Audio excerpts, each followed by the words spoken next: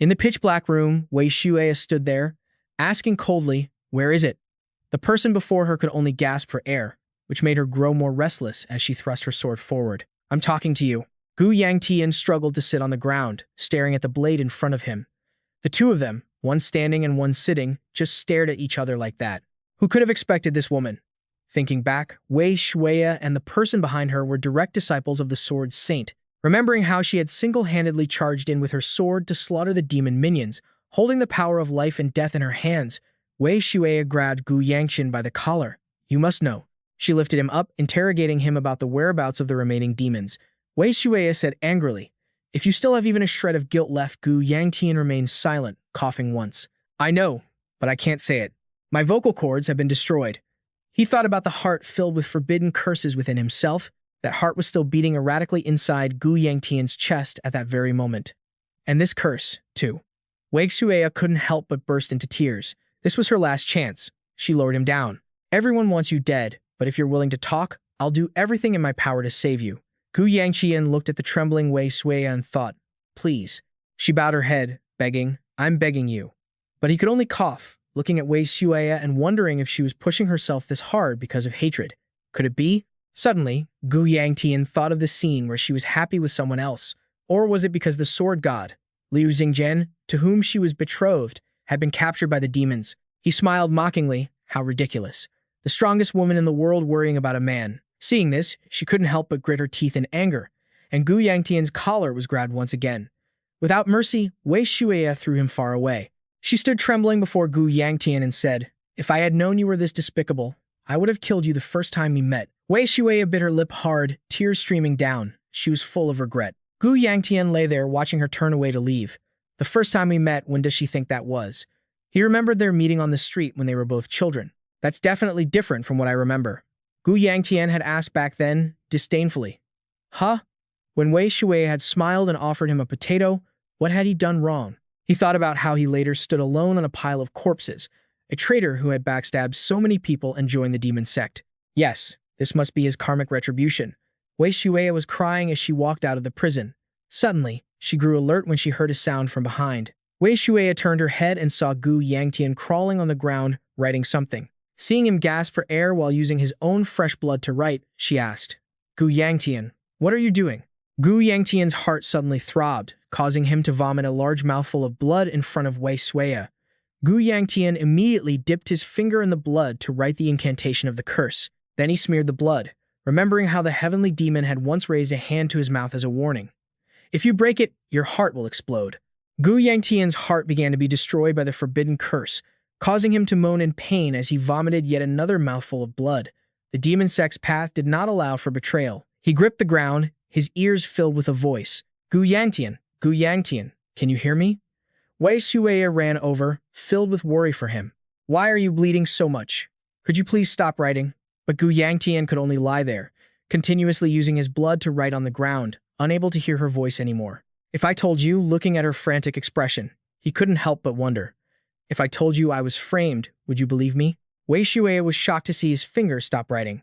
If I had 1,000 reasons to explain, she was completely stunned as she realized it. But it was too late. It no longer mattered. Gu Yangtian had tried to write what Wei Shuya wanted to know. "My life is at an end." After that, his heart immediately exploded, causing him to vomit another mouthful of blood. Gu Yangtian lay sprawled on the ground like that, his eyes and heart now completely empty. Why did my life turn out this way? Remembering that time, Gu Yangtian sat before Gu Shi. She was panting heavily as she reached out. Gu Shi's hand was slowly raised, until she touched Gu Yangtian's face. Gu Shi smiled brightly and urged, "Little brother, you must be happy." Wei Shuya, on the other side, held him in her arms and kept calling out, Gu Yangtian, can you hear me?" Gu Yangtian's eyes had now become hollow. All the regrets, great and small, had shaped his life. He remembered the time Tang Shuren sat kneeling by the ruined stone wall with blood-stained eyes.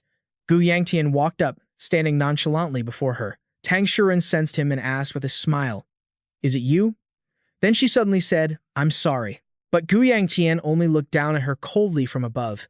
The present-day Wei Shuya was sobbing uncontrollably, calling out, "Gu Yangtian, Gu Yangtian, Gu Yangtian." Her tears fell onto his face. Gu Yangtian remembered himself under the falling rain, shedding tears. In that lifetime, someone had reached out to his face and asked, "Are you crying?" He looked down and denied it. "It's just the rain." Nangong Fei said intermittently, "So, you weren't crying." Then she asked, "Has it risen yet?" Gu Yangtian, amidst the rain, replied, "It has." Nangong Fei smiled as she looked at him. "Everything is here now, that's good." Then her hand suddenly went limp. Finally, Nangong Fei died in Gu Yangtian's arms in the rain. Now, in reality, he was gradually slipping away in Wei Shui's arms. Gu Yangtian of the Gu family in Shangxi was born into a prestigious righteous family. Gu Yangtian's face became dull, having lived as a righteous martial artist before betraying them and defecting to the Demon Sect. The Demon Sect had lost the Great Righteous Evil War, and Gu Yangtian had been tortured as a prisoner of war. His eyes slowly drooped, before closing, eventually shutting tight. Suddenly, Wei Shui happily held a potato in her hand and asked, "Potato, potato, do you want to eat a potato?" Gu Yangtian stared blankly at the potato in front of him. "Huh?" He looked at the two of them standing on the street, feeling bewildered. What? What is going on?" Gu Yangtian looked at his own body in confusion. What the hell is this?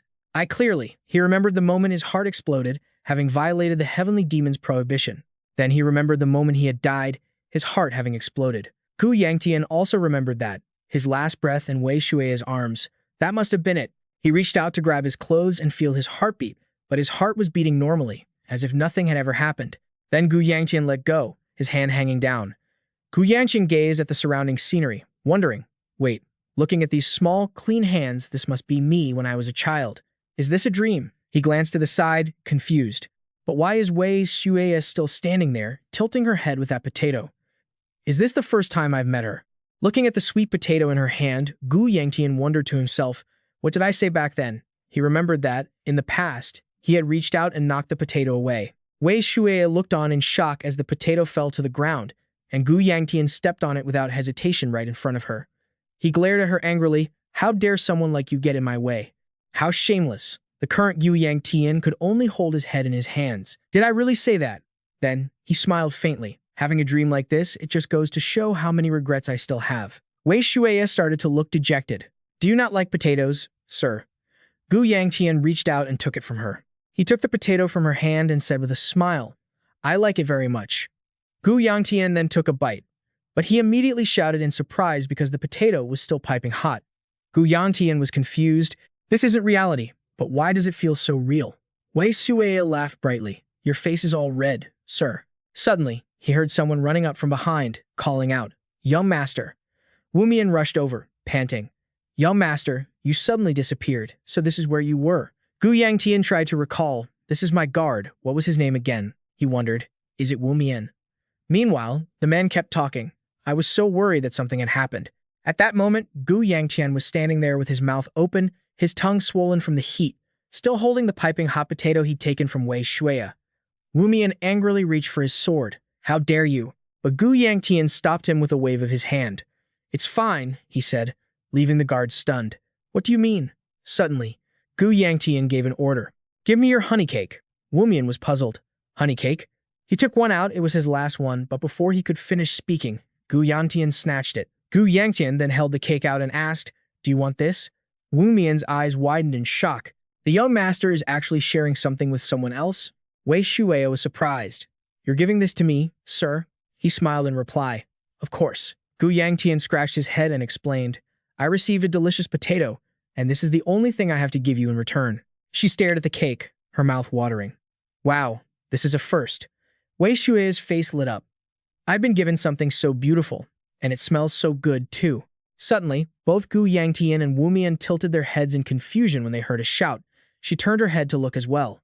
Everyone on the street turned to see Wei Xiaojun running toward them in a panic. Grandpa.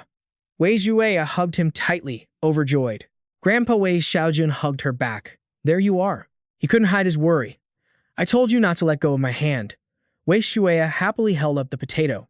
It's okay. I managed to get a potato. Wei Xiaojun replied, That's not what I'm talking about.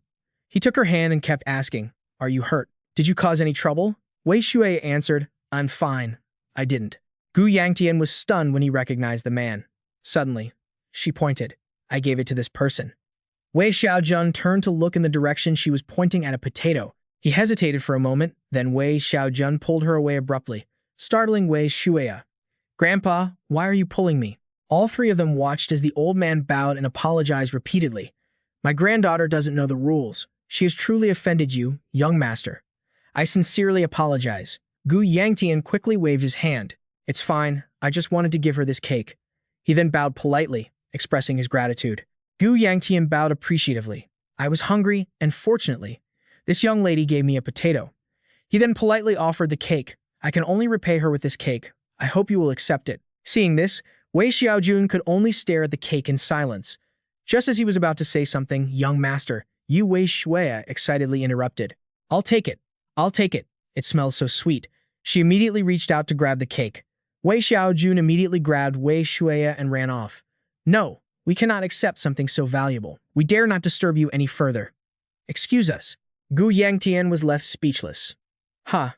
Shortly after, he shouted, Wait! The old man turned his head back. Young master, if you are not pleased, then Wei Xiaojun immediately fell silent when he saw Gu Yangtian happily pressing the cake into her hand. Here, take it. Let's meet again if fate allows. The old man raised an eyebrow as he saw how excited Wei Shuya was to be holding the cake. Wei Xiaojun watched the conversation between the two. She held out another potato. Let me give you another potato, he happily agreed. That's perfect. The old man smiled to himself, thinking, Wei Shuya, I've finally found you. After that, they said their goodbyes from a distance. Gu Yangtian and Wu Mian stood there in silence, watching them go. Involuntarily, he raised a hand to his forehead and let out a sigh of relief, making the guard worry. Young master, are you not feeling well? Gu Yangtian remembered that the old man was someone whom everyone respected. That elder was the former leader of the martial arts alliance, Wei Xiaojun, standing amidst the blades and recognized as one of the three peaks. Others couldn't stop staring at the man hailed as the strongest in the world. Wei Xiaojun stood tall, surrounded by dozens of swords, striking fear and terror into the disciples of the demonic cult. Sword Saint Wei Xiaojun. Looking at his back, he felt a surge of anger and wondered, but what is the Sword Saint doing here? As for Wei Shuya, she pouted after being scolded. Even if this is just a dream, I was almost killed. She happily turned her head and waved goodbye. Gu Yangtian watched her go and let out a cheerful sigh. Wu Mian said, Young master, let's head back to the estate. He turned and walked in the opposite direction. Yeah, let's go. Thinking of the sun-drenched field of flowers, he felt he had no more regrets. Time to wake up. Soon, the two reached the front door. Young master, we've arrived. Gu Yangtian raised an eyebrow in confusion.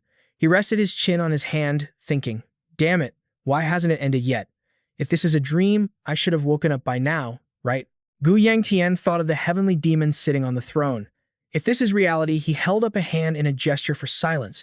Could it be related to the heavenly demon's curse? Wu Mian immediately cupped his hands in greeting as he heard someone coming out, saying, Well done. Gu Yangtian turned toward the voice. The person added, I didn't expect you wouldn't run away. Gu Sissy walked out from the crowd. And you even dare to show your face. Gu Yangtian frowned when he recognized the fire sword Gu Sissy. My second sister, he thought. The woman who smiles at me with such contempt and hates me more than anyone else in this world. Looking at the shadows stretching across the ground, he wondered, so the reason everyone is gathered here is because the sect leader is coming. Gu Yangtian turned his head as Gu Sissy asked, What are you plotting this time? She walked around him and began to chase him off. If you're still planning to cause trouble, stop it right now and get out of here. Gu Yangtian brushed off Gu Sissy's hand with indifference. I'm only here because of my obligations, he said, making her grit her teeth in annoyance. You finally decided to show yourself, and you have the nerve to speak so boldly? He glanced at her. Right, it's my fault. I'll apologize to the sect leader later.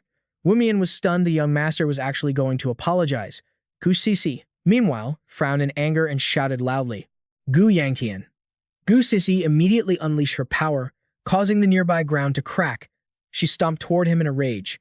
The servants nearby glanced over, terrified. I don't know what you're planning to do, he said, but you better stop right now. Gu Sissy gritted her teeth and warned, I won't let you get away with this. As she was about to continue, Gu Yangtian immediately raised his hand to cut her off. Hold on. Father, no. The sect leader is coming. The red horse's eyes widened. The rider pulled the reins taut, making it rear up and let out a thundering whinny. The head of the family looked down and asked, What's going on here? Everyone bowed to the sect leader, but he just looked down in silence. Gu Yangtian pressed his lips together and looked up, keeping quiet. The head of the family seemed lost in thought, then suddenly turned his head and asked, Where is he? One man stepped forward and replied, Yes, sect leader. The sect leader dismounted and asked, Are there any other sword squads available? The servant replied, the first sword squad has returned and is currently resting, sir. The fourth sword squad is currently awaiting orders. The head of the family led the group and commanded, then tell the fourth sword squad to prepare and come see me. Gu Yangtian remained silent, remembering the look in his eyes back then. I don't know if this is a dream or reality, but that gaze is just as heavy as it used to be. Suddenly, the sect leader stopped in his tracks, turned his head, and said, as for you, Yangtian, come to my room after you've finished your meal. The two people beside him turned to look at Gu Yangtian.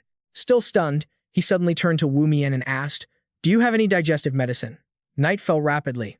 Darkness enveloped the mansion. Inside the hall, a variety of dishes were quickly spread out.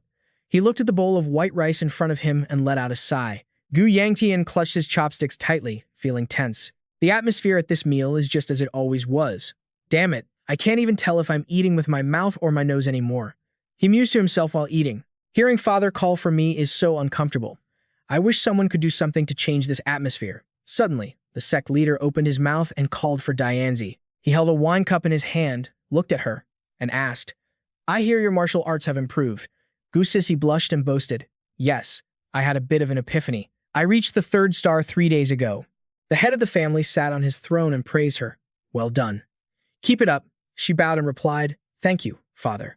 He then gave her permission to sit and continue the meal. Yes, Gu Sissy replied. Gu Yangtian watched from the side and thought, impressive. It's only natural she reached the 3rd star at that age. Even though she's very talented, she still works hard every single day. She suddenly noticed him watching her from across the table and smiled. She looks beautiful, too. Gu Sissy immediately looked disgusted and regretted what she had said. She looked at him as if he were something repulsive. Just as he was about to put food in his mouth, he was startled by a call. Yangtian, the head of the family, turned to him and said, I heard you went into town. Gu Yangtian didn't deny it. Yes, I had some business to attend to. So I went out for a bit. He looked at the old man nervously. After a quiet, the sect leader pushed his chair back and stood up. He stood tall and said, I'll go ahead. You too, continue with your meal. This left Gu Yangtian confused. Father seemed like he wanted to say something. He speculated that since his father said he wanted to see him after the meal, this must be it. Suddenly, Manhwa approached him and whispered, young master. The sect leader said you should get a good rest today. Don't come to his room yet. Gu Yangtian was surprised. He wondered to himself. Why did father change his mind so suddenly? A while later, Gu Yangtian sat by the window as the moonlight spilled in. He rested his chin on his hand and gazed at the scenery outside. I'm not awake yet, this isn't a dream. Could this be the rebirth I've heard about? Suddenly, Gu Yangtian lowered his hand, clenching his fist until the veins popped out. Perhaps he was remembering the scene of himself standing on a high mountain, facing a sea of fire. Does this mean I might be able to kill the heavenly demon? That's absurd. How could I ever kill someone who defeated all 3 masters who were said to be on par with the heavens? He thought of his past self. In his previous life, he had to live like a cursed demon human under the heavenly demon just to survive. Back then, Gu Yangtian could only sit, hugging his knees amidst the pools of blood around him. He realized he had too many regrets, his life full of them. He held out his hand to catch a red liquid, which had helped him realize many things. Then, Gu Yangtian pulled his hands apart, letting the liquid fall. If I really have been reborn, I want to choose a different life. He looked at his hands, which were clenched tight. The heavenly demon will be killed by Wei Shuya, and the demonic cult will disappear. Until that moment, I will live a peaceful life and do what I can. A look of determination shone in Gu Yangtian's eyes. I cannot miss this opportunity. I will not repeat the regrets of my past life. He let out a long breath. So, first, Jiu. Yangtian raised his hand to sense the dantian in his body. The core was still emitting a searing heat. He looked at his palm and smiled bitterly. The night seemed to shroud all of Gu Yangtian's thoughts. I've searched my entire body, but this is all the internal energy I can find. He remembered Gu Sissy constantly radiating a vast amount of power. My meager internal energy makes me realize just how talented my sister is. She's only a year older than me, but she's already reached the 3rd star. Gu Yangtian then squeezed his eyes shut. Still, I have a way. He sat in meditation, guiding his dantian to circulate through his blood vessels. I can practice the ultimate technique passed down only to the Gu family bloodline. Red flames began to radiate around Gu Yangtian. The Gu fire arts, by cultivating it, it's like a flower blooming when I reach the 4 spirits stage. He thought of the predecessors who possessed vast power. I'll be able to unleash firepower. When I reach the 7th star, I'll be able to envelope my body in it.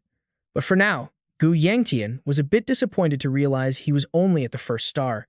He tried to focus, calming himself. I must cultivate internal energy as much as I can, as fast as I can, and hone it until I become a second star. Gu Yangtian pressed his hands together, moving his energy. To live a smooth life unlike my past one, I shouldn't borrow the power of a demon human anymore. The Dantian inside him gradually began to change, instead strengthening his own power.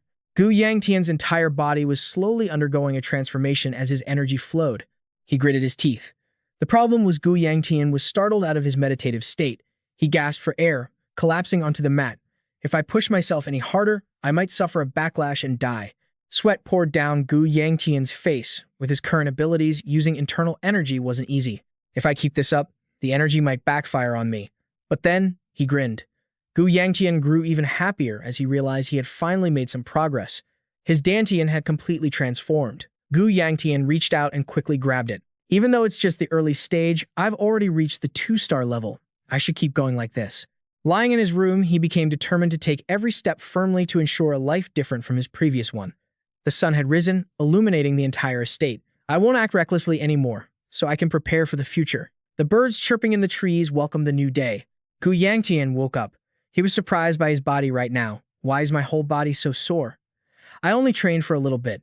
Gu Yangtian walked toward the door, rolling his shoulders. Is it because I haven't been training hard enough? I still have a long road ahead of me. He reached for the doorknob, thinking, visiting father's room in the afternoon is fine too. With that, Gu Yangtian happily opened the door and stepped out, not noticing someone sitting right in front of it. Or maybe I should train a little more. Wei Shuai sat there, reaching out. Greetings, young master. A rift appeared in space earlier. What are you looking at? Aren't you going to turn back? Someone looked up at the sky and said, I don't think those are stars. A strange eye appeared within the rift, leaving that person in shock. What was that? Immediately after, a giant monster's foot stomped down onto the ground. One day, a swarm of monsters appeared, killing and devouring the people.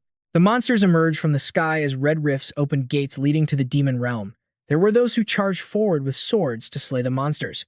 Every sect raised a group of people to fight the monsters. That group is called the Sword Troop. A sect must have a sword troop.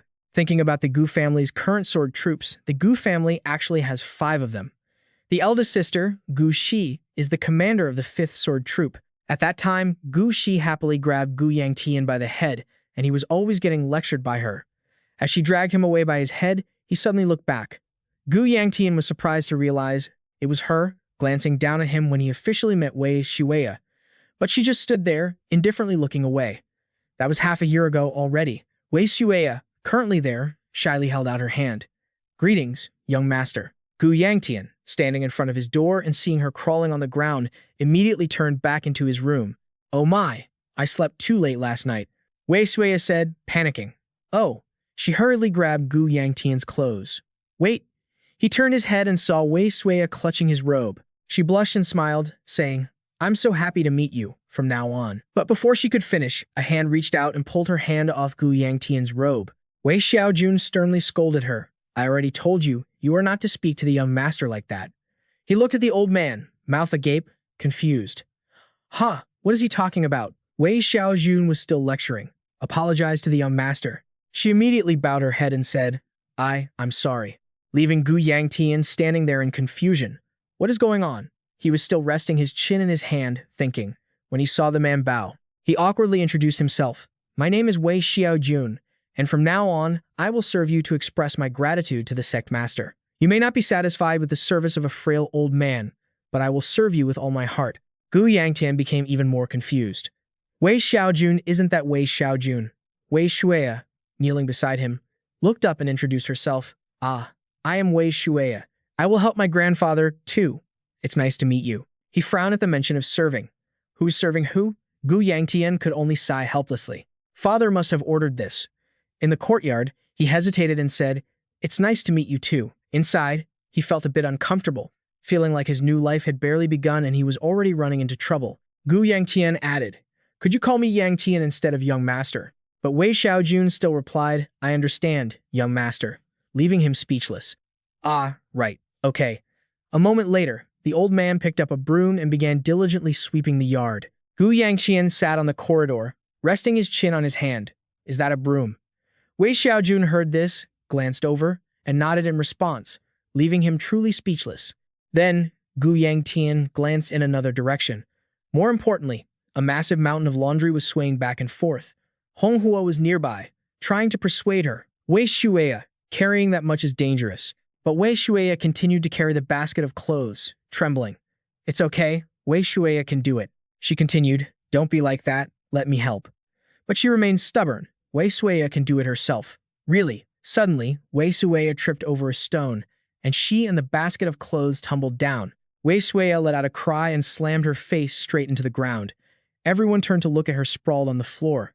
They were speechless when they saw the basket land right on her head. Then, everyone was startled to hear her crying tremulously. Gu Yangtian watched, puzzled. Why is she so clumsy? She was being comforted by the others. It's okay. It's just a small mistake. He watched them trying to comfort Wei Shueya and wondered. She should have had a talent for martial arts, so why does she seem so incompetent?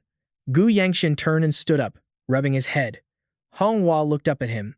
Wei Shueya, where are you going? He turned his head and saw Wei Shueya walking over, wearing the basket and hugging the laundry. Huh. Gu Yangtian wondered, why don't you finish what you were doing? She said spiritedly, I was told to follow you everywhere. He was confused. Who told you that? Wei Shueya's eyes welled up with tears. Grandfather did. Gu Yangtian let out an "oh," then suddenly realized. Wait, so Wei Shueya is my personal maid. Other maids behind her were silently cheering her on. Do your best. You're the only one who can deal with him. Gu Yangtian was still deep in thought. He figured they just pushed the responsibility onto her because they didn't want to deal with him. He watched Wei Shueya trying to climb onto the corridor. I am still the son of a prestigious family, but is it really okay for my maid to be chosen so casually? Gu Yangtian looked down again as she happily fixed his collar. Well, Wei Shueya is fine, but being a sword master is too much pressure. Then Wei Shueya raised her hands and said happily, all done. His collar was crooked and messy. Gu Yangtian turned his back and took off the robe, surprising her. I'll do it myself. He wondered if father knew their true identity, or if he just didn't care because so many maids had already given up. Gu Yangtian began putting on his shoes. Father told me to come to his room, so I'll just go and find out later. Wei Shueya began following him closely. What on earth is going on? She ran toward him while calling out, wait up. Gu Yangtian turned his head and asked, where do you think you're going? Get used to everything here first. Wei Shueya hung her head and began to sob. Yes, sir. Wei Xiaojun looked on, his heart aching at the sight.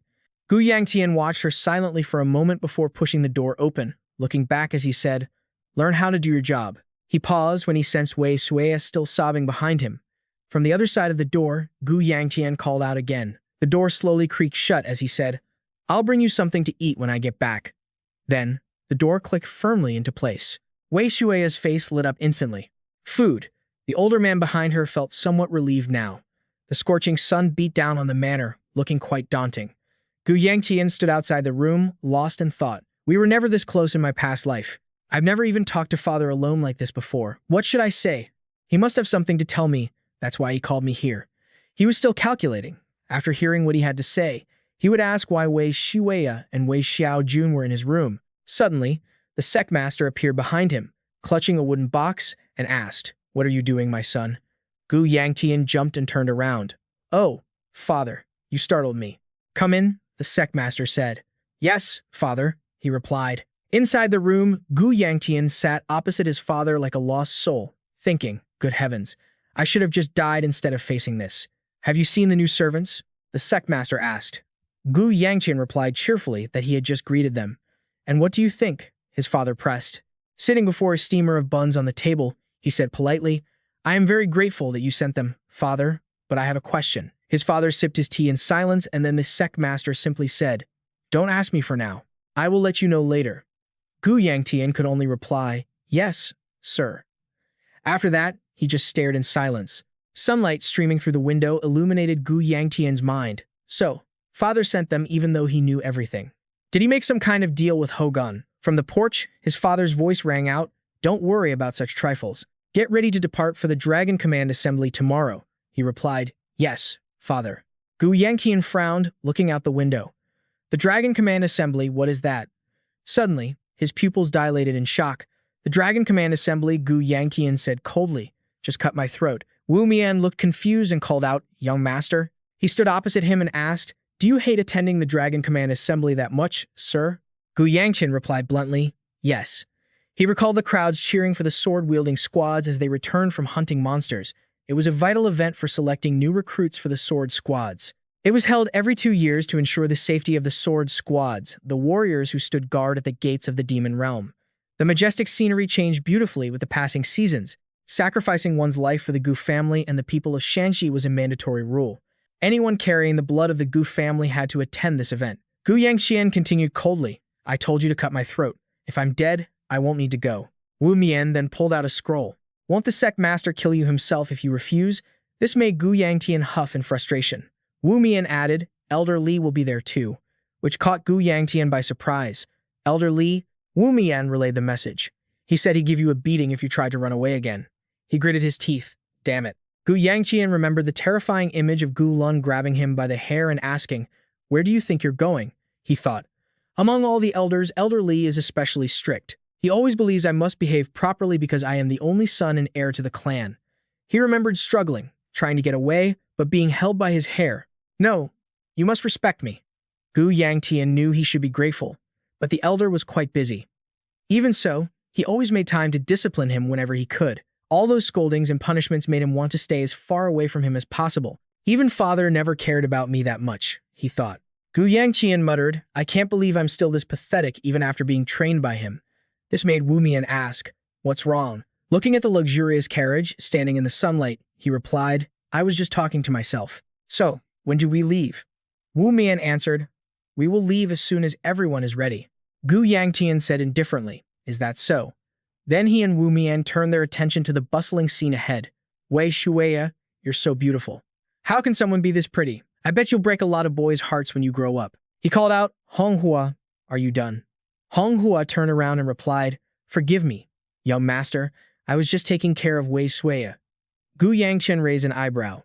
"Wei Shueya, is she causing trouble again?" She looked flustered and replied, "That's Wei." Shueya stepped forward, shyly appearing between the two maids. Seeing this, he couldn't help but be amazed. Gu Yangtian immediately blushed, and she shyly looked away. Wei Shueya ran over and called, "Young master," causing Gu Yangtian to jump back. "Huh." She lifted her head and said happily, "Everyone says I'm very pretty." He turned his head away in embarrassment. "So what?" In his heart, he silently admitted, "She really is beautiful." Wei Shueya tucked her hair behind her ear and asked expectantly, "Do you think I'm beautiful?" Gu Yangtian's face felt like it was about to explode. He rushed to change the subject, stuttering, "Let's go." Wei Shueya kept pressing him, "Am I pretty?" But Gu Yangtian urged them on, "Let's go," leaving her feeling dejected. The carriage wheels rolled quickly along the road. Wei Shueya excitedly poked her head out the window. "This is so cool. The carriage is moving." Honghua asked curiously, "Is this your first time riding in a carriage?" She turned back and answered, "Yes. I thought horses were just for eating, but I never expected they could run this fast." She looked amazed. "Really?"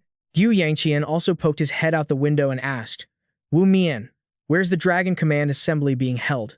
Wu Mian, riding alongside, replied, "At Tianchang." "Young master," he continued. Gu Yangtian remembered that it was the most famous trading district in Shanxi. It seemed Elder Li had put a lot of effort into this event. Wu Mian asked, "It will take about 4 hours. Why don't you get some sleep?" He sighed, "I can't sleep because I was practicing all night." Gu Yangtian thought about how he hadn't been able to sleep much lately. He turned his head, annoyed, listening to Wei Shueya excitedly describing something. "I told you, horse meat has a bit of a weird smell." Just as she was about to add that it was still delicious, Gu Yangtian shoved a bun straight into her mouth. "Eat this and keep your mouth shut." Wei Shueya raised an eyebrow, gnawing on the bun in her hand. He immediately laid back while Honghua watched Wei Shueya eating like a little pig. Gu Yangtian's eyes slowly closed. Finally, some peace and quiet. "I'll just take a quick nap." Everything around him slowly turned dark. When Gu Yangtian opened his eyes, he saw Wei Shueya calling out to him, "Young master. Young master, you must be uncomfortable. We're out of snacks." She grew increasingly sad. "Ah, I see." Just then, someone asked, "Wei Shueya, did you tell the young master that we've arrived?" Only then did Wei Shueya say, "Oh, that's right." As he suddenly sat up, "We've arrived." Gu Yangtian reached out to pull back the carriage curtain. They looked at the city ahead, filled with bright lanterns and bustling streets. Wei Shueya leaned out the window. "What smells so good?" While he stretched and marveled. As expected of a grand festival, it's so crowded and lively. Suddenly, Gu Yangtian was surprised to hear someone beside him say, "You must be tired from the long journey." Tian Yi smiled brightly and introduced himself. "I am Tian Yi. the deputy merchant of Tianshang. It is a true honor to meet the rising star of the Gu family. He also cheerfully cupped his hands in greeting. I am Gu Yangtian of the Gu family. The honor is mine. Gu Yangtian grew flustered as the man continued. The first day here has gone smoothly, thanks to Elder Li and Miss Gu. You must be tired. Let me show you to your room. He couldn't help but think of the gritted teeth and angry face of Gu Sisi as she said, I won't let you get away with this, Gu Yangtian. As Gu Yangtian's group followed Tian Yi, he wondered, I surely won't run into her, right? But then they stopped when they caught sight of someone, and that worry, as Gu Sisi pushed open a door and turned to look at them, became reality. She gritted her teeth in anger. Gu Yangtian called out, Sister, but was cut off by Gu Sisi. Don't sister me. It only annoys me. Then, his group watched as the haughty girl said, While I don't think you caused trouble at the dragon gathering, don't pull any stunts and tarnish our family's reputation. Gu Yangtian replied cheerfully, I'll be as quiet as a mouse, so you don't need to worry about me. Gu Sisi turned away in a rage. I'm not worried about you. Suddenly, she noticed Wei Shuya. He also turned to look at her, quickly hiding her behind his back. Gu Sisi gave a cold, surprised laugh. Ah, she asked irritably. Still up to your old habits, aren't you? Gu Yangtian rested his hands on his hips, confused. What are you talking about? Gu Sisi stepped into the room as she spoke. I thought you had changed, but I was wrong. The door was then slammed shut, leaving him and the others baffled. What is wrong with her? Beneath the quiet night sky, Yu Yangtian continued, Let's go. Sorry about that. Tian Yi laughed. It's fine. I hear siblings argue all the time. You must be exhausted. Let's go. Can we stop somewhere briefly first? At this moment, shouts of exclamation echoed from the vast competition arena. Wei Shui's eyes widened in amazement. It's huge. I've never seen such a massive building before. Goodness. Gu Yangtian also smiled and replied, Yeah, looking at the colossal arena, he thought. Even though I've heard merchants gauge each other's financial power by how much they spend on festivals, isn't this going a bit too far? Gu Yangtian thought of the scene where Gu Lun and Gu Sisi would sit on the platform to watch everyone. Today was a day to honor the sword troop and their extraordinary efforts. Thinking of those who would charge into battle against each other, the matches were to be held tomorrow to select new members for the sword troop. He happily put his hands on his hips. Thank goodness, I don't have to participate. Gu Yangtian was still deep in thought looking down, thinking, the only thing I have to do here is not watch. The two of them didn't notice another person radiating a powerful aura behind them. It's so peaceful. Gu Yangtian jumped when he heard someone ask, Aren't you going to run? Gu Lun reached toward his head. Gu Yangtian couldn't dodge his hand in time. Oh no, but Gu Lun just gently placed his hand on his head. Huh? He asked cheerfully. What's wrong? Gu Lun leaned in, puzzled. Isn't this where you usually run away whenever you see this old man? Gu Yangtian let him pat his head. Who was it that said they would snap me in two if I didn't show up? Huh. Gu Lun feigned surprise. Who would dare say such cruel things? He replied, Who else but you? The old man continued to pat Gu Yangtian's head. Oh, now you dare to talk back? Despite what he said, I want to throw up, he thought. In his heart, he guessed the second elder had a strange obsession with him, perhaps because he was the sect leader's only son. Just then, Wei Shuya opened her mouth in a gasp. She said excitedly, It's a bear. Bear meat is delicious, and horses too. Bears are, but when Wei Shuya hadn't finished her sentence, she was met with Gu Lun's cold gaze. She grew frightened, soft, very soft. His eyes were still cold as ice, making Wei Shuya cry in fear. Yu Yangtian immediately hugged her head to shield her. Elder, you're scaring people. Wei Shuya whispered from behind him, I don't want to eat bear meat anymore. The flags fluttered in the dark night, carrying a slight whistle. You worry me. Gu Lun immediately pointed a finger and asked, Is that child your concubine? That surprised him. Huh? Gu Yangtian pointed back at her to clarify. What are you talking about? Look at her clothes, she's a maid. That made the old man roll his eyes and tilt his head. Is that so? If you say so, I believe you. How boring. After that, Wei Shuya, who had already run far away, called out, Let's go quickly, before he eats us. Gu Lun turned and said, Tomorrow is the dragon gathering. Even though you're just a spectator, go to sleep early, because you still have to be there. Gu Yangtian didn't care and cupped his hands in a lazy salute.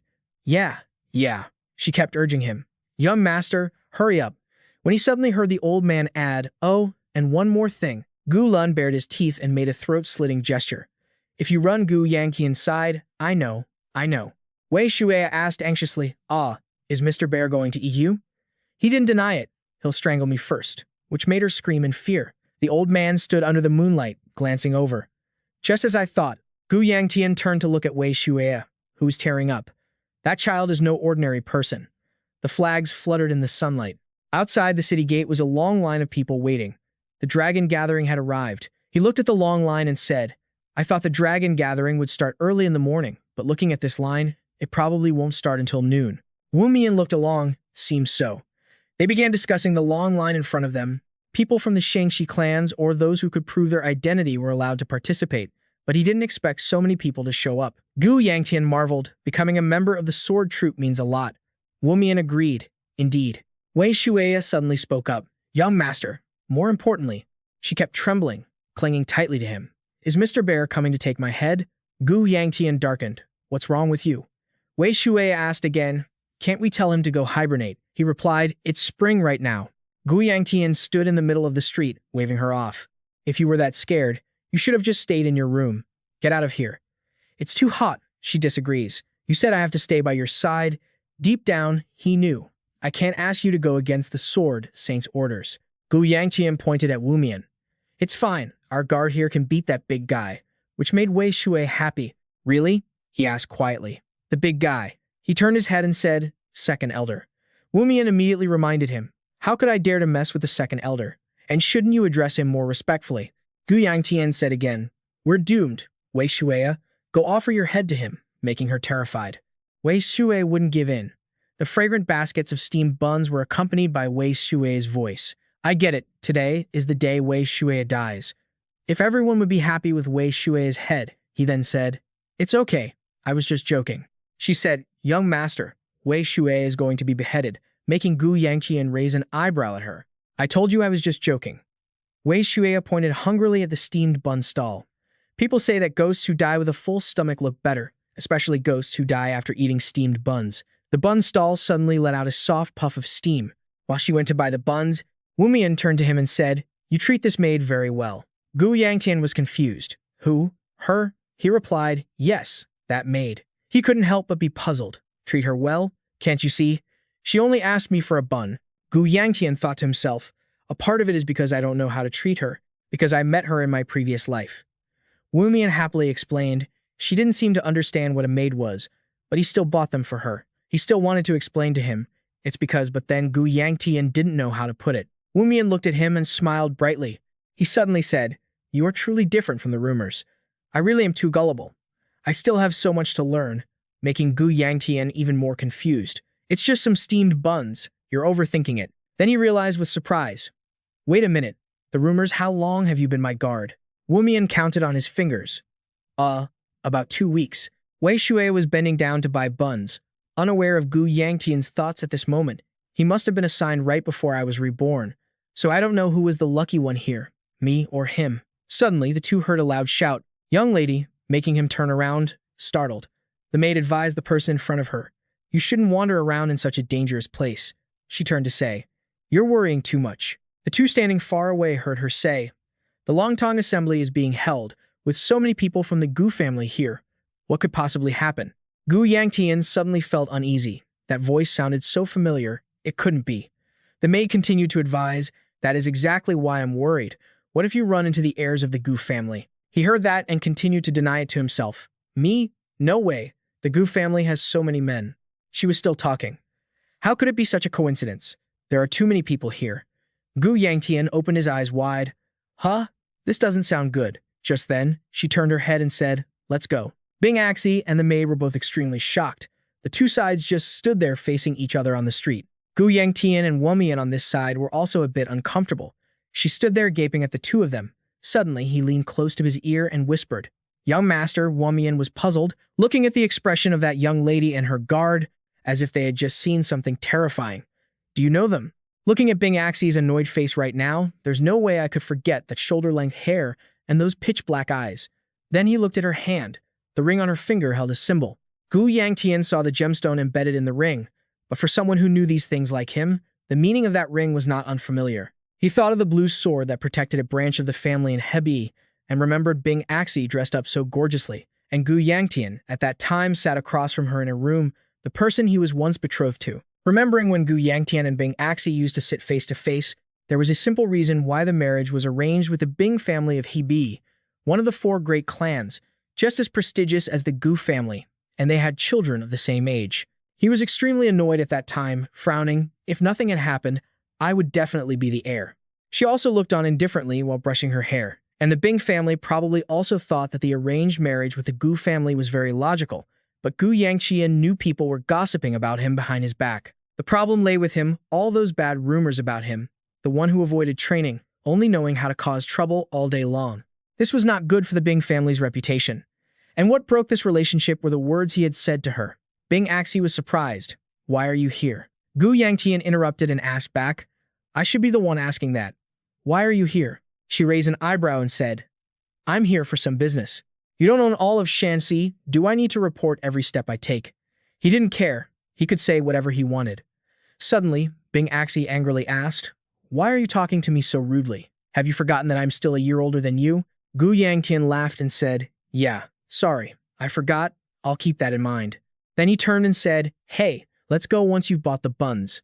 Wei Shuya arrived at that moment carrying a stack of buns. "All right," she happily hugged the stack of buns and stood behind Gu Yangtian. "Whatever you're here for, have fun." She was surprised when she heard him say, "We'll be going now. See you later." Bing Axie frowned, wanting to say something. Gu Yangtian walked in front, ignoring her calling out, "Right, whether it's for work or play, have fun." Deep down, Bing Axie was still lost in thought. Of course, just as she was busy dealing with her brothers.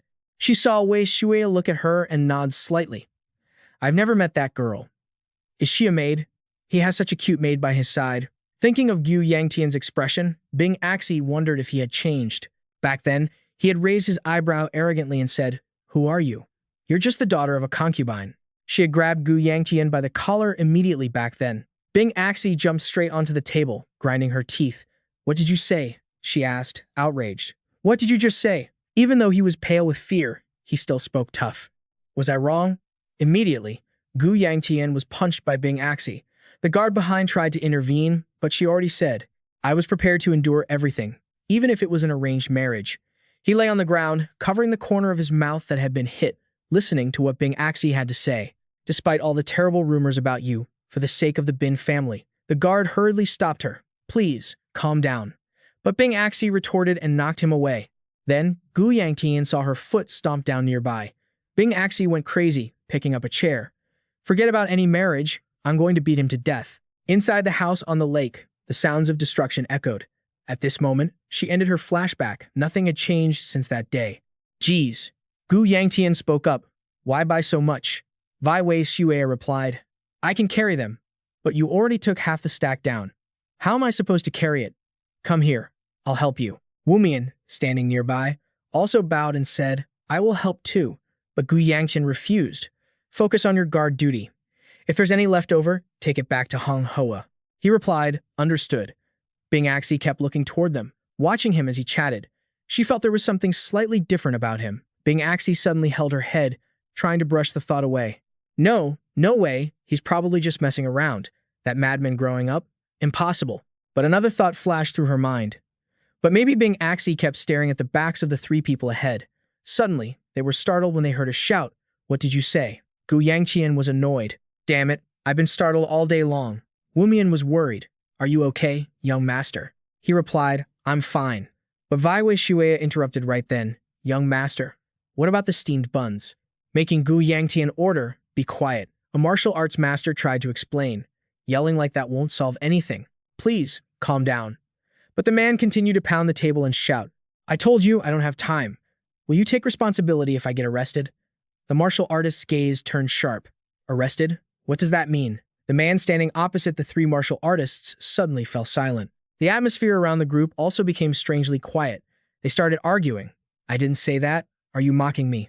Just let me participate, that's all." "No way," Wu Mian asked. "Should we help?" Gu Yangtian wondered, what for? Anyone can participate in the Long Thong tournament, but clearly only if you can prove your identity. He asked again, "I'm asking if we should let him continue causing trouble." He looked over and explained, "Arguments about participating in the Long Thong tournament are not rare. The Ko family martial artists are already waiting to handle it." The three martial artists stared at the man, and one of them placed a hand on his shoulder, saying, "How about we?" But immediately after, his hand was caught by the man. He didn't hesitate to throw the martial artist down. The martial artist was slammed back first onto the ground. Another martial artist jumped up and asked, "What do you think you're doing?" Bing Wuxian raised his head and replied, "I've proven my ability. I can participate." While the three people on the other side remained silent, watching the argument. "Of course not." "Why not? I already showed you my ability." Wumian continued to wonder. "Yeah, should we help?" Wei Shuya stood nearby, excitedly describing, "Just now. He threw him once, and then the other guy fell down. Boom." Gu Yangtian turned around and ordered, "Let's go."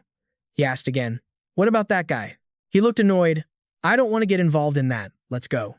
Wumian still wanted to say something, but Gu Yangtian blocked him. "They will handle it themselves. The martial artist over there is still furious. You can't just have whatever you want. We have our own rules. You cannot enter without a clear, verified identity." Bing Wuxian pounded the table again. "Aren't my skills enough to prove it?" Making the martial artist confused. "What does that have to do with anything?" He shouted angrily. "How dare you?" Gu Yangtian's group stopped when they heard. "How dare you be disrespectful to the eldest son of the Bin family?" He turned back, startled. Bing Axi heard this and quickly turned over. Bing Wuxian stood there, arms crossed, angry. "Huh? What did he just say? The eldest son of the Bin family?" Wei Shuya didn't care and wore a silly smile. It was a winter day, snow covering the city. Bing Axi walked over, confused. "Brother, what are you doing?" Bing Wuxian sat in front of the fire, roasting a potato.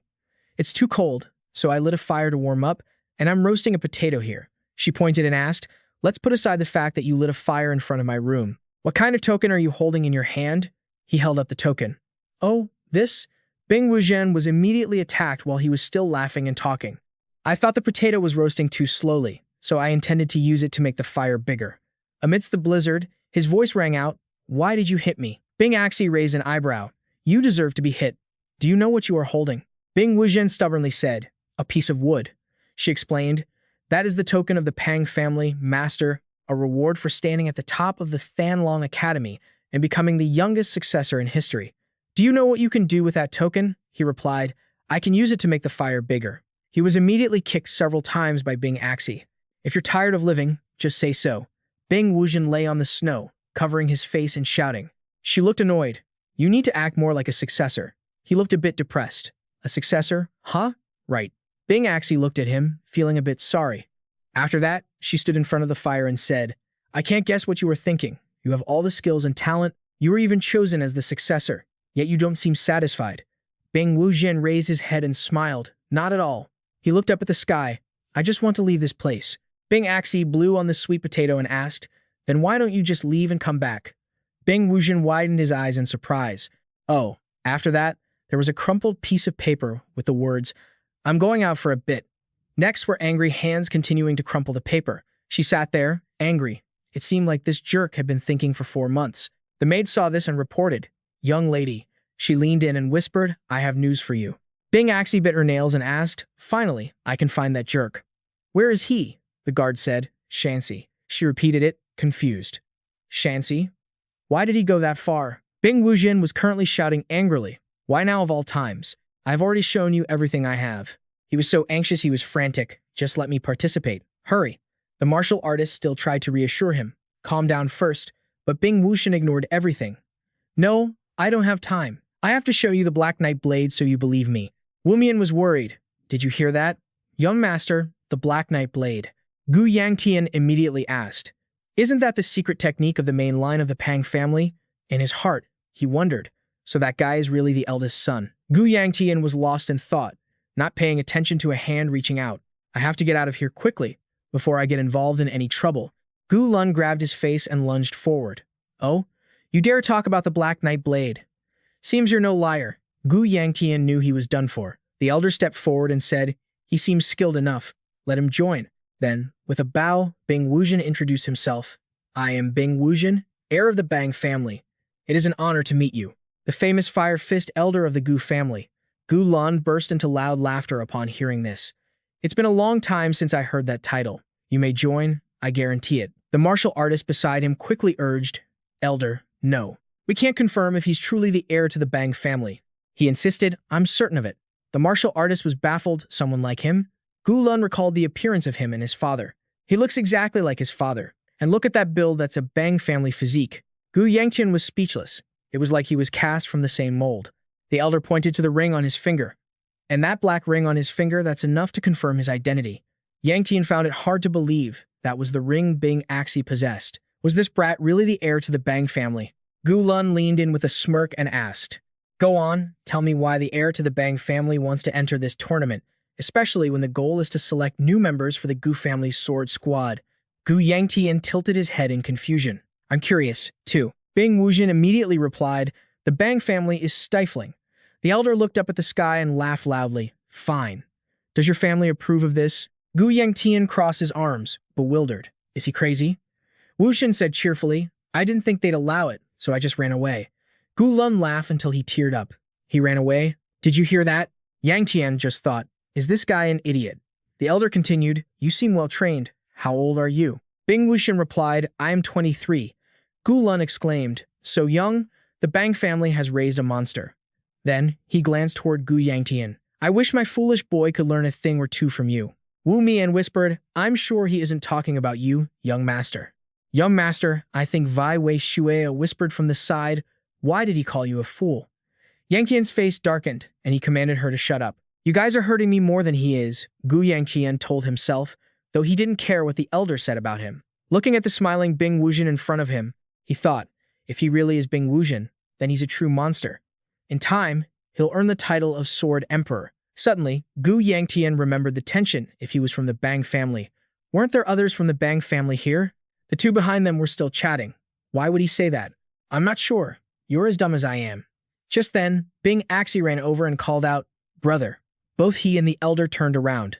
Wham! Immediately after, Bing Wujin took a punch straight to the face. Everyone watched as he was sent flying. Bing Axie marched over, furious. "You're crazy. You call yourself the heir, yet you leave a note and disappear without a trace." Bing Wujin, his face dented, raised a hand. "Wait," she asked. "Any more excuses?" That question made him break into a cold sweat. Then Bing Wujin smiled and said, "Forgive me." Bing Axie kept attacking him. "You ran away from home to join another family's sword squad? Have you lost your mind?" "Ah, you're killing me. Die." "What a jerk," Gu Yangtian thought from behind. "I think he might actually die. Should we stop them?" Gu Lun stood by, arms crossed, letting them handle it. The Bang family members are tough. He won't die even if hit with a metal rod. Wushin cried out loudly, "Elder, help me." "Someone help," the elder asked. "Are you sure?" "Yeah, maybe you're right." Then she heard a voice. "That's enough. You're going to kill him." Bing Axie turned around angrily. "Huh, who dares interfere?" Standing there, Gu Lun made her gasp. "The Gu family elder." She bowed politely. "Apologies for the late introduction. I am Bing Axie. I apologize for making you witness our petty family squabble." The elder patted her head. No. I like meeting someone as spirited as him." Bing Axie bowed and replied, "I won't forget this. I'll be sure to compensate you later. We're leaving now." Bing Wujin chimed in, "I'm not going." This made her ask angrily, "Haven't you been beaten enough?" He cast a cold look her way. "I'm not kidding." That look actually made Bing Axie a bit afraid. She wondered why as Bing Wujin propped himself up. The Bang family isn't happy. Bing Axie was still confused. "So the Gu family and other clans are happy?"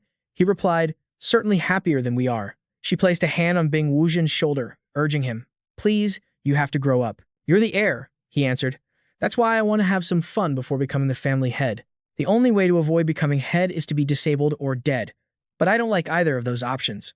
Bing Wujin remembered the gloomy city gates labeled Hebei Bang family. "I don't want to be the head, but apart from you and me, everyone else is just a beast bearing our name." He placed his hand over Bing Axie's. "I'll surely become the head one day. I can't let you be the one to do it. That's why I accepted the position, even though I didn't want to." Gu Yangtian pointed and asked, "Second elder, are you really going to let him join?" "I don't think getting involved in Bang family affairs is a good idea." Gu Lun stroked his beard and thought, "I'd like to, but given the Bang family's situation, I'm not sure either." Both Bang siblings turned to look at him. "How about this?" Gu Lun stood there and set a condition. "I'll let you join if you can beat me." Bing Axie panicked.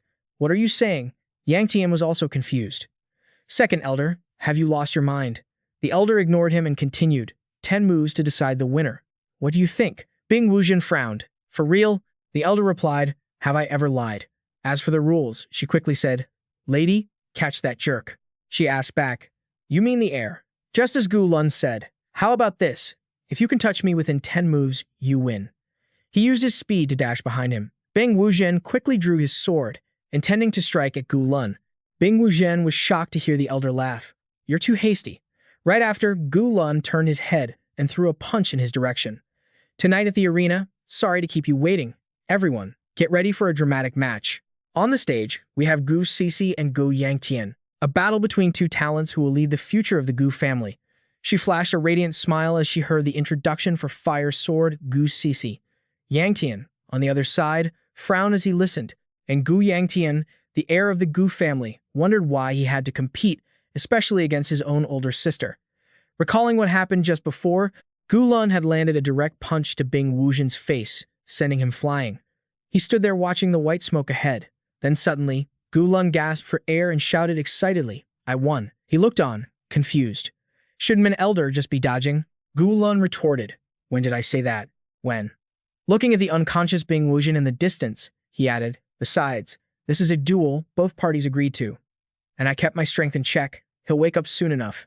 Gu Yangtian quickly said, "If the Bang family comes looking for trouble, it has nothing to do with me." Gu Lun put his hands on his hips and confidently said, "Don't worry, Fire Fist won't die alone. You refuse, but hey, why don't you just die alone?"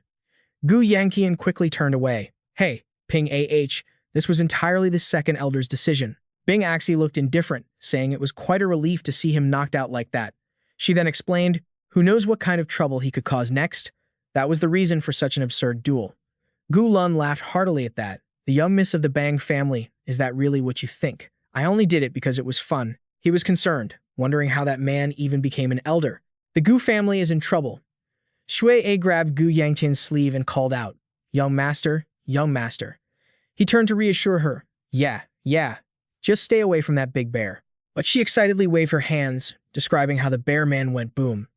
Then the wind blew, and the guy was sent flying and slammed into the ground. Gu Yangtian was confused. Her expressions were so blunt. How on earth is she supposed to save the world? It's a disaster. Gu Lun laughed while digging into his clothes. This cute kid actually has a better perspective than that gloomy guy. This old man will give you a gift. Shui hid behind him, surprised by the gift. Then he pulled out a snack, making her squeal with excitement. Under the clear blue sky, her voice rang out, "Shui has liked the bear man from the start." Gu Lun leaned on his hands and laughed. "I knew you would say that." Gu Yangtian just watched them both in silence. Then the old man turned to him and held up a finger. "Are you disappointed that I only gave a gift to your maid? I think I should give you a gift too." Gu Yangtian was about to refuse, saying he didn't like sweets, but Gu Lun cut him off. After the grand assembly, he looked at him, confused, as he heard him say, "You will have to participate in an exhibition match." Back to the two of them on the ring now. Gu Sisi rested her sword on her shoulder and asked, "Are you not using your sword?" Gu Yangtian, who was stretching, was startled and wondered, "Sword? Did I ever use a sword?" He thought about the sword and fist techniques. The Gu fire wheel technique could be used with various weapons and was especially effective with either a sword or a fist. At that moment, Gu Yangtian suddenly realized that using his fists suited him best. Would it be strange if he didn't use a sword? But Gu Sisi across from him just shrugged. "I don't care if you use a sword, a fist, or anything else." That made him secretly happy. His sister's annoying personality was finally useful. She suddenly smiled. "I'm really happy to have this opportunity." Gu Yangtian was confused. Happy? Gu Sisi's face flushed with excitement. "That's right, the chance to smash my little brother's face in front of thousands of people." He was a bit bewildered. "Elder, you really?" Recalling what happened before, Gu Yangtian shouted, "Why do I have to participate in this match? And with my sister of all people?" Gu Lun reminded him, "You don't need to shout like that."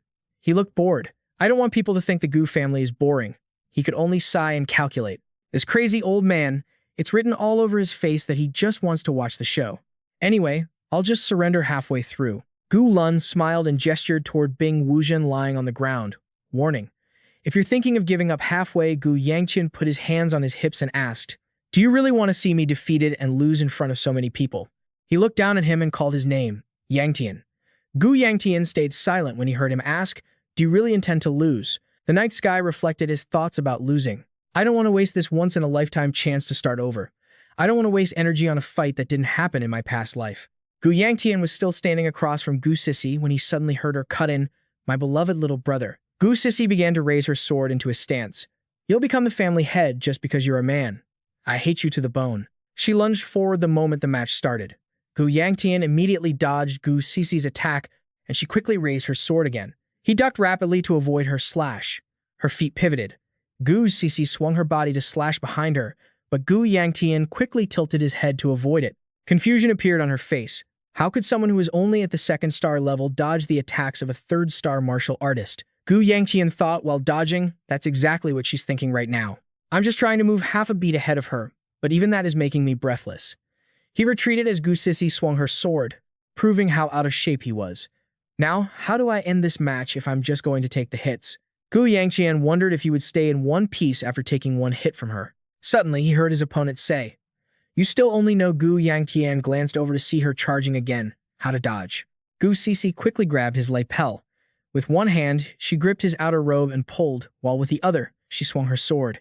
He quickly spun around and shed the outer garment. Gu Sisi immediately slashed downward, cutting his robe in two. He darkened his face and shouted, "If you swing your sword with such clear intentions, it only makes it easier to dodge.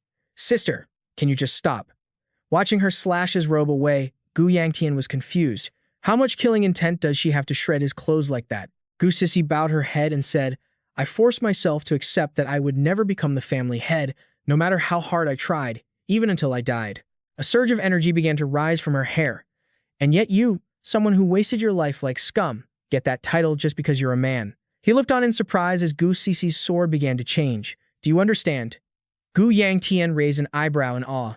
Is she coating her sword with internal energy? That's dangerous. That level is far beyond 5 stars. The blade erupted into massive flames, and she slashed repeatedly at him, but he dodged them all with ease. Gu Sisi went mad and raised her fist. Again. "You only know how to run." She lunged toward Gu Yangtian, but he quickly dodged to the side, and she did nothing. Gu Sisi braced herself and kicked toward Gu Yangtian. "You're pathetic. You don't even try?" she yelled, exhausted, while pushing herself up from the ground. "If you're going to live such a worthless life, then you should just disappear. Are you just going to stand there and watch?" Gu Sisi swung her sword at him again. "You just stand there and let the fire beside you vanish, just like your mother did." Suddenly, she went pale with fear. Gu Yangtian had easily caught the wrist holding her sword. They stood facing each other under the moonlit night sky. Gu Yangtian's eyes glowed red as he asked, "What did you just say?" Gu Sisi had once looked happily at the woman beside her, thinking, "Big sister is the most brilliant person I've ever known." At only 15, she was given the title Phoenix Sword, always the most outstanding of them all, and by 20, she had already entered the Dragon God Academy. She was appointed as the 5th Sword General of the Gu family. Everyone acknowledged her, yet she could never become the head of the Gu family. Gu Yangtian glanced toward the two of them. "Instead, you, the son of a concubine, will become the head. But I don't hate him." The two of them once slept in the same person's arms. "Even though we are half-sisters, Gu Yangtian's mother always treated me well, and I was fond of her. That's why I didn't resent Gu Yangtian's existence, until that incident happened." The two of them sat gloomily in the rain afterward. One day, his mother suddenly disappeared. Gu Yangtian rushed to find his mother while the sect leader headed the opposite way. Our father forbade anyone from searching, so no one dared to defy him. From then on, everything changed. Gu Yangtian started speaking and acting arrogantly toward everyone, and rumors spread that he had even harassed the maids. Even so, the position of family head never changed. It has always been a man. I was furious. No matter how talented I am, it's impossible. And my talented eldest sister, I hate Gu Yangtian. Someone who enjoys such privileges but doesn't know how to cherish them. No, I loathe him. Gu Yangtian's eyes were now burning red. What was that? She was terrified now. Danger. Gu Sisi quickly retreated with her sword. Too dangerous. But Gu Yangtian had already zipped behind her. As Gu Sisi turned her head, she saw a fist flying toward her. The scene shifts to someone lamenting. Bing Aixai sat in a chair watching the match. "Gu Sisi. She's my age but so incredibly talented. I don't dare call myself a member of the Bang family anymore." The guard beside her encouraged, "My lady, you are doing just fine." She watched the match intently. It seemed they were talking about something. "Did you hear anything, Lady Lu?" Someone else replied, "It's no use." This left Bing Aixai confused. "Why?" Bing Wuzhen, with a swollen face, came over to pat her head, explaining, "The second elders set up a barrier, so you can't hear anything." Bing Aixai complained, "Don't go around saying you're from the Bang family with that face." He asked back, "Are you ashamed of your older brother?"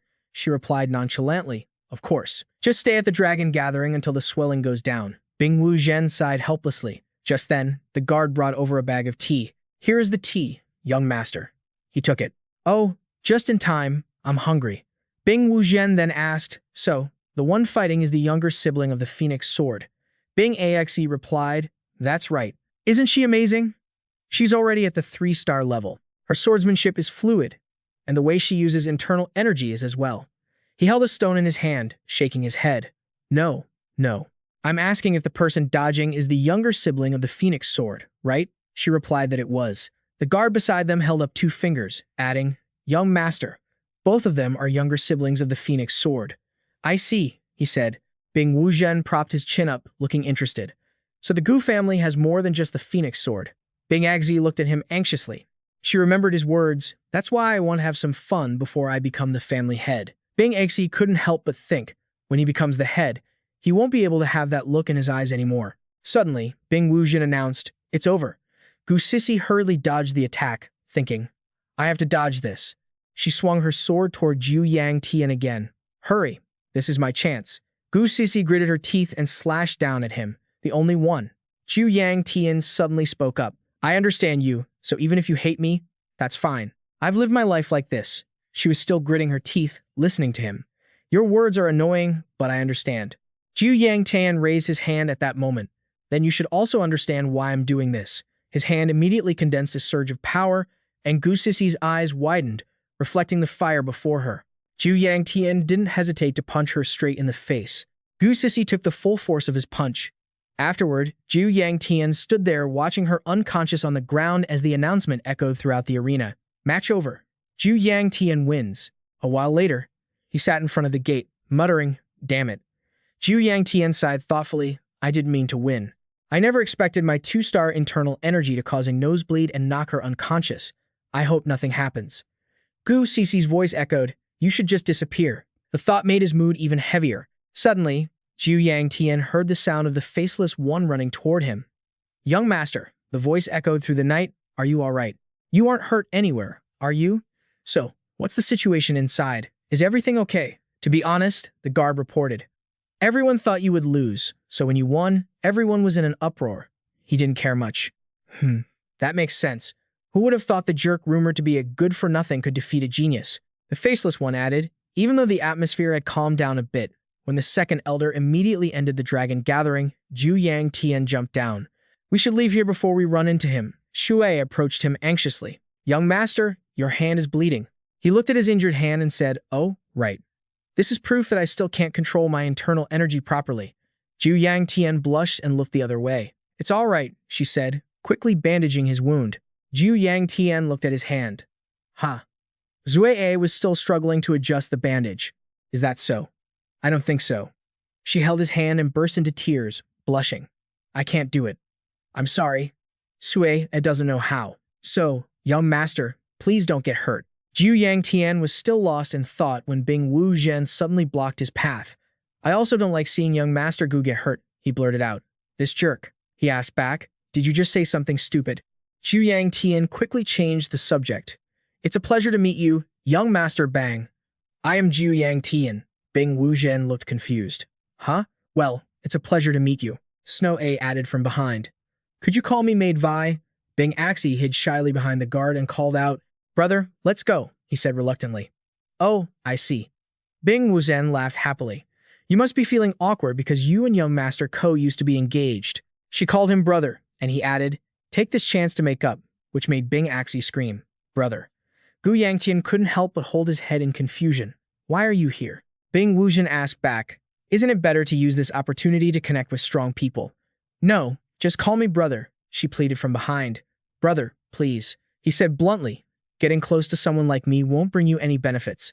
Are you doing this on purpose? What is this? Bing Wuzhen put her arm around Gu Yangtian's shoulder and laughed. Someone like you, I thought the Ko family only had the Phoenix 9 sword. It's such a surprise to find talent like you hidden in the Ko family. He asked uncomfortably, wondering why he was suddenly acting so intimate. At this moment, Gu Yangtian realized, the way you mentioned 9, I guess you know my sister, he replied excitedly. Of course, we're very close. But I don't know what she thinks of me, he concluded to himself, so there's no hope. Laughter echoed under the pavilion. So we're brothers now, right, Gu Yangtian? Ah, it's late, let's go. Suddenly, Gu Yangtian noticed something. Bing Axie was still standing there staring at him. Gu Yangtian crossed his arms and asked, Do you have anything else to say? She finally spoke up. You canceled our engagement. Bing Axie blushed and looked away. I held the chair for you. That was me, wasn't it? But then she was surprised to hear an apology. He turned his head away, a bit embarrassed. I called you a concubine's child. I was too immature back then. I deserve to be beaten, so you don't need to apologize. Bing Axie smiled happily, then tilted her head and nodded radiantly. All right. Then Bing Axie turned and walked away, reminding him, don't lose what my brother gave you. Gu Yangtian was confused and started searching himself. What are you talking about? Then he held a card with the word bang on it, completely puzzled. What is this? By now, they had gone far, appearing only as small dots. Then the scene shifted to the empty street, lit only by the lamps on either side. Goodbye. Gu Yangtian stood at the gate, looking into the distance. The night carried many thoughts. There was still so much to fix, along with the sound of chatter. Let's go. Yes. Young master. Wait, where did you get that bandage? After I finished the steamed bun, it was at the bottom, so that's where the smell came from. Your hand will heal quickly with the power of the steamed bun. Ah, don't throw it away, don't throw it away. The group moved through the dark night. Hong Hoa sat leaning over, calling out to her as she slept with her mouth open. Snow. Ah. Gu Yangtian looked out the window, deep in thought. No matter how he thought about it, he didn't remember competing with her in his past life, let alone winning. Then he turned his head to look at her. Ever since Wei Shueya became his servant, many things had started to differ from the past. Wei Shueya was fast asleep, unaware of anything. Could that small action have changed something? Gu Yangtian sighed and looked out the window again. He had to act faster once he returned. Suddenly, he sensed something. Gu Yangtian leaned out and called, Wu Mian. Check the demon-sensing talisman. Wu Mian turned his head and asked back. The demon-sensing talisman. As he spoke, he took out the talisman. Nothing had changed. Young master, I don't know what you felt, but it would glow automatically if a demon gate were nearby. So don't worry. Before Wu Mian could finish, the talisman suddenly lit up. You can rest easy. Ah, he shouted urgently. Everyone, stop. Wu Mian panicked as the talisman burst into flames. Beside them, a gate to the demon realm was opening. Prepare for battle. The young master's safety is the top priority. But Gu Yangtian had already stepped out of the carriage to stretch, which terrified him. Huh? What are you doing here? It's dangerous. Wu Mian tried to persuade him. Young master, it's really dangerous. But he didn't pay much attention. I'll listen to the lectures later. In front of them appeared something tearing through space. Look, that's a gate leading to another dimension, that blue one. A series of monsters immediately swarmed out. Gu Yangtian channeled power to his hand. Blue means the lowest danger level, might be a bit tough. Right after that, he threw a punch straight into the monster's head, but it's totally manageable. Gu Yangtian quickly pulled something out, the common weakness of demons. He held a jade blue stone in his hand, a demon core. Gu Yangtian was busy holding the demon core, lost in thought, and didn't notice a monster attacking. It's like a demon's heart. When removed, the demon dies immediately. He immediately ducked and struck the monster's stomach. If it's just about getting the demon core, that's no problem. Gu Yangtian started to lose strength and gasped for air. Damn it, my energy is depleted. Maintaining the co-fire technique is too hard. Seeing this, the monster's eyes turned red as they attacked. If I want to survive, I need to use the co-fire technique. He was startled when he heard someone call out, Young master. Just as Gu Yangtian wasn't paying attention, Wu Mian lunged in front of him. He swung his sword, quickly slicing through the monsters rushing at them. Gu Yangtian watched and couldn't help but exclaim, wow.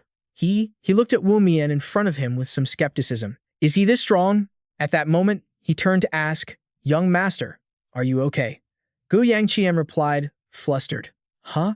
Yeah, thank you for saving me. He observed the monster corpses around them and asked, is it over? That was fast. Wu Mian pushed himself up. Yeah, there weren't many demons. Luckily, they were the lowest level. At this point, he couldn't help but worry. More importantly, what are you doing? If you get hurt, Gu Yangtian didn't notice one of his hands glowing and replied, flustered. I'm okay now. Wu Mian disagreed. That's not it. Only then did he notice the direction the light was coming from. Huh? While Wu Mian was busy observing the surrounding situation, I must lead him to a safe place. Young master, you must know you are the one who will become the next head of the family. But Gu Yangtian had already collapsed to the ground, screaming in pain. Everyone rushed over to check on him. Young master, what's wrong? But he could only clutch his body and scream. Gu Yangtian's body curled up.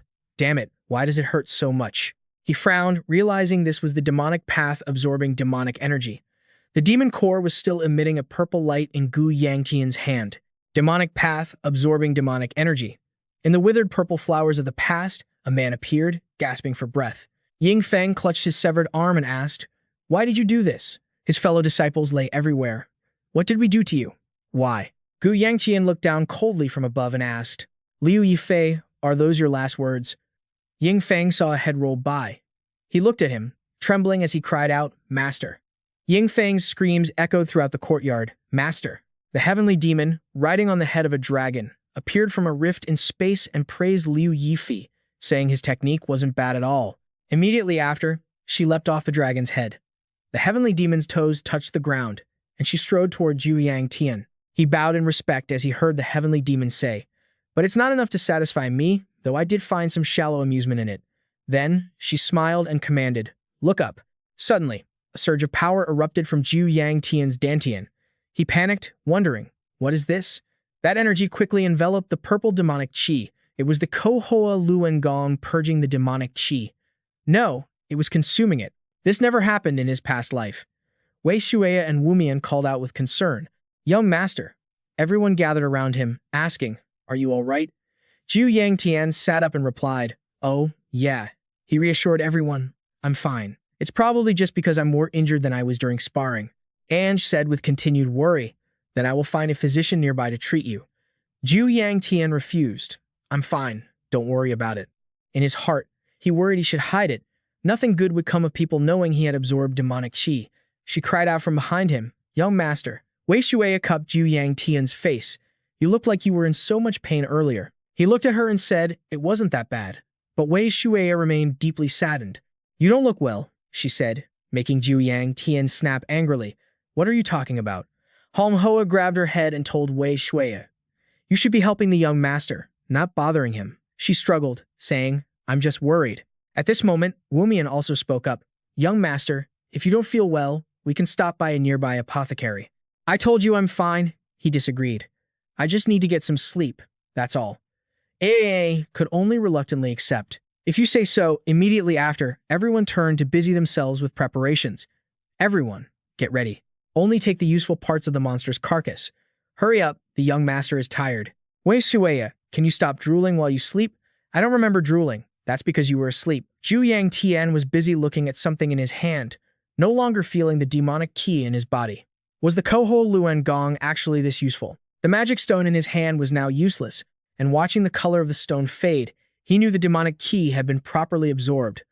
Regardless, Zhu Yangtian crushed the stone in his hand. "We have to keep moving." The three of them appeared at a market early the next morning. "Young master, those sparkling, delicious-looking cakes." Wei Shuya excitedly pointed at a bakery. "Honey cakes." Zhu Yangtian walked away, not interested. "Huh? What gives?" she asked, startled. "Why did you bring Wei Shuya along if you weren't going to buy me honey cakes?" Remembering how Wei Shuya had clung to his leg, saying, "Let me come along." "Grandpa told me to stay with you." Zhu Yangtian turned his head to remind her. "What are you talking about?" "I said I had business at the market and you used Grandpa as an excuse to follow me." Wu Mian also wondered, "So, young master, why are you at the market?" He remembered the pain of clutching his body. "You haven't recovered from the battle yet. If there isn't a very important reason, I think it's best if we head back to the estate." She was still cravingly looking toward the bakery stall, not listening to Wu Mian. "Are you looking for something? If so, let me help you." Zhu Yangtian kept walking, saying, "I understand you want to help, but now isn't the time." Suddenly, he saw something. Zhu Yangtian stopped and looked into an alleyway. He reached out to observe the inside. It seemed this was the right path. Anne asked, "What is it? Is there something in this alley?" Zhu Yangtian suddenly gave an order. "Wei Shuya, go home. Wu Mian, come with me." She stood behind him, confused. "Huh, but why?" He didn't explain, just said, "Go back to the estate. I'll be back this afternoon." Inform the other servants. She still wanted to say something. "Oh." But Grandpa Zhu Yangtian held up a hand, interrupting her. "I'll give you 10 honey cakes if you go back to the estate right now." Wei Shuya beamed and held out her hand. An esteemed bun. He held up his hand to agree. "Deal." She smiled and reached out. The two quickly shook hands to seal the agreement. Afterward, the three split up. Zhu Yangtian walked along, saying, "Let's go." Wu Mian continued to ask, "Where are we going?" He urged him on. "You'll know soon enough." The two walked deep into the alley. Zhu Yangtian scanned his surroundings. "I think it's around here." NH said, "Alert, young master, This is a very dangerous place. He immediately interrupted, yeah, I know. Yangtian stopped. Oh, found it. Before them lay an extremely grim area. He felt lucky, thinking, I was afraid it wouldn't be here. Wumian wondered again, young master, why did you come here? Yangtian asked back, why? Is something wrong? Ange couldn't help but feel anxious. Of course, I have a bad feeling about this building. He smiled and complimented him. Oh, you have sharp instincts. Right after, Yangtian pushed the door open and stepped inside. The people sitting there began to murmur. Who's this kid? What are you saying? Maybe he's just lost. Behind the child was a man with a sword. The group sat opposite them. What should we do? Should we kill them? Wumian was furious and moved to grab his sword hilt, but the boy stopped him. A hand holding a lamp approached. Kid. The leader of the group appeared from among the crowd. This isn't a place for you to play. Why are you here? Yangtian calmly smiled and said, I want to buy some goods. The man gritted his teeth in annoyance. You're really arrogant, kid. How about we cut out your tongue? Anne shouted angrily, you dare, but he was stopped by him. Back off. Yangtian spoke calmly to the group opposite. Since the moment I stepped in here, you've known who I am. Are you worried that the Ko family will sweep through this area? We have no reason to do that, and furthermore, we wouldn't gain anything from it. He wore a provocative smile. Now, before everyone jumps at each other's throats, take me to see the district chief. The leader sneered. The district chief? The two began to be surrounded by the crowd. I don't know where a brat like you learned such trash, but you're being very insolent. Yangtian and Wumian stood at the door, observing the people in front of them, but he didn't care. You guys aren't exactly the polite type either. The leader raised an eyebrow and laughed out loud, then frowned and commanded, brothers, grab them. The crowd immediately grabbed their weapons and charged at Yangtian. Wumian immediately drew his sword. Don't you dare. One of them took the blade head-on. The group was immediately attacked by him. Don't you dare touch a single hair on the young master. The sword tip stopped right in front of someone. The crowd froze, looking at Yangtian, who was still standing at the door. The leader gritted his teeth. Damn it. He looked at him standing there with a smile and couldn't help but think, this young man is still the future head of the Gu family. I knew a guard would definitely be following him around. He can't let him meet the district leader. While the boss was lost in thought, someone pushed the door open and walked out. What should I do now? That person reported, Boss. The district leader has something to say. He turned his head. The district leader? Damn it. Does he already know about what's happening here? I'm done for. The boss turned around nervously. What did he say? The other man hesitated for a moment. Yangtian, standing to the side, watched the two discussing and wondered from afar. What are they plotting? There's no other way. Yangtian had just ordered Wumian, kill them all. But he was interrupted. Hey, you kid. Both of them heard him say, put your swords away. The boss opened the room door while looking at them. The district leader wants to see you. Hearing that, he clicked his tongue slightly. Yangtian complained, you should have said so sooner. Wumian put his sword away. Wumian obeyed and sheathed his blade. Yes, lead the way. He hurriedly chased after them. Wait. Young master. Wumian ran up and said, young master, I don't understand. Yangtian cut him off. It's fine. I intended to meet the beggar sect leader, but there are some issues. Thinking of the impoverished area where the beggar sect lived, they managed to secure a spot in the top 10 sects solely due to the information they possessed. However, because they are still part of the orthodox sects, they don't take on shady jobs. The door slowly closed. The request I need to make has some issues, so I need to go somewhere else. The door leading outside closed completely. If the beggar sect is the best orthodox sect for gathering information, then this place is for the heterodox sects. The building area returned to its gloomy appearance. This place is the house sect. The two of them stepped down the stairs, one person already waiting there for them. She stood there and introduced herself. I am the Shaanxi branch leader, Tang Yunshu. Tang Yunshu greeted them with a smile. I didn't expect someone like you to visit this dump. Sorry for such a warm welcome. Yangtian walked straight over and sat down on a chair. No need to apologize. Will you accept my mission? She also sat down and interrupted him. Before that, Tang Yunshu placed her hand on the table and asked, May I ask why you didn't go to the prestigious Gu family's beggar sect, but came to us instead? He leaned forward and replied, I came here because this is a mission the beggar sect cannot handle. Only the house sect can. Why must you keep testing me? She immediately clasped her hands. My apologies. I'm sorry if I made you feel uncomfortable, but because of your family name, we had no other choice. I hope you understand. Yangtian raised an eyebrow and asked, I know. So, will you accept the mission or not? Tang Yunshu shrugged and replied, The house sect cannot refuse a mission as long as you pay the price. He he interrupted. Then I'll take that as a yes. Gu Yangtian immediately handed over a piece of paper. I'm looking for someone, a boy a little over 10 years old. She picked up the paper to examine it, then Tang Yunshu said to him, I apologize, young master, but I think I have to retract what I just said. I cannot accept this mission. She feigned difficulty. For starters, you are looking for the whereabouts of the person protecting the child, so please understand. Gu Yangtian interrupted. Oh, is that so? The people behind her listened coldly as he asked with a laugh. Even if the commission fee is about the house sect branch leader herself. The group immediately drew their swords, and a flash of steel lit up, the whole crowd quickly lunging toward Gu Yangtian. Immediately after, another flash appeared. Wu Mian coldly blocked every attack with his sword. I don't think you intend to welcome us like this anymore. Tang Yunshu looked grimly at the two men in front of her and asked, How did you know? Gu Yangtian calmly replied, I didn't come here to speak in riddles. Isn't the most important thing that we both have information the other needs? She still frowned with suspicion. Can you verify your information? He tapped his finger on the table and said, You should verify it yourself. Tang Yunshu furrowed her brows tightly upon hearing Gu Yangtian say, Careful consideration is what you should do when you're in a desperate situation. She was startled when she heard his threat. If you don't need it, then forget it. I'll go find the beggar sect. I could share some information about the house sect branch leader with them too. Tang Yunshu finally compromised. I understand. Gu Yangtian asked immediately. Good. How long will it take? She replied, About 3 months. Hearing that, he pulled back his chair and stood up. That's fine.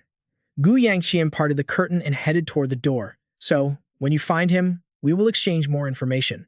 Wait, he thought of something. Tang Yunshu remained with her head bowed in thought, but suddenly looked up in surprise when she heard Sharp Peak Mountain Range. After that, Gu Yangtian had already left. This is your deposit. At that moment, only 2 people remained inside the room. The boss was still suspicious. Sharp Peak Mountain Range, do you believe his word? Branch leader. Tang Yunshu glanced over. He knows the top secret information that the branch leader is missing. I have no choice but to believe him. She couldn't help but feel bewildered. What is he thinking? Looking at the skills of the guard accompanying him, he surely knew we would welcome him like that. Tang Yunshu thought of the Gu family head. This information cannot be something only he knows. I'm sure the head of the Gu family is involved too. Damn it. She reached up to her neck, and immediately after, Tang Yunshu peeled off a layer of faux skin. The boss looked over and asked, Is it all right to take it off? Placing the fake skin on the table, she said, I just felt suffocated. No one is following us. After that, Tang Yunshu continued to remove her chest binder. The house sect usually doesn't respect, trust, or obey the branch leader, which is why she is hiding to avoid those who are hunting her. She suddenly thought of something, then Tang Yunshu closed her eyes tightly. She thought of someone being locked in a prison cell. Father. The 2 of them, Gu Yangtian, left the house sect's residence at this time. He turned to close the door, then Gu Yangtian breathed a sigh of relief. Both of them left that alley. If it comes to that, I'll tell him to come find me. But it's such a relief that the little bit of information I know became useful. What I know. Gu Yangtian thought of a man being tightly bound in chains, the house sect branch leader who had been captured by the Black Knight Palace for over 5 years. And as a result, the house sect and the Black Knight Palace fought. Under the building structure, engulfed in a sea of fire, was the scene of him being pierced through the body. The Ming cult raided, causing the Black Knight Palace to collapse, and the battle ended. But during the battle, the house sect branch leader died, leading to the destruction of the house sect. He remembered the mountain range covered in fog. However, he didn't know the exact location of the Black Knight Palace. Gu Yangtian walked down the street, deep in thought. That was lucky. I didn't expect that information to be useful thanks to a branch of the house sect in Shaanxi, and I actually met the branch leader. Vegetables pile up at the market. What a hassle, but I have to do this to find him. He thought about the heavenly demon and the person by her side. He had stood at the pinnacle of the demonic cult since he was a child. He stood there smiling, holding a book. The strategist known as the brain of the demonic cult, Zhu Ji. I'm thinking about finding and killing him. Remembering how Wei Sueya was once surrounded, even Wei Sueya had to struggle against his schemes. If I don't deal with him first, he will foster the growth of the demonic cult. Wu Mian suddenly spoke up. Young master, although I don't know who you are looking for. Gu Yangtian turned to listen to him. If it takes 3 months, you might hear news around summer. It seems the people from the Hao clan aren't as competent as the rumors say. He said nonchalantly, Yeah, I can find him by summer. Wait, did Gu Yangtian realize something? As he walked toward the Gu family estate, he thought, Why am I thinking about this? Gu Yangtian became increasingly somber. Wasn't it around this time that the Nian family's secret chamber in Jinchuan, run by the First Merchant Association, was discovered? He thought about the mountain of gold inside the secret chamber. The countless scrolls piled up in there weren't important. Then Gu Yangtian remembered the 3 spiritual pills. The important thing was those priceless spiritual pills. He thought of the one who had unleashed the demonic power, a figure who had reached the peak, who, thanks to the power of the pills, would turn into a demonic human, becoming a great source of power for the heavenly demon. Gu Yangtian fell into deep thought. Zhu Jie, he was a problem, but so was the secret chamber. Even if I wanted to stop it, the secret chamber in Sichuan is too far away. He squeezed his eyes shut. There's no way. Immediately after, Gu Yangtian decided with a smile, forget it. There's no way to get to Sichuan, and how could I find a place that's so well hidden? Let's go buy some honey cakes. Wei Shuya, meanwhile, was extremely bewildered and asked, "What are you talking about?" He replied, "I'm asking what you think about coming to see me." Gu Shui declared, blushing, "I will make you happy." Gu Yangtian never expected that a manual would roll right in front of his door. Gu Lun exclaimed in surprise, "Oh my!" Wei Xiaojun, standing opposite him, heard him laugh and said, "You missed a leaf." He just laughed and didn't care, which made Gu Lun push his luck. "I came all the way here because I heard Yangtian was causing trouble. I didn't expect this old man to be the root of it all." Wei Xiaojun turned his head and chuckled, only to be ordered by the old man, "Stop laughing and get to work." He couldn't keep his cool anymore, crushing the broom handle and saying, "Gu Lun, what do you think you're doing?" Gu Lun hurriedly made excuses. "I'm just helping you disguise yourself as a servant of the Gu family." Wei Xiaojun replied, "Then help me sweep the yard." He waved his hand. "You broke the last broom." He replied nonchalantly, "Really? Then go pull out your own hair to make another one." He quietly picked up the wooden shards of the broom handle. Wei Xiaojun sat to one side, drinking tea and watching Gu Lun stoop to pick things up. "I suspect you only came here to see that kid." "I'm sure I guessed right." He looked behind him and asked, "You can feel it too, right?" Remembering the time before, Gu Lun had instructed, "Teach that brat in my stead." The child refused to train and ran away 6 months ago. Then he remembered the boy's recent match, where he defeated his own older sister. And furthermore, the flow of his Gu fire wheel technique had stabilized. Gu Lun felt a bit proud. "Don't you think the boy has talent? We can't let him be too free." Wei Xiaojun had a different opinion. "I don't know if I should call that talent. I've never seen anyone improve so quickly." He took a sip of tea and asserted, "There must be something fishy going on." Wei Xiaojun also warned, "The Grand Elder won't sit idly by if he finds out about this. He might have already acted." Gu Lun finally braced his hands and stood up. "The Grand Elder is indeed that kind of person. Where is the boy now?" Their conversation echoed under the clear blue sky. "I'm afraid he'll cause trouble with so many eyes watching him." A scribbled drawing of a girl appeared, explaining that it was Wei Shuya. Everyone listened to Wei Shuya. She said happily, "Do you want to know what happened? Wei Shuya will tell you guys." At night, while Wei Shuya was going to sleep, she had a dream. But it wasn't a beautiful dream. In that dream, she had murdered many people. Wei Shuya had hurt many people in that dream. Grandfather knew how much Wei Shuya hated holding a sword, but he made her hurt many people in the dream. After that, Wei Shuya angrily killed 3 people in another house. Wei Shuya wanted to stop, but she still walked into a house to hurt others and that man. He smiled brightly, "If only I had a little more time." Wei Shuya gritted her teeth in anger, "You." Immediately after, she was stabbed in the stomach by him, and Wei Shuya's face turned pale instantly. Right after that, her eyes slowly closed.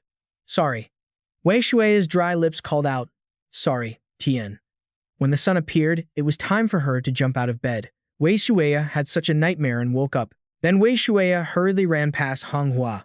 Wei Shuya wanted to see the young master, but Manhwa told her to go to the courtyard. But when she arrived, she bumped into someone else. However, Wei Shuya had arrived earlier than the young master, so someone else was in the courtyard instead of him. This confused her greatly. That man then said he would make Wei Shuya happy, but Wei Shuya was already happy by the young master's side. Gu Yangtian appeared, angrily blocking Wei Shuya. At that moment, the young master saw what was happening and made a terrifying face. Then all 3 of them just stood there staring at each other. Afterward, he spoke up, puzzled. "Sorry, but this is my maid."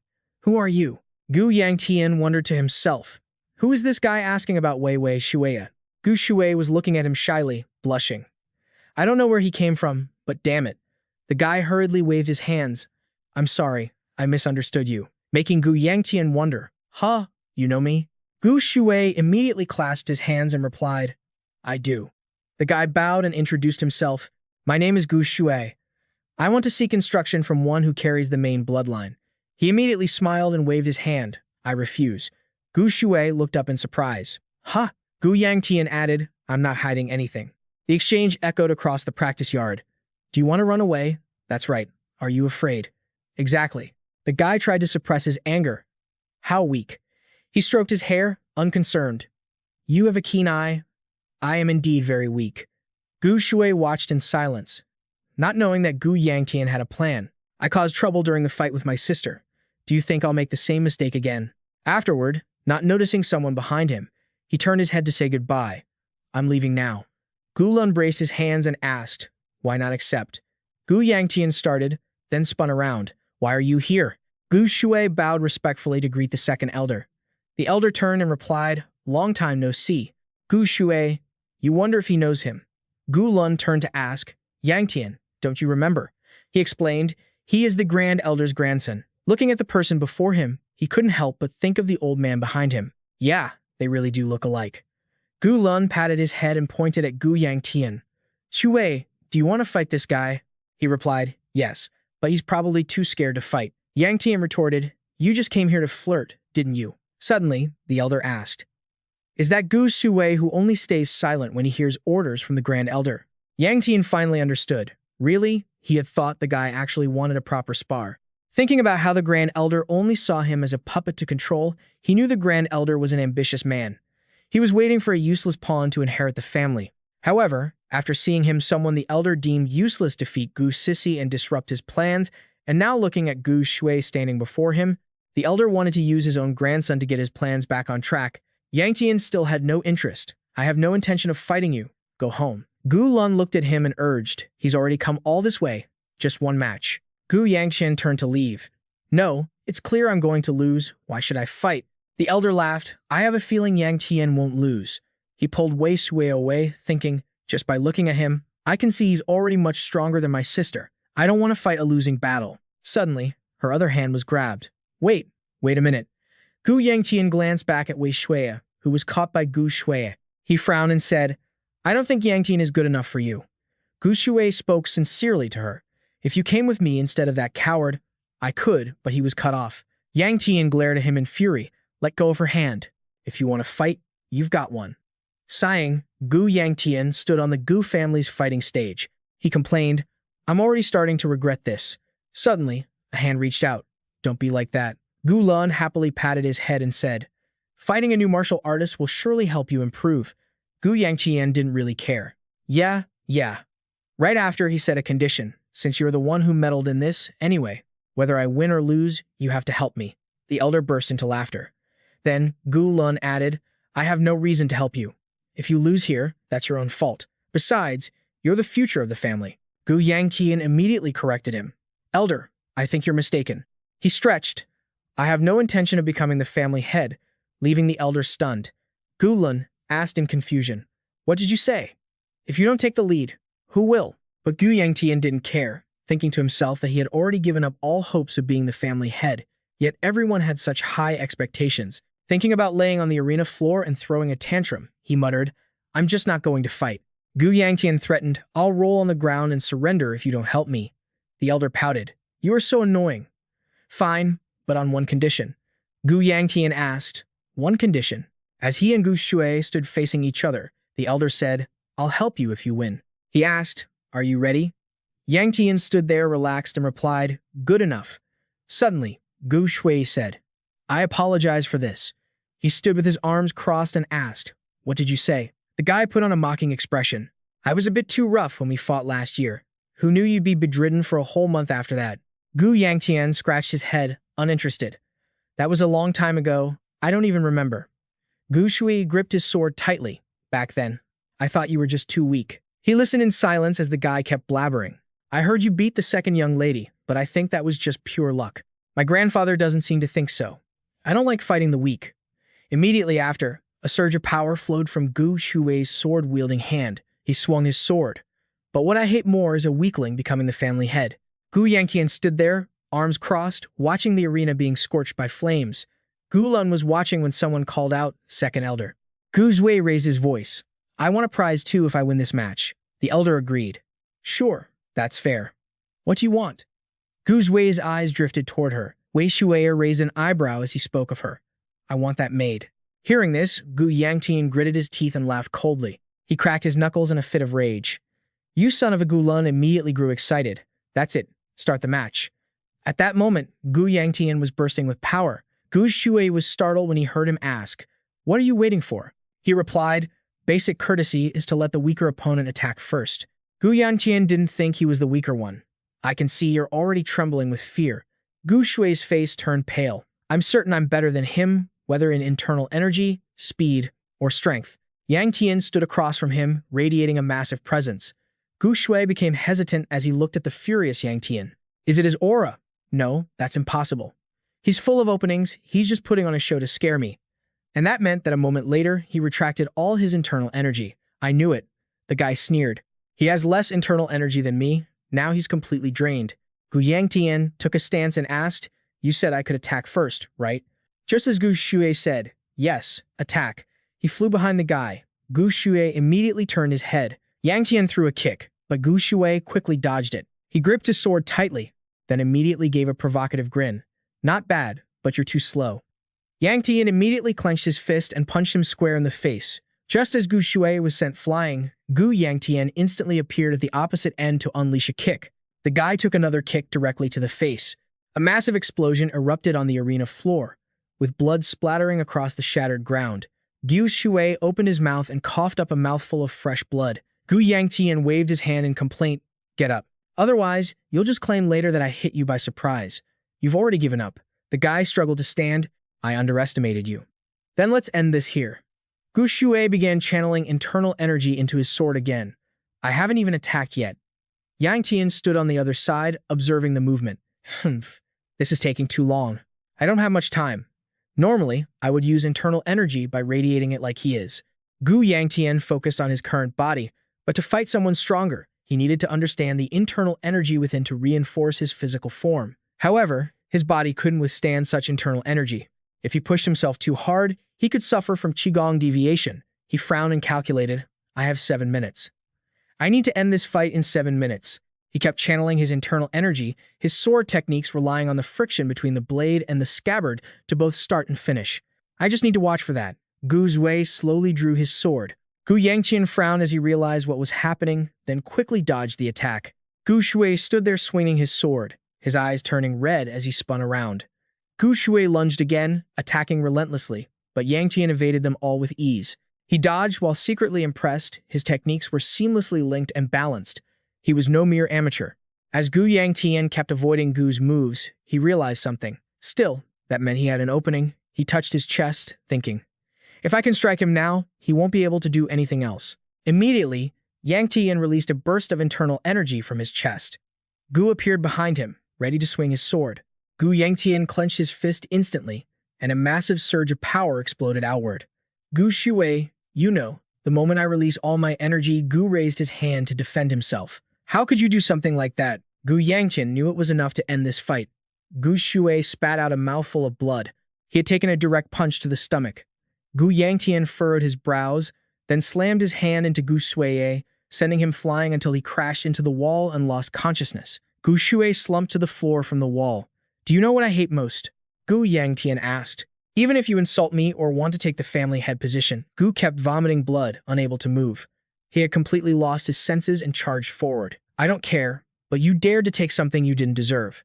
I will never forgive you for that." Gu Yangtian's eyes turned a fiery red. "I don't like how easily and carelessly he takes things he doesn't deserve." Looking at Gu's trembling hands, he wondered, should I break his hands so he never dares to be arrogant again? Gu Yangtian reached his hand forward immediately. His right hand would do. Just then, a hand was gently placed on his shoulder. Gu Lun knelt on the ground, encouraging him. "Well done, Yangtian. The arena has turned into a battlefield. That's enough." A moment later, Gu Yangtian looked startled at being criticized. "You went too far. Don't you think since he challenged you, he should have anticipated this?"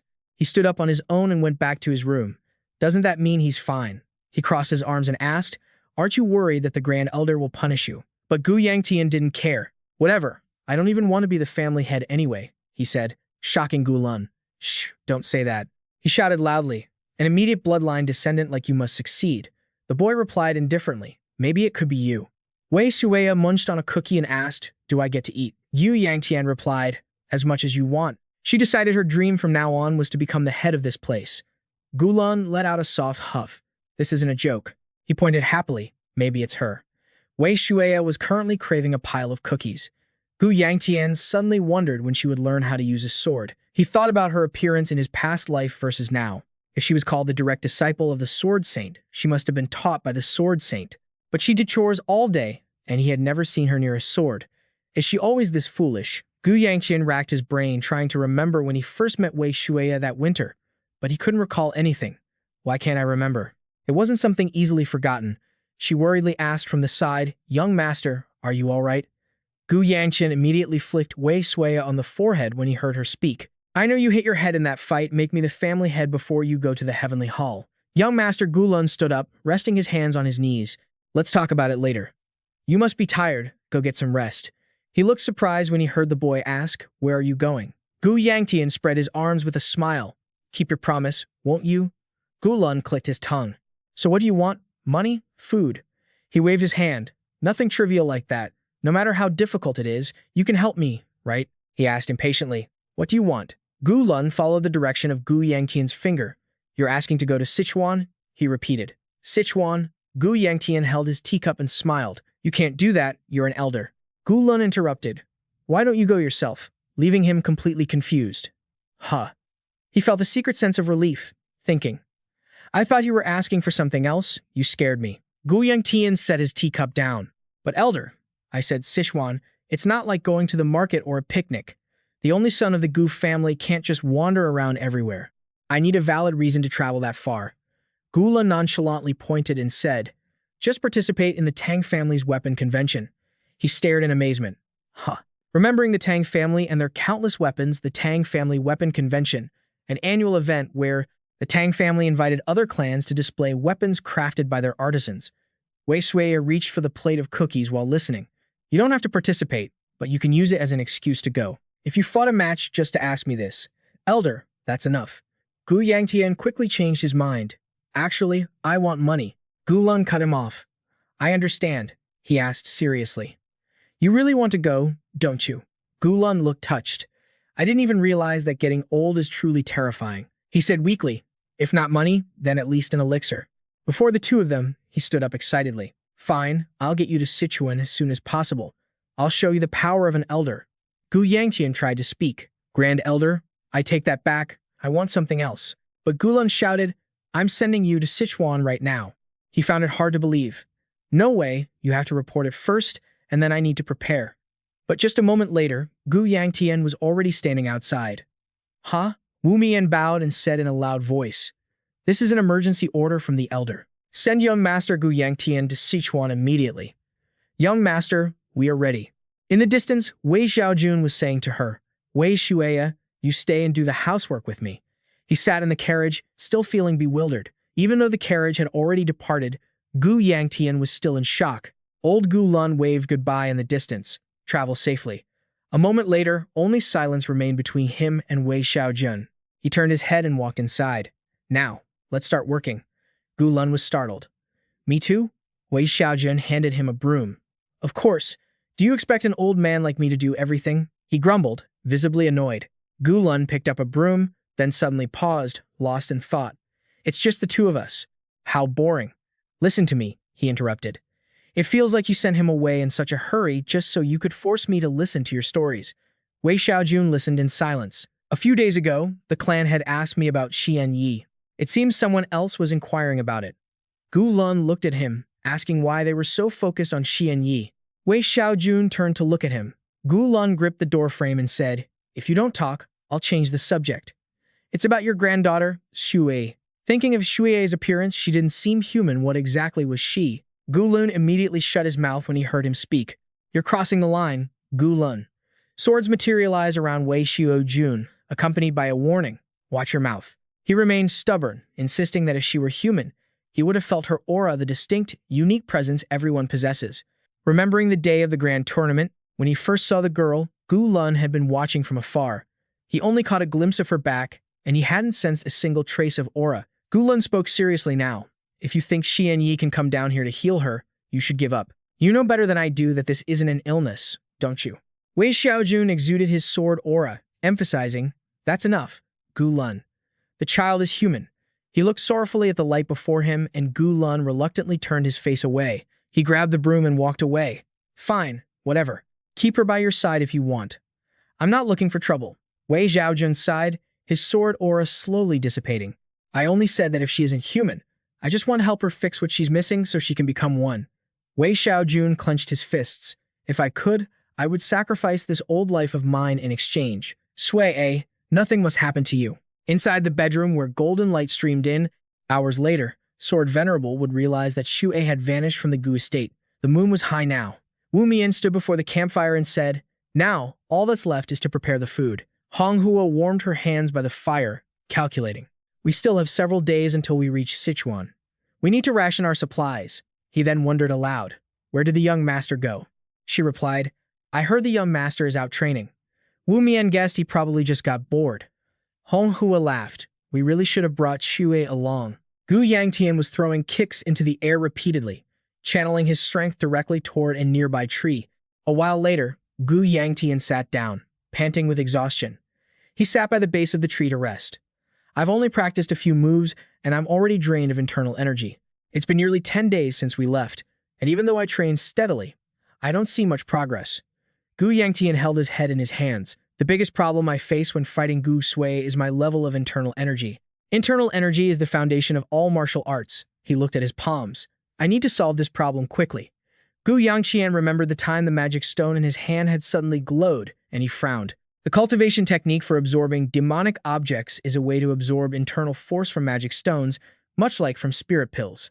Gu Yangtian recalled how he had absorbed the power of the magic stone, but doing so would also introduce demonic energy into his body, corrupting him. For some reason, the Gu fire art was able to purify that demonic energy. He sat in the forest, deep in thought. Afterward, I couldn't feel the demonic energy anymore, so I thought I could improve my internal energy without any side effects. Gu Yangtian became tense at the thought of the heavenly demon. But this is still the heavenly demon's martial art. It's best if I don't use it. I cannot return to the path of the demonic. Suddenly, he was startled by a scream echoing in the distance. Gu Yangtian looked toward the source of the sound. What's going on? Is that? He sighed. What is it now? Immediately after, Gu Yangtian went over and asked, what happened? Wu Mian turned his head and replied, young master. Its Hong Hua was terrified, sitting on the floor of the carriage. He walked over, poked his head inside, and suddenly, a voice spoke up. Ah! Sui stepped out from a box. Young master. She happily scratched her head. I followed you. He remembered that morning at the carriage, when Sui also wanted to come along. No, you're still bad at chores. Sui became confused. Ha! Then why did you let me go last time? Wei Xiaojun asked in return. You mean the Longtong tournament? He glanced over at Gu Lun, who was busy loading items onto the carriage. That was because there was someone there to stop you from causing trouble. But in Sichuan, there is no one like that. Then Wei Xiaojun looked at the pile of folded clothes and ordered, if you understand, then help me move these things.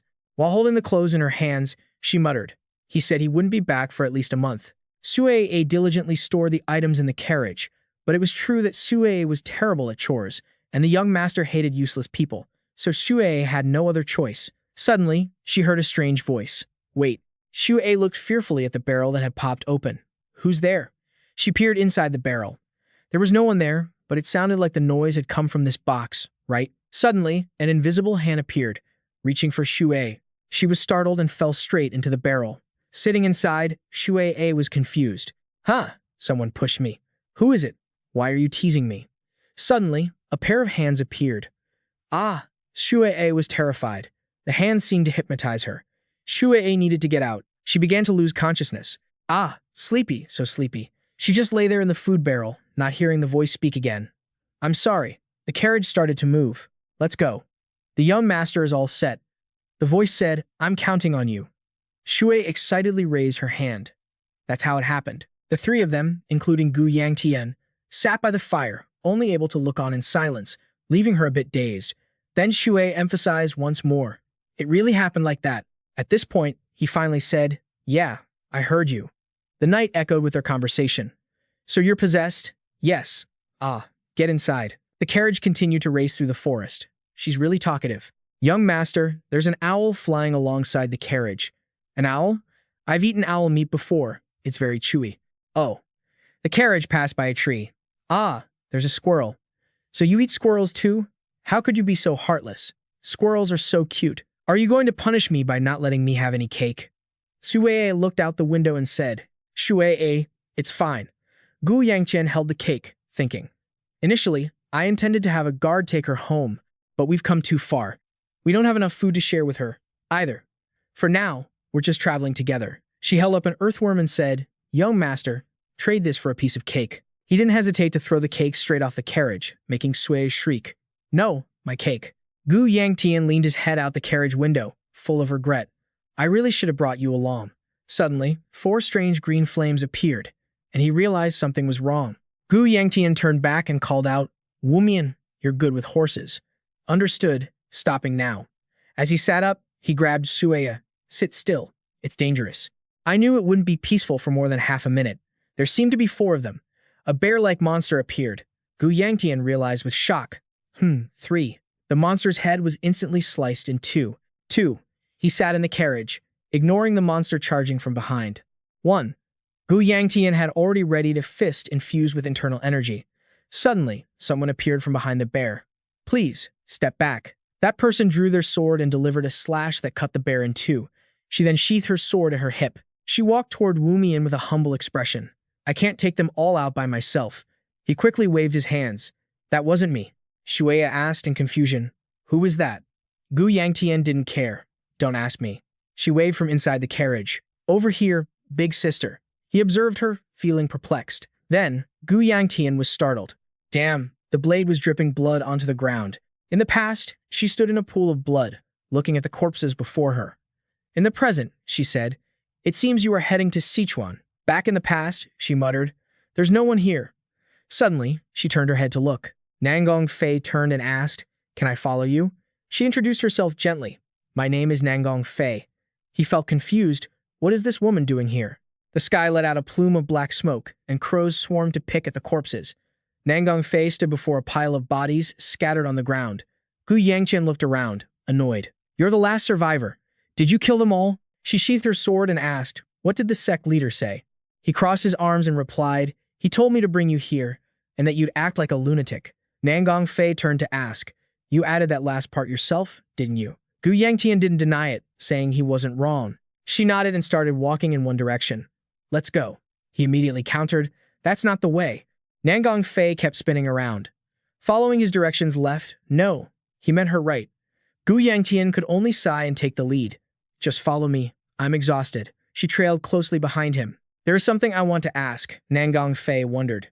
Is the Sword Saint strong? Gu Yangtian turned to warn her. I'll warn you first. The Sword Saint is the one the sect leader will handle. She continued to ask, What is his swordsmanship like? Is it stronger than mine? Stronger than the sect leader's? In the desolate city, his helpless sigh echoed. Immediately after, Gu Yangtian gathered the power of a purple flame. He blasted that energy toward Nangong Fei. Damn it! She appeared indifferent to the incoming power. Moments later, the energy was sliced in 2 before it could touch her. The energy exploded right beside her. Nangong Fei was furious. What the hell? Are you trying to fight? Gu Yangtian could only sigh. He pointed at her. You were going the wrong way, leaving Nangong Fei stunned. Ah. The crimson sky echoed with advice. If you understand what I'm saying, be quiet and follow me. Nangong Fei continued to trail behind Gu Yangtian. Right, he turned to warn her. If you mention the 3 peaks again, I will tear you to pieces. She suddenly pointed in a direction. Isn't this a shortcut? Gu Yangtian cursed in anger. Damn it. But just like that, Nangong Fei disappeared right before his eyes. Where did that crazy woman go? I could reach the destination in a day, while Nangong Fei would take 4 times as long. Her current self was talking to them. I assume you are heading to Sichuan. If not, I apologize.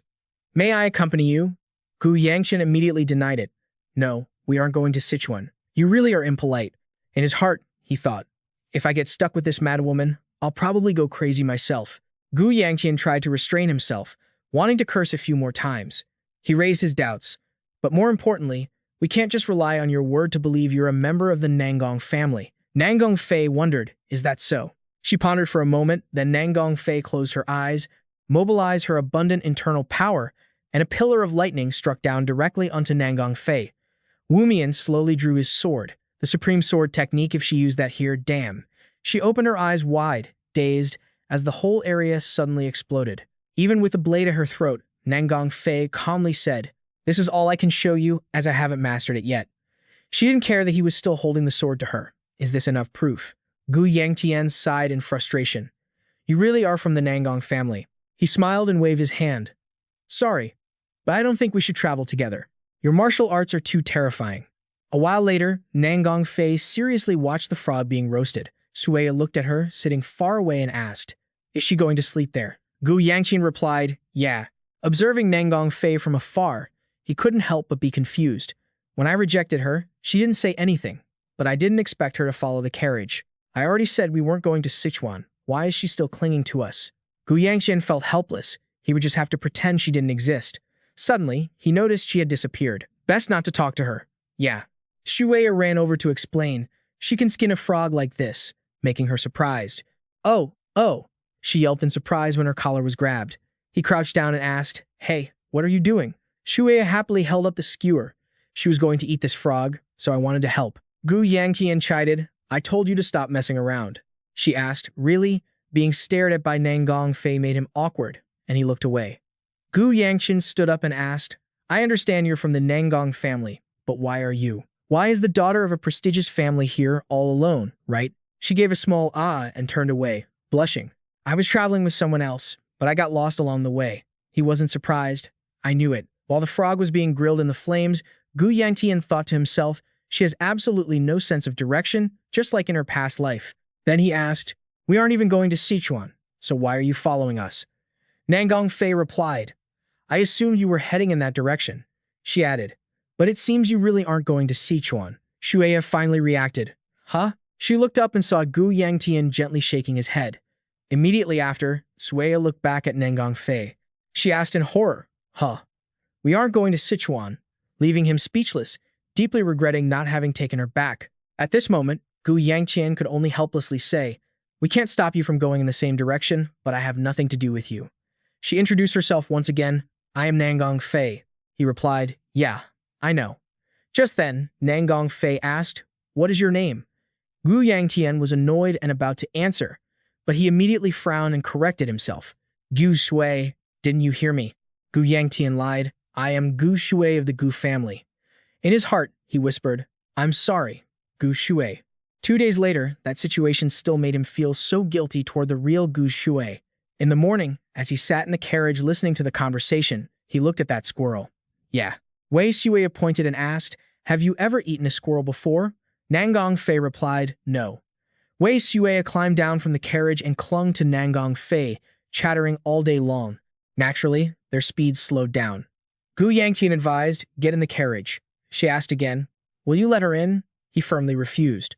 Wei Sui said, "Then I don't want to either." Gu Yangtian was confused. "What are you thinking?" Nangong Fei interrupted and asked, "Can I get on?"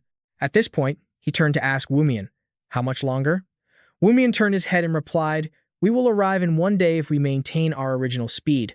Gu Yangtian wondered, "And at our current speed, I estimate it will take about 3 days. Wumian also smiled and advised, "Young master, although I don't know why you are so guarded against her, are you really going to let her come along?" He lay sprawled on the carriage window and sighed. There was no other way.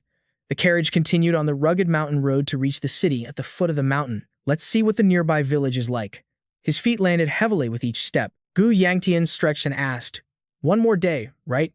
Wumian happily replied, "That's right. Luckily, we don't have to sleep outside tonight." Wei Shueya, on Nangong Fei's back, waved her hand and asked, "Big sister, sleep with us, okay?" She turned her head and asked, "Is that okay?" While Wumian said, "I will find a place for us to rest," he stood with his arms crossed, watching the two of them. "Did I give permission? Get down." "Why are you carrying a maid on your back?" Nangong Fei explained. She said her feet hurt. Gu Yangtian disagreed. If her feet hurt, she should get in the carriage. She immediately said, "You already said you wouldn't let her in the carriage." He could only say, "We're here. Get down." Just then, Wei Shueya noticed something and asked, "Wei Shueya, can you get down now?"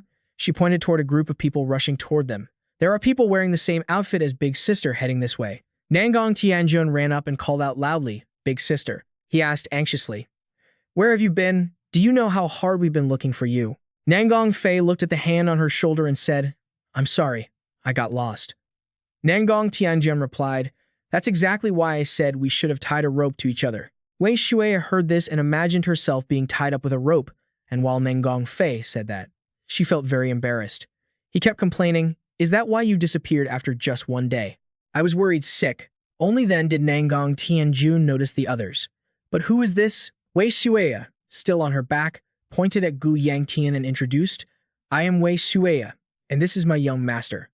He continued to demand they get down. Gu Yangtian frowned when he realized if he was her younger brother, he thought of the man's appearance in his past life, the future Thunderblade, one of the 5 sword kings of the martial arts world.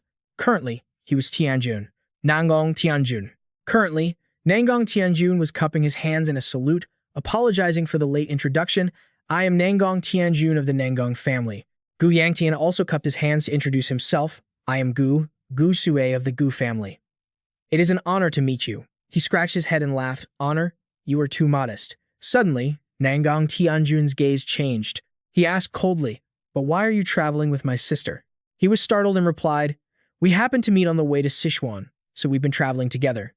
Nangong Fei heard this and said, "I thought you weren't going." Wei Shuai's expression also gradually turned cold. Nangong Tianjun kept up the polite facade. "It seems, sister, that I have inconvenienced you. If you don't mind, why not stay here for the night? We have plenty of room." Gu Yangtian immediately waved his hand. "No need, it was just the right thing to do." He cast a sidelong glance at her. "I'm sorry, but I don't want to get involved with that crazy woman anymore. I'm sure we'll find somewhere else to stay." At that moment, Wu Mian reported, "Young master, it seems there are no rooms left." Gu Yangtian could only decide. In that case, prepare to set up the tents. Gu Yangtian looked at him as he began to whine. "Young master, we are already exhausted after many days of setting up tents outdoors. Do you intend to make us sleep outside again? Of course, we'll be fine." But the knight brought a helpless answer. "In that case, I will accept your invitation." Remembering the dark, brooding Nangong Fei from his past life, the first thing she did upon becoming a demonic martial arts master was to slaughter her own family. The bodies of the Nangong family members lay scattered across the ground, her younger brother, the clan leader, and all the disciples. Afterward, she earned the title of the Demon Swordstress and began her path to the top. Gu Yangtian looked out from the carriage window. I wonder how much she hated them to do something so cruel to her own family. But her relationship with Tianjun seemed perfectly fine. I thought they would be like Gu, Sissy, and me. Remembering the lightning bolt that had struck her, the thing he was most curious about was the secret technique of the Nangong's supreme sword art. He felt she had to be stronger than Tianjun, but at this point, she had no notable title. He walked to the front door. Her brother seemed quite ordinary. Is there something I'm missing? As soon as Gu Yangtian stepped out the door, he saw Nangong Tianjun approaching. He cupped his hands and said, "Did you sleep well? Thank you for giving us such a good room." He didn't care at all and shoulder-checked Gu Yangtian hard. Nangong Tianjun warned him angrily, "You should know your place." This left him gaping in surprise. He turned his head back with contempt. "I tried to be kind once, but you dared to raise your voice. I'm saying you aren't worthy of talking to my sister." Nangong Tianjun gritted his teeth. "I don't know how you seduced my innocent sister, but if this happens again, I will cut you in half, along with that annoying girl on her back." Just then, Nangong Fei opened the door and stepped out.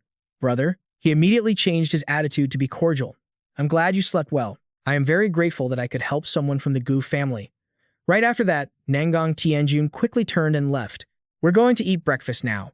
She was pushed along by him, looking completely confused. "Huh? Wait." Gu Yangtian watched them both and concluded, "They're all crazy." He walked out of the gate and saw Wu Mian standing there with his hands cupped. "Did you sleep well, young Master Nangong?" Gu Yangtian walked over and interrupted. "Yeah, let's not talk about them anymore." He glanced over, looking puzzled. "What? You're asking again when we're leaving?" They discussed it as they approached the carriage. "We're all set. We can head out right after breakfast. It's a relief you're back to normal." "Thank you," Gu Yangtian urged as he stepped into a house. "Hurry up," he thought to himself. "I want to get as far away from the Nangong clan as possible." At that moment, Nangong Fei turned and said, "I'm sorry for not greeting you sooner." Wei Shuai welcomed him while eating a bun. "You've arrived, young master." He stared straight ahead. "The buns here are great. Try one, you can even have mine." The two of them sat on either side to make room for Gu Yangtian. "Do we really have to eat together like this?" He walked over, sat down, and told her, "She can eat with me, but you shouldn't be here." Nangong Tianjun was glaring angrily from another table. "You should go eat with them over there. I'm just sitting at the nearest spot." "Little brother, you're looking at me like you want to kill me." Nangong Fei turned her head back. No way. She saw that he was beaming with joy. It didn't look like that at all. Gu Yangtian watched, confused. Is he all right? Right after, he popped a piece of the bun into his mouth. I don't know what she's trying to do, but I really don't want to run into the Tang family. Just then, Gu Yangtian stood up from the table. I'm leaving, but you haven't finished eating. I'm full. He secretly hoped he'd never see them again. He stepped out the door and waved cheerfully. Go ahead and eat. Wei Shueya hurried to catch up. Wait for me. Nangong Fei could only open her mouth to watch them go, saying nothing. Suddenly, a foul stench hit her nose, making her frown in disgust. Just then, Nangong Tianjun walked over and called out, Big Sister. He leaned in and interrogated her. We're all sitting over there. Why are you sitting here? Nangong Fei glanced over, annoyed. Nangong Tianjun was radiating a dark aura, so she replied, because this spot is more convenient. He snapped back. Sit with us next time. Nangong Fei brushed him off. Yeah, sorry. Gu Yangtian's group was already leaving. Nangong Tianjun was surprised to see her suddenly stand up. Big sister, you haven't finished eating. Where are you going? Nangong Fei just left for the carriage. I want to go rest. He watched her go in silence. She walked toward the group of three. He asked, puzzled, why are you following us? Nangong Tianjun immediately cracked a knuckle. He was losing his mind. I absolutely loathe anyone who gets between me and my sister. Gu Yangtian sat on the carriage, confused. Why are you still tailing us? Nangong Fei corrected him. I'm not tailing you. I'm just escorting you all. He pointed awkwardly at Nangong Tianjun, who was sitting in the carriage opposite, seething with anger, if that's what you want to call it. So why are you getting on here, while your brother is still over there? Was she about to say something? Wei Shueya happily cut in. Wei Shueya, bring her over here. Gu Yangtian turned and ordered angrily, Wu Mian, get both of them out of here now. Wu Mian just gave a wry smile and replied, they'll leave on their own. The convoy quickly advanced toward a magnificent city. We just arrived in Sichuan. The Tang family of Sichuan, an orthodox clan with centuries of prestige in the region. The sharpness of the Nangong clan, the might of the Pang family in Hebei, the shrewdness of the Murong clan. The Tang family might not seem to compare to the others, but they are famous for handling the best poisons and steel. The weapons convention is a result of that confidence. Gu Yangtian kept tapping his cheek with his finger. He stood on the railing, lost in thought. 3 days. I need to find the treasure within 3 days after the convention ends. She was running around the room, marveling at how huge it was. While Gu Yangtian was deep in thought, all I know is that it's in Sichuan and the surrounding area, but he looked despondently at the sprawling city before him. How could I ever find it in such a huge city? Gu Yangtian propped his chin up again. If I don't find it, I might have to leak it to the beggar sect, so I have to hurry. He was startled when Wei Shueya suddenly let out a sound. Gu Yangtian looked over, confused and startled. What is she doing here? Her eyes began to sparkle. This is my first time being somewhere so high up. The breeze is so cool. Wei Shueya turned with a radiant smile. Young master, look, the fireflies are dancing under the moonlight. He listened to her in silence. Nangong Fei also told me there's a very beautiful lake there. Immediately after, Wei Shueya grabbed Gu Yangtian's wrist. She excitedly pulled him along. Let's go take a look. Before long, the two of them arrived at a lake. Gu Yangtian marveled. It's really huge. As Wei Shueya rubbed her head, pouting where she'd just been hit, he couldn't help but be puzzled. How big does a family have to be to have an entire forest inside it? Suddenly, Gu Yangtian heard a playful call. Young master. Wei Shueya squatted on the ground holding 2 flowers and asked, can you guess where Wei Shueya is hiding? But he wasn't interested at all. Cut it out, she had to reply. All right then. A firefly landed on a leaf, listening to them talk. I just wanted to cheer you up, young master. That's not something you can help with. Not if you don't tell me. Maybe I can help. Gu Yangtian asked, skeptical. Really? Then, if someone wanted to hide a precious object in this vast land, where would they hide it? Wei Shueya frowned, annoyed. Why would they hide it at all? It left him helpless. Can you just stop it? Suddenly, Gu Yangtian heard someone ask, who are you? She warned, outsiders are not allowed in here. He immediately recognized her. Speaking of the Tang family, I forgot about her. You single-handedly stopped thousands of demon warriors from attacking Sichuan. The person stepped down the stairs, asking again, who are you? Tang Shuren, the poison god, the person I killed in my past life. She stepped right into a pool of blood. Gu Yangtian walked toward her, but Tang Shuren just knelt there without reacting. He looked down at her from above. It's over. Poison god. Only then did she have a slight reaction. Tang Shuren raised her head and asked with a smile, is it you? Gu Yangtian stood before her. What a ridiculous scene. Your own clan abandoned you long ago. Do you think protecting this place alone serves any purpose? Tang Shuren replied, Nothing is going to change. He asked, puzzled. Then why? She laughed and asked in return, why did you come here? Gu Yangtian immediately grabbed Tang Shuren by the throat. You fool. He squatted down and said, to kill you. What else? Even as she was being choked, she just said, I understand. I'm sorry. Gu Yangtian scolded her.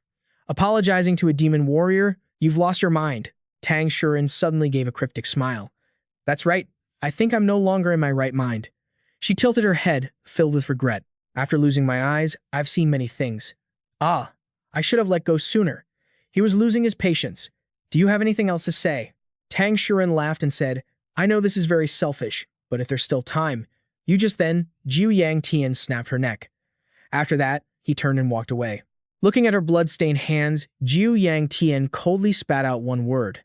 At this moment, Tang Shuren was shouting angrily, aren't you going to answer me? He lowered his head, watching her as she kept scolding him. Ah, perhaps she's still high on toxins. Tang Shuren was still speaking in a loud voice. If you refuse to answer, I'll call the soldiers. Suddenly, a hand rested on her shoulder, rubbing it gently. Nangong Fei whispered into Tang Shuren's ear. She asked in surprise, oh, why didn't you tell me sooner? She replied, you didn't ask. Right after that, she bowed and introduced herself. I am Tang Shuren of the Tang family. I apologize for raising my voice at a guest of the family. Jiu Yangtian also introduced himself. I am Jiu Suiye. I apologize for not being able to answer sooner. At this, she frowned and asked, why did you come here? Looking toward Nangong Fei and Wei Xueya playing happily, he asked if non-family members weren't allowed. Baya is an outsider too. Tang Shuren quickly explained. Our clansmen gave permission, so it's fine. Jiu Yangtian concluded, so she told me to leave because she wouldn't let me in? How petty. I was already planning to leave. He bowed and replied, I'll be going now.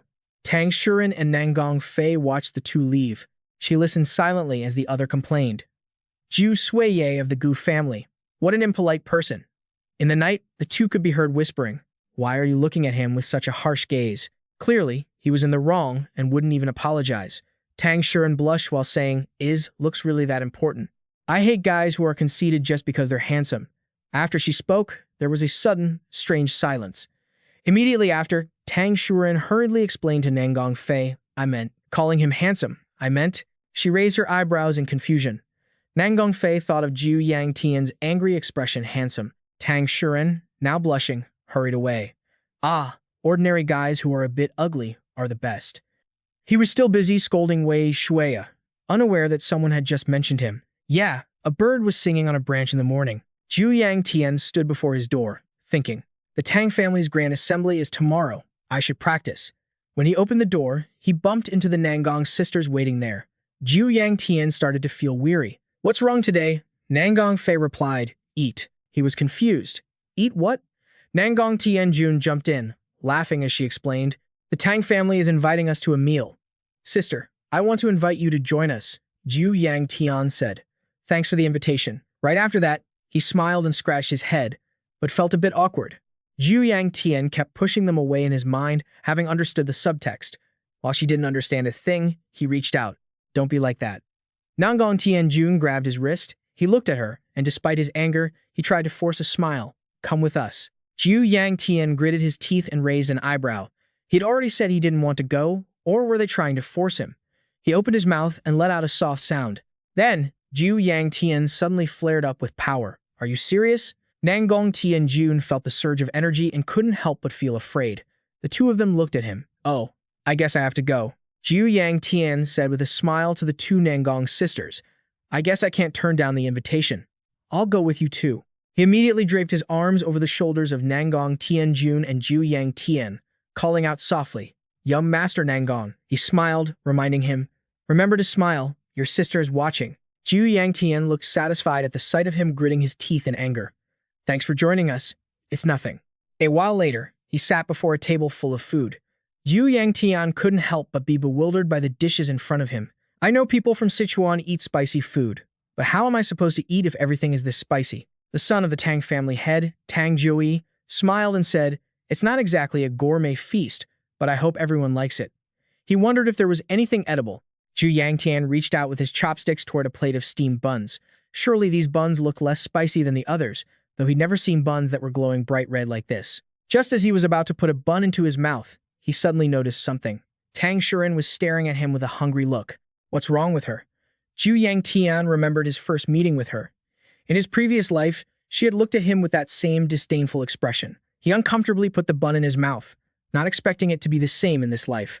As soon as Yangtian took a bite, he panicked and stuck his tongue out. Why is it so hot? I have to spit it out. Seeing this, Tang Shuren couldn't help but pant.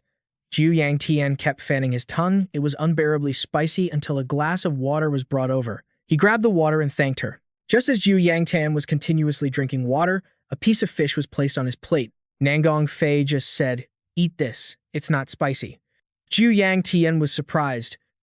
Over on the other side, someone was squeezing their chopsticks hard, watching him from the next table, and asked, "Why are you picking food for me all of a sudden?" She turned and replied, "Sorry." Nangong Tianjun snapped, breaking the chopsticks in her hand. Seeing this, Tang Zhouyi asked, "Oh, sorry. Is there something wrong with our chopsticks?" She quickly explained, "No, I just used too much force." At this moment, Tang Shuren moved to sit next to Yangtian.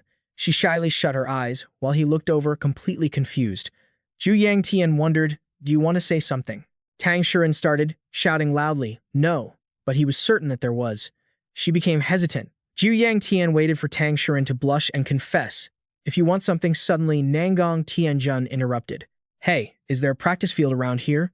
The voice echoed across the practice yard. "Yes, didn't I show it to you last time? But no one uses this place. People in the family have their own private spots." He stood on the balcony observing. "I want to see if everyone is done eating. Why don't we go together?" Yangtian looked over from behind. What is he thinking? The sunlight shone down on the practice field. Before long, they had gathered below. "It's so wide," he marveled. "So huge." He crossed his arms and explained, "Our ancestors thought that the wider, the better, but I don't see what's so great about it."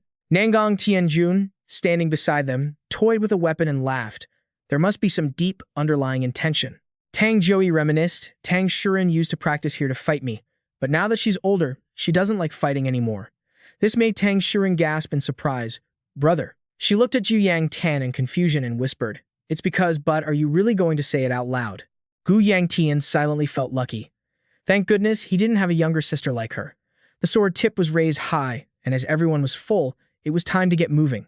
He wondered, "Exercise? I haven't even swallowed a bite yet." Nangong Tianjun raised his sword and asked, "Does anyone want to spar with me?"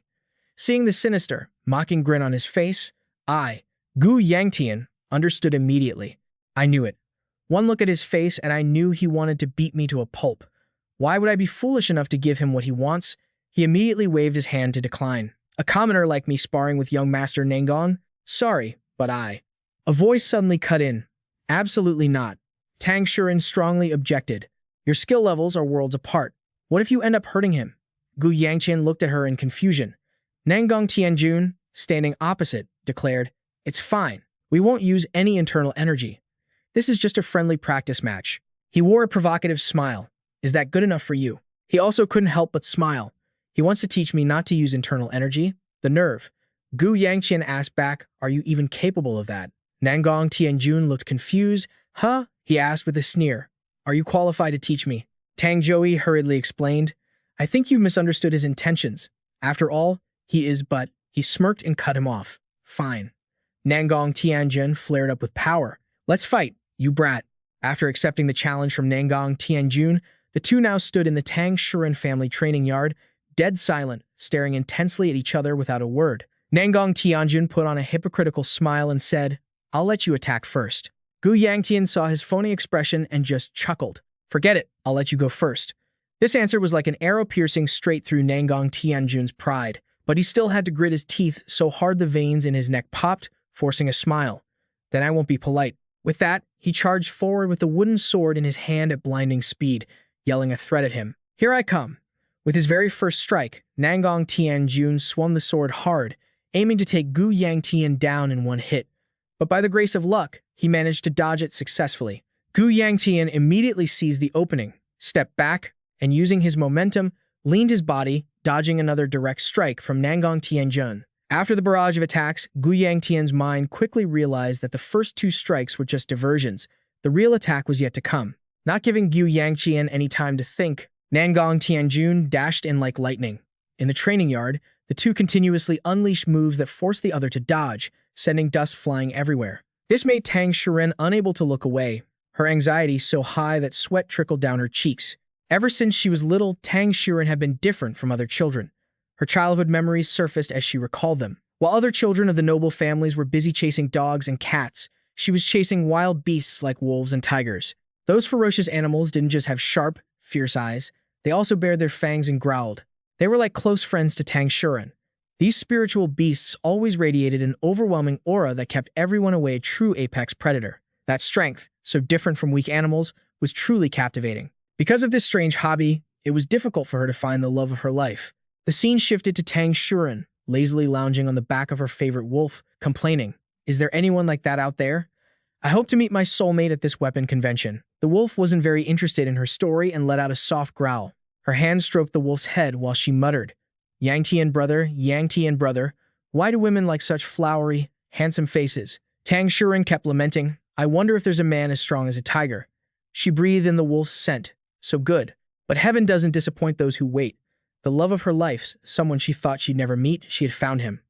The person Tang Shiren had longed for had appeared, but ironically, it was Gu Yangtian. Seeing his silhouette, she couldn't control her emotions. Her cheeks flushing red like tomatoes, her gaze dazed, her lips trembling with shyness. Tang Shiren seemed to lose all her reason, thinking only, why is my heart beating so fast? No, this can't be. She was so flustered that her hands instinctively clenched together. She had to calm herself down. It's just an illusion. I'm just dizzy from the morning air.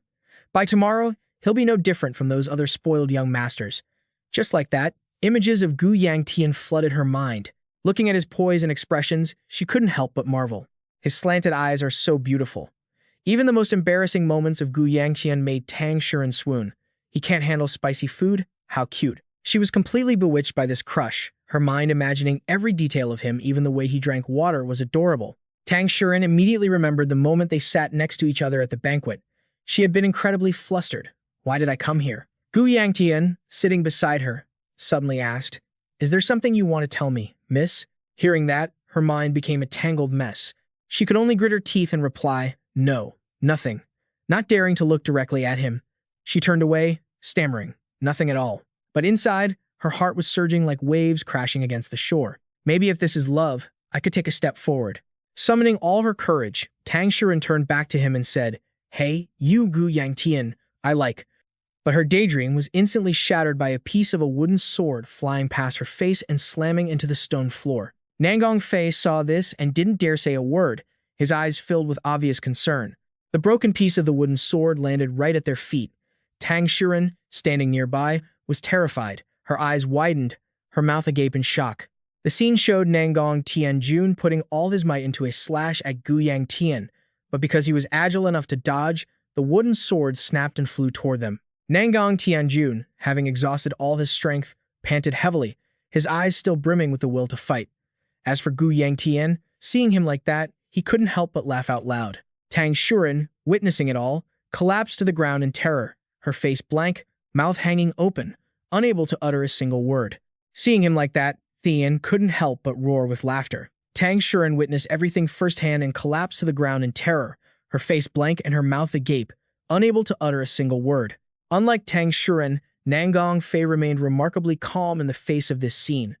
Given the situation at hand, Nangong Tianjun gripped his sword tightly, constantly questioning himself. Why did the sword break? Reflecting on the whole process, he silently realized one thing. I clearly let him block the first two attacks on purpose to tease that brat, but all the subsequent blows were at full strength. While Nangong Tianjun was lost in his own emotions, Gu Yangtian's voice rang out coldly. Geniuses often get lost in thought during a fight. If this were a real battle, you would have died 3 times already. As soon as he finished, Gu Yangtian, with bloodshot, cold eyes, raised his fist high and issued a warning to Nangong Tianjun. You know what? At that very moment, he realized the threat coming from the boy, his blue eyes widening with obvious panic and fear. Gu Yangtian immediately poured all his strength into this punch, intending to strike his head hard, but thanks to his incredible luck, Nangong Tianjun was quick enough to dodge backward. Escaping with his life, Nangong Tianjun gritted his teeth in anger, cursing internally, "You coward, daring to ambush me when I have no sword." Just then, a voice rang out behind him. Hearing that, while still gripping his broken sword, he instinctively looked back. Draw another weapon. Seeing him just standing there stunned, Gu Yangtian, feeling smug and arrogant, sighed and said, "You said you were going to guide me in martial arts, so teach me a few moves." These words directly infuriated Nangong Tianjun. Not satisfied yet, Gu Yangtian laughed out loud and added, "Or is it that I am the one teaching you? If so, I feel a bit unsure." As soon as he finished, his expression suddenly changed, becoming incredibly surprised and slightly confused. That bastard.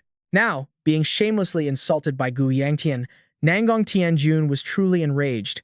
His face was filled with hatred, and his entire body emitted an indescribable murderous aura, an immense surge of power, like lightning bolts running from the top of his head down to his heels, transferring even into the wooden sword in his hand. Without a moment's hesitation, Nangong Tianjun, with his sword overflowing with invincible power, lunged forward to attack Gu Yangtian head-on.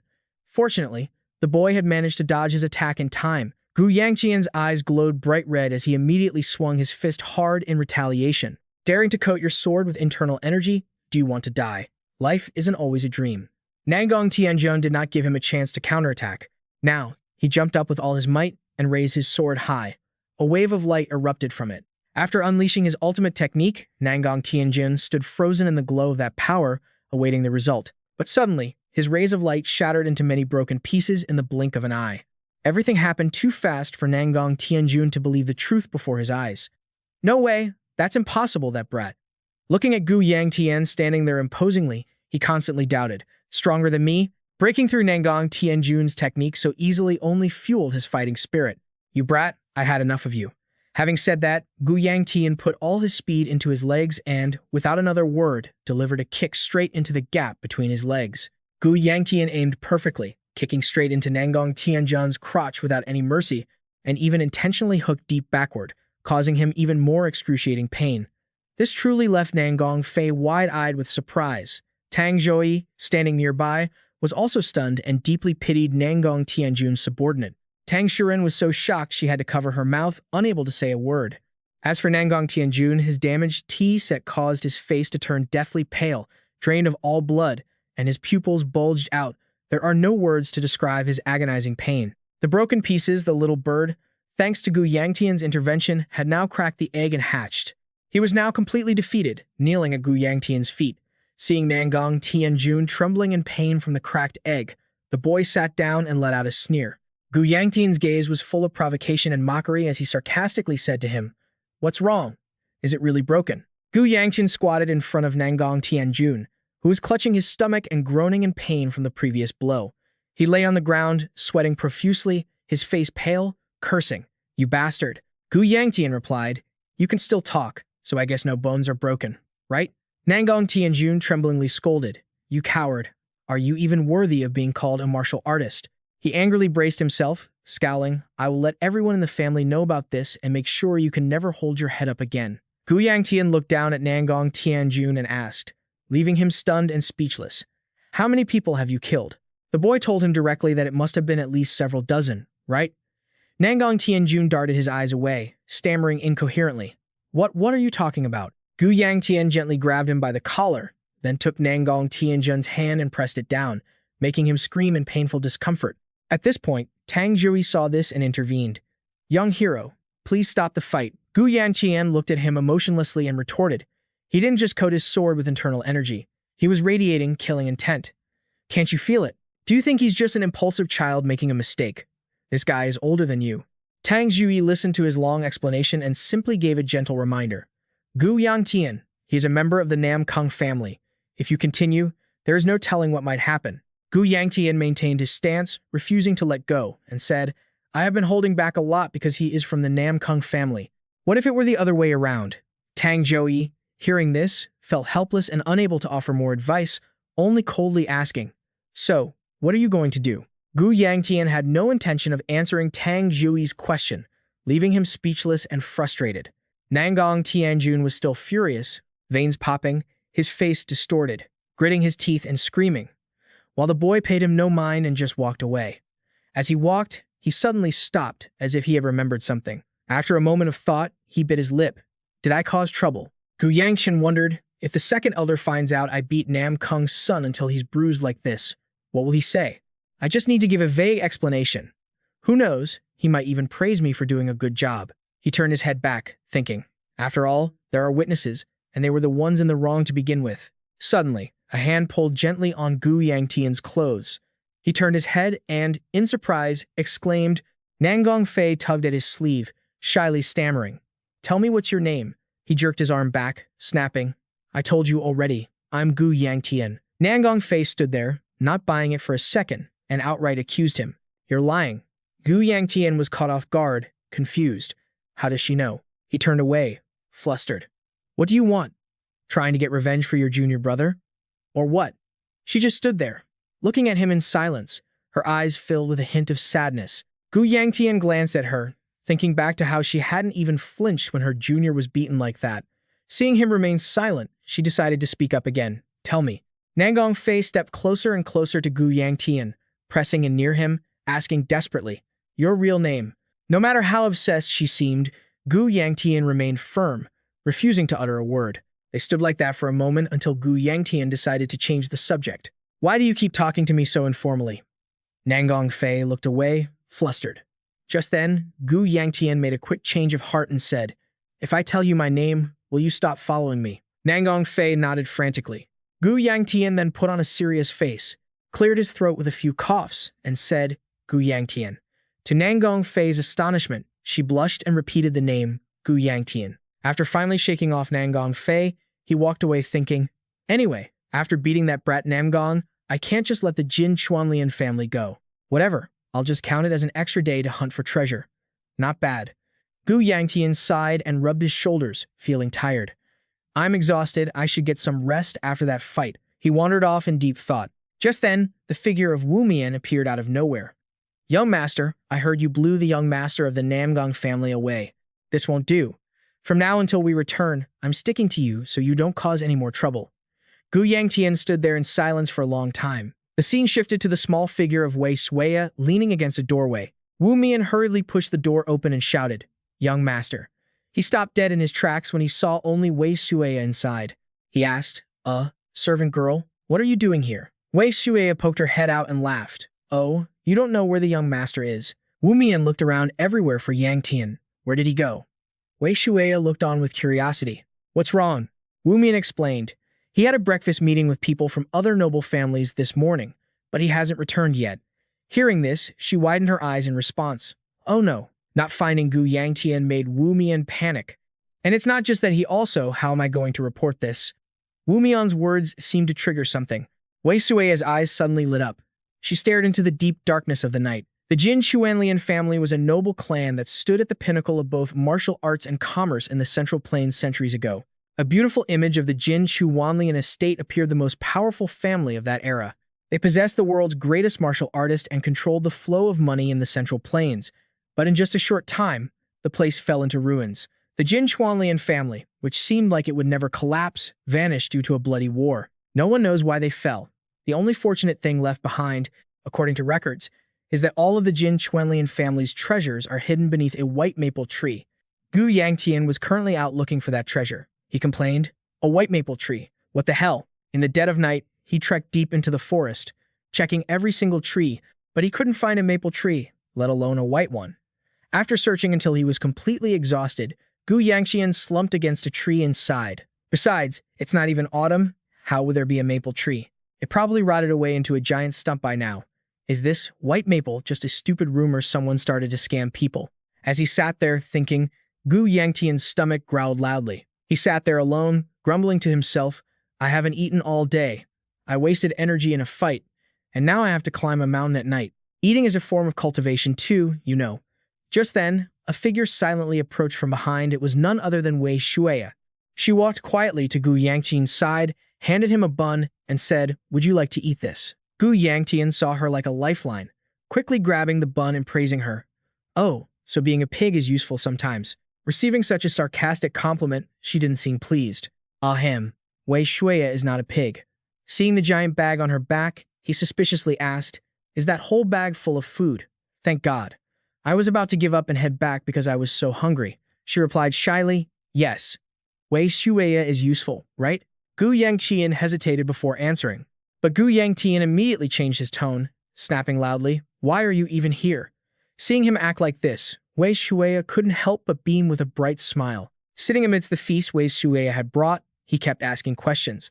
So, everyone was looking for me because I disappeared, and you came here to find me. Wei Shuya responded enthusiastically. Yes, that's right. He asked again, puzzled. How did you know I was on this mountain? She replied nonchalantly, a hunch. She suddenly jumped up, saying confidently, now that Wei Shuya is here, don't worry anymore. Seeing her like that, Yangtian wasn't very happy and said coldly, sit down, you're getting dust in the food. As he said that, he kept thinking to himself, even if I solve the hunger problem, I still haven't found the white maple. If I keep searching for the next 3 days with such little food, I'm not even sure I'll find it. Maybe I should just give up. Right then, he asked point blank, a white maple tree in early summer? What a load of nonsense. Wei Shuya, holding a chicken leg, replied, that's not true. I saw it just now, and it was beautiful. He replied to her just as casually, yeah, I'm sure it was beautiful. As soon as he said that, Yangtian was struck by a realization like a bolt of lightning, and he snapped, what did you just say? You saw it? Wei Shuya replied calmly, yes, didn't we see it together? Yangtian was stunned, looking at her with a blank, suspicious expression. Huh, together with you? Seeing his dumbfounded look, Wei Shuya smiled until her eyes turned into crescents. Yes. Wei Shuya smiled and looked in one direction. Yangtian broke into a cold sweat. You mean to say moonlight illuminated a corner of the dark night? A giant ancient tree stood proudly. They both stared at it. Yangtian asked, is this the white maple tree? Wei Shuya replied, yes. Yangtian ordered her to leave. You'd better head back now. Wei Shuya asked, why? He shouted loudly, go get your eyes checked. How on earth does that tree look like a white maple? She remained insistent. Young master, are your eyes all right? It's white, and it's a maple tree. Yangtian turned away indifferently, making her jump. Right. It was my mistake to trust you. She clenched her fists, staring at him seriously and resolutely. Wei Shuya isn't lying. She turned to look at the ancient tree, thinking to herself that she was definitely right. Suddenly, a light emitted from it, causing Wei Shuya to widen her eyes. There it is. It radiated a light accompanied by a strange power, causing Wei Shuya's hair to flutter in the wind. She spoke up in wonder. Yangtian had already turned and walked some distance away. He thought, I came here out of concern, and as I suspected, the problem hasn't been solved yet. Can I really find it in this vast place in the remaining time? He wore a stern expression, his eyes sharp and calculating.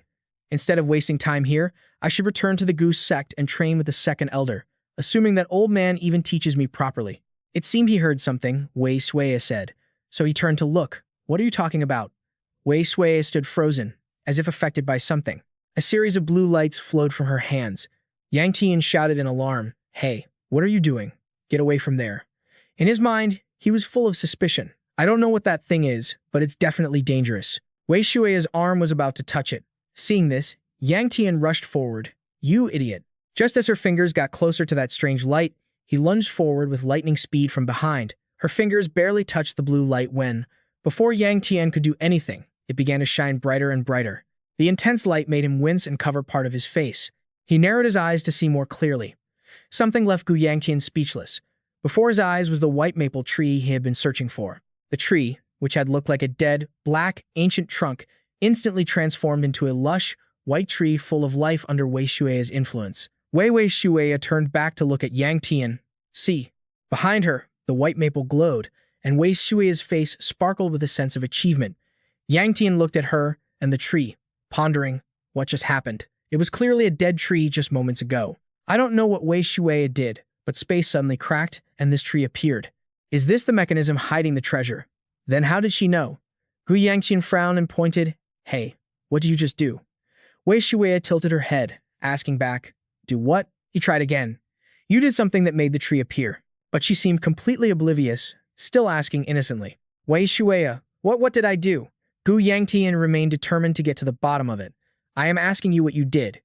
She just continued to respond with blank confusion. What did Wei Shuya do? It left him feeling helpless. Yangtian used all his remaining patience to explain. Right then, as he approached and touched it, she tilted her head with wide, round eyes and asked, so? He had to admit defeat against Wei Shuya's nonsensical responses. Not knowing how to make her understand, he was incredibly frustrated. Since I'm helpless, Yangtian walked closer to the white maple. Wait, no, it doesn't seem to be you. Wei Shuya, not understanding the situation, asked, "What do you mean?" He didn't want to explain further. He walked while deep in thought. "We'll talk about this after we go back." He and Wei Shuya walked around the massive ancient tree, lost in their own thoughts. "I found the white maple, but where is the treasure hidden? It doesn't seem to be on the surface." Gu Yangtian suddenly spotted something in the distance. Seeing it, he asked, "What is that?" A purple circle glowed brightly right under their feet. Gu Yangtian had never seen anything like this before, so he stood there dumbfounded, observing the light-emitting pit closely. He leaned over to examine it. Damn it, could it be under the root? Before he could finish, Wei Shuya walked forward excitedly. "That's the entrance." She jumped down and shouted, "I'm going first," leaving Yangtian behind, unable to grab her in time.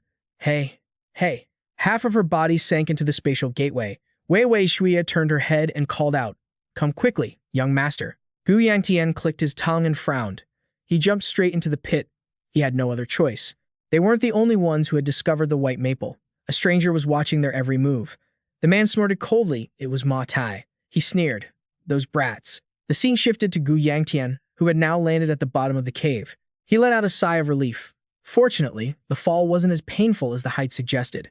Wei Shuya, ahead of him, had a strange expression. She was pouting as if about to cry over something. Yangtian stepped forward and placed a hand on her shoulder, cautioning, "Stop acting without thinking." Ahead of them were two separate, dark paths. Wei Shuya blushed from overthinking. Yangtian looked at the entrances and said, "A fork in the road? This must be the treasure, but which way should I go?" Wei Shuya used all her brain power, finally pointing to one path and saying, "This way." She pointed firmly, "It's definitely this way." Gu Yangtian was about to reprimand her. "Do you even know?" Before he finished, he remembered what happened with the tree earlier and quickly accepted her suggestion. "We'll go that way." She heard him and began to praise him. "Oh, the young master is listening to Wei Shuya today. The young master is so good today." Yangtian, standing beside her, could only whisper, "Be quiet." And so, they followed her lead and went deep inside. As soon as their figures vanished, Ma Tai jumped down, his two locks of hair twitching like antennae as he searched for the entrance. Yangtian asked, feeling a bit skeptical, "Hey, are you sure this is the right way? We've been walking forever and haven't seen an end. The night-luminescent pearls are sparse, making it even darker. Did we take the wrong turn?" She walked in front to lead the way. "It's not wrong. Believe in Wei Shuya, young master is a good boy." He snapped back to cut her off, quiet, causing Wei Shuya to obediently respond, "Yes." The two of them continued deep inside without saying another word. After a long while, Wei Shuya smiled and pointed into a dark corner. "We're here." Hearing this, Yangtian flicked Wei Shuya on the forehead. "Liar." Wei Shuya rubbed the bump on her head, feeling aggrieved. While Yangtian was now carefully observing everything around them, he suddenly noticed something stuck to the wall and asked, "What is that?" Its shape was somewhat familiar, unlike anything outside. The night-luminescent pearls here were glowing. Looking into the dark corner, Gu Yangtian muttered, "There's nothing in this room at all." He kept searching intently. Is this the treasure? Suddenly, Wei Shuya trembled and placed a hand on Yangtian's shoulder, calling out softly, "You, young master." Her face was covered in sweat as she stammered, There's something here." Something massive slithered past, making Wei Shuya scream in panic. "What?" Gu Yangtian remained stunned, barely paying attention to Wei Shuya. A large, entirely white creature slithered past their location. Once they saw it with their own eyes, it made her scream even louder for help. "Young master." Before the two of them now lies a colossal python demon. It is staring intently at its prey. Gu Yangtian doesn't know what to do, only knowing to reach out and shield Wei Shuya behind him. In this moment, their lives hang by a thread. Wei Shuya's eyes are already brimming with tears, and she keeps screaming in terror. Gu Yangtian is also incredibly anxious, his teeth clenched tightly, but he quickly identifies the demonic beast. Wei Shuya hides behind him, trembling with worry. The young master Gu Yangtian remains coldly silent, his mind racing. Why is there a demonic beast here? He looks up at the massive, snow-white python with suspicion, wondering how it could appear when he couldn't sense anything at all. Standing beneath the giant python, the two of them feel minuscule, and he quickly realizes the gravity of the situation. Furthermore, given its size, Gu Yangtian immediately guesses the beast's rank and silently confirms it must be a high-level demon. Clinging to a shred of hope, he looks into its eyes, thinking with relief, "Thank God it was sleeping, so it didn't notice us." He takes this opportunity to turn around quietly, needing to leave this place stealthily. But just as that thought crosses his mind, the python demon suddenly widens its eyes, staring straight at them. As their gazes meet, Gu Yangtian curses in his mind, "Damn it, why did it wake up?" He worries ahead, Are we going to have to fight? At the same time, the eyes of Wei Shuya, who is hiding behind him, change color in a strange way. The two humans and the beast lock eyes, neither moving. Even though he stands heroically shielding Wei Shuya, Gu Yangtian is terrified deep down. I can't possibly win against it. Will we be okay? He is shaking uncontrollably, and Wei Shuya behind him can clearly see it. Gu Yangtian grinds his teeth, his eyes filled with determination. A chance to live in peace has finally arrived. I cannot let it go to waste. With that thought, he clenches his fist, releasing an extraordinary surge of power, constantly encouraging himself. That's right, even if I have to die, I must fight to the end. Suddenly, a deep voice booms out. Little one, it is the voice of the python demon. It stares at him and commands, withdraw your inner energy. These words make him jump, questioning reality. The demon can speak. It flicks its long, forked tongue, its cold eyes telling him, I have no intention of harming you. Hearing these words, Gu Yangtian decides to ask back, how can a demonic beast speak human language? Seeing his question, the python demon laughs heartily and replies, a demon, you say? It continues, I am truly curious. You don't possess the Lian family bloodline, so how did you get here?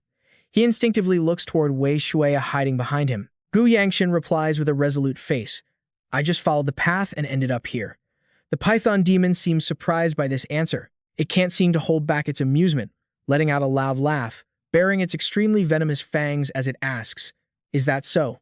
Then why did you come here? Gu Yangtian replies calmly, I just got lost and wandered in here by accident. But inside he thinks, if that snake has any connection to the Kim Shuyan Lian family, it won't leave us alone. Suddenly, his brain realizes something is off. Wait a minute, did I just use honorifics while talking to it? The python demon still finds his nonsensical answer hilarious and keeps laughing. That's right.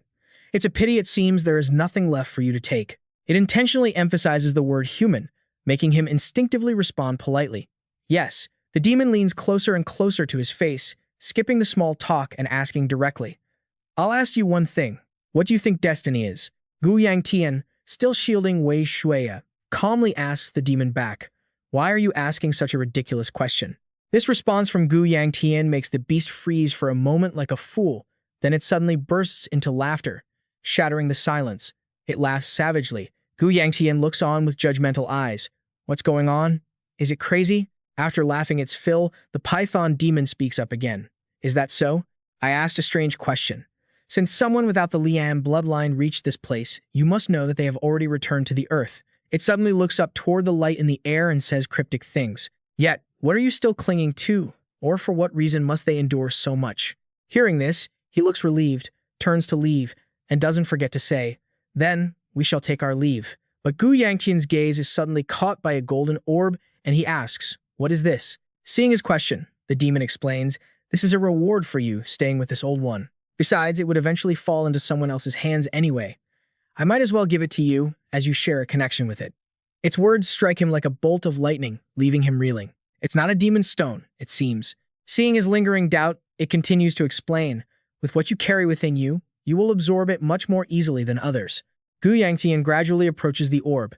The orb in his hand emits a blinding golden light. Not understanding what it meant, Gu Yangtian asks again, what do I carry within me? Suddenly, Gu Yangtian collapses to the ground, his whole body in extreme discomfort, and he grits his teeth to endure it. What is this? It clearly doesn't have the aura of a demon stone. The orb in his hand continuously pulses with golden light.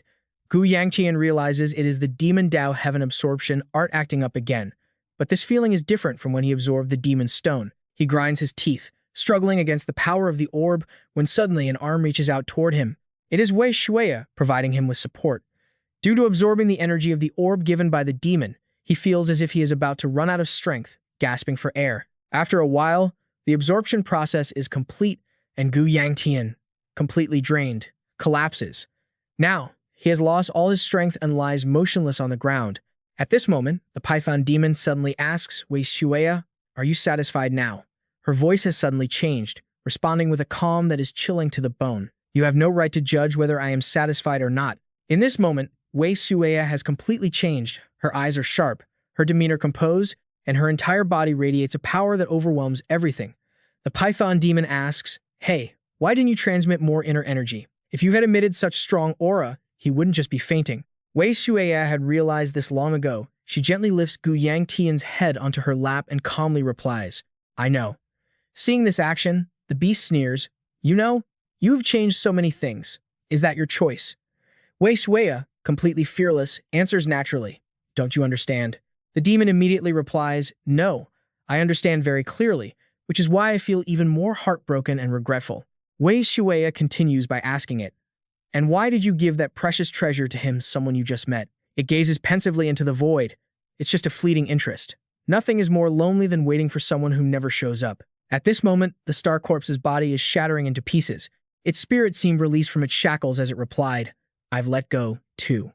Wei Shuya tried to lift her arm to catch the fragments falling from its body. She fell into a silence, her arms still cradling those broken shards as she whispered that fate is truly cruel. Tears streamed down her face onto Gu Yangtian's cheek. But when I look at you, I can't let go. You're such a fool. She recalled how he, despite his fear, had stepped up to shield her, terrified of losing the second life he had just won. Unable to hold back her emotions, her cheeks flushed, and tears welled up in her eyes as she called his name. Trying to protect me, Gu Yangtian. She wiped away a tear, gently telling him, Don't push yourself anymore. I'm sorry, could you give me a little more time?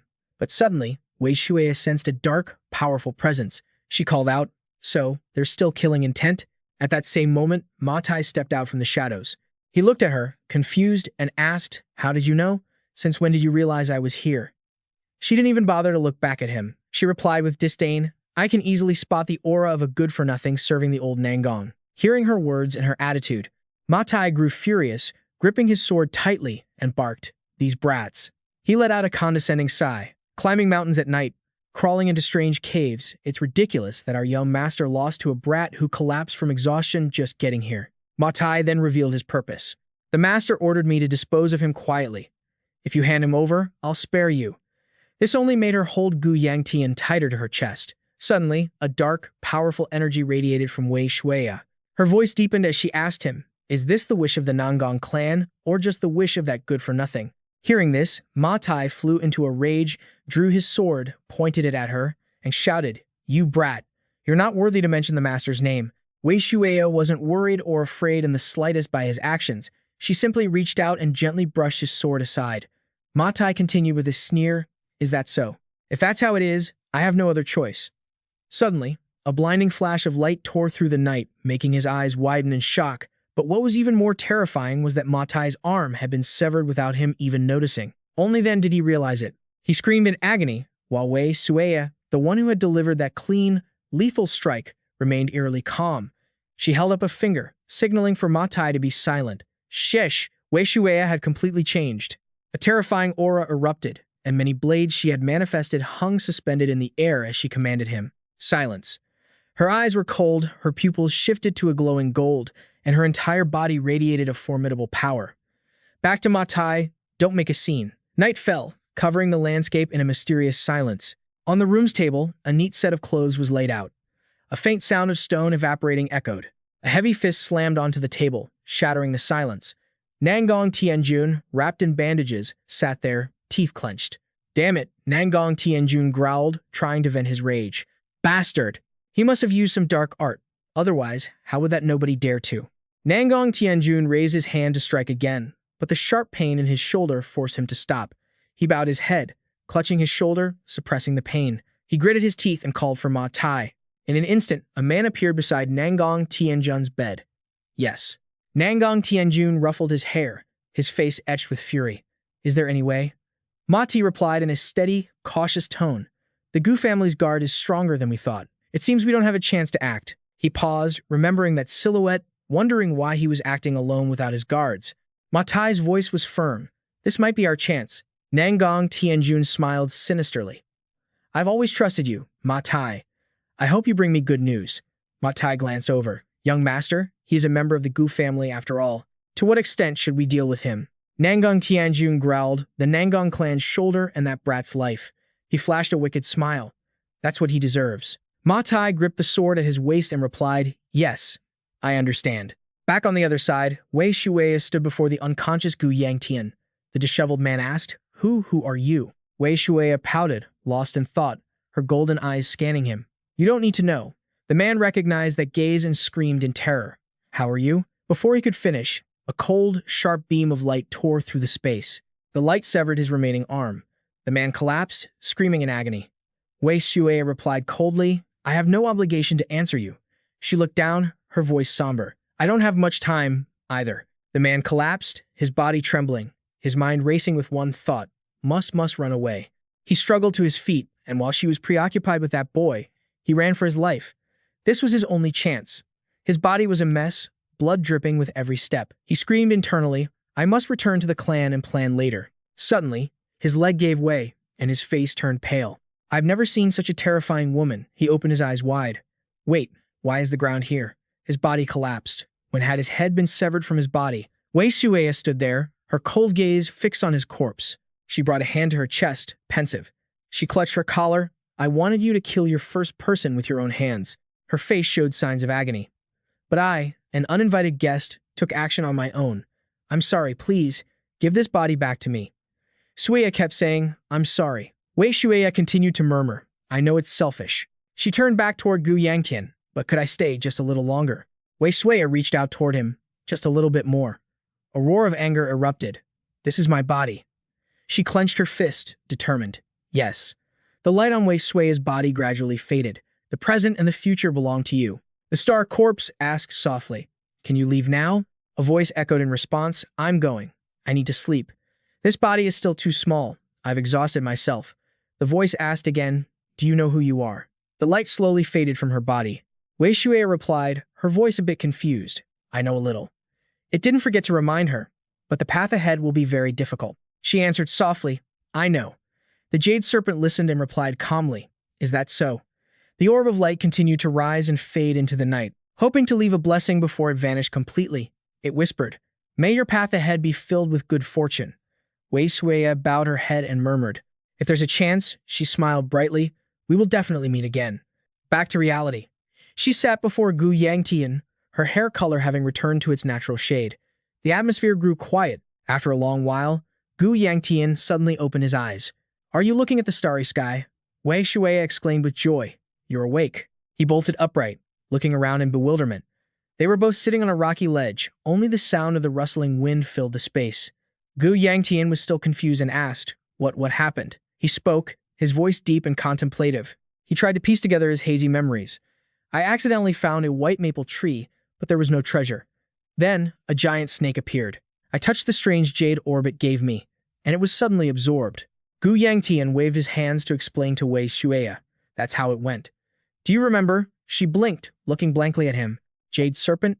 Are you dreaming? What are you talking about? I don't understand anything. Wei Shuei stubbornly insisted she remembered nothing. Seeing this, Gu Yangtian became anxious, his voice rising. Don't lie to me. She frowned, arguing back in frustration, yet she had indeed found the white maple, spoken to the giant snake, and received the jade orb. Why don't you believe me, Wei Shuei? He looked helpless. Why do you always think so logically? Gu Yangtian asked, trying to find a clue. Then who brought you here? She replied, her gaze dazed. I don't know. I was already here when I woke up. Suddenly, a sharp pain struck. Wei Shuei cried out in worry, Young master. He sat down and waved his hand to reassure her. I'm fine. My dantian just hurts a little. Yet, he wondered to himself, my dantian. He looked at her teary, confused eyes and thought, does it hurt that much? He sat cross-legged, calming his mind to circulate his energy. His entire body was enveloped in a red aura. He thought to himself, as I thought. He observed his hands where the energy was flowing, then clenched his fist, muttering. Ever since I absorbed that jade orb, the amount of internal energy in my body has been strange. Gu Yangtian clenched his fist tightly. 3 stars. Just a little more, and I can reach 4 stars. He stood up, his eyes filled with determination. So my memories were real. Could the snake have brought us here and erased Wei Shuei's memory? That seems plausible. Seeing him stand, she asked anxiously, If you're in pain, let's go back. Gu Yangtian calmly replied, I'm not in pain, but if we stay here any longer, Wumian will scold me. He suddenly fell silent, lost in thought. Gu Yangtian sat back down and reached behind him. Get on. This action took Wei Shuei by surprise. Why? He explained. It takes an hour to walk. I can carry you and we'll get there much faster. Wei Shuei blushed. I ate a lot yesterday. I must be very heavy. Seeing her hesitate, he lost his patience and said, Just get on. Wei Shuei was still flustered, her hands tightly clasped, but eventually, she climbed onto his back, murmuring, I'm sorry. She shyly clung to his shoulders. Aren't you heavy? Wei Shuya, I want to get down. He turned his head and softened his voice. It's normal. The powerful energy within his body circulated with the 3-star fire wheel technique, brimming with internal power. He crouched down, gathered his strength, and pushed off the ground gently. In an instant, they shot upward, leaving a circular indentation where they had stood. Yangtian stepped onto a nearby boulder and leaped again. He couldn't help but marvel. His body, once so heavy, now felt light as a feather. They quickly leaped over mountain after mountain. As the dawn light appeared, illuminating everything, their eyes sparkled with joy as they admired the scenery. Wumian was pacing back and forth, anxiously biting his fingernails. A whole day had passed, and there was still no sign of the young master. I hope he's all right. If not, my head will be on the chopping block. Suddenly, a familiar voice rang out. Hey, we're here. Wake up. Wumian spun around to see Wei Shuya climbing down from Yangtian's back. He quickly asked, Wumian, what are you doing here? He couldn't help but raise his voice. Young master, where have you been? You've been gone all day, and you didn't say a word. Yangtian gave a wry smile. My apologies. He scratched his head innocently. But I've returned safely, so that's good, right? Wumian teared up. I was so worried something happened to you. He wiped his eyes and persisted. So, where did you go? Wei Shuya quickly spoke up. The young master met a snake on the mountain. Yangtian was startled and quickly covered her mouth with his hand. Cold sweat broke out on his forehead as he held Wei Shuya firmly. She's rambling again. I was just out for a walk. Wumian looked suspicious. A walk? Did something happen? He scratched his cheek and looked away, avoiding Wumian's gaze. I had a fortuitous encounter. He sighed inwardly. Though he's only a first-rate fighter, he's very observant. He changed the subject. Why are there 2 strange auras here? Wumian looked confused and scratched his head. Inside the room, 2 people who were eating realized he was talking about them. Tang Shiren and Nangong Fei looked up from their food. Tang Shiren was so startled she dropped her food, while Nangong Fei didn't seem to care and kept eating. Yangtian asked, Miss Tang Shiren, were you waiting for me? And Miss Nangong Fei, didn't we promise not to disturb each other anymore? Tang Shiren stammered, startled, Oh, I wasn't waiting for young Master Yangtian. Nangong Fei chewed as she replied, I'm not disturbing you. He put a hand to his head in defeat. Oh my god, then why are you 2 here? The 2 were flustered, quickly looking for excuses. I didn't say goodbye to you, and I came to say goodbye too. Yangtian asked while thinking, did the young master of the Nangong family come too? If so, that's going to be a headache. Tang Shiren quickly replied, No, he didn't come. She recounted, I told him I was coming to see you, but he said you definitely wouldn't come. Hearing that, he could only wonder, what does that mean? Nangong Fei, who was picking up food with her chopsticks, raised them, her voice serious. I want to ask you something. Why are you speaking to me so casually? Nangong Fei suddenly pointed her chopsticks at him and asked, what actually happened? Yangtian looked away. Just a few things happened. Hearing this, Tang Shiren raised 2 items in her hands. Young Master Yangtian, do you prefer poisons or hidden weapons? Nangong Fei said in a low voice. Then she snapped her chopsticks in half. I want to duel you. Before Nangong Fei could finish, Yangtian leaned on Wumian. I'm so tired. I want to sleep. He glanced over at the young master. Seeing him staring intently, Wumian immediately understood. Wumian quickly ushered Tang Shiren and Nangong Fei out. My apologies, but the young master needs to rest. Please, step outside. Tang Shiren looked back while holding a scroll. Ah, finally, she held the scroll out in front of Yangtian. Here is the invitation for next year's martial arts tournament. Whether you want to come or not is up to you. He took it, tucked it into his robe, and offered a wry smile. Thanks, see you next year. Deep down, he already had his answer. He probably wouldn't go. Tang Shiren blushed shyly. I just want to maintain good relations between our families. Don't misunderstand. With those words, the door clicked shut. As she walked away, she said to Nangong Fei beside her, I thought something might happen, but it seems fine. She just gave a soft, Suddenly, Tang Shiren looked up and saw Nangong Fei smiling. Tang Shiren's face fell, and she spoke up. But wait, could it be? Tang Shiren asked shyly, do you have a crush on Yangtian? Extra story, a voice sounded, Tang Shiren, I'm hungry. Wei Shuya jumped up and down. I want to eat chestnuts. Shuya wanted to celebrate the Mid-Autumn Festival too. Seeing her so energetic, he felt helpless. Summer has passed. Why are you still acting heat-stroked? And what is the Mid-Autumn Festival? Tang Shiren quickly explained. It's a holiday in the place where the readers live. People wear hanbok, gather together, and pay respects to their ancestors. She enthusiastically introduced it. The songpian cakes that you and Sui love are also their traditional food. Gu Yangtian crossed his arms. I don't know anything about that, but we aren't from there. So why celebrate? Forget it. Let's just eat the cakes. Wei Zui's eyes welled up, but the cakes are so good. At this moment, Nangong Fei spoke up. All right, there's a way. Just put your hands together and make a wish to the moon. Nangong Fei looked up at the sky. She said softly, then the moon will hear our wishes so we can celebrate the Mid-Autumn Festival together. Tang Shuren felt nervous, her eyes flickering with worry as she asked, I wonder does he, the young master, like me?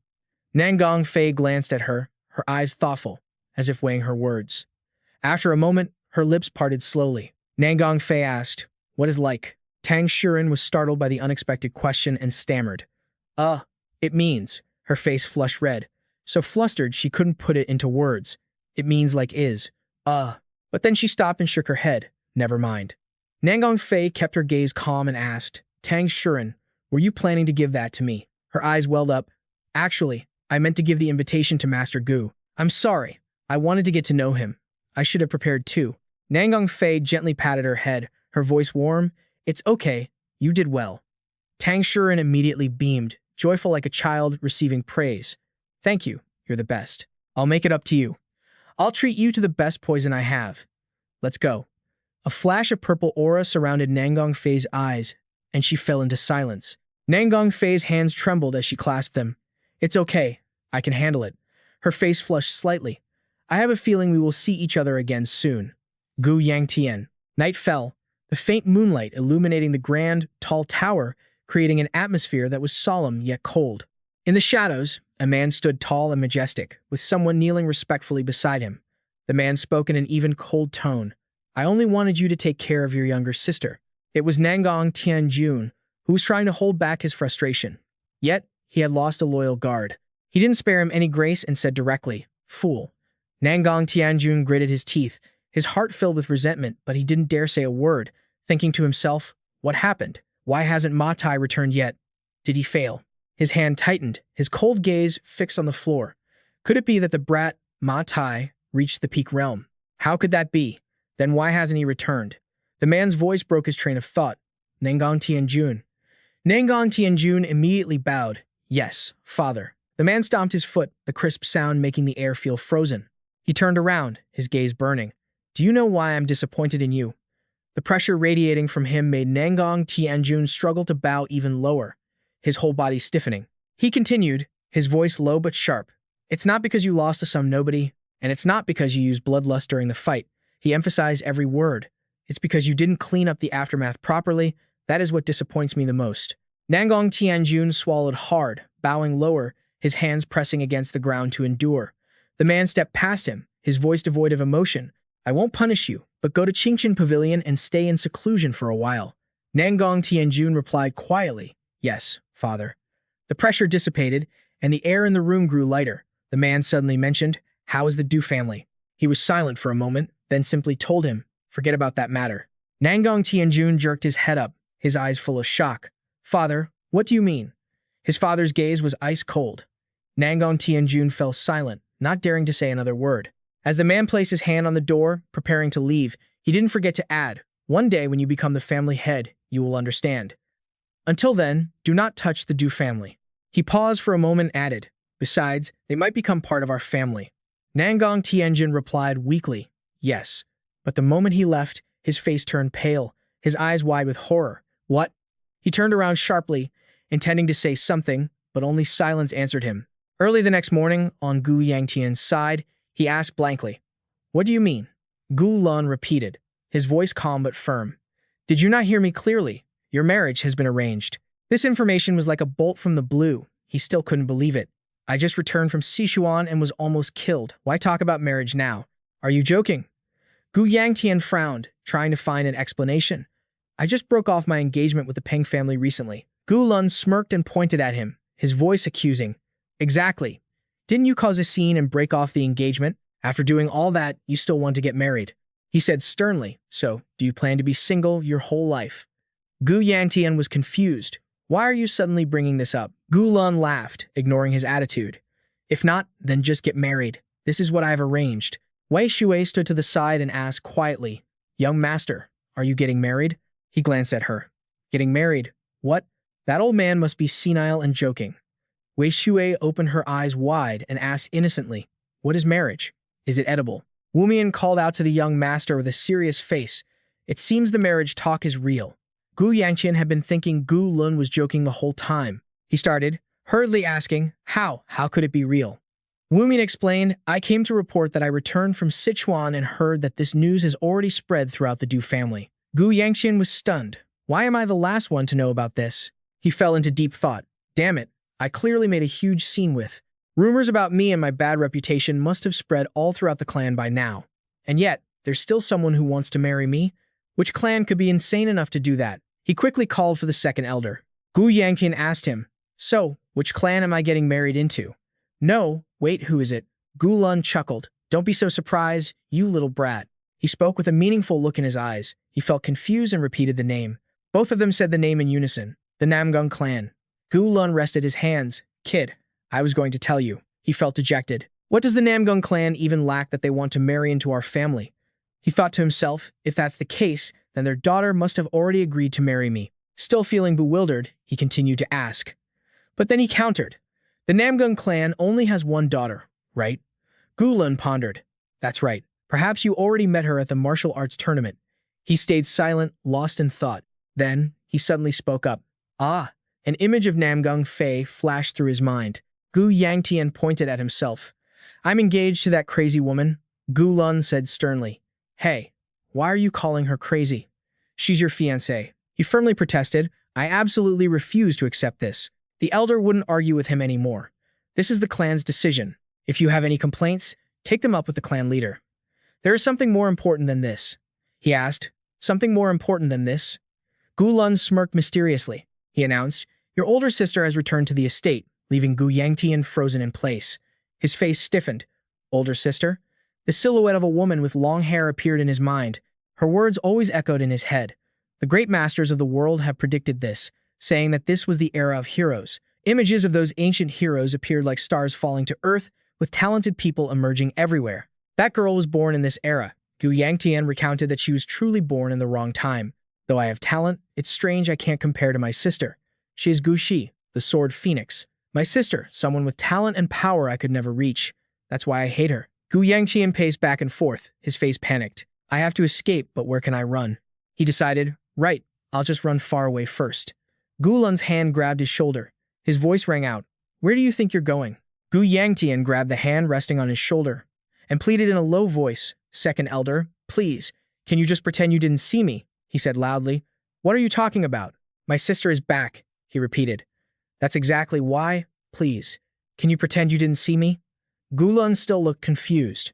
Your sister is back, and you want to hide. Gu Yangtian struggled to break free from his grip. How would I know what she'll do to me? Either way, I'm disappearing for a few months. Don't look for me. Gu Lun held his head in place. Did you eat something bad in Sichuan? Why are you acting so strangely? Gu Yangtian said hurriedly. Just pretend I'm dead for a month if I'm not seen. Feeling a powerful aura approaching, he froze. She was coming here. He could imagine Gu Si smiling as she approached. The door glowed as if it were on fire. In his heart, he counted down. She was coming. Gu Yangtian reached out and yelled, Wu Mian, block the door. The man looked helpless. How am I supposed to block her? He grew more anxious. Use wood. Use anything. Just block it. A broom quickly jammed the door. Wu Mian stood there and asked, but my lady is almost here. Is it really okay to do this? Suddenly, he heard a strange laugh on the other side of the door. A hand touched the door lightly, and a voice rang out. Sister is coming. The door began to crack, and a stern voice growled. And my little brother is blocking the door? The person outside looked in, and within seconds, the door exploded. Her hand slowly lowered. Gu Shi stepped inside. You are very rude, little brother. Gu Yangtian stared at her with his mouth agape. Gu Shi waved her hand, little brother. He stuttered in response. Yes. Gu Shi walked closer to Gu Yangtian. You see your sister and don't even greet me. He suddenly became obedient. Greetings, sister. She scanned over Wu Mian. You look healthy. That's good. But why aren't you kneeling? He was flustered. Do I really have to kneel? Gu Yangtian lowered himself to his knees. Gu Si walked over and patted his head. That's right. Good boy. She stopped before Gu Lun and bowed. Elder, long time no see. He laughed happily. It's good to see you siblings getting along so well. In Gu Yangtian's heart, he was screaming, "Are your eyes failing you?" Gu Lun looked at her. "You look healthy too. I heard you're doing a great job as the leader of the sword squad." Gu Shi laughed loudly in response. "You're too kind." She added, "That's all thanks to the hard work of the squad members." Gu Yangtian felt exhausted in his heart. Damn it, that's exactly why I wanted to run away. Suddenly, Gu Shi called out, "Little brother." He quickly answered, "Yes." Her voice turned stern. "Do you know what you did wrong?" Gu Yangtian hesitated. I was trying to block the door." She let out a sound of annoyance. "And what else?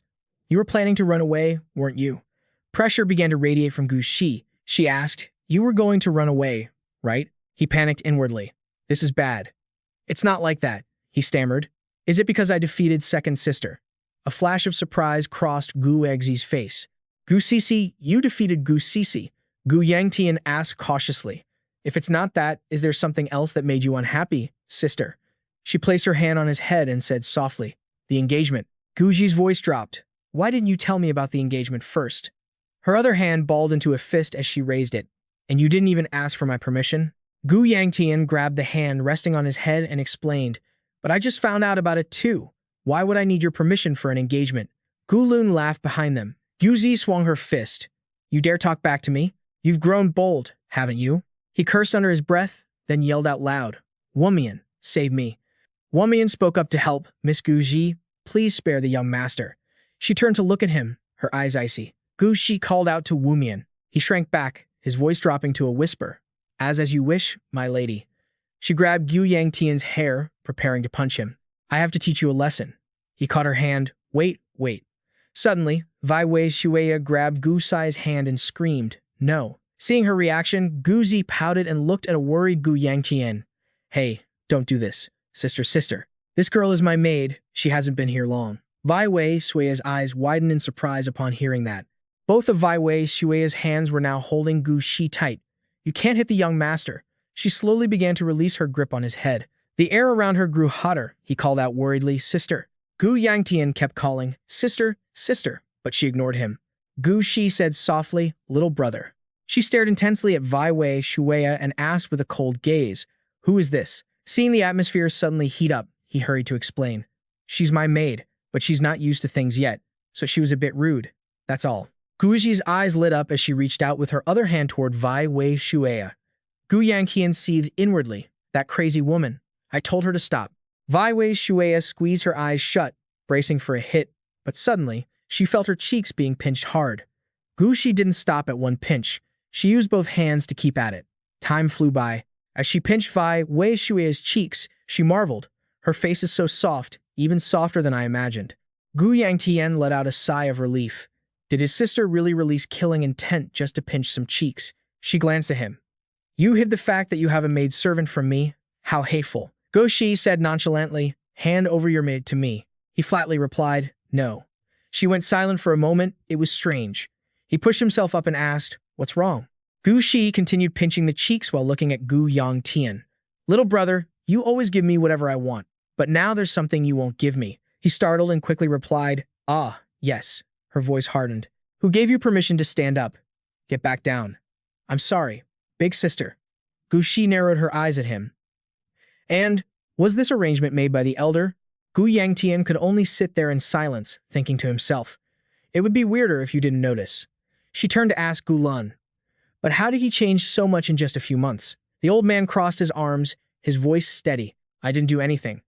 Gu Si turned back to look at him, then suddenly decided to let go, waving her hand. "Fine, whatever. The family head is calling for you. Go on." He hadn't expected to get off so easily. "Huh." She retorted, "Do you want a harsher punishment? I intended to teach you a lesson, but I've lost interest." He thought, "What interest?" With Wei Shueya standing behind him, Gu Yangtian replied, "Then I shall take my leave." Just as he thought it was over, Gu Si suddenly flicked an object toward him. "Hey, little brother." It landed perfectly in Gu Yangtian's hand. He stared at what he had just received, a yellow stone. Gu Yangtian held it up to eye level, silently assessing, "Is this a mana stone? But I can't sense anything from it. What is this?" Gu Si replied nonchalantly, "Just a souvenir. I bought it from a merchant." He said, "It's an amulet. Wear it at your waist, or I'll punish you." He tucked it into his pocket, thinking to himself, "So it's just trash?" Just as he was thinking that, Gu Shi stepped forward to warn him. If you think it's trash and lose it, she grabbed his shoulders and smiled lightly. Then I'll just have to love you even more. Gu Yangtian wanted to pull her hands off. Yes. Seeing his reaction, she couldn't suppress her amusement and laughed, her hands still on him. This kid. Gu Shi's face couldn't hide her joy. I knew you would do well. An image of Gu Shi from before she died flashed in his mind. Back then, she had smiled gently. Little brother, please live a happy life.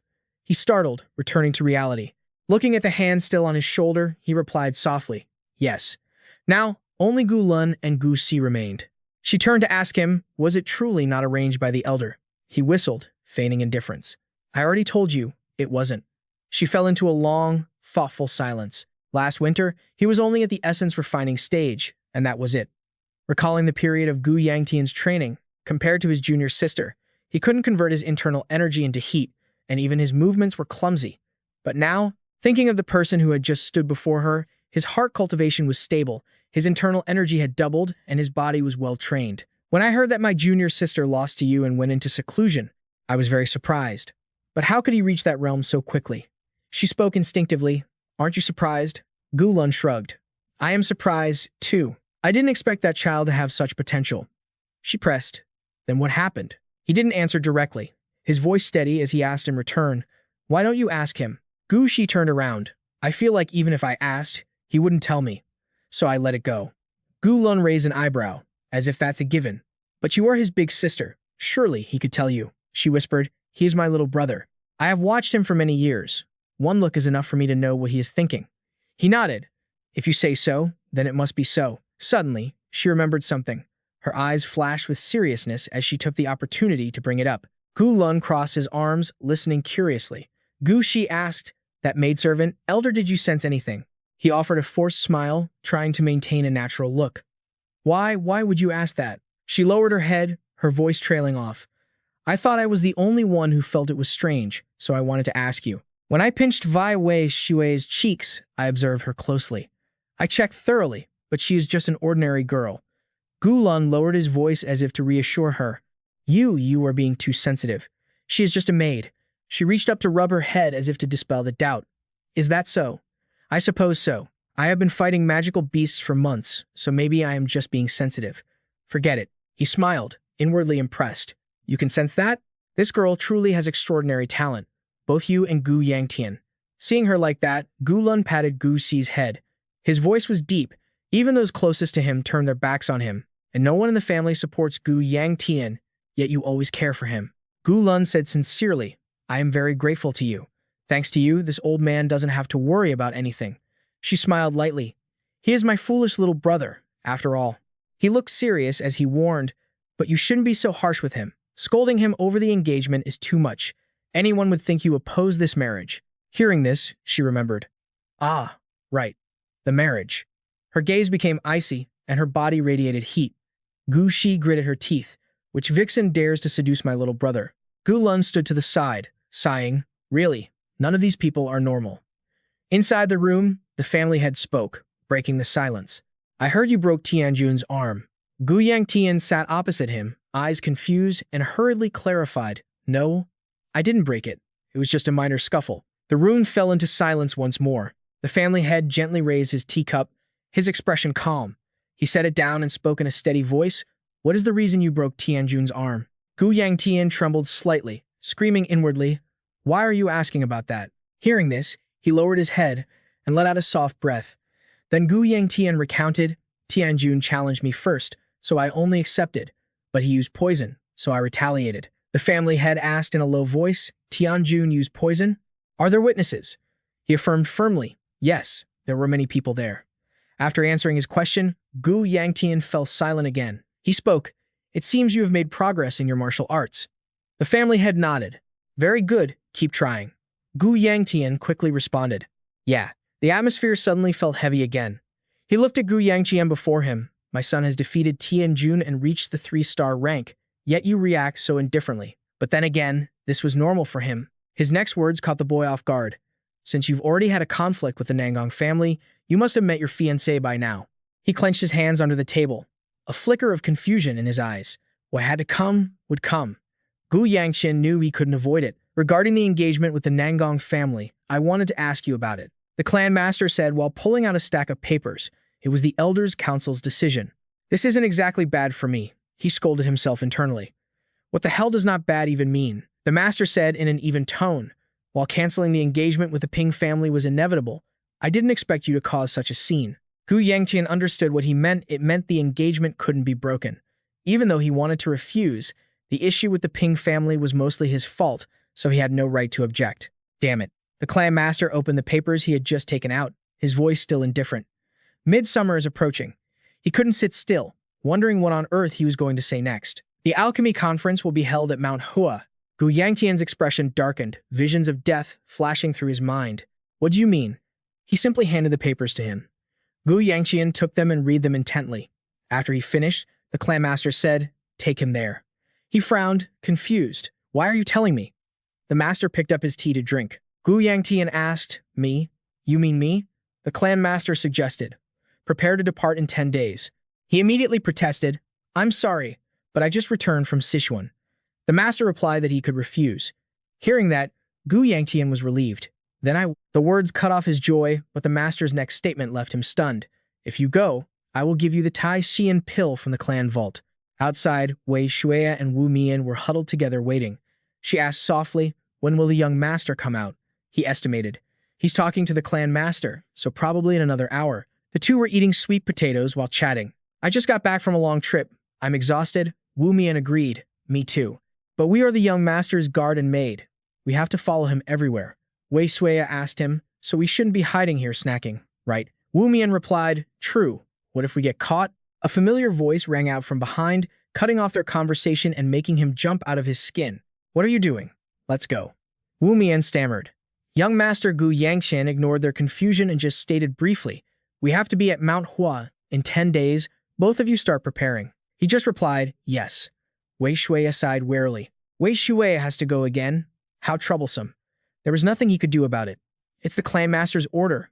If you have any complaints, tell him yourself. Suddenly, Wu Mian asked, "What is this for?" Gu Yangtian held the paper, his mood pausing, a silhouette appearing in his mind.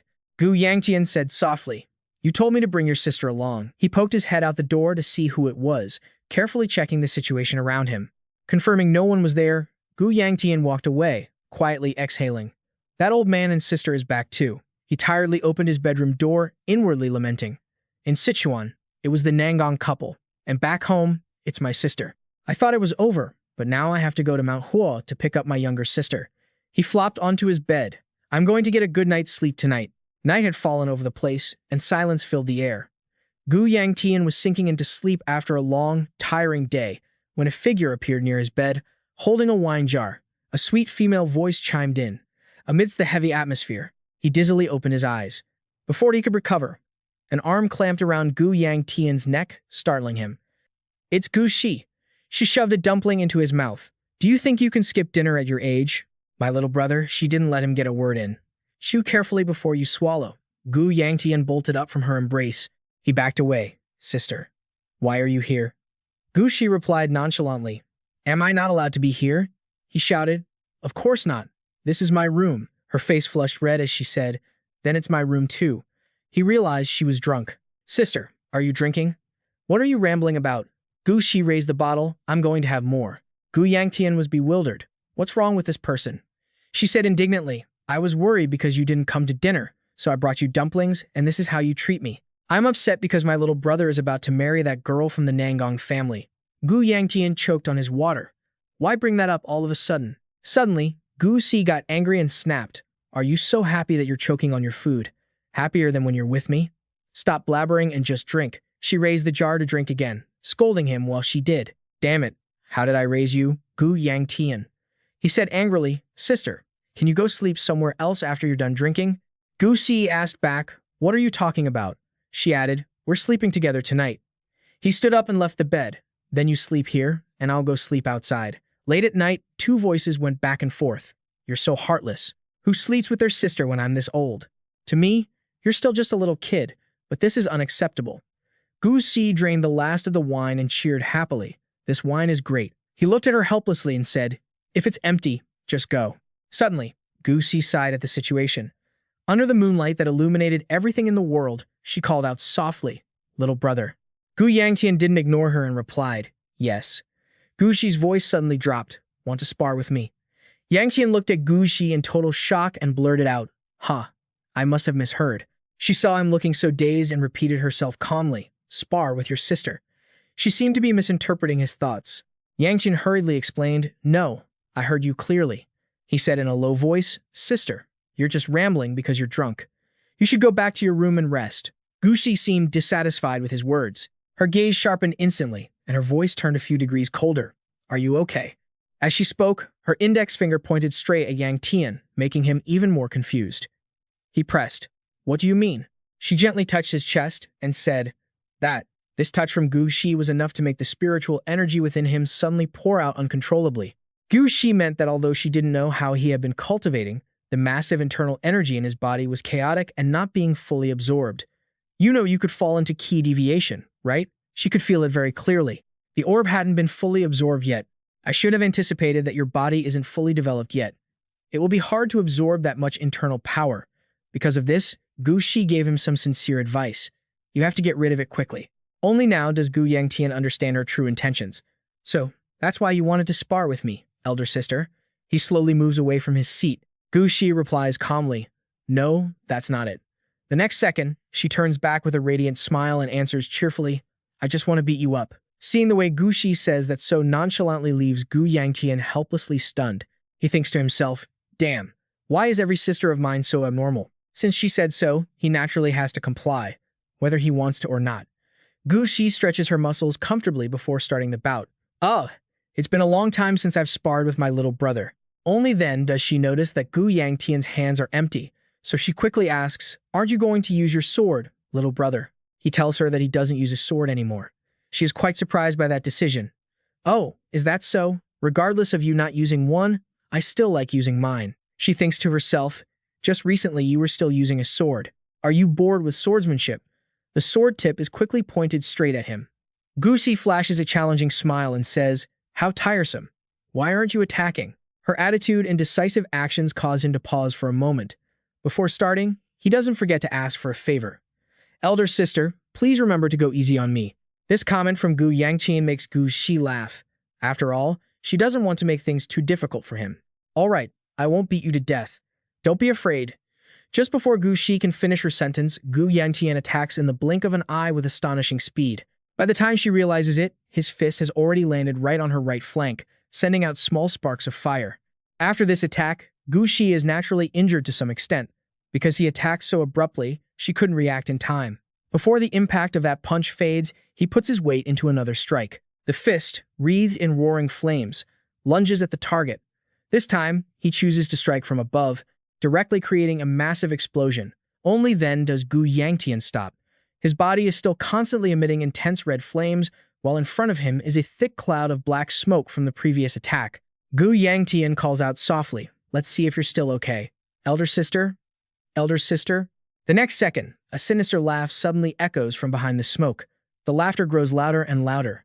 Simultaneously, he sees a huge explosion erupt from within. The destructive power this time is far greater than Gu Yangtian's attack, and the only one capable of creating such a burning red scene is Gu Shi. She steps out boldly and says aloud, "Well done, little brother." Her entire body is now covered in an immortal flame, and the heat is immense. This makes Gu Yangtian tremble. Damn it, is that the 5-star level? Don't joke around, it's definitely far beyond that. Looking closer, he is even more shocked because Gu Shi is completely unharmed. I clearly use all my strength, so why is she fine? Watching her aura and that smile, Gu Yangtian is truly terrified and stammers, "Elder sister, let's stop here." But how could Gu Shi agree to that suggestion so easily? "You haven't even taken a hit yet. What are you talking about?" A single stomp of her foot is enough to make the ground shake, and spiderweb cracks appear all around. Even more terrifyingly, the flames spread along those cracks toward Gu Yangtian. The pressure makes it difficult for him to resist. This time, the roles have reversed. Gu Shi is the one closing in to counterattack. Now it's getting interesting. Her punch is many times more terrifying than his earlier one, sending Gu Yangtian flying backward. To steady himself before that swing, Gu Yangtian puts all his strength into his legs, causing his shoes to seem worn away by the force. Gu Shi's strength has been proven. He truly doesn't dare think about what would happen if he couldn't block it. After calming down, he looks carefully and realizes she is nowhere to be seen. Gu Yangtian's eyes dart to the back, and all he sees is a wall broken by the previous impact. Just when he isn't paying attention, Gu Shi, with that same sinister smile, lunges to attack once more. The look on her face is as if she wants to swallow him whole. Gu Yangtian, on the other side, seems to have no way to fight back and can only stand there defending. This crazy woman is at it again. Gu Shi flips in the air, channeling all her power into her right leg.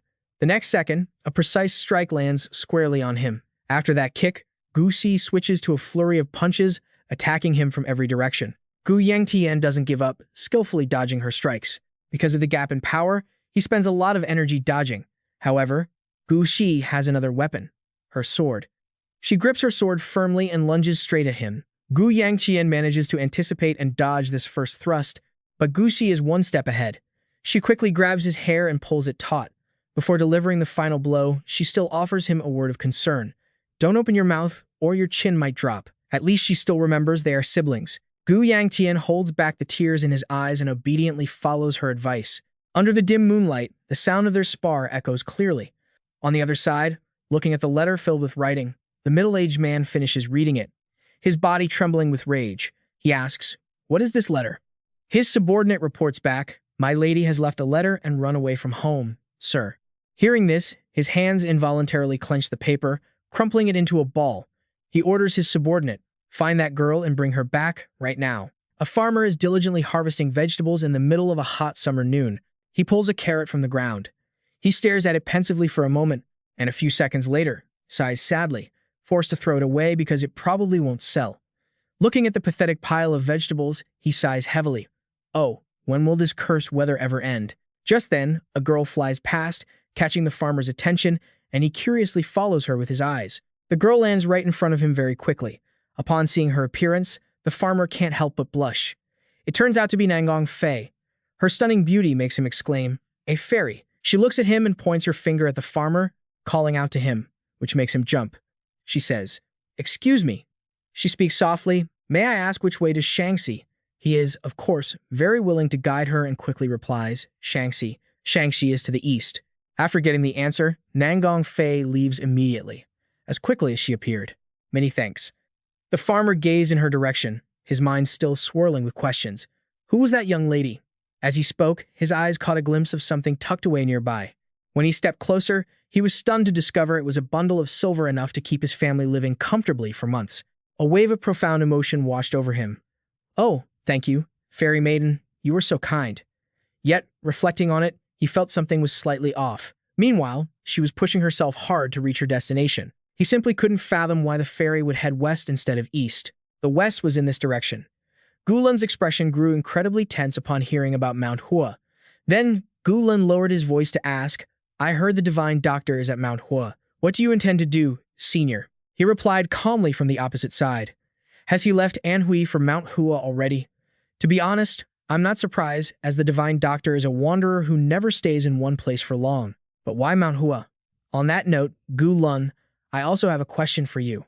I don't understand why you are in such a rush to find the divine doctor. But since the information isn't certain, why not let Yangtian go there to confirm it? Gulan seemed to have seen through his intentions. "Senior, it seems a bit reckless for you to disguise yourself as a maid and go there yourself." Thinking it over, the words were not wrong. It truly wouldn't work. That was the reason he was sitting in the driver's seat today. "That's how it is, young master." Wei Xiao's uniform seriously. "Just leave it to Ta." This action of his left him feeling quite puzzled. And in this matter, Gulan was no exception. Yangtian stood to the side, watching him carefully inspect the horses, thinking to himself that it was already strange for the Sword Saint to take over as the carriage driver just because the original one suddenly requested leave. His gaze then shifted towards Xue. I confirmed that Wei Xue, the Sword Saint, were not on the list of those going to Mount Hua, so how could this have happened overnight? The inability to find the cause made him even more frustrated. I smell something, a very unpleasant scent. At that moment, Gulan, standing nearby, asked after seeing that the boy didn't look well, "Why are you so worried about going to Mount Hua?" Yangtian didn't explain clearly, only answering with indifference, "It's nothing." Before he left, the old man just wanted to give him a few pieces of advice. "You should look after yourself. Don't go getting into fights when you get there." Yangtian, being called out, quickly retorted, "I'm not going to fight." No sooner had he finished the sentence than he recalled the scenes of him beating people down earlier, and his expression turned awkward in an instant.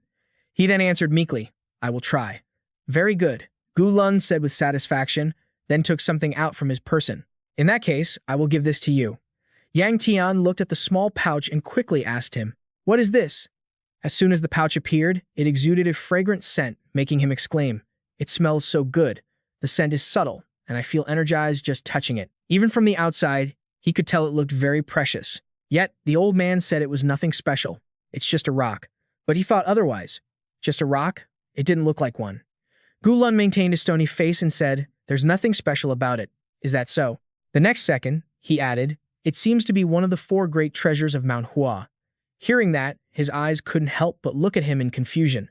Gu Lun also fell silent, locking eyes with him. The old man actually thought he didn't like it and meant to take it back. "If you don't want it, give it here." But Yangtian jumped up and said, Wait. He was just silent because he was wondering, "Why would you, elder, why would you give this to me?" Gu Lun spoke honestly. "I won it in a drinking bet with that old dog, but forgot to return it to him." The answer was delivered very calmly, but it was nonetheless shocking. "You dared to bet one of the 4 great treasures in a drinking contest, and you won?" Hearing its origins, he felt this thing should be kept more carefully, but the old man felt there was no place safer than giving it to him. Yangtian was about to object. "What are you talking about?" His eyes glanced toward the other side, and at that point, he understood why the old man had done it. Ah, he thought, that's right, if the elders knew the true identity of the sword saint, this would be the safest place. Just then, Wu Mian called out loudly, "Young master, everything is ready." Yangtian looked quietly at the small pouch in his hand. He had neither the reason nor the time to refuse. Shortly after, he settled into the carriage and bid Gu Lun farewell. "Then, I'll be on my way. I will tell Sister Hui that I have departed safely." Hearing him mention her, he remembered. "But where is she?" Gu Lun guessed. "Your sister is probably crying somewhere because you're about to leave." He felt that this guess was impossible. Regardless, it was time for Wei Xiaojun to get the horses moving. Yang Tian still tried to leave a final message. "In any case, please send my greetings to her." The old man would surely pass on the message. After Yang Tian had gone, he turned to ask Gu Shi, who was sitting dejectedly in a corner, "Why didn't you come out to say goodbye to your dear brother?" She sadly hugged her legs tightly and curled up, having cried until her eyes were red. "How could I let him see me like this?" Gu Lun had just said that Yang Tian wasn't a 3-year-old child to be worried about when she snapped back, but he's still very weak. After snapping, she missed him again and sniffled, calling out Yang Tian's name. Inside the carriage, Yang Tian called out to Wu Mian, who was riding alongside. Wu Mian, looking dejected and lazy, replied, "How much further do we have to go?" This question of his made the other man chuckle, quickly replying, "Young master, you've already asked that more than 30 times.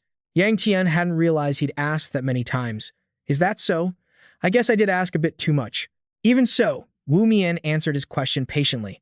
"And I would like to reiterate, we have to travel many times the distance we have already covered." Upon hearing that, he sighed in despair. "Every time I hear you say that, I feel even more discouraged."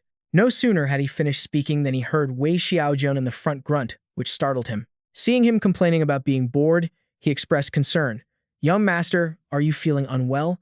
How could Yang Tian dare to tell the truth? He could only offer a strained smile. "No, not at all."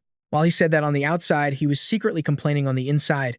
"You're the one making me uncomfortable. Traveling with the world's #1 sword saint, how could I possibly be at ease?" Having nothing to do, he turned to Shui and suggested lightly, "Don't just eat by yourself. Give me some too. I need to eat something to feel at ease." She felt a bit reluctant, quickly making an excuse. "Sister Honghua gave this to me, so I have to ask her first." Honghua didn't think much of it and said happily, "Those are the young master's snacks. Why would you mean to ask?" Her immediate agreement left Shui feeling a bit regretful.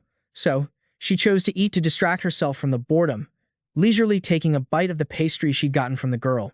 Only when she saw Yang Tian take just one did Shui brighten up again. "I thought that was the last one, and I figured you were just afraid he'd eat all your snacks." Yang Tian wasn't really thinking much about that. His only wish right now was to go home. At that same moment, back at Yang Tian's house, Gu Shi faced the stranger and asked bluntly, "Who are you?" The girl gracefully tucked a strand of hair behind her ear and answered gently, "I am Nangang Fei." She possessed such a pure, innocent beauty that it made anyone who saw her want to protect her. When Gu Shi heard her name, she let out a soft exclamation, feeling an inexplicable sense of discomfort. "So you're Yang Tian's fiancé." Nangang Fei's bright, sparkling eyes were truly captivating. Combined with her fair skin and rosy, pouting lips. Even if she didn't want to admit it, she had to acknowledge that the girl was truly beautiful. Putting that aside, Gu Shi wanted to ask more. I get it, but why are you here looking like that? Shyly, she brushed off a leaf that had accidentally caught in her hair on the way over, explaining softly, I got lost. That might not sound very convincing to you, right? Getting lost and ending up in such a state. Hearing her say that, Guzi only wanted to probe further. So, what is the real reason you went through all that trouble to find this place? Nangongfei hesitated for a moment before answering quietly, I came to see my fiancé. Her answer caught Guzi completely off guard. Fiancé? As far as she remembered, the two of them hadn't officially gotten engaged yet. She stammered, trying to add. That is, but before she could finish, Guzi burst into loud laughter, cutting her off. But what do we do now? My little brother isn't here. The way she addressed him left the girl puzzled. Little brother? Guzi puffed out her chest with pride as she introduced herself.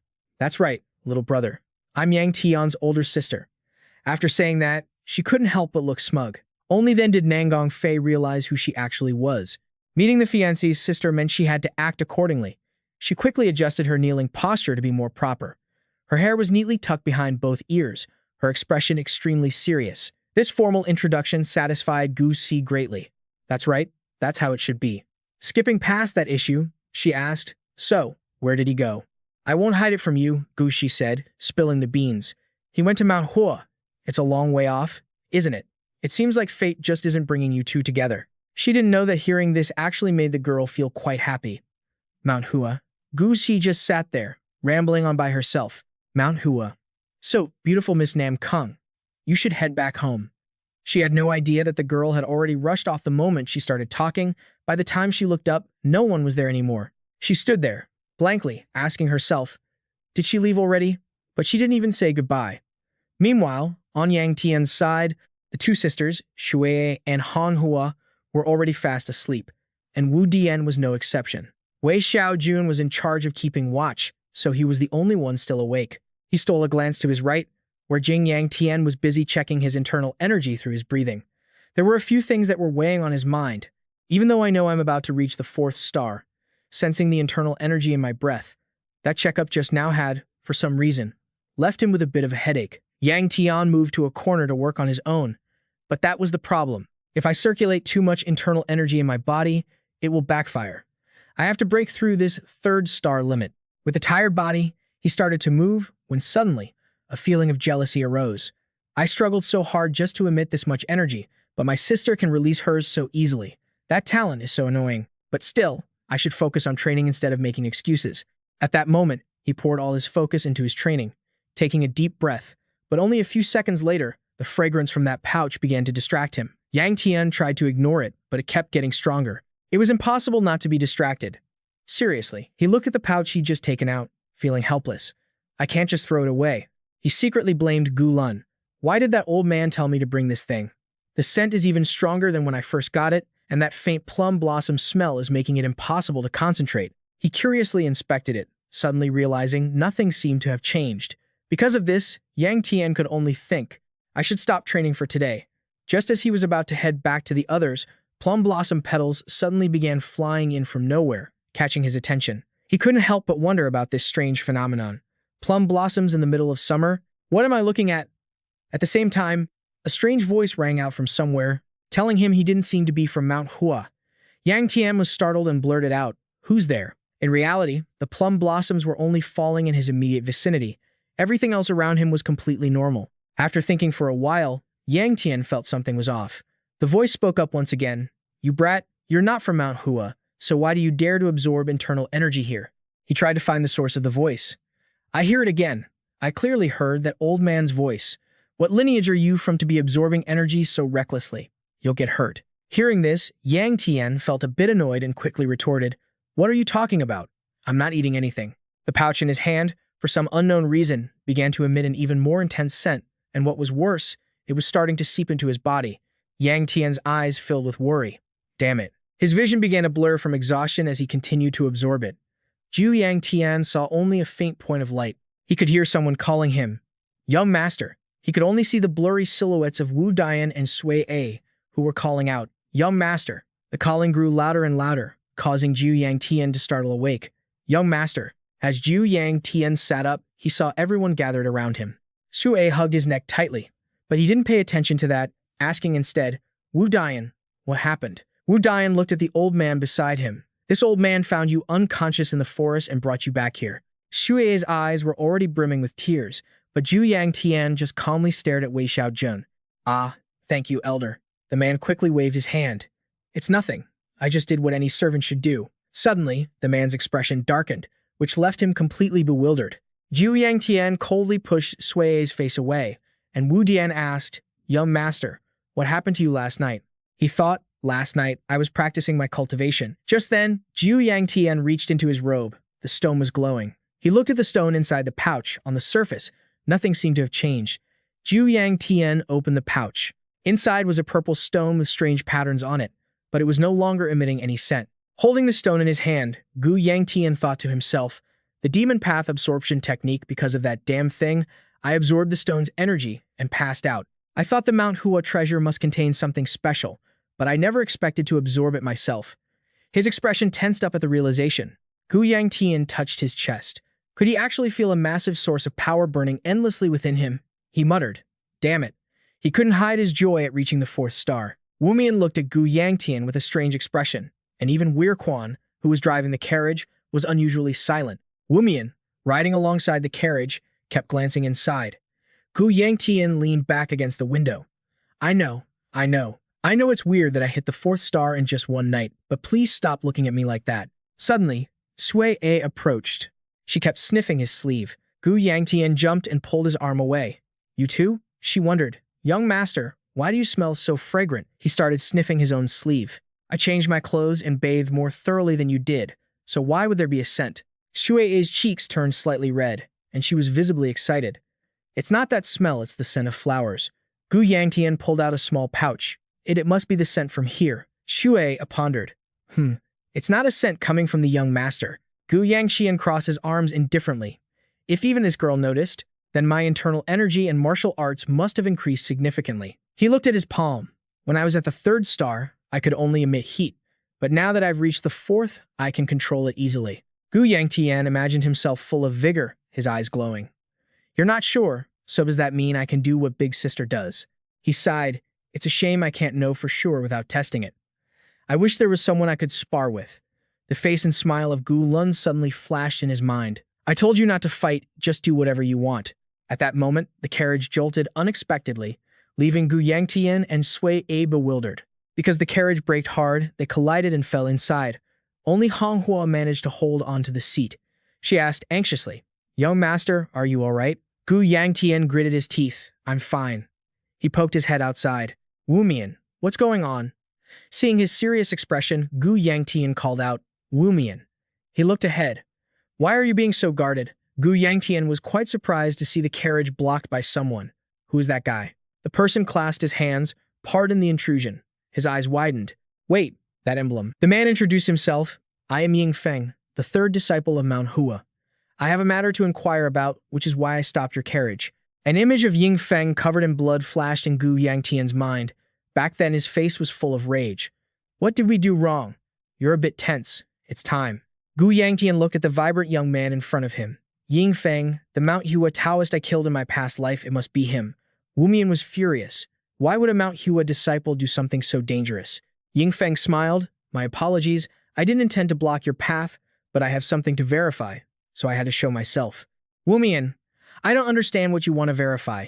Ying Feng's voice was firm. I want to see if there are any Mount Hua disciples inside this carriage. Hearing this, Gu Yangtian became even more tense. It couldn't be no way. Ying Feng slowly approached. I sensed a familiar aura from afar, so I came to check. Thankfully, there are no issues, but I have a question. If there are no Mount Hua disciples in here, this made Wu Mian alert. His hand gripped his sword. Don't come any closer. Suddenly, a flower petal appeared in front of Gu Yangtian, and other petals floated gently in the air. Now he could see Ying Feng's confident face. He looked extremely excited. Why can I sense Mount Hua's aura coming from this young hero? Gu Yangtian grew more anxious. Damn it. In his heart, he panicked. I'm done for. Before he could finish his thought, he heard another voice. I'm finished. Tanjie looked at Gu Yangtian in surprise. He looked quite cheerful, and the atmosphere even turned a shade of pink. Oh, you can see this old man? Gu Yangtian stared in shock at the tiny old man who had suddenly appeared. From that moment, a strong connection was forged. Gu Yangtian's eyes bulged. He seemed unable to believe it and rubbed his eyes with his hands. Tan Zi was annoyed. Does this immature brat dare to emit internal energy after seeing this old man? He stared at him without blinking. At that moment, Ying Feng stammered. Young Master A. Gu Yangtian's lips tightened. He clutched his head. I must have trained too hard. I'm having hallucinations. Gu Yangtian comforted himself. I'm even hearing things. Tan Zi found this extremely annoying. Still pretending? Even Ying Feng was confused by his behavior. Hey, young hero, what's wrong with you? Now it was Gu Yangtian's turn to be surprised. Huh? You don't see him? He looked at him suspiciously. What are you talking about? Gu Yangtian pointed at Tan Zi. That old man, as small as a bug. Ying Feng's face turned serious, while Gu Yangtian's face went pale. He pointed at Wu Mian. Wu Mian, you don't see him either? He stiffened at the question, but Wu Mian reacted immediately. Ah, I see him. Gu Yangtian breathed a sigh of relief. See. You see him, right? Wu Mian's voice remained hesitant. Yes, the old man. Red hair, right. Gu Yangtian was speechless. No, Wu Mian guessed again. Then, green. Gu Yangtian seemed to lose his cool. Who told you to guess his hair color? He shouted at everyone. There's no way I'm the only one who can see him. Look closer. Tanze looked at him. Be quiet. Kid. Gu Yangtian clutched his head. He didn't want to accept the truth. What is this really? Is it a demon? When did it possess me? Tanzi stroked his beard, looking puzzled. What do you mean possess? You ate it voluntarily. Hearing his words, Gu Yangtian jumped up. Ate? What did I eat? You've been. Only then did he remember the stone he had been holding. Gu Yangtian's face was filled with panic. Tanzi pointed a finger at his face, demanding, Who are you? You, someone who isn't from Mount Hua, dared to swallow a Mount Hua treasure? He crossed his arms and pouted. You don't even know who I am, yet you dare to speak to me like that? You dare to call me a demon, an illusion, and talk down to me. Only now did Gu Yangtian ask, then who are you, old sir? Ying Feng was very surprised to hear this. You don't know who I am, he replied. No. They continued their conversation, leaving Ying Feng and Wu Mian stunned. This kid really has no clue about anything. Gu Yangtian delivered a lethal blow. If I don't know who you are, then you must not be that famous. He was so furious he let out a cold huff. Tanza closed his eyes. I'll only say this once, so listen carefully. His smooth, childish face suddenly transformed into the face of an elderly man. He introduced himself. I am the 8th generation sect leader of the Great Mount Hua sect. By now, Tan Zi had returned to the state of an elderly man, the Great Mount Hua sword immortal, Tan Zi. He began to recount the greatest battle before the heavenly demon appeared, when everything seemed like hell on earth, engulfed in a sea of flames, the great blood demon war. Tan Zi and others bravely charged into battle, and 5 great masters managed to stop the blood demon. The images from that time have been passed down through generations. Although the blood calamity ended long ago, their names remain etched in the history of the Central Plains martial arts world. That heroic monument has now been moved up the mountain, and the person most respected by the Mount Hua warriors is, having said that, Tan Zi reverted to his small form, looking quite pleased with himself. Gu Yangtian could not hide his surprise. The little old man who looks like a bug in front of me, his tone remained unchanged. What? Tan Zi could not believe it. You still call me a bug? Beads of sweat appeared on Gu Yangtian's forehead. I was only thinking it in my head, he insisted. I can hear everything, Tanja said, hands clasped behind his back. Now that you know who I am, behave accordingly. He gritted his teeth. Who would believe that? Tan Zi found his stubbornness difficult. This kid, they continued their conversation to the astonishment of Wu Mian and Ying Feng. Gu Yangtian looked at the small pouch. Then why were you inside the stone? He pondered for a moment. Tan Zi also wondered. That's right. Why was I inside that? Upon hearing this, Gu Yangtian asserted, how useless. This made him bristle. I'll bite you. He wasn't entirely sure himself. It seems like you know more than I do. Of course, he didn't understand what had happened either. I don't know either. Tanja's words caught Gu Yangtian's attention. Then why, since you aren't from the Mount Hua sect, he pointed a finger at his face. Can you absorb the internal energy of the plum blossom refining stone? His face stiffened, and Tanza's expression became serious. Do you know something? The more he probed, the tenser Gu Yangtian became. Finally, Tanze just sighed. He put on the demeanor of a high-level master. Everyone has secrets, especially children like you. Gu Yangtian said sincerely, thank you, sir. Tanze was satisfied. Very good. He was curious when he heard him continue. But there are more important things happening, so focus on that. The forest nearby suddenly emitted strange sounds. A large group of strangers had targeted their carriage. Those people landed and kept rushing toward them. Gu Yangtian looked over. "Are they?" Ying Feng hurriedly reassured him. "Don't be too surprised, they aren't enemies." Before he could finish, he felt his knee being held by someone. Wu Mian's sword was pressed against Ying Feng's throat. "Young master, be careful." He gritted his teeth. It seemed Wu Mian was looking at the group of people holding weapons heading toward them. "We're being attacked." Everything seemed to become more intense. The two sides stared at each other, the air thick with tension. The group opposite them all looked very robust. Gu Yangtian looked at Wu Mian.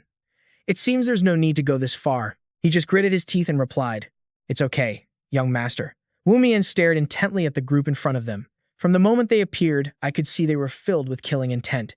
Gu Yangtian wondered, "Is that so?" Tan Zi, standing nearby, hurriedly interrupted, "No, please listen to me for a moment." He patted his chest, guaranteeing, "I don't know why the people of our sect are angry, but if I go talk to them, I'm sure everything will be fine." Wu Mian glanced at him. "Are they?" Ying Feng nodded. "Yes, that's right." He looked at the red symbol on the chests of those people. "Look at the plum blossom pattern on their robes. They are Mount Hua people." Ying Feng looked at Gu Yangtian again. "Do you trust me?" He called out to Wu Mian. At that moment, Wu Mian also lowered the sword pressed against Ying Feng's throat. "Yes." Ying Feng assured him again, "Don't worry, I'll talk to them." He immediately ran over to the group. They spoke and exchanged words. Gu Yangtian and Wu Mian both broke into a sweat when they saw Ying Feng get punched. The others sheathed their swords one by one, and they clasped their hands. "Forgive the rudeness." The senior brother bowed his head. "The personal actions of our group have inadvertently caused you worry. We apologize." Gu Yangtian was also very polite. "It's fine. We apologize for drawing our swords as well." He was puzzled. "But why are Mount Hua people in this remote place? Did something happen?" The senior brother stammered. "I'm sorry, but I cannot tell an outsider." But Ying Feng pushed through. "Recently, several Mount Hua disciples have gone missing." The senior brother was startled when he heard him say everything. "Why would you say that?" Gu Yangtian thought about their terrifying strength and couldn't help but be surprised. The Mount Hua Plum Blossom Sword team is not weak enough to be kidnapped. This is strange. The senior brother pulled Ying Feng's ear and continued, "Therefore, we are searching the area, and this guy said he felt the aura of Mount Hua from you, young hero, so I ran here." Gu Yangtian was afraid. "Is it because of the aura from my body? What should I do?" But Tanze appeared very nonchalant. "It's nothing," he explained. "I have mastered your aura, so they won't recognize it." Tanze pointed at him. "Senior brother, can you feel the Mount Hua aura from that young hero?" The senior brother looked at him with a thoughtful expression. "Indeed I can, if you don't mind. Could you please?" Missing context, implied continuation of conversation, Gu Yangtian glanced at Tanze. "You said you masked it, but I can still feel the aura." He was very unhappy. "Kid, do you even have eyes?" Both the senior brother and Ying Feng were very surprised when they saw the object inside Gu Yangtian. They couldn't hide the astonishment on their faces. They looked at the stone that Gu Yangtian brought out. "No, this is." They couldn't believe it. The sect leader said he had lost it in a drinking bet. Privately, he was skeptical, did he really lose it in a drinking bet? Tanzi affirmed, "This is the treasure of Mount Hua." Now, Ying Feng nodded in realization. "So that's it. Because you are holding the treasure, I could sense the aura of Mount Hua from you." The senior brother pressed, "But why do you have it?" Gu Yangtian climbed onto the carriage window. "Let me introduce myself, albeit belatedly." He introduced himself. "I am Gu Yangtian of the Gu family. I am on my way to Mount Hua to return this treasure." Hearing this, the Mount Hua people were very surprised, and they couldn't stop whispering. "The Gu family? Is it the Gu family from the great clans?" Seeing them whispering, Wu Mian and Gu Yangtian both felt confused. Unlike the disciples behind him, the senior brother folded his hands and apologized. "It turns out you are from a prestigious clan. Please forgive my rudeness. I unleashed my killing intent on you the moment we first met." Gu Yangshan remained puzzled. "It's all right, but is there something going on?" An Feng's face went blank. He called out, and Gu Yangshan wondered, "Young Master Gu." Well, before An Feng could finish his sentence, the disciples behind him covered his mouth and tapped him on the head. Being the younger sister of young Master Gu, they immediately dragged An Feng away. The senior brother waved his hand. "You don't need to worry about it." Gu Yangtian gestured toward the scene behind him with an uneasy expression. "But I can't help but feel concerned, and the senior brother doesn't seem to care much." "It's fine." Seeing this, he could only let it go. "Ah, right," Gu Yangtian asked again. "Little sister, have I caused you any trouble?" Hearing his question, the senior brother's expression suddenly darkened. "Nothing at all," Gu Yangtian stated firmly. feeling as though something was amiss. He looked at them. It seems my little sister has caused some trouble. I apologize. As soon as we arrive at Mount Hua, I will take her back. The senior brother looked at him in disbelief. Huh. The eyes of the disciples behind them seemed to light up. Take her back. They quickly and nimbly formed a formation. Gu Yangtian was stunned by the sight. Hey, what's going on? The senior brother patted his shoulder. Great hero, Gu. The group from Mount Hua has. They stood in 2 straight rows, leaving a path in the middle. The senior brother was extremely excited. Let's go. An Feng, standing nearby, already had a bump on his head. Gu Yangtian's face went pale, and Wu Mian was equally confused. He couldn't help but scream internally. What did she cause? Meanwhile, on the peak of Mount Hua, Ren Hua stood before the tightly closed door. She seemed hesitant, and then a voice came from inside. Come in. Ren Hua pushed the door open. She called out, Master. The Plum Blossom Immortal smiled kindly. It's the middle of the night. Aren't you afraid to come here every day? The younger sister ran quickly toward her. She hugged the Plum Blossom Immortal tightly, and the little sister asked worriedly, Are you feeling well? She replied, The weather is nice today, so I feel better. She rubbed her face against the Plum Blossom Immortal, unable to hide her contentment. That's such a relief. She looked at the girl and smiled. You won't be coming here as often anymore. Hearing that, the younger sister immediately denied it. What do you mean? I will always stay by your side. Outside, the sky was filled with countless stars. The Plum Blossom Immortal said, You have to return to West Mountains soon. Ren Hua kept clinging to her, and she stroked the girl's hair. Don't you want to see your family? Ren Hua's voice softened. Family. Her eyes were filled with sadness. They are not my family. The Plum Blossom Immortal fell silent for a moment before smiling gently. Beneath the moonlight in the sky, her voice was kinder than ever. True, a sick old woman like me shouldn't interfere in someone else's family affairs. Ren Hua looked up at her. Don't say that, even if you are ill. Master, her voice choked with emotion. You are still called the Plum Blossom Immortal. The Plum Blossom Immortal looked out the window. That is a thing of the past. Down there, it looks like a bottomless abyss. I don't know how much longer I have to live. In the forest, where there was no light, I could only see the sword's path flashing as it sliced through the wolves. Those wolves had no chance to fight back. They were all struck down, bleeding incessantly. Nangong Fei didn't even look back once. Surrounded by countless bloodstains, her expression was slightly annoyed. Nangong Fei closed her eyes, focusing on sensing something. Her back looked incredibly frail. Suddenly, a flame hovered in the air beside her. After that, Nangong Fei immediately left. She kept moving forward with a very serious look on her face. Besides that, as the sky grew dark, I heard a voice, Wei Shui, prepare more food. The people from Mount Hua will be dining with us too. The people from Mount Hua split up to keep watch and set up camp. Gu Yangtian asked Tanzi, How do I get you out of my body? He stroked his beard. If I knew, I would have stayed there. There are people from Mount Hua everywhere. His voice wavered slightly. Old man, I'm just asking in case, but Tanzi snapped. I am not an old man. I am the Mount Hua Sword Immortal, the 8th sect leader of Mount Hua. His words were met with an indifferent glance from Gu Yangtian. You see and hear, yet you still don't believe me? He stared intently at Tanzi. I will believe you this time, whether you are an old man or please, don't worry. Tanzi looked at him judgmentally. I have no interest in your rotting carcass. Gu Yangtian wouldn't back down and retorted. What do you mean, rotting carcass? Tanzi snorted. You dare talk so much while harboring that thing inside you? His face suddenly became tense. Harboring? What do you mean?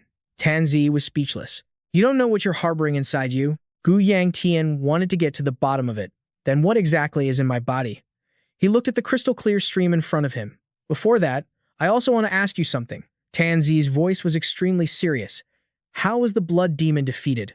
Gu Yangtian froze. He exhaled. I knew it. You are not the Mount Hua Sword Immortal, are you? Tanji was confused by his change of subject. What? Gu Yangtian's voice was indifferent. The Mount Hua Sword Immortal himself destroyed the blood demon, yet you, claiming to be the Mount Hua Sword Immortal, don't know about that? How is that possible? Tanzi's expression darkened. I wonder that myself. He looked him seriously in the eyes. For some reason, I don't remember anything about the final battle with the blood demon. The two stared at each other for a moment. Gu Yangtian was impatient. Now, answer my question. What am I harboring? Do you know something? He was very angry. You don't even trust who I am, so how can you believe what I say? He sighed. Are you getting cranky because you're old? Tanzi coughed lightly. In short, he asserted something that left the boy stunned. I don't know either. Tanzi pointed at his face. To me, the fact that you don't feel anything is the strange part. You are harboring something so vicious inside you, yet you have no idea? Vicious. Yangtian caught the main point. Vicious. Don't worry, he comforted. I am suppressing it. So don't be afraid. Yangtian stared. That's it. Tanzi raised his fist. Do you want to try it? He looked at him hesitantly. No, but before he could finish, Tanzi raised his hand. Immediately, a massive wave of black energy erupted from his body. Ah! Yangtian's eyes were full of confusion. He stared blankly at the dark energy constantly enveloping his body. Impressive. Yangtian's eyes were filled with confusion as he stared blankly at the dark energy wrapping around his body. As the aura drew closer, fear flashed in Yangtian's eyes. His gaze seemed helplessly drawn to that energy, as if he had lost all control over his own body. Just as Yangtian tried to defend himself, Tanzi gestured to stop. That's enough of a test, don't you think? He was panting heavily. Yangtian's eyes still held a hint of terror. What was that just now? Tanzi clenched his fist. I told you, I'm trying to suppress it. He was deeply confused. Why on earth is something like that inside me? Tanzi looked equally bewildered. I have no idea. He then continued, I know you have many questions, but that's enough for today. Yangtian disagreed. Why? I was just getting interested. He pointed up at the sky. Yangtian looked in the direction Tanzi was pointing. Yangtian couldn't figure it out. There was nothing there, but it seemed he had missed the brilliant purple light flashing in the sky. In that very moment, that light struck directly at his feet, sending petals scattering everywhere. He stared wide-eyed at the scar left on the ground, dust swirling in the air. Yangtian could only vaguely make out the silhouette of someone. His face flushed red. What are you doing? Suddenly, he saw Infeng's back through the massive gap. Since ancient times, Mount Hua has a saying Yangtian's face was blank. Huh! Infeng's hands were clenched, and he could see the bulging muscles on his body. To get close, one must fight. Yangtian watched as he kept emitting light. What the hell? Tanzi is studying this too. Does someone like this really still exist in Mount Hua? He wondered to himself, is this how Mount Hua issues challenges? And Feng still wore a brilliant smile. Sorry, I'm just happy to meet someone my own age with such high-level martial arts. Yangtian couldn't fathom Feng's excitement. Within the Mount Hua sect, among our peers, with such skill, why would you say that? He stammered. Even so, Feng scratched his face awkwardly. Tanzi assessed. Kid, that boy Yangtian seemed to understand what he meant. Yes, I know. He realized what he was longing for. The youngest disciple of the Plum Blossom sword technique, a wall that those without talent could never overcome. A harsh reality that hard work couldn't bridge. It seemed Yangtian was aware of this. Someone like him trying to fit in with ordinary martial artists, his age would only make them feel more insecure. Tanzi shared his thoughts. You talk as if you're one of them. And Feng stood there, unable to say another word. Finally, Yangtian put his hands on his hips. Let's fight. He smiled, just this once. Hearing that, and Feng's face lit up instantly. He bowed with clasped hands to show his gratitude. Immediately after, powerful bolts of lightning erupted around him, and Feng smiled. Then, here I come. The lightning gathered everywhere, crackling across and Feng's body. In an instant, he was blasted away, and even Yangtian couldn't react in time. That immense power made everything glow bright as the sky grew dark. Tanzi was struck directly and sent falling into a nearby stream. Water splashed everywhere. He was stunned to see a whirlpool forming in the stream. Nangong Fei kept releasing her power. She was aiming at Yangtian. Water from the stream sprayed up like a light rain. Her face was stunned. Ah! Nangong Fei looked at him with a radiant smile. Her voice echoed, I found you. Raindrops poured down continuously from the sky. They struck the silhouettes of two people collapsing on the road. Rainwater ran down, making Yangtian's hair even messier. He stared at the wounds of the person on the ground. A deep wound in her abdomen left Nangong Fei extremely weak. Her eyes could no longer see Xiao Ju. Nangong Fei's blood-stained hands slowly reached up. Are you crying? Yangtian's eyes were a strange, eerie purple.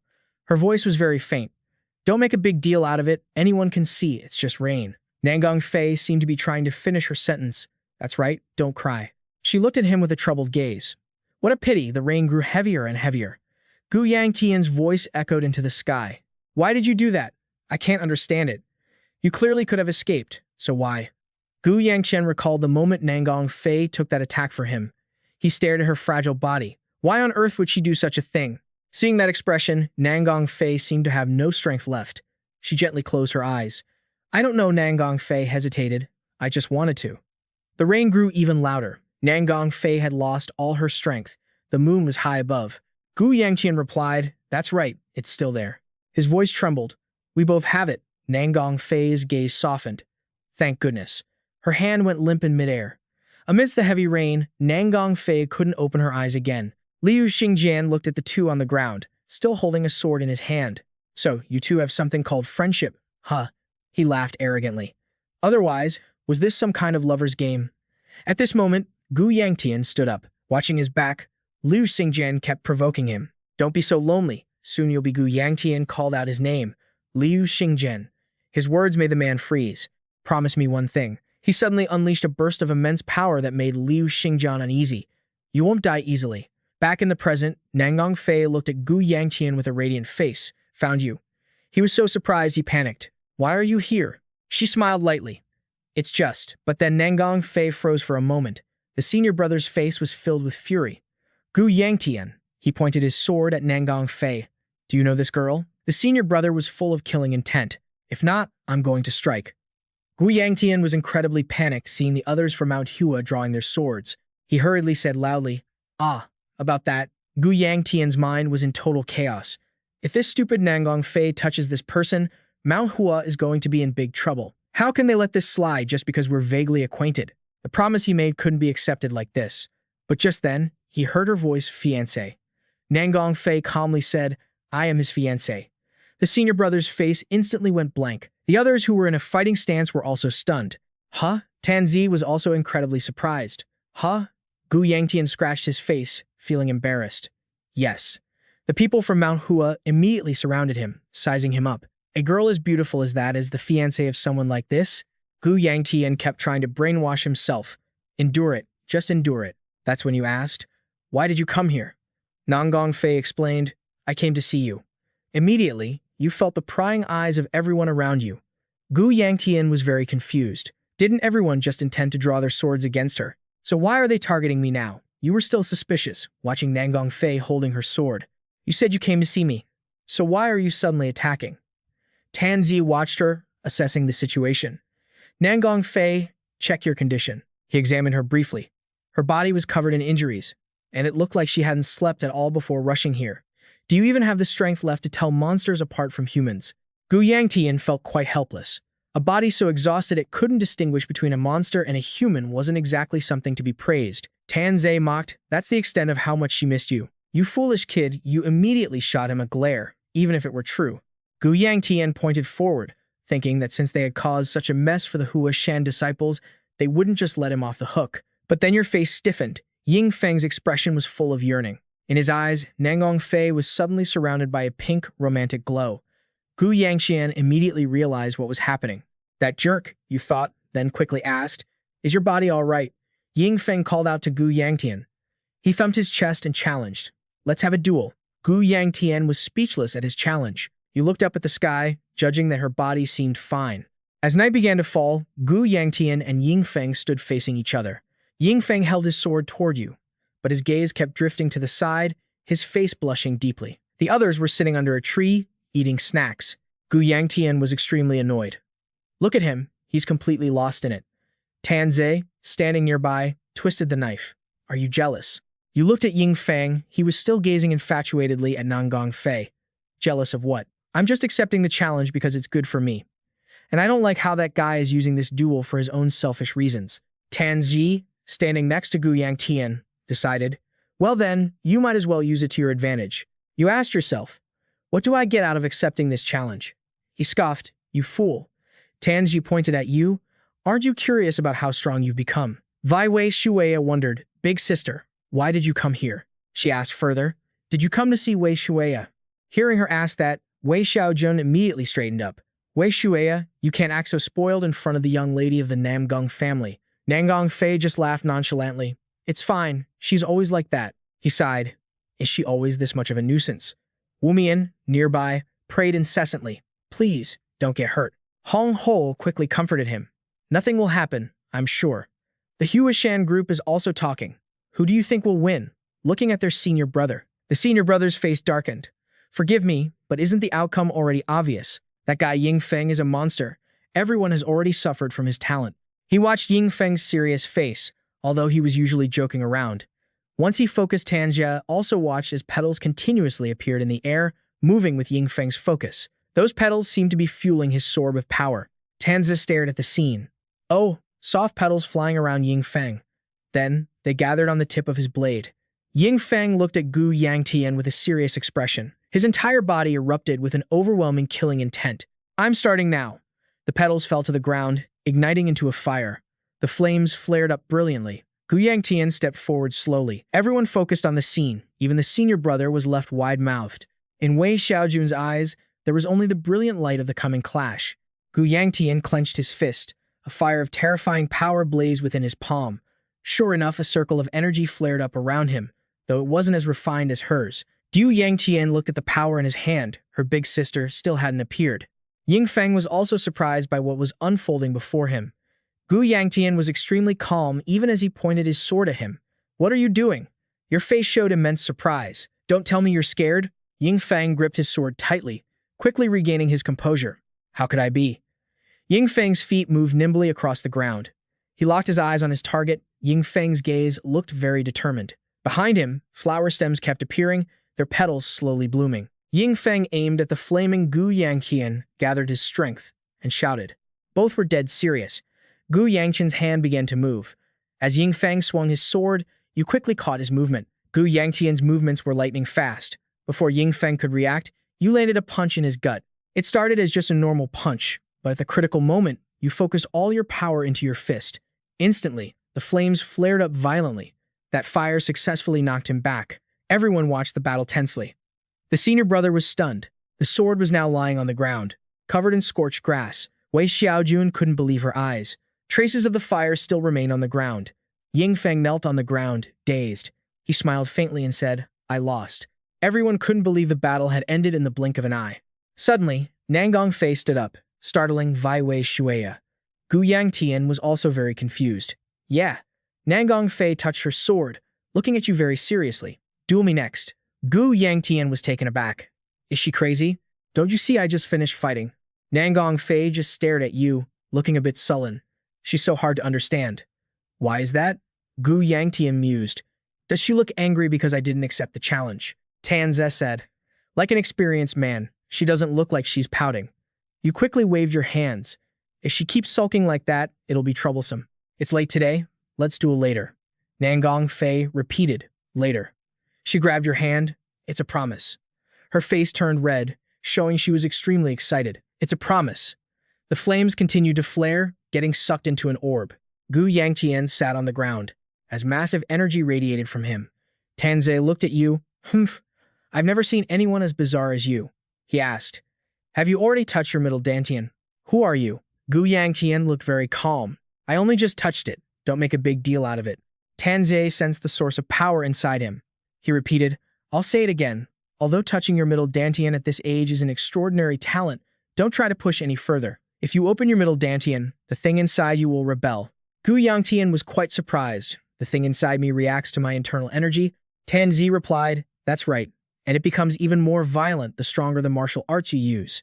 He held up 2 fingers, flames erupting from his body, covering his arms in fire. If you do anything more than that, the thing inside you will rebel. Hearing this, Gu Yangtian looked very tense. Damn it, he stood up. It's still not enough. At this moment, Yingfeng walked over. Do you still feel it's not enough after winning the match? He still wore that same smile without showing any signs of discomfort. Gu Yangtian glanced over. What's the matter? Yingfeng gave a very sincere smile. Thank you. He couldn't understand this guy. Huh. What are you talking about? He appeared deeply grateful. My knowledge is limited, so I don't understand why you did that, young master. But I know you were trying to teach me. Tanzi crossed his arms, thinking, this kid wasn't rattled at all after being defeated so miserably. Instead, he's calmly reflecting. Gu Yangtian, however, felt unconvinced. Damn it, I've risked my life training everywhere, and that guy only needed 1 match. Tanzi glanced at him. Kid, you look really petty. He looked at him. Although I didn't intend to, it's good if you learn something. Yingfeng didn't hesitate to express his feelings. Actually, I always thought I was an outstanding genius. But when I saw you, young master, I realized there's another world out there. He laughed. You must have put in a lot of effort, far beyond my imagination. Gu Yangtian thought to himself, I don't like this guy. Tanzi interrupted. Be quiet. He was clearly annoyed, thinking, How am I supposed to think with you being so loud? He saw Ying Feng bowing to him. Young master, he seems very sincere. Thank you once again. But Gu Yangtian said nothing, just stared at him, the image of Ying Feng's miserable, bloodied face appearing in his mind. Gu Yangtian seemed to see his past. He muttered, how annoying. Tanzei also sighed. This kid is really Wei Shui shouted. Grandpa, did you see that? She was extremely excited as she recounted. The young master defeated that flowery guy with one strike of the fire wheel technique. The people from Mount Hua couldn't help but tear up. What do you mean, flowery guy? Wei Xiaojun laughed. Heh. Shuya, keep your voice down, child. Wei Shuya looked at her grandfather. Oh, and grandpa, big news. You'll be so surprised. What is it? She was very agitated. The young master is getting married. Wei Xiaojun was confused. That's happy news, isn't it? Wei Shuya suddenly screamed. No way. Wei Xiaojun looked at his granddaughter in surprise. Wei Shuya poked her fingers together. She didn't know what marriage was, and she looked very angry, but it wasn't allowed. Only she could do anything with the young master, and he had to ask her for permission first. Her grandfather was very confused as he called out to her. Wei Xiaojun looked at her and began to explain. Her face stiffened as she heard the explanation. Wei Sui's mouth opened wide in surprise, leaving only small clouds in the sky above. A few things had become awkward after the match with Ying Feng. Wei Sui poked at the meat in her bowl, looking extremely gloomy, while everyone else gathered around the fire to enjoy the meal. Wei Xiaojun asked tentatively, Shuya, dear, are you not feeling well? Wei Shuya shook her head frantically. Gu Yangtian held his chopsticks, looking toward her. If that's not it, why are you eating so absent-mindedly? He said intentionally. Hey kid, if you don't want to eat, give all that Jawa cake to me. At that moment, Nangong Fei was looking at a piece of meat in the pot. She wanted to pick it up, but Wei Shuya was faster and snatched it away immediately. She quickly stuffed it into her mouth, but Nangong Fei didn't pay it any mind and went to choose another piece. That piece of meat was also snatched away by someone else's quick hands. Watching Wei Shuya stuffing her face, Gu Yangtian suddenly felt angry. Only now did he realize something was off. That's not right. You now. Wei Xiaojun fanned himself. What are you doing acting like this during a group meal? In an instant, Wei Shuya felt wronged, her hand holding the chopsticks trembling uncontrollably. Wei Shuya stood up abruptly. You're a jerk. She ran away, leaving Wei Xiaojun deeply worried. Shuya? But she didn't care and ran madly forward. Gu Yangtian didn't understand what was happening. He turned to ask Nangong Fei, what was that? Did I say something wrong? But she just shook her head, not knowing either. Has she been like this since the match? It was more like she was pouting about something. Wei Shuya sat down under a nearby tree and continued to eat, feeling sorry for herself. And what was even more inconvenient was that the sky above grew bluer and bluer. Gu Yangtian yawned, looking over blankly. Young master, you're awake? You still look very tired. Yeah, thanks for your hard work on watch. Gu Yangtian's eyes were dark with fatigue. They had been camping for days. Lately, he spent more time in the tent than in the palace. It seemed like the days of sleeping outdoors were far from over. He went to the stream to quickly wash his face, and despite that, Ying Feng's bulging muscles suddenly hid his field of vision. He was just as muscular from behind. Ying Feng looked at Gu Yangtian. Young Master Jiu, would you like to train together for a bit? He sighed internally. It seemed the people from Mount Hua couldn't keep their clothes on properly in the morning. Tanzi heard this and immediately corrected him. And martial artists' body changes according to the inner techniques they possess and their own emotions. He explained, so, only by becoming a sturdier tree can the plum blossoms bloom beautifully. Gu Yangtian nodded. I see. I understand. Tanzi suggested, then you should also train your physique a bit. He looked at him. Thanks for the advice. But I have more important things to do today, so let's train together next time. He looked helpless. That's fine, I suppose. Ying Feng was confused. What important business do you have? Is today some kind of special day? Gu Yangtian repeated. Ha ha, did you forget? Today is, in front of them were long, seemingly endless stairs leading to the mountain peak, and everything around them was pitch black. Gu Yangtian poked his head out of the carriage. Tanzi wiped the tear. The buildings in front looked ancient and grand. Gu Yangtian asked, do the people of Mount Hua have to climb up to that place? Ying Feng laughed. For us, that's something we do every day. He wondered, what kind of idiot built Mount Hua on a mountaintop? Tanzi had to agree. Sometimes I think that too. He continued, still, it's a relief that the kids from Mount Hua are always so thoughtful and take good care of everyone, right? The senior disciple looked at Gu Yangtian. Young Master Jiu, why not stay at Mount Hua for the night and head up the mountain tomorrow morning? We'll take care of your accommodations. He was puzzled, thinking, Since I'm carrying the treasures of Mount Hua, wouldn't it be better to head up right now? He seemed hesitant. Would that be okay? Gu Yangtian explained. But since everyone here at Mount Hua has been so considerate, I suppose I can't just ignore that. The senior disciple told him, in that case, we'll head up first and let them know you'll be arriving tomorrow. Afterward, he looked at Feng and said, if any issues arise, you stay here and accompany the young master up the mountain tomorrow. Gu Yangtian suggested, wouldn't it be better if you came up the mountain as well? The other seniors at Mount Hua are probably waiting, too. Feng just gave a bitter smile, a glint in his eyes. Gu Yangtian stared blankly ahead, thinking to himself, this guy, his relationships aren't bad at all, not just with people his age, but even with the seniors. Tanzi agreed. Back in my day, I never had it that easy. Feng and Wu Mian were chatting happily. Is there somewhere we can park the carriage? Regarding that, Wei Shui arrived carrying a large bamboo steamer. Sorry to have kept you waiting, everyone. She gave a radiant smile. Ta-da, young master. The steamed buns you ordered are ready. Gu Yangtian looked at the delicious buns in front of him and smiled with satisfaction. Finally, the fuel for his life had arrived. Wei Shui thoughtfully handed him a cup of tea. Young master, here is your water. He was extremely surprised. You're capable of such thoughtful things, too? She felt very satisfied being looked at. Heh, she asserted confidently. Wei Shui is very capable. Gu Yangtian sipped his water slowly, thinking, I thought her mood was a bit off these past few days, but she seems cheerful again today. He glanced at the cowlick sticking up on Wei Shui's head. Gu Yangtian gently patted her head, and Wei Shui's face turned bright red. She was very pleased with this gesture. Gu Yangtian glanced at her, thinking, if you kept doing cute things like this all the time, that would be great. She jumped in surprise. She hadn't done anything bad. Just then, Nangang Fei reached over with a steamed bun. She opened her mouth and gestured for him to eat. Gu Yangtian hesitated, feeling awkward and thinking, should I eat this or not? Wei Shui looked at the bun with a fierce expression, then quickly opened her mouth and ate it herself. Wei Shui's cheeks puffed out, but she couldn't help but stare at Nangang Fei. She was very surprised to see that, but Nangang Fei just kept smiling brightly. Wei Shui looked embarrassed. Gu Yangtian didn't understand what she was trying to do, so he just sighed. The awkwardness radiating from Gu Yangtian seemed to fill the entire building. It's just lunchtime. Let's just eat and not overthink it. The scene shifted, revealing a blade with a massive, heavy edge. It struck the stone steps with a loud, terrifying clang. At that moment, a bandit with half his face covered was trembling, standing under that overwhelming pressure.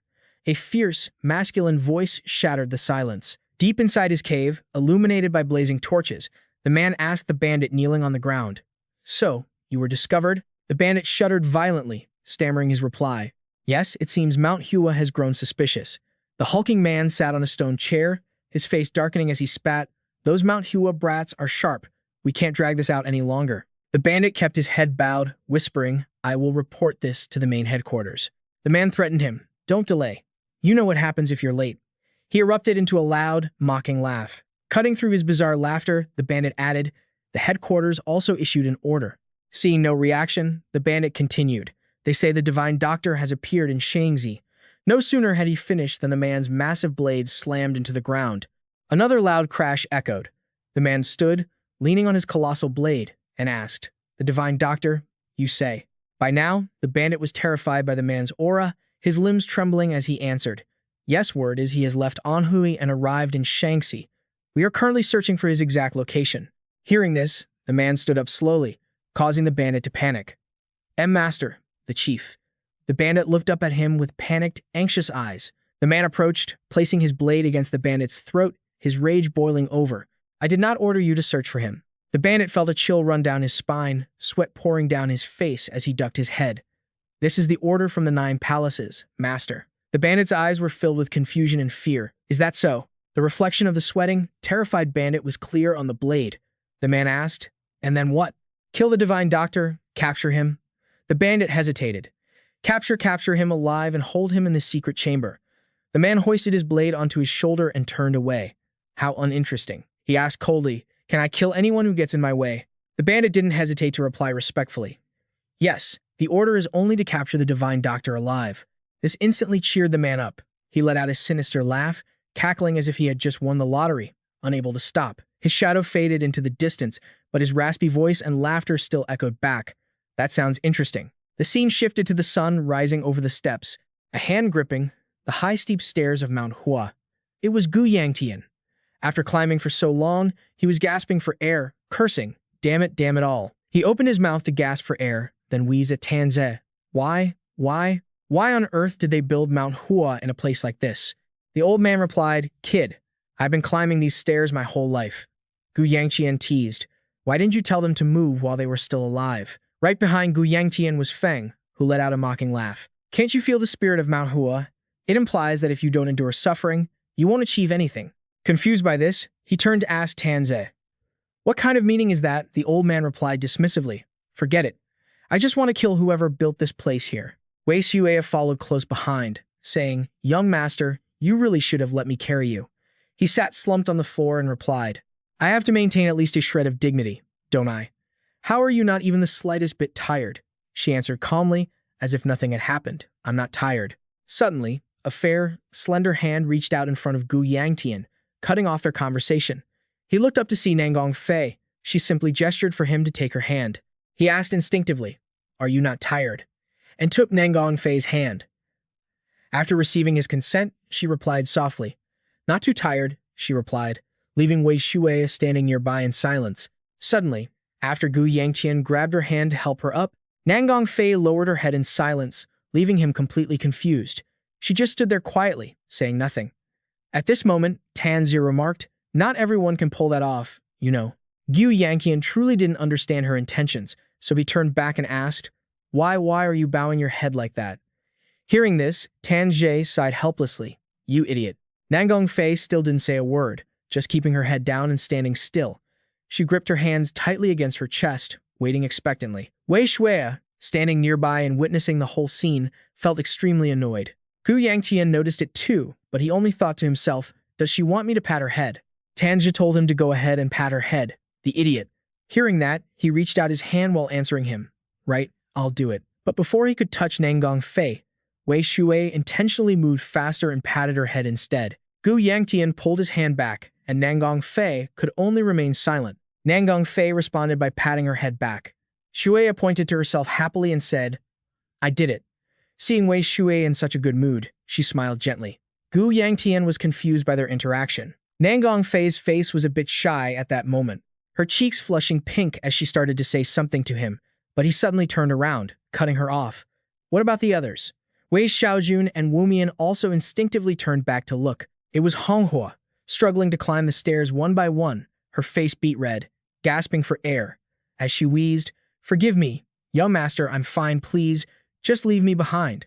Seeing her so exhausted, Tanzhe spoke up, Someone go pick up Honghua. But suddenly, Gu Yangtian heard a voice. The doors of Mount Hua slowly opened, and an old man stepped out, loudly asking, Is someone there? Seeing him emerge, Tanzhe happily exclaimed, I've been waiting a long time for this. An Feng bowed respectfully, while Gu Yangtian and the others showed no surprise. An old man with silver hair and a stern expression stepped out slowly, accompanied by his disciples. Seeing the man's appearance, Tanzhe laughed. Is this fellow really the sect leader of Mount Hua? Gu Yangtian also wondered to himself, Is that him? The Mount Hua sect leader approached and placed a hand on his shoulder. He had been expecting Gu Yangtian for a long time, and now that they had met, he was overjoyed, beaming. I have been waiting for you for a very long time. He was so excited that he kept rambling. Finally, the elders won't nag me anymore. When I lost that drinking bet and lost the stone, the elders gave me such a hard time. The sect leader shook him like a bobblehead, but Gu Yangtian tried to get a word in. I am Gu Yangtian from Gu Ga. He kept shaking Gu Yangtian like a cheese shaker, leaving him unable to speak properly. I came here to seeing him say that. The Mount Hua sect leader finally stopped. I know everything already. Gu Lun, that beast, wrote to me before you arrived. Then, he stared directly at him and asked, You've come to return the Plum Blossom Alchemy Stone and take your younger sister back, haven't you? Hearing him say that, Gu Yangtian's face lit up and he felt overjoyed. Thank goodness the second elder told them in advance. Everything would be over soon. So he politely replied, Yes, that's right. The Mount Hua sect leader continued, but mentioned that he hadn't written about one thing. He quickly asked back, Yes, what is it?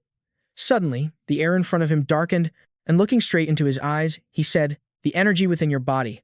This statement made Gu Yangtian's eyes widen in surprise as he stared at him. Then, the Mount Hua sect leader cast his gaze elsewhere, simply saying, The sect leader glanced toward Wei Xiaojun, who was standing nearby. Wei Xiaojun also noticed the sect leader's gaze and guiltily turned away to avoid it. The Mount Hua sect leader didn't want to bring up the past, so he let it go. He gently lifted his hand from his shoulder and just said that. Then he asked, "You must be exhausted from your journey here. Shangxian, could you prepare some lodging and food for our guests?" He quickly replied, "Yes, sect leader. I will lead them there immediately." Afterward, the sect leader's voice echoed across Mount Hua. "We will discuss the details after we go inside." Gu Yangtian felt something was off, so he turned back to ask Tan Jie, "Old man, what's this about?" He laughed loudly at his question. "Did you think you could absorb the treasure of Mount Hua and remain unscathed? But don't worry, you probably won't die." This comment made Gu Yangtian uneasy. "You saying that makes me even more worried." The scenery of Mount Hua was beautiful, with cherry blossoms blooming and painting the area in shades of pink. The Mount Hua sect leader toyed with a mysterious purple jade in his hand and said, "I apologize for calling for you as soon as you arrived without letting you rest." He sincerely explained to him, "But I cannot keep someone who has absorbed the internal energy of Mount Hua inside the main building. I hope you understand." Gu Yangtian, being a sensible person, politely answered, "Yes, I understand." The two sat across from one another, and he asked directly, "So you're saying that while you were holding the treasure of Mount Hua, it was suddenly absorbed?" Gu Yangtian's face showed his confusion. He didn't know what to say to him. But in his mind, he was talking to Tanzi. "First, I'll ignore the matter of that old man and just tell the truth. That's the best approach, right?" Tanzi helplessly offered him a defense, saying you were asleep after practicing martial arts and then absorbed it. Isn't that a lie? Seeing that he was right, he replied, "Yes." Following what he had discussed with Tanzi, Gu Yangtian stated his reason, which left the Mount Hua sect leader exclaiming that it was a hard story to believe. His gaze darkened as he continued, "The fact that you absorbed the internal energy, and the fact that you possess two different types of internal energy within you both are unbelievable." At that moment, Gu Yangtian really didn't know how to respond to the sect leader properly, so he blurted out, "Huh." Having said that, Gu Yangtian sank into deep thought about something. Tanzi was also a bit worried for him. The Mount Hua sect leader suddenly stood up and said, "All right, in that case, since you said you want to pick up your younger sister, follow me." He followed his instructions and stood up, then asked, "Where are we going?" Hearing Gu Yangtian ask him that, the sect leader looked a bit displeased. Suddenly, he turned around, his expression revealing a sinister, threatening air. "Did you think you could absorb the internal energy of Mount Hua and remain unscathed?" Contrasting with the sect leader's malevolence, Gu Yangtian replied quite calmly, "Ah, yes." This actually made the sect leader doubt his own ears, and he asked in surprise, "How can your reaction be so calm?" He looked up at him and replied, "I apologize, but your expression is very similar to the one the second elder makes when he is teasing me." This comment from him directly infuriated the Mount Hua sect leader. He was so angry that veins popped out on his face, and he scolded, "How dare you compare me to that guy? You've gone too far." Seeing him like that, he became even more convinced. That old man also loved making alcohol bets with others. The two really were alike. Tanzi, standing in the middle and listening to their argument, had to speak up to advise Gu Yangtian. "That's enough. Stop it." The Mount Hua sect leader had cooled down by now and turned away, not forgetting to say, "Let's go see your sister." Gu Yangtian quickly stood up, following in his footsteps as the scene shifted to a peaceful room, with a water wheel nearby splashing rhythmically and birds chirping in the bushes. It felt so pleasant. The scenery of Mount Hua appeared truly beautiful, dreamy, and majestic. Inside a room filled with medical paintings, everyone seemed very tense, when suddenly a voice rang out, "It's all ruined." That hand, dry and thin to the point of being skeletal, was pressed down to support the body. The voice continued, and the acupuncture points and the thin shoulders of the plum blossom immortal were visible, with each vertebra showing, as bruises began to appear all over her body for no apparent reason. The Mount Hua sect leader, who was examining her, spoke up, "Your entire internal energy flows in chaos, with your body so withered. How have you endured this?" Upon hearing this, she suddenly felt unwell, hurriedly covering her mouth before coughing heavily. Her body no longer held any vitality. Her collarbones were deeply sunken. Her eye sockets were dark, yet the plum blossom immortal still forced herself to reply, It doesn't hurt that much." The Mount Hua sect leader, sitting behind her, gently touched her thin shoulders, heartbroken. He chided her gently for lying. He knew the plum blossom immortal's personality well, so he said bluntly, "Are you trying to act strong in front of your disciple?" Ren Hua tried to suppress her emotions, not taking her eyes off her master for even a second. The large room held only the three of them, and the atmosphere suddenly grew tense. The Mount Hua sect leader asked directly, "How long has it been?" The Plum Blossom Immortal slowly pulled her clothes up, turned back to give a smile, and calmly replied, "About 4 years."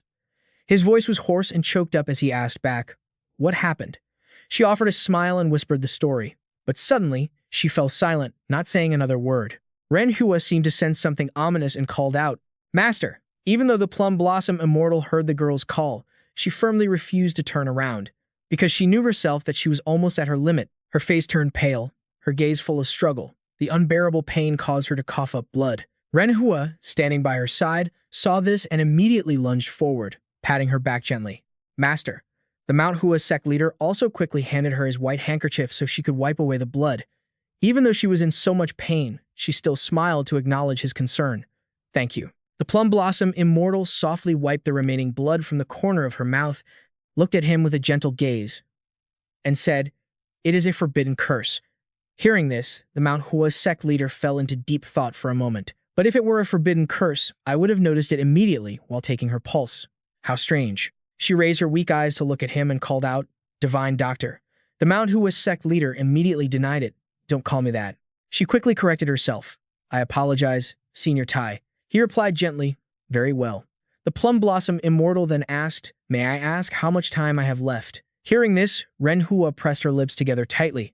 By this moment, the girl could no longer hold back her tears. Tears began to stream down her face.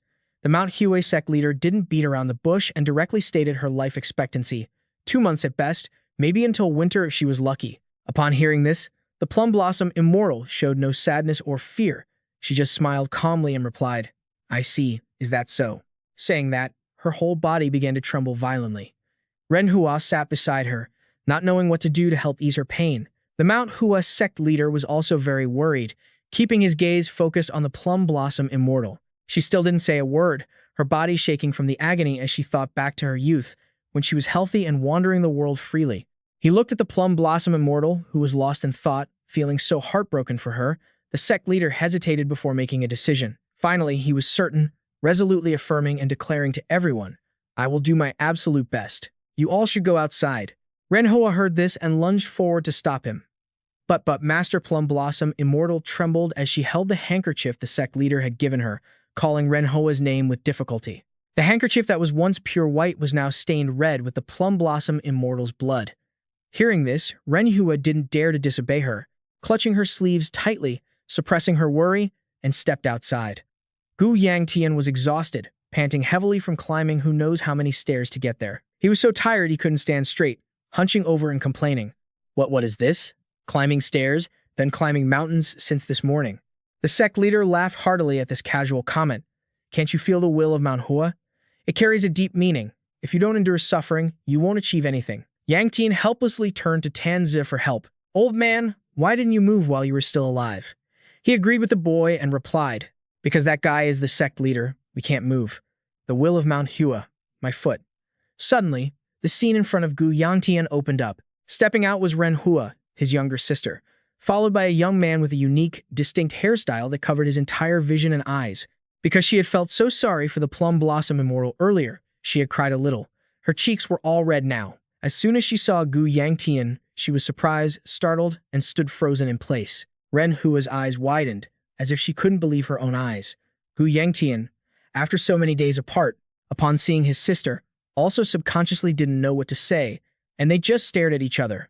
Ren Hua then hesitantly asked, "Brother, why are you?" Ren Hua was walking but suddenly stopped, causing the boy behind her to bump into her head. The collision made both of them yelp in pain. Gu Yangtian watched it happen and thought, confused, what is going on?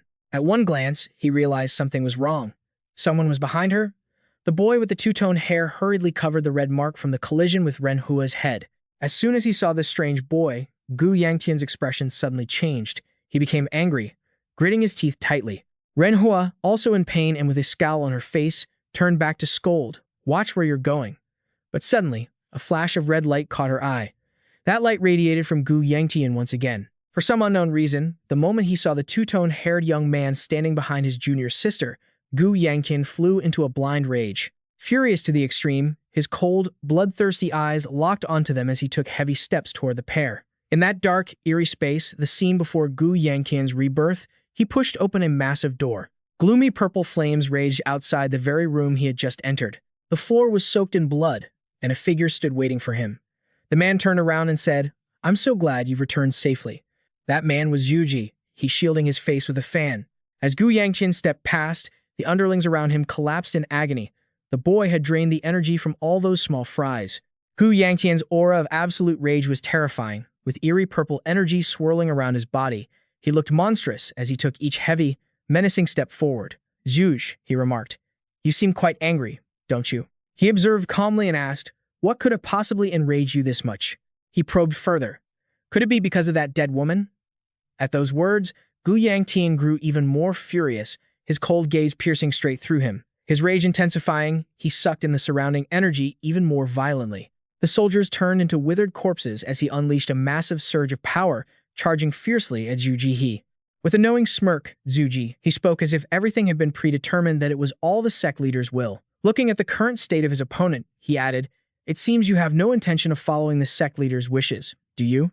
Gu Yangtian gritted his teeth in extreme frustration but could do nothing. Zhu Ji glanced at him with a cold, provocative stare. He stepped up close, facing him with burning resentment.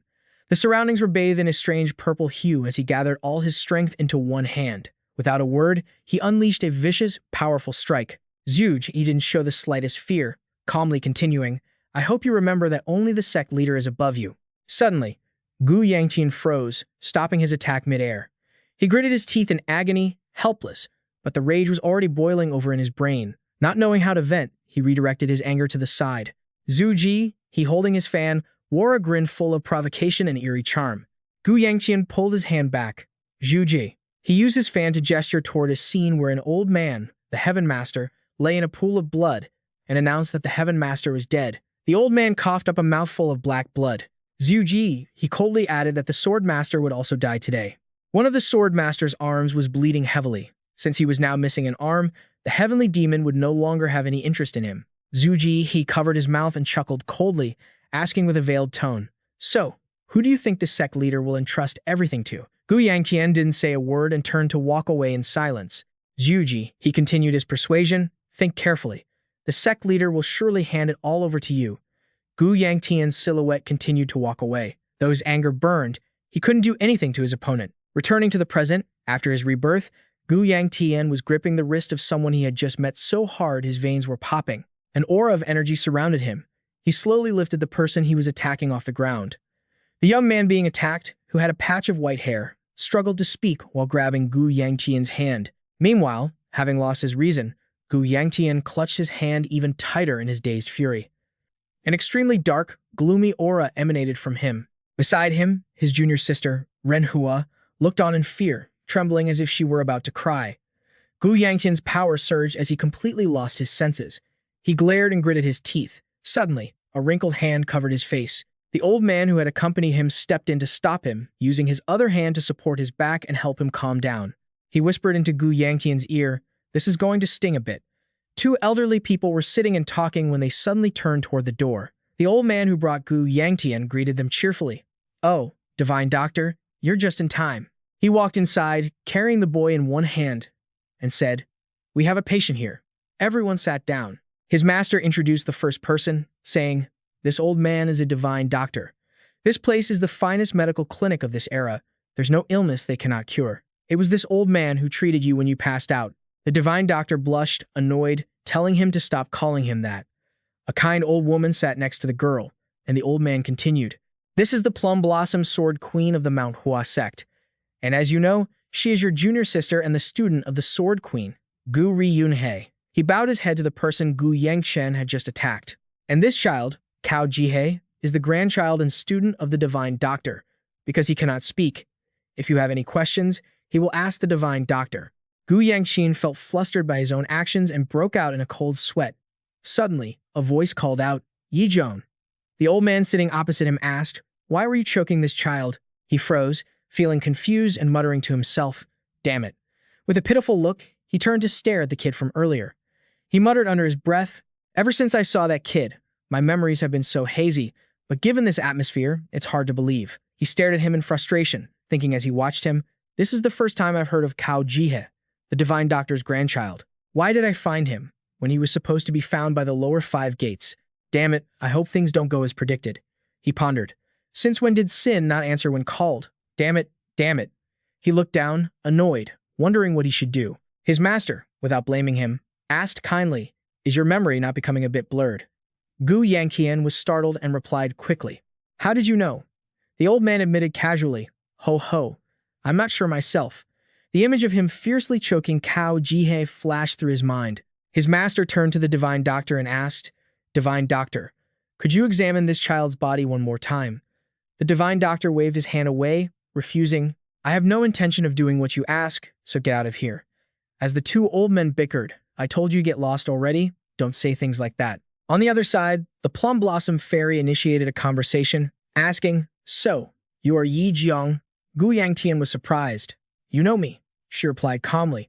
"Of course I do." She recounted with nostalgia, "Jiang Hai. Ah, I was your mother's best friend." He stuttered in response, "Friend, you were friends with my mother." Although the Plum Blossom Fairy looked like an old woman now, her beauty remained graceful. She smiled happily and said, "I'm very glad to see you." Behind her, his junior sister, Manhwa, looked annoyed as she watched them talk. She looked him over, evaluating, "You really look just like Jiang Hai." He flusteredly denied it. "Me? No way." She immediately retorted, "No, the atmosphere is exactly the same." Meanwhile, the two old men were still spirited. "I told you, just examine him once. The sect leader of the Manhwa sect is asking you, does that not mean anything?"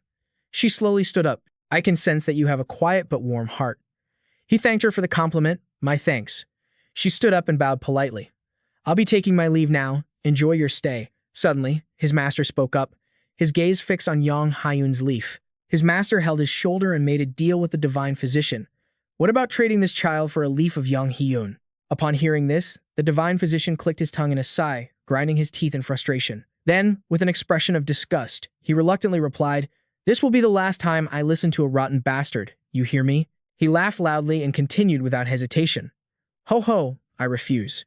They stood perfectly still, waiting for the physician to examine him, while Gu Yangtian sat quietly, behaving himself. The old man closed his eyes, focusing his mind to sense the turbulent energy flowing inside the boy. Finally, the process ended, and the sect leader immediately asked, "How is it? Is there anything abnormal with his body?" The old man hesitated, not knowing whether to be blunt with the patient's family so they could prepare for the funeral, so he evaded the question, saying this kid isn't exactly without abnormalities. "At this rate, he's no different from a walking corpse." "What do you mean?" he asked anxiously. "Old Shen, there isn't just one or two streams of energy flowing through your body. How are you still able to walk around normally after reaching this state? Regarding this, it's inevitably due to your own choices. It must have developed distorted thoughts before I even realized it. Even though I've absorbed many things, I didn't think it would be a major issue. But it seems I've managed to overcome some of it. Could it be related to something in my body that Sonoya mentioned before?" While he was busy speculating, Tanzi had already read his thoughts clearly, and as if afraid people wouldn't know, he countered, "That's not the case." He angrily questioned where the old man had been until now. Ignoring the issue, the old man explained, "When you had your outburst, that thing reacted, and it seems to have temporarily severed its connection with you. I have a few theories about it, and after hearing the doctor's words, I'm even more certain." The old man's vague words only made him more confused and worried as the physician diagnosed him. "What is it?" The old man continued, "That thing is currently keeping your body alive. Simply put, that thing is suppressing the chaotic energy streams in his body. Of course, it could also explode at any time." He listened in silence, his face as expressionless as ever, all thanks to his dead fish eyes. He asked, "Sir, what must I do about the energy overflowing in my body?" The old man chuckled and replied, "Why joke around at a time like this? Either drain it all out or live and pray that your body doesn't explode." Not knowing if the old man was joking or serious, he asked blankly, "What?" Only then did the old man explain in full detail. "Currently, your body is in a state where it wouldn't be strange if you suddenly exploded right this second. I can't touch it or do anything about it. Let me put it this way so it's easier to understand. With your body as it is now, it would be perfectly normal to drop dead while bathing or eating." "I see," he replied softly. Taking it as understood, the sect leader interjected, saying it was much more serious than he thought. Even his junior sister, Renhua, noticed his indifferent attitude. "How can you be so calm? The doctor just said you could die." He replied as if it were nothing, but not right this second. The girl couldn't stand his disregard for his own life. She stubbornly reminded him, "He said you could even die tomorrow." The room went silent, but he still didn't care. "Stop worrying for nothing. Prepare yourself to head back." "Ah, I'm not going anywhere. She tried to resist, but unexpectedly, her request was accepted, though he didn't explicitly agree. He didn't say it was forbidden either. He indifferently said it was up to her. The girl was stunned for a moment, then happily asked, "Really?" He didn't answer but asked in return, "If I told the family head that you refused to leave and that's why I didn't bring you back, what do you think he would say?" She gritted her teeth in annoyance, perhaps touched a raw nerve. You know very well he wouldn't care. The old man watched the situation quietly and said, "Gu Yangtian, let's head to the lodging to rest first. Today is your first day at Manhwa. Aren't you tired?" "Ah, yes," he immediately agreed. "Then, old man, I'll visit again next time." He joked, "If that's the case, I'll pack my bags and leave right now. Don't even think about meeting me again." He left, and when the door closed silently, they began to comment. "This child seems strange." My Hoa Tian Nan continued, "You felt it too." The old man said, "He knows he might die, yet he has no reaction at all. It's as if he's ready to give up his life at any moment." In the dark courtyard at night, he wandered aimlessly. Tanzi was also amazed by his emotionless attitude and asked, "You know you might die, but I'm a bit surprised you can still eat dinner so well. Are you trying to eat your fill before you kick the bucket?" He didn't react to his joke, or perhaps he truly didn't understand the fuss about whether one died hungry or full. "I don't think about it that much. Perhaps because in my past life I committed too many sins. This is my karma." Still, so young yet already talking so wisely, the old man clicked his tongue repeatedly. "Look at this kid. Hasn't lived long but already talking about karma. TCHTSK. Meanwhile, he had returned to his room. As soon as he opened the door, he saw Nangong Fei sitting blankly on the bed. "What are you doing?" he asked. She replied calmly, not noticing anything strange. "I was planning to go to sleep," making him almost miss the wrongness of the situation. He hesitated and asked, "You're sleeping here?" She admitted straightforwardly, as if feeling that wasn't clear enough. She pointed at him and added, "With you." Seeing this, Tanzi joked, "It's good to have an heir before you die." Ignoring his nonsense, he explained to her. "Mr. Jiang Mun said he prepared 2 rooms, so please, go back to your room and rest." "There are no other rooms," she corrected. He asked anxiously. Mr. Jiang Mun only gave 1 room. The unwanted answer arrived. He racked his brain, thinking he should have been more careful the moment the old man mentioned aligning with the second elder, so he had to make an excuse to leave. "I'll sleep with Wumian. Good night." Suddenly, she lunged forward and grabbed his hand tightly. He turned around in shock to see her shyly say, "We'll just hold hands while we sleep." He was momentarily stunned, and she waited in silence for an answer. Suddenly, he couldn't help but burst out laughing. "You're laughing?" she asked, bewildered. He covered his mouth to stop, regaining his composure as a man. "My apologies. I just found it a bit funny." She smiled, oh so beautifully, and said softly, "You've laughed for me too." He dodged the subject. "Right? Anyway, good night." She still held his hand tightly, pulling him back. "What is it now?" he asked. Then he saw her pull his hand against her cheek and intimately said, "Let's sleep together." Late at night, in another pavilion. "Apologies for bothering you so late." Liu Yijun spoke politely. The sect leader replied without taking it to heart, "It's fine. Honestly, I've been feeling a bit lonely lately, too." Getting to the point, he continued, "I heard you're looking for the divine healer." "That's right," he admitted. The sect leader probed further. "And I also heard that the Shaolin and Wuding sects are searching for you." He remained silent, offering no response. The sect leader had no choice but to continue. "But haven't you already found the divine healer?" After a brief silence, he finally confessed, "That's true. I, too, can feel that you set up a massive net to protect the divine healer. Even so, you didn't rush in. I thought it would be only right to ask for your opinion first." He then suddenly requested, "Jiang Mun, could I perhaps meet the divine healer?" The sect leader was slightly startled but still refused. "The divine healer is currently tending to someone else. Even if you went looking, what you desire won't happen." Under the trees, flower petals drifted across the sky. Not sure what was on his mind, the sect leader suggested. "However, if you agree to one thing, perhaps things might change." A cute side story unfolded. Tang Shuren asked enthusiastically, "Big sister, do you know how babies are born?" And then Nangong Fei replied, "Tang Shuren, of course I know." She then fell right into her trap. "Ah, so you know how they are born?" she explained. "If you hold hands and sleep, then the next day, a field of grass will bring a baby, right?" Nangong Fei thought, "So disappointed in you. I don't know who the fool is here, but fools have their own luck," and that is Nangong Fei with her limited knowledge. In an airy room, through the window, one could see a beautiful forest on an island outside. Gu Yangtian lay on the bed, looking exhausted as if he hadn't slept for nights. He sat up with dark circles under his eyes and a tired face, with Nangong Fei sleeping soundly beside him. Leaning against the wall, he thought dejectedly that he couldn't get a wink of sleep. Tanzei flew over and whispered in his ear, "Surprise? Isn't it even more surprising that nothing has happened?" He complained tiredly, thinking, "Please don't say strange things first thing in the morning. I'm so exhausted I could die." Hearing this, the other retorted, "Die? You ended up sleeping there anyway, didn't you?" Remembering yesterday when he and Nangong Fei were pulling at each other, he thought, "Whatever, if I just leave it like this, I'm afraid everything will fall apart. What else can I do?" Watching the two of them still sleeping comfortably on the bed, he sighed, "It's lucky that your servant didn't witness this scene." He wondered out of curiosity. Witnessing it wouldn't be anything to worry about, right? Recalling the image of Nangong Fei angrily turning away and running off, he propped his chin up and pondered. If I think about it carefully, it seems like when she was with Nangong Fei, she did even more bizarre things. Avoiding the subject, he said with cold sweat, "In that case, let's not get caught in this situation. It's best to leave here quickly." But unexpectedly, Wei Shuya was already standing in front of the bed where the two were lying. No one knew for how long. He realized something was wrong and turned his head to look back. Wei Shuya stood there, her lips pursed unhappily, looking as gloomy as if someone owed her billions. Nangong Fei, who was on the bed, finally opened her eyes and woke up. The three people in the room froze as they looked at each other. Nangong Fei raised her head and asked very kindly, "Wei Shuya, did you sleep well?"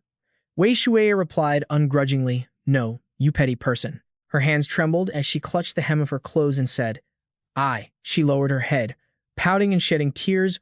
"I wanted to sleep with you too, young master." He looked at Wei Shuya pouting in front of him, saying she wanted to sleep there too. He thought warily, "It's starting again." Immediately after, Nangong Fei just stated, "It's fine to just sleep together," making him turn his head back in surprise. She invited her gently and brightly, "Wei Shuya, come sleep with us too." Upon hearing this, Wei Shuya raised her flushed face with teary eyes and asked, "Really?" Nangong Fei looked at her and sighed without saying a word, as if silently agreeing. Understanding her sister's intention, Wei Shuya happily jumped onto the bed and rolled around. She crawled into the blanket and poked her head out, both sides shouting happily, "I'm so glad that Wei Shuya could join in and sleep together too." He stared at the girl, thinking how hard it was to understand. He was about to turn to Wei Shuya and ask what on earth they were talking about, when Ying Feng happily opened the door and greeted, "Young hero, good morning." Seeing two women and one man in the room playing and rolling on the bed, he also stiffened. Ying Feng stood petrified at the door. He reacted immediately, slamming the door shut and saying, "The sect leader is looking for you. I'm leaving." Tanzei almost found a comfortable spot on his shoulder. "It's fine. At Hushen, such nonsense rumors don't spread easily." Suddenly, Tanzei grew larger, stood up, prepared some medicine, and turned to ask him, "I heard you were with two young ladies early this morning. Youth is truly beautiful, isn't it?" He looked away and hesitated. Huashen has changed a lot lately, hasn't it? He helplessly put his palm to his forehead and asked, "Why did you call for me?" He held his shoulder and said, "I want to hear about you staying with the two young ladies last night." He heard this and turned to walk away. "Then, I'll take my leave." But the other widened his eyes and stopped him. "Wait, stop for a moment." The two sat down at the table. He poured a small cup of tea and asked consecutively, "It's nothing serious. Do you still remember the small hut you visited last night? Where the Sword Empress is staying?" "Right. That's right." The two fell into silence. He searched his person for something. He sat and waited for him to find it. Tanzei took out a scroll. He tapped the table and asked, "I want to ask you to deliver this to the divine healer." "Can you help me?" he asked back in surprise. "Me?" He reached out to take the scroll, looking bewildered. "It's not a difficult task, but why me?" The two continued to sit and drink tea while chatting. He said comfortably, "Most people in Huashan don't know the Sword Empress is sick. You don't need me to explain the reason, do you?" "No." If news about the Sword Empress, he heard this and slowly offered the reason. If news that the Sword Empress of Huashan is ill spreads, it wouldn't be good at all. Seeing that he understood, he happily concluded, "That's exactly the problem." He gently patted his shoulder and urged, "If I go to meet the divine healer in person, surely she will act up and demand to pack up and leave. And if I hand it to another Huashan disciple, it's easy for the Sword Empress's secret to be exposed." He placed both hands on the back of the chair behind him, asserting, "I need someone who has received a favor from me and cannot refuse, to deliver this document for me." He replied dejectedly, saying nothing more. His authority and power gave him goosebumps. Finally, looking at the vast blue sky, he agreed. "Well then, let's head out." Someone pushed the door open and stepped out. She said gently to the person inside, "Respected elder, I am leaving now. Junior sister Renhua stepped down the stairs slowly. In the middle of the crowded town, people were buying and selling busily and noisily. Junior sister Renhua walked step by step to a large house with closed doors. The little girl gently pushed the door open to enter, and very politely closed it after going inside. A while later, she was finally seen pushing the door to step out. Looking at the pile of medicinal herbs and items in her bag, she thought anxiously. The elder already instructed me to buy everything necessary. I wonder if I missed anything. On an incredibly long stone staircase, Renhua, the junior sister, climbed step by step. Suddenly, as if drawn by something, she turned her head to look. Facing her gaze was a family of deer. Watching the doe and stag tenderly caring for their young, the girl stood in silence. She just stood there, recalling the sight of her mother, hair disheveled, kneeling on the floor. She remembered her father's bloodshot eyes looking down at them from on high, and she remembered the sight of a boy, Yangtian, gasping for breath. Back then, the little girl could only watch in terror from the outside. Both her mother and Yangtian were kneeling on the ground, facing her father. The girl quietly turned her head away and continued her steady climb, asserting, I will never go back to that place. After walking for a long time, passing thousands of steps, a pink gust of wind appeared and swept the girl away. From inside a tree, a voice suddenly asked, Where are you going? The group of men in black hiding behind the large trees couldn't see her anymore, so one asked his teammate, Did we get spotted? Spotted by a young girl? Don't talk nonsense. One bold guy carefully stepped onto the stairs. No, I think she finally triggered a protective barrier. He tried touching the barrier, but nothing happened. Seeing that, he frowned and grumbled, Ah, that old fox from Manhwa Mountain. He saw a barrier covering a large area surrounding the men in black, and thought, that old man is so cunning, no one can underestimate him. Moving on, Tanzi was busy checking a patient's pulse, while outside, the assassins were certain the divine doctor was inside. Their leader turned and ordered his men to head back. Drawing his sharp sword, he confidently added, Leave the rest to our mistress. On the bottomless, long staircase, Renhua slowly walked up, suddenly lifting her head to look ahead. Up ahead on the wooden stairs, Yangtian was acting like a total jerk, standing there with his rear end pointed toward her, leaving the girl unsure how to react. Just then, he noticed her and glanced back. Seeing her standing there staring at him, he broke the silence and asked, What? The girl tilted her head and timidly asked, Why are you here? He glanced at her and let out a tired sigh. Oh, it's not like I wanted to come here. I only came to deliver a message from the sect leader. Hearing this, the girl stepped up the stairs and said to him, Then stop standing there. Let's go. Yangtian stood looking up at her, panting heavily as he replied, I want to, but I can't. She heard him but didn't react, just focused on climbing the stairs. Thinking about her own body covered in that white fluid, she complained to herself, You want me to put it simply? Your body right now, whether you're bathing, eating, or doing anything at all, could suddenly drop dead without any warning. Looking at the girl, he sighed in frustration and asked, How is she able to climb faster than me? She reached her hand out toward him, which made him jump and look up. She kept her palm open and explained, If you need to deliver a message, I can do it for you. He stared blankly at her hand, then straightened up and asked, Are you worried about me? The girl snapped, What? She immediately grew angry, denying it, and shouted while pointing upward. Worried? Who's worried? You're just too slow. He continued climbing, grumbling as he went. Why are you yelling? We just need to walk faster, that's all. She stood there silently, looking at his sturdy back. Her body. She was about to say, My body? He interrupted her by reading a name, Kao Jihei. He glanced down at her and asked seriously, Have you noticed anything unusual about the divine doctor's grandson? Like talking to himself, for example. She shook her head and honestly replied, No. Hearing that, he felt relieved and turned away. All right. At this moment, it looked as if Tanza and Renhua were staring intently at each other, and she suddenly looked unhappy, lowering her head with a gloomy expression. Tanze started nagging in his ear again. She doesn't seem like a bad little sister. Why must you two be at each other's throats until there's blood? He kept a cold face and replied, I don't even know how things ended up like this. The old man followed closely, speechless at his cold attitude, and probed, You don't care? He quietly kept walking, answering the old man in his thoughts. I can't say I don't care, but right now, my body is deathly ill. I can't spare any thought for other matters. The old man advised him sadly. After all, you are siblings, yet you're like this. It's truly, he turned, surprised, and asked, Are you talking about my little sister? The old man was confused and replied, Who else would I be talking about? Looking at the vast sky ahead, he replied, I thought you were talking about the divine doctor's grandson. It doesn't matter. I never cared about him from the start. The old man asked, surprised, Are you really biological siblings? Scene change. The divine doctor sat in his room, intently reading a piece of paper. He looked up at him and Renhua, who were sitting opposite him. After reading, he rolled up the paper and said, "So, that damn old man," he sighed in frustration, "is sending a person on the brink of death to deliver this piece of trash?" He politely replied, "Yes," but in his heart, he was curious. What sin did our sect leader commit against the divine doctor to make him be hated so much? The old man looked at him and lamented, "Humph, having to serve someone like him. You've really had a hard time."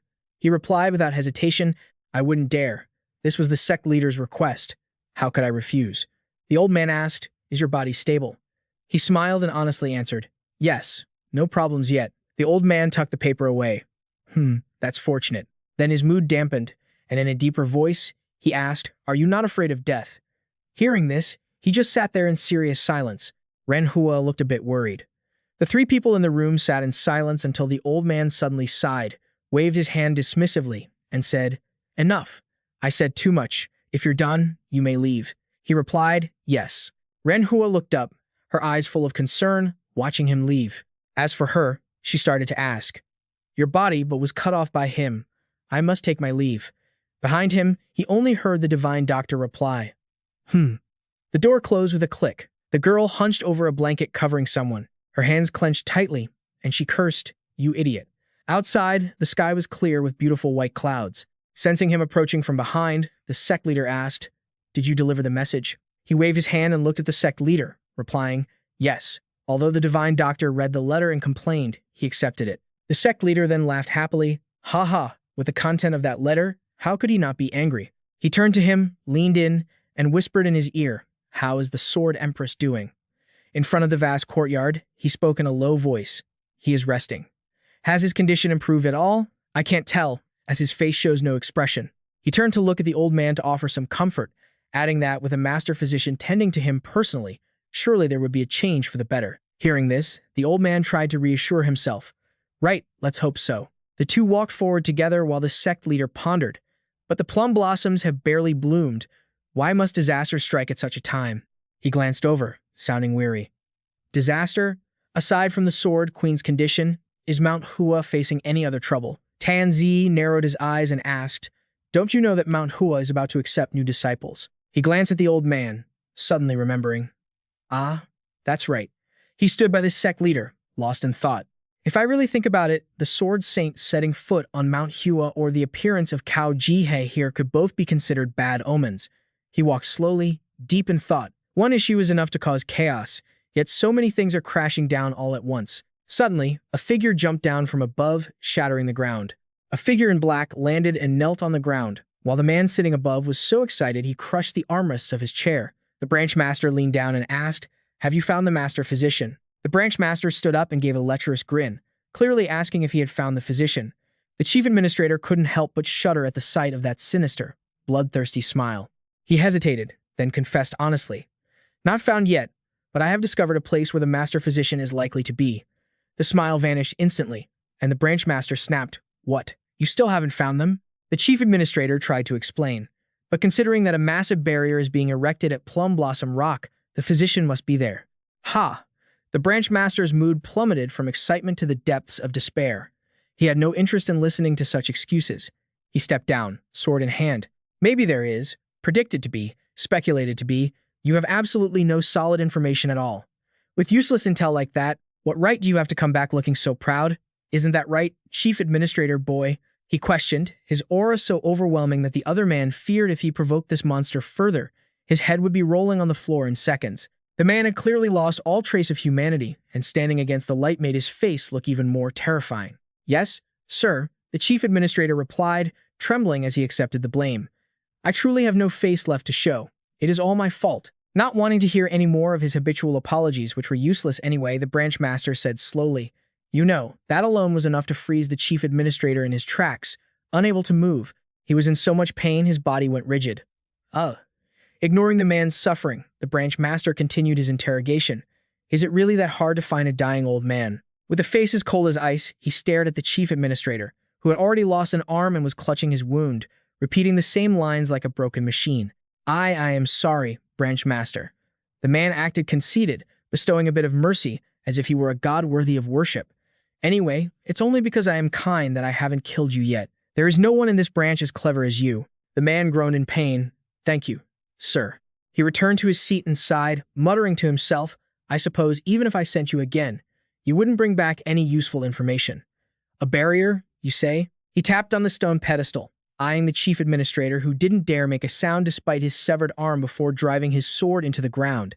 He finally finished thinking and decided, "All right, we'll do this. We have to prepare anyway. 3 days from now, we will head to that barrier to confirm if the master physician is truly there. If they are there, bring them back. If not, just wipe that entire place clean." The latter part was a clear threat, no longer just an instruction for a subordinate to act carefully. The man was terrified, unable to look the madman in the eye. Finally, he asked, "Well, is this plan perfect now?" He bowed his head repeatedly. "Yes, it is a brilliant plan indeed." Gu Yangtian yawned. Tanzu mocked, "It's rare to see someone like you having things go wrong every single day." He tried to defend himself. "I haven't really done much. Have I? Just woke up, delivered some letters, and chatted with the sect leader a bit, and the whole day is gone." The old man was already eager to chase him away, not wanting to host him for another second. "If you're done with everything, hurry back to your own family." He was sick of being here anyway, plus, he hadn't rested well and sleep was washing over him. He agreed. "That's true. I have no reason to stay here anymore. My sister said she wouldn't come either. The plum blossom stone has been handed over. Now I just need to prepare to head back." Suddenly, the young lady, Wei Shueya, as beautiful as a flower and wearing innocent sleepwear, came bounding over. She thought she could pull off a surprise attack and fall into his arms, but he was completely oblivious to such romance. He dodged. "It's so late. What are you doing here? This isn't the way to your room." She had missed her chance and was already feeling indignant, and hearing him say that made her unsure of what expression to show. "Don't you remember, young master? Remember what?" he asked, completely confused. She replied excitedly, "You promised to sleep with me today." He scrambled for an excuse. "How do I get out of this? I honestly don't remember anything. If someone wants to make a move, they'll find a way." She smiled happily. "It's okay. As long as I remember, that's enough." Tanze, floating in the air, added fuel to the fire. Even the old man remembered. He was still hesitant. Men and women should not touch. He used morality as an excuse. "If you do this, does your grandfather know?" She solved the problem easily and innocently. "It's fine. Grandfather went somewhere." He was shocked. "What? Where?" She replied. "Wei Shueya doesn't know either, but he said he was going somewhere." He kept pressing. "You don't even know when he'll be back?" "Yes," she answered obediently. "Because of this, my sleep plan might have to be postponed." He telepathically conveyed his thoughts to the old man. "I planned to leave once I was prepared, but it looks like I have to wait." The old man asked, puzzled, "Is it normal in this era for people to disappear without saying a word?" He replied dismissively, "Just consider it normal." The world had changed so much, the old man huffed as he followed, while the young couple ahead chatted until they reached their rooms. When they arrived at her room, Nangang Fei was already waiting inside. He hesitated, hoping for the best, but perhaps luck wasn't on his side. She hopped onto the bed, intimately calling out, "Young master." They both spoke, but not with the same intent. She asked shyly, "Shall we sleep together?"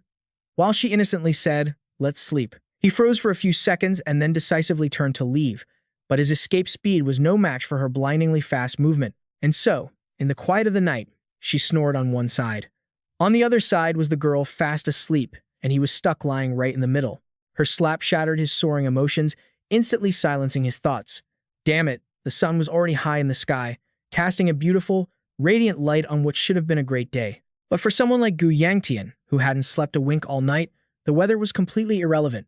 No matter how beautiful the day was, he was in no state to enjoy it. Don't let the sight of him cradling 2 women fool you into thinking he was having the time of his life. His mind was a complete mess. What kind of situation was this? He silently begged the old man for help. "Help me. I can't move my arms." Then, Tanzi appeared, sighing in disappointment as he lectured him for being ungrateful. He said he'd lived long enough to know there was no one quite like him offering a man a feast only for him to refuse. He teased him, saying, "You're already up. Why are you still asking for help?" Because he was being held too tightly to move, he stayed as calm as a cucumber, which only irritated the old man further, forcing him to voice his inner frustration at the guy's sheer bliss. Ignoring the old man's grumbling, he frantically asked if there was really no other way. If someone saw him in this state, it would be a huge disaster. Talk about bad luck. No sooner had he predicted it than his junior sister, Ren Hua, opened the door. She froze on the spot, unable to move forward or backward. Seeing her staring, he didn't even feel embarrassed and met her gaze directly. She curled her lip in contempt, then turned and slammed the door shut behind her. "I'll wait outside," he sighed softly. "And you, Ren Hua, is barging in without knocking the kind of etiquette we teach at Mount Hua." The old man countered, cutting right through his pride. "It's only like that because it's your room." Setting aside the messy distractions, he returned to the main issue. First, he had to wake them up. He moved his arms slightly, waiting for Wei Shui to be annoyed enough to wake. "Ugh, that's itchy," he used as an excuse. "There's a bug crawling on your waist. Wake up." Hearing that, she bolted upright in a panic, her drowsiness vanishing instantly. "Ah, there's a bug on my waist. One awake," he counted to himself. Next, of course, was Nangang Fei on the other arm. He flicked her forehead and counted again. 2 awake. In just a few short seconds, he had successfully woken the 2 burdens clinging to him. By now, she still hadn't recovered from the shock, leaping off the bed and stuttering, "Where's the bug?" Meanwhile, she had fully woken up, blinking in confusion. "Why did you hit me?" he thought gloomily. "Is it really that hard to get out of bed? Finally, can I enjoy the sunlight now?" "Why are you here, little sister?" he asked as he walked out. She replied indifferently. "Master wants to see you." "What?" he asked, feeling blank. "I still don't get what's going on," she clarified. "It seems he regrets not getting to talk to you much last time, but if I had known I'd walk in on you cuddling women like this, I would have arrived a little later." With a playful jab at the end, she acted like a cynical old lady, shrugging as if she'd seen it all. "So, you came all the way down here just to tell me that?" he asked, exhausted. "I came for the fire sacrifice ceremony and just stopped by. Don't worry about it." Hearing this, he became even more curious. "You're participating in the fire sacrifice too?" She answered nonchalantly, giving him a look that seemed to say, "Why even ask?" "I'm a disciple of Mount Hua too. Isn't that obvious?" After delivering the message, she had no reason to linger. "Anyway, I've said what I needed to. Go back inside and keep playing with those ugly girls." "What? Ugly?" he exclaimed. "They didn't even notice someone was getting old." She replied as if it were a fact, saying that any girl who clung to him was just ugly anyway. She couldn't even finish the word ugly, because she realized she'd been caught bad-mouthing them. He found it strange and turned around to see her and the other girls standing by the door, putting on innocent faces. "Why are you 2 out here?" he asked. Both of them ignored him and demanded, "Who is she? Who is that?" "You don't need to know," he replied. Something he said must have rubbed her the wrong way, because she bit her lip and ran off. Wasn't that, he thought, struck with a sudden realization. Taking the chance, she leaned her head against his shoulder. A long time ago, on the vast courtyard, she had been running around crying, looking for him. "Big brother, where are you? I can't find you. Please come out." Suddenly, something rustled in a nearby bush. She carefully leaned in to look, but he jumped out like a boogeyman, scaring her half to death. After a few seconds of shock, her tears broke free. "Wah!" He rushed to comfort her. "I'm sorry. I'm sorry. I'm sorry. I'm sorry." Afterward, they sat in a corner, and he kept apologizing. "I'm sorry. I didn't think I'd scare you that much." She was still sobbing. After a moment of silence, he lowered his voice and asked, "What do I have to do for Ren Hua to forgive me?" She wiped her hands a few times and made a request, then scolded Yanso. "Yanso keeps calling Mom her mom, and she keeps saying all sorts of things to me." "Big sister Yanso?" he asked, surprised. She replied firmly, "Yes." After another few seconds of silence, he understood her feelings, sighed deeply, and patted her head. "I see." He then tried to set her straight. "But she's part of our family, too, so that's probably why she says things like that." All the while, he kept patting her head. She closed her eyes in contentment. But now, she was alone in the clearing, slamming her sword into the ground, her face drenched in sweat. She grumbled in frustration, "I'm already exhausted, and I've barely started." She continued to practice, trying to vent her irritation. Alone, she kept swinging the sword for a long time. She dropped it, her body collapsing to the ground, her mood getting worse by the second. She swung the sword aimlessly, hitting a nearby tree without even realizing what she had done. She couldn't help but think to herself, how annoying.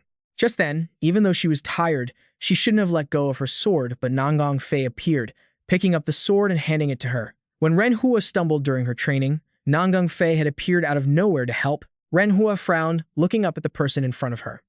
The beautiful image of her fair skin hit her right in the eyes. She felt a twinge of jealousy, thinking, she was with him this morning. She calmed herself down and said softly, thanks." She reached out to take the sword back. Her gaze dropped, her heart struggling with intense inner conflict. Ren Hua acted decisively, yanking the sword toward herself, her attitude turning cold as she said, "I don't need your help.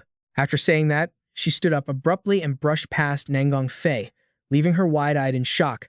A few steps away, she stopped and asked, "By the way, what are you doing here?" Nangong Fei answered honestly, "I just noticed you seem close to Gu Yangtian."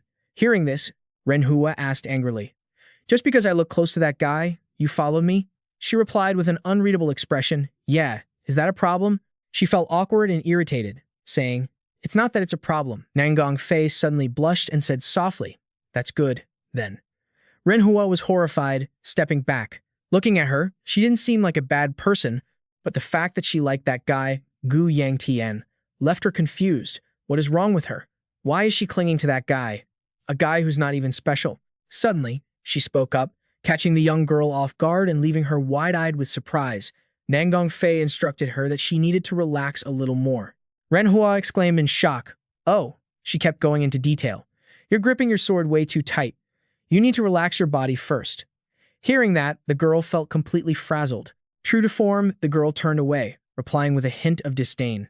"You look so fragile. I bet you've never even held a sword before, have you?" The girl snapped back in warning. "Stop trying to lecture me when you don't know a thing." Nangong Fei furrowed her brows, remaining silent. A moment later, she proposed, "So, do you want to spar?" Renhua was taken aback, turning to look at her, asking confusedly, "What kind of game are you playing now?"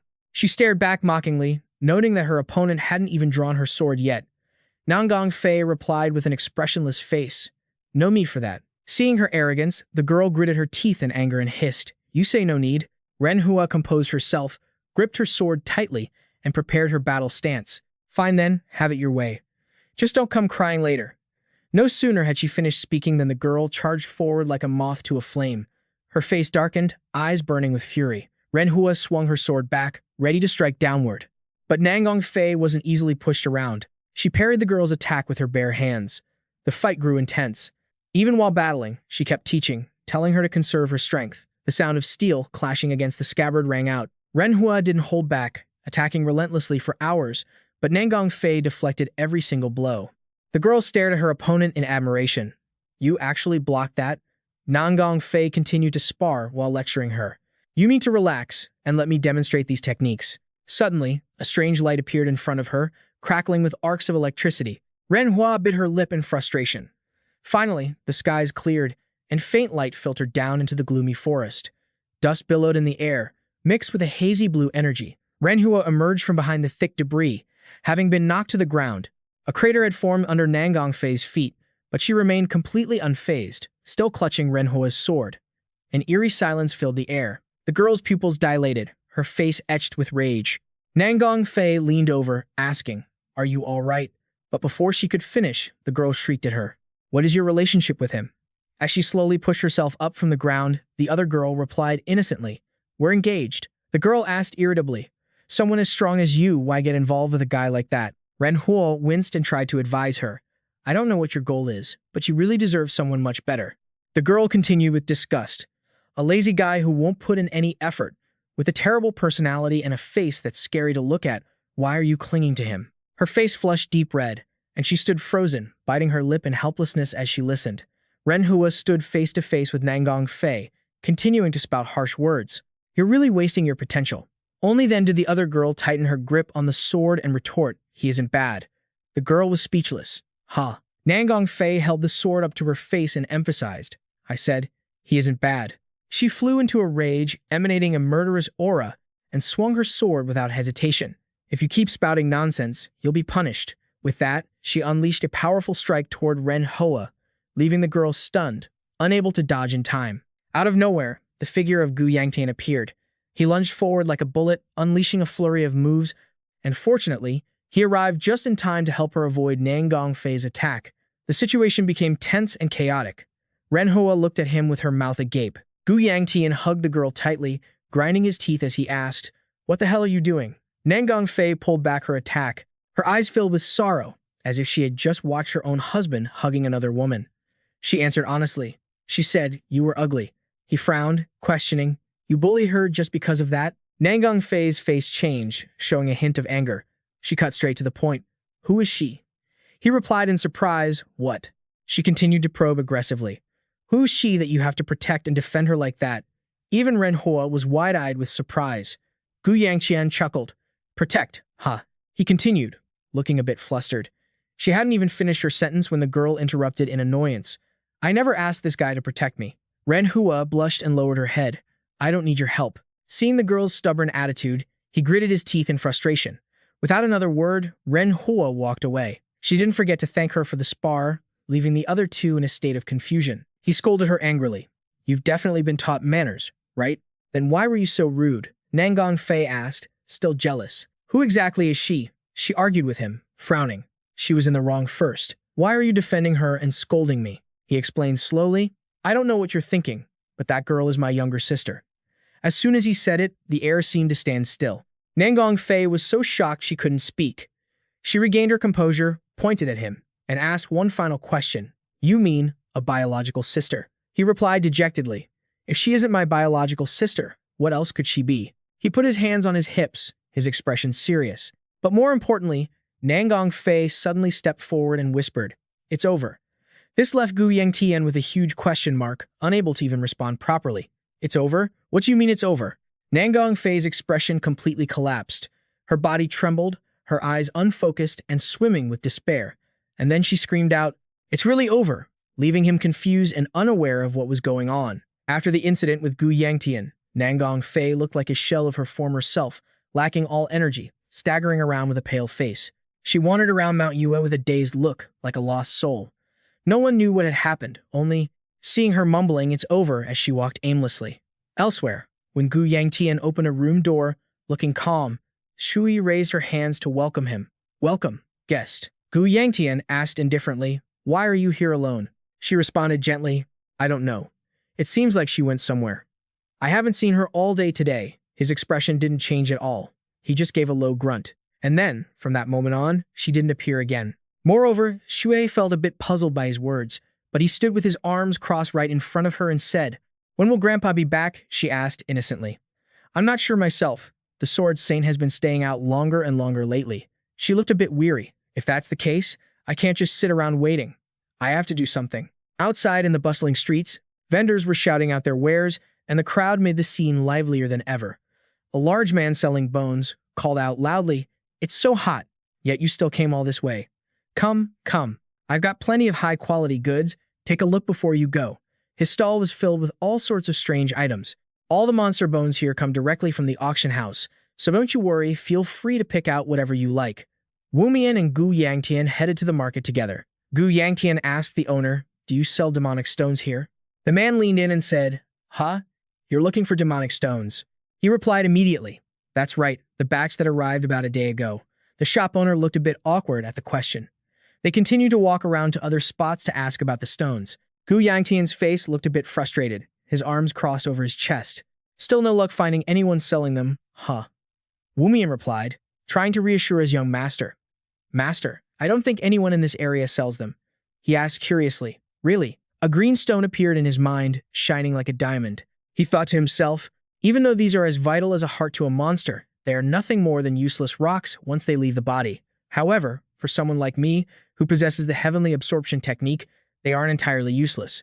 Gu Yangtian's body contained a mysterious amount of magical energy. According to the doctor, the reason he was still alive was likely closely linked to the heavenly absorption technique, the very thing that drew in and emitted these suspicious energies, among other things within him. He planned to find a demonic stone and try absorbing it to verify his theory. He figured he might have to hunt some monsters around here after all. Wu Mian's answer didn't seem to please Gu Yangtian much. That would be difficult, sir. He had heard some interesting news. The number of monsters in the area had been steadily decreasing. He was surprised. The number of monsters is dropping? Gu Yangtian wondered, what's going on now? This information was useful. At least he wouldn't be returning empty-handed thanks to the intel. Wu Mian reported on what happened while the master was away. During your absence, I gathered some useful information from the Mount Hua warriors. They walked through the lively market together. Gu Yangtian thought to himself about things like the Sword Empress's health or the doctor's whereabouts, but since he couldn't let too many people know, he couldn't bring them along. The two wandered through the markets looking for leads. His stomach began to rumble, he was starving. We should head back. Wu Mian obeyed immediately. As you wish. It seemed Gu Yangtian was truly famished. He was looking forward to dinner more than anything. He wondered what Manhwa had cooked for the evening. Ta-da! A plate of charred fish was placed right in front of him, black smoke billowing off it. Wei Sui invited him to eat with a cheerful smile. Young master, please enjoy your meal. I made this grilled cod today. Both of them turned pale looking at the dish in front of them. Gu Yangtian was shocked. This is fish? She was very proud of her cooking. Wei Sui held out the plate sincerely. Please, eat up. They were deeply confused. One of them asked, which part of this is supposed to be fish? Suddenly, tears rolled down her cheeks. While crying, Wei Sui said, please just try a bite. The two men had to scramble to comfort her. Don't cry. Both of them walked outside feeling anything but happy, their stomachs still growling. Hong Hua will prepare something new, so just rest and come back later, she had said. He immediately replied, looking for an excuse to slip away. You go ahead. I have some business to handle and will follow later. Wu Mian was worried and wanted to accompany him. If you're going somewhere, let me go with you, master. Gu Yangtian refused instantly. No need. With an expressionless face, he continued. I think it's better if I go alone. In another part of the forest, two girls were practicing swordsmanship. Nangong Fei calmly instructed her junior, Ren Hua, your steps are too wide. Try to relax your body a bit more. The girl replied clearly. Suddenly, there was a sound behind them, making both of them turn around immediately. Gu Yangtian emerged from the grass behind them, staring at them with a dazed look. He took a look and asked, What are you two doing here? She replied plainly, What do you mean? What? You can see for yourself, can't you? Ren Hua seemed a bit annoyed by her brother's presence. I'm training with her, obviously. He couldn't believe his ears and pointed straight at them. With her? But didn't you two look like you wanted to kill each other just yesterday? Junior Ren Hua held her sword right in front of her senior. I wasn't angry at her back then. I was angry at you. Gu Yangtian was taken aback by this remark. So much for being kind and getting scolded for it. He looked toward Nangong Fei, who continued to explain to her senior. In the end, it was my fault, yet she came to me to apologize. At that time, I begged her to teach me swordsmanship. He sighed, as if a weight had been lifted off his chest. He immediately turned to leave, waving goodbye as he walked away quickly, reminding them gently, The sun is setting. Get off the mountain. It's almost time for dinner. Hearing that, she gently invited the girl to head down. Ren Hua, let's go together. The junior seemed a bit sad. Seeing this, Nangong Fei called out again. Ren Hua? Suddenly, Gu Yangtian's voice echoed back. What are you waiting for? If we don't hurry, Wu Mian is really going to die. She quickly told the girl and hurried ahead. I'll go first. The junior clenched her fists in irritation. Yes, sister. Once everyone had left, the girl slowly picked up her sword, as if about to do something. Ren Hua looked at her hands, which were covered in cuts and bleeding. Her small hands were stained with blood, and her face grew increasingly scowling and uncomfortable. She remembered the time she spoke with her brother when they were young. Back then, Gu Yangtian had said aggressively, Stop walking around with that face. It's annoying just to look at. The little girl had been terrified, calling out brother. But he hadn't cared at all and continued, I told you not to go easy on me just because I'm your brother. Junior Ren Hua went silent. Immediately after hearing those words from his brother, Gu Yangtian didn't hesitate for a second and walked away without looking back. His brother warned him to live quietly and keep a low profile. Turning back, she swung her sword with immense force. The little girl stared intently at the blade in front of her, sweat pouring down like rain, her eyes filled with unyielding determination. The little girl remembered her mother. Petals bloomed and swirled around her mother's figure. She called out, Ren Hua? Without a moment's hesitation, she raised her sword high and swung it with all her might. A flash of light cut through the dark forest, showcasing Ren Hua's bravery. It has to bloom, a street vendor said, engaging with the crowd. Come, come. Freshly picked mulberries from the early morning. Another vendor shouted to the passers-by, Last chance for the remaining silk fabrics. Come and take a look, everyone. Bing Axie walked gently through the bustling street, holding a skewer, eating while deep in thought. It's so lively because of the festival preparations. This skewer stall hasn't been open in forever. She bowed her head to take a bite, thinking, I haven't eaten for days because of my training. I'm starving. A little girl pointed at her mouth, staring at her blankly. Realizing someone was eyeing her snack, she turned to the little girl and said, Sorry, this is my portion.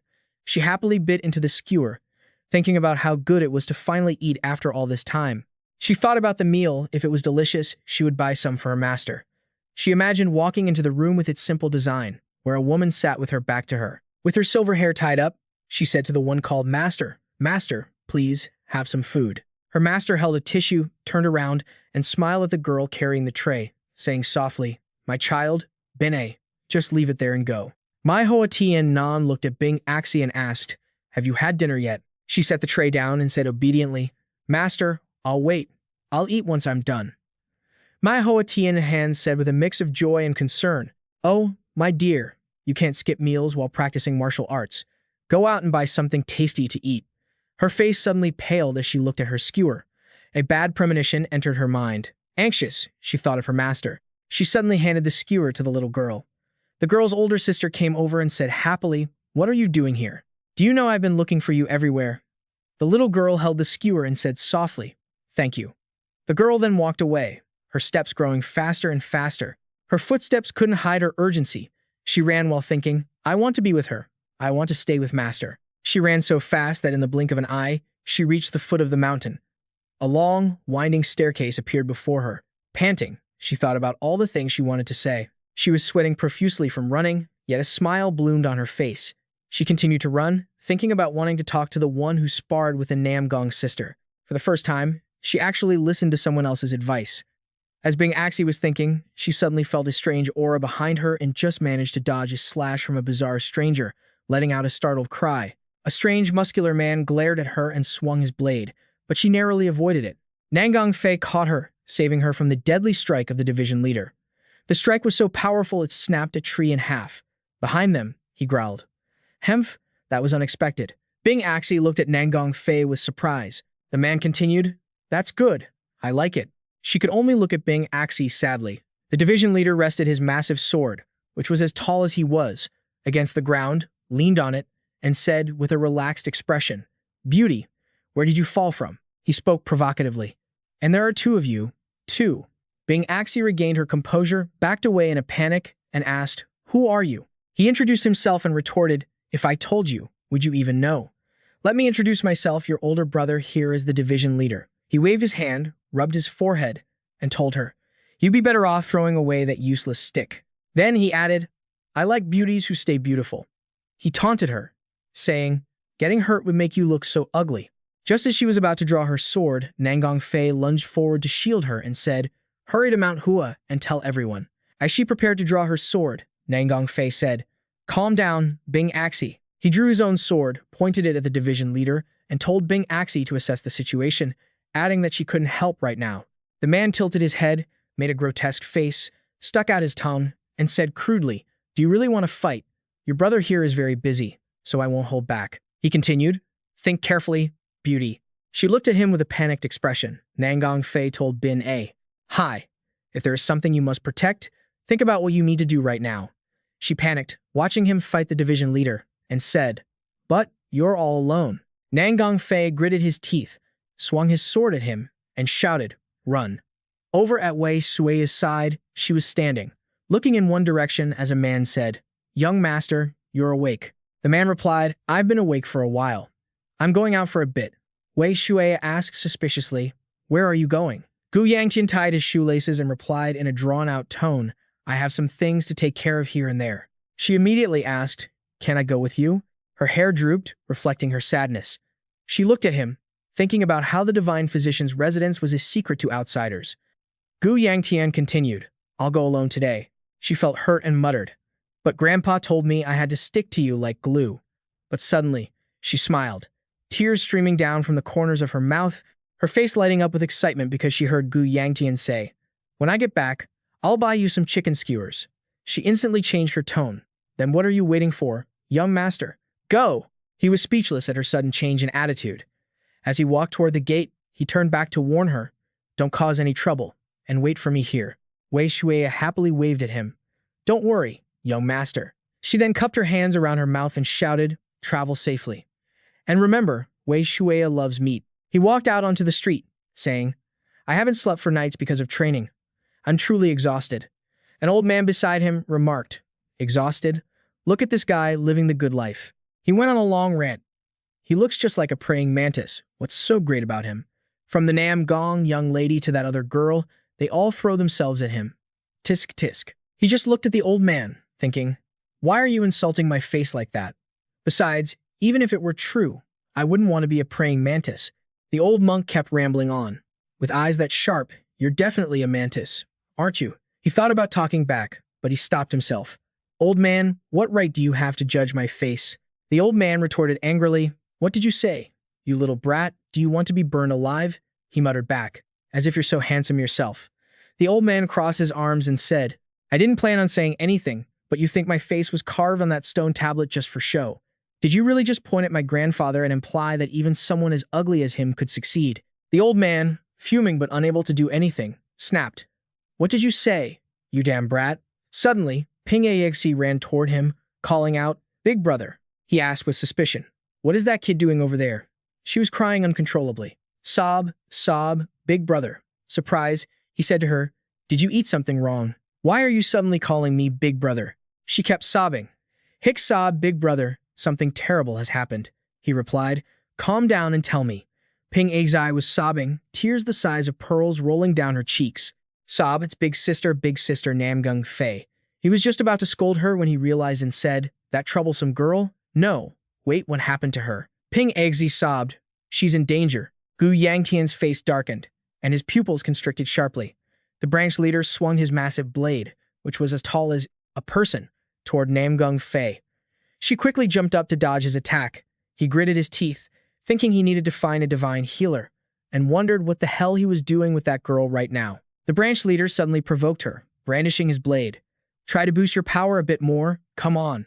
I don't really want to ruin that pretty face of yours. Namgung Fei felt as if bombs were exploding all around her, causing her sharp pain that made her clench her teeth. He swung his sword toward her, but she quickly dodged. Still, she got clipped and gasped, Ugh! The branch leader unleashed a storm of sword strikes at her. She barely managed to parry them with her sword, crying out in struggle. Humph! He slashed down near her feet. His face darkened, and she barely managed to jump away to avoid the blow. A surge of lightning surrounded her. He sneered, You dare, you bitch. He looked up at the sky and laughed like a madman, thinking he had finally caught the girl. Heh. Heh. Heh, what should I do? Just the thought of it. While he was lost in those twisted thoughts, she prepared a technique. She leaped into the air, gathering small sparks of lightning into a single massive bolt, and launched it at the branch leader. He couldn't react in time, watching in horror as he was struck. Helpless, he groaned, Arg. He panicked, realizing, Is this the Namgung sword style? Then he suddenly laughed, thinking, The Imperial sword style. The branch leader roared, It's the first time I've seen it since that battle. He yelled even louder, but it's still too weak. He shouted while swinging his blade, adding, And, far too slow. The blade came crashing down where Namgung Fei was, and she struggled to evade the attack. He grimaced, veins popping on his face, thinking, She dodged it. He thought, No, that was just a feint. She gathered her strength and slashed at him with her sword. He swung back, fuming. He thought, Damn it. She landed a painful strike on the branch leader. He let out a grunt. She unleashed small sparks of lightning that covered his entire backside. A powerful force enveloping the area behind the branch leader, shattering everything in its path. By now, he was exhausted, panting heavily. Hoo-hoo. He wheezed at Namgung Fei. Beauty, what is your connection to the Namgung family? As he parried her blade, he asked with an amused tone. And that guy, what's his name? Same thing. Huh. He kept parrying, asking casually, So, even the Namgung family has a presence in Huaguk now? He paused for a second before continuing, probing. What exactly is going on here? She was panting, completely drained, and didn't answer him, only glaring at the branch leader with fury. The branch leader suddenly grinned, sticking his tongue out and making a grotesque face. An interesting technique. Namgung Fei retreated, keeping her distance while holding her sword up as a shield. He continued with a disgusting expression. He was just about to speak when he stopped, saying with a hint of irritation, My beauty, it seems you've never killed anyone before. Have you? The branch leader pointed his blade at Namgung Fei, speaking with steady confidence. That is why you have already lost. Her vision was getting heavier, barely able to see anyone. Yet she could still make out his despicable face as he said, Your internal energy must be all dried up by now, right? He continued, Is this the level of the younger generation's experts these days? The branch leader talked at length with a regretful tone. I've already sealed your pressure points. Just lie down and behave, darling. I have work to do. But when I get back, I'll keep you by my side for a few decades and dote on you properly. Namgung Fei slowly drifted into a haze, seeing only the back of the branch leader as he ran off. She thought, My internal energy is completely gone. Vaguely, she heard him say, Wait, I can sense someone's energy around here. With her eyes barely open, she thought, If I get captured, I'll just be a toy. Suddenly, she heard the branch leader say, Oh ho, so it's true? Doing all this without leaving anyone to guard. What are they planning? Just smash it all, and I'll find out. With her last bit of consciousness, she thought of Gu Yangtian. His face appeared in her mind, looking at her with cold eyes. She thought, so, I'll never see you again, Gu Yangtian. She thought of the past and being left behind in this world reeking of filth. That was something she absolutely refused to accept. She had to escape somehow. Suddenly, a male voice rang out.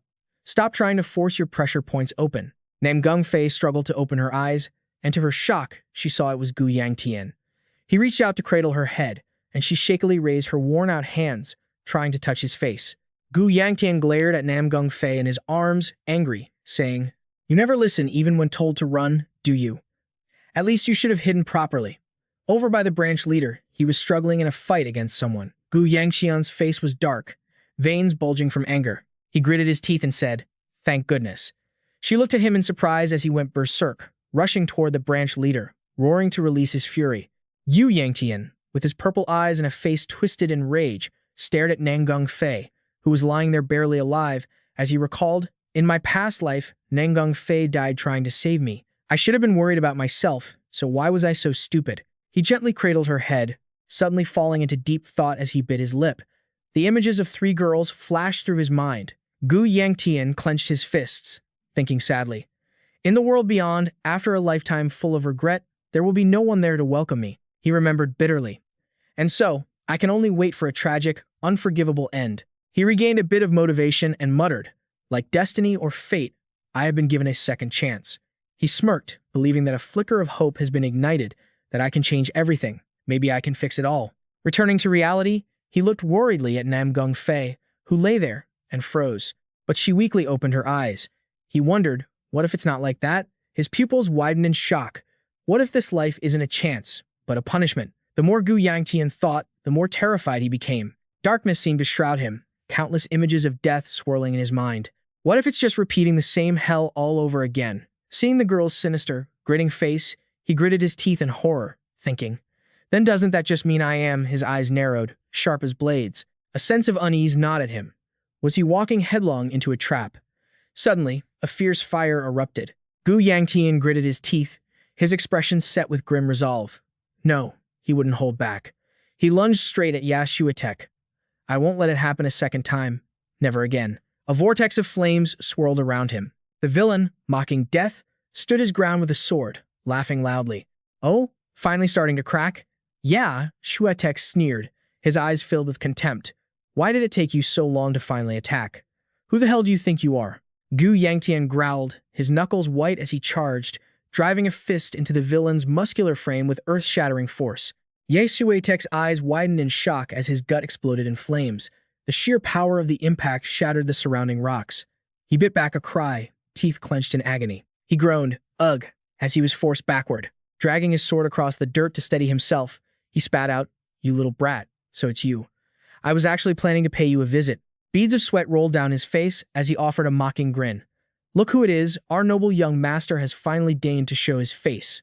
Cough. He stared at the boy's ferocious expression, thinking, Is this kid actually trying to kill me? Suddenly, seeing the flames engulfing the youth, his confidence wavered. Like father, like son. Still the same, he thought. Must be the brat of that flame devil, but he's only at the late stage of the true realm regardless.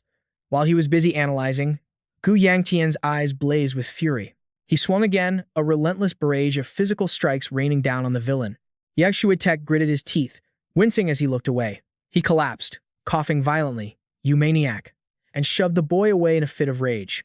Gu Yangtian dodged effortlessly. He performed a graceful backflip in the air, leaving the villain stunned. Damn it. What the hell was that? Not bad, kid. Yashuatek chuckled, slashing wildly at him. He didn't stop his mocking. Playing with you is actually pretty fun. He swung his blade forward, unleashing a terrifying strike. What? Scared? You're still far from catching up to your old man, kid. Gu Yangtian remained silent, brow furrowed as he listened to the taunts. The battle grew increasingly intense. Debris flew everywhere, neither side yielded.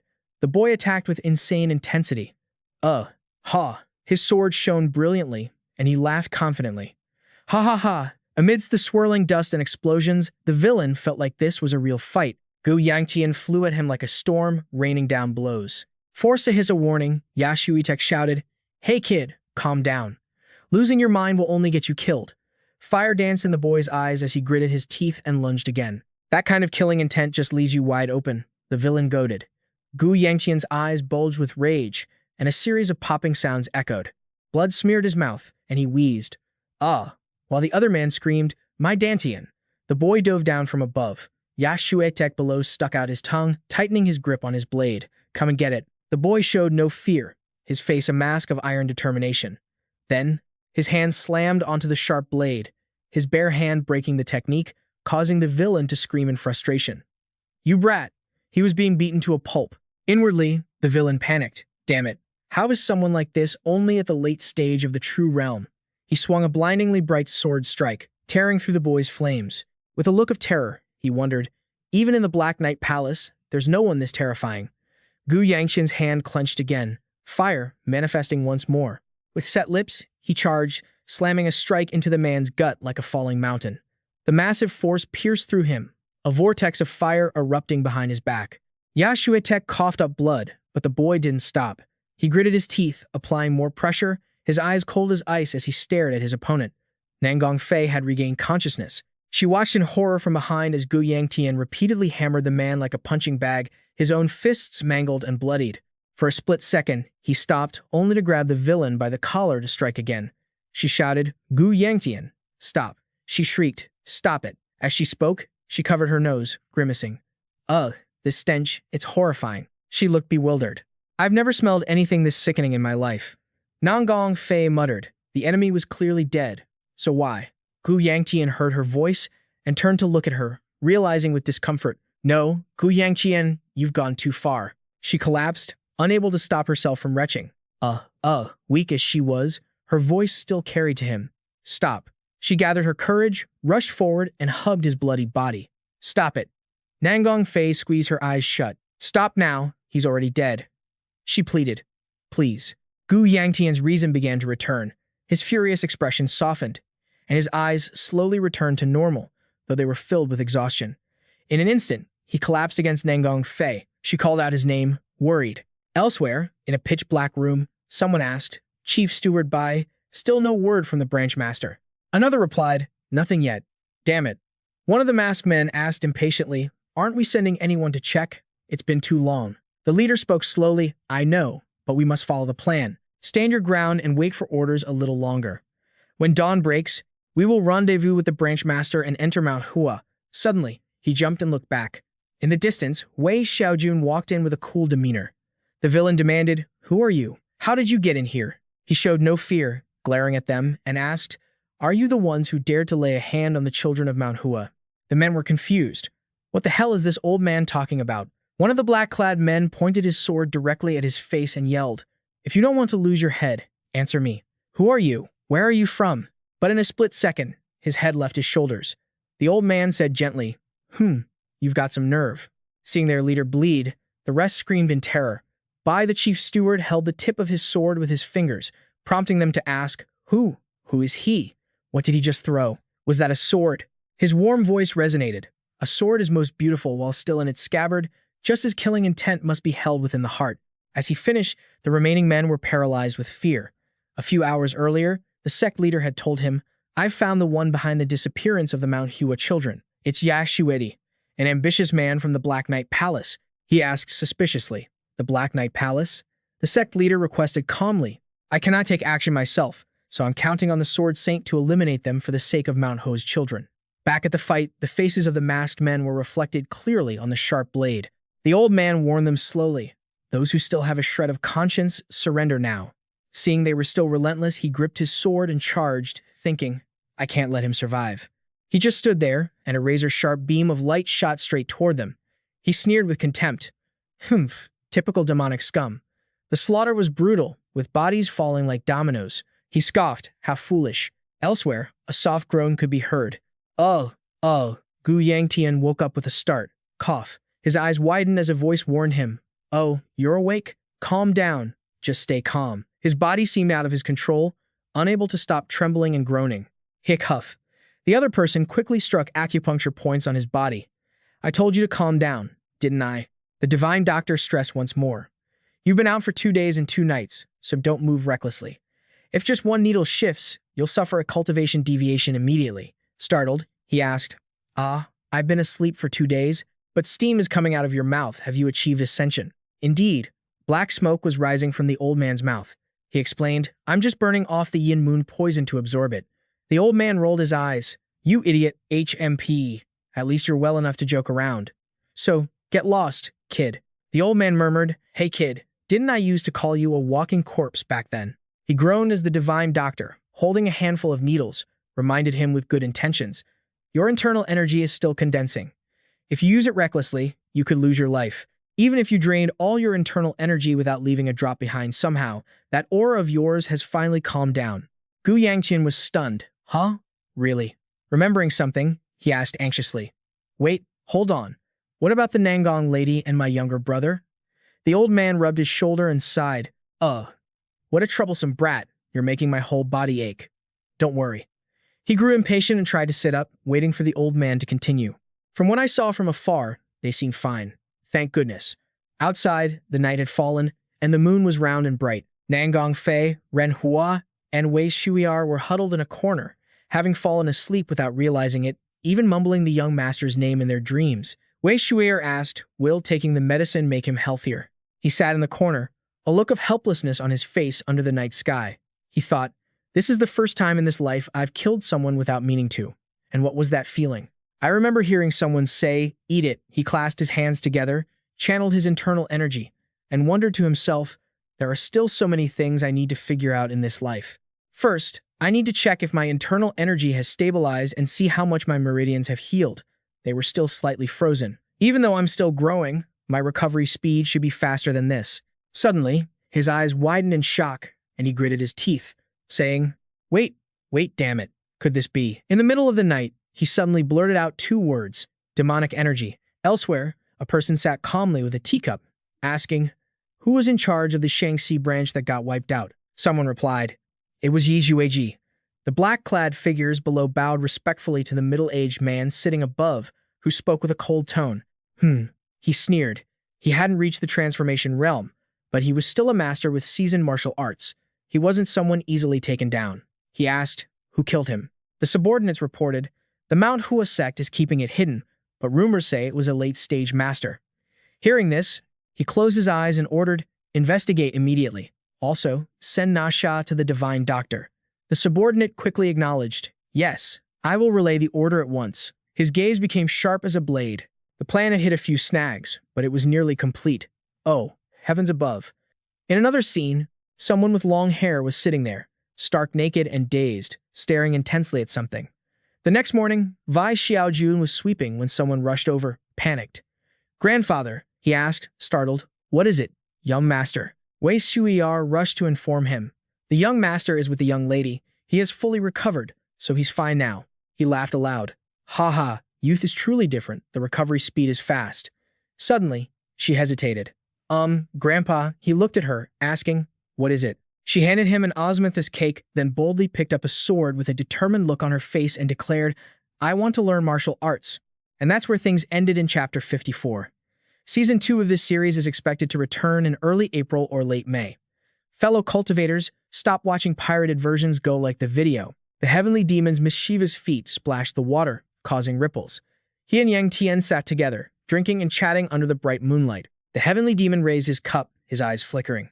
Perhaps because of the bright moon, the heavenly demon took a refreshing gulp, emptying the cup. The wine is so good today. If the master were here to drink with us, it would be even better.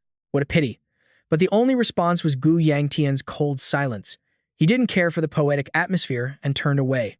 The heavenly demon, receiving no reply, gave a probing look, then deliberately splashed his feet to make noise and get his attention.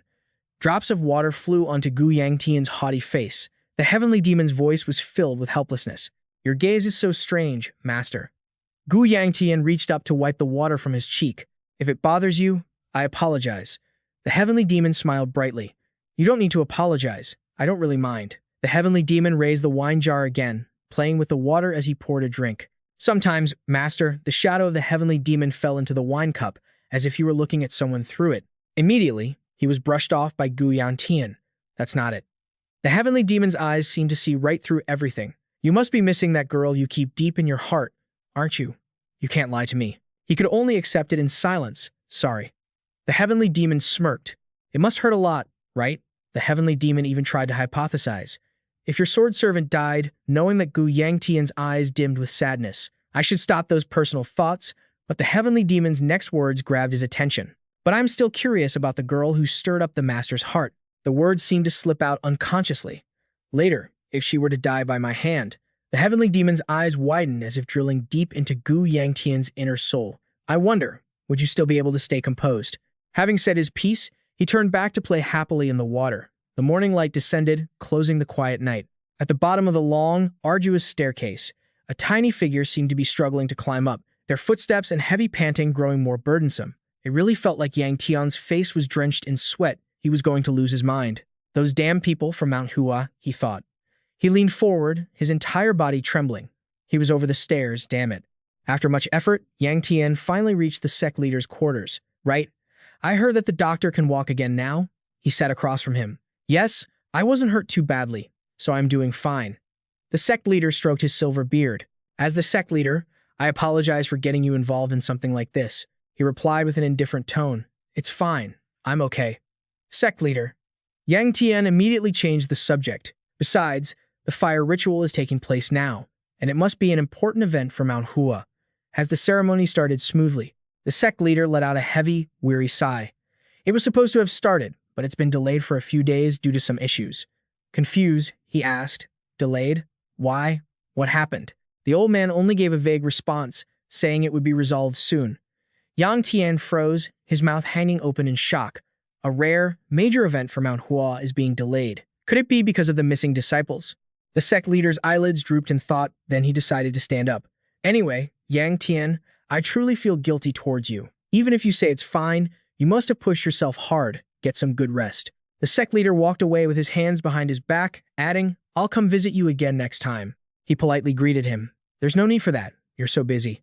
It's better if I come to see you instead. But in his mind, Yangtian was reluctant. See him? Why would I want that? Once I return the jade plum blossom, I'm leaving. Before leaving, the sect leader added, Wait, I just remembered. Someone is waiting to see you. Go outside and see. He paused, curious. Waiting for me? As Yangtian walked out, he speculated. Who could it be? Nangong fakes you? Don't tell me it's Feng. If it's a guy, that's kind of boring.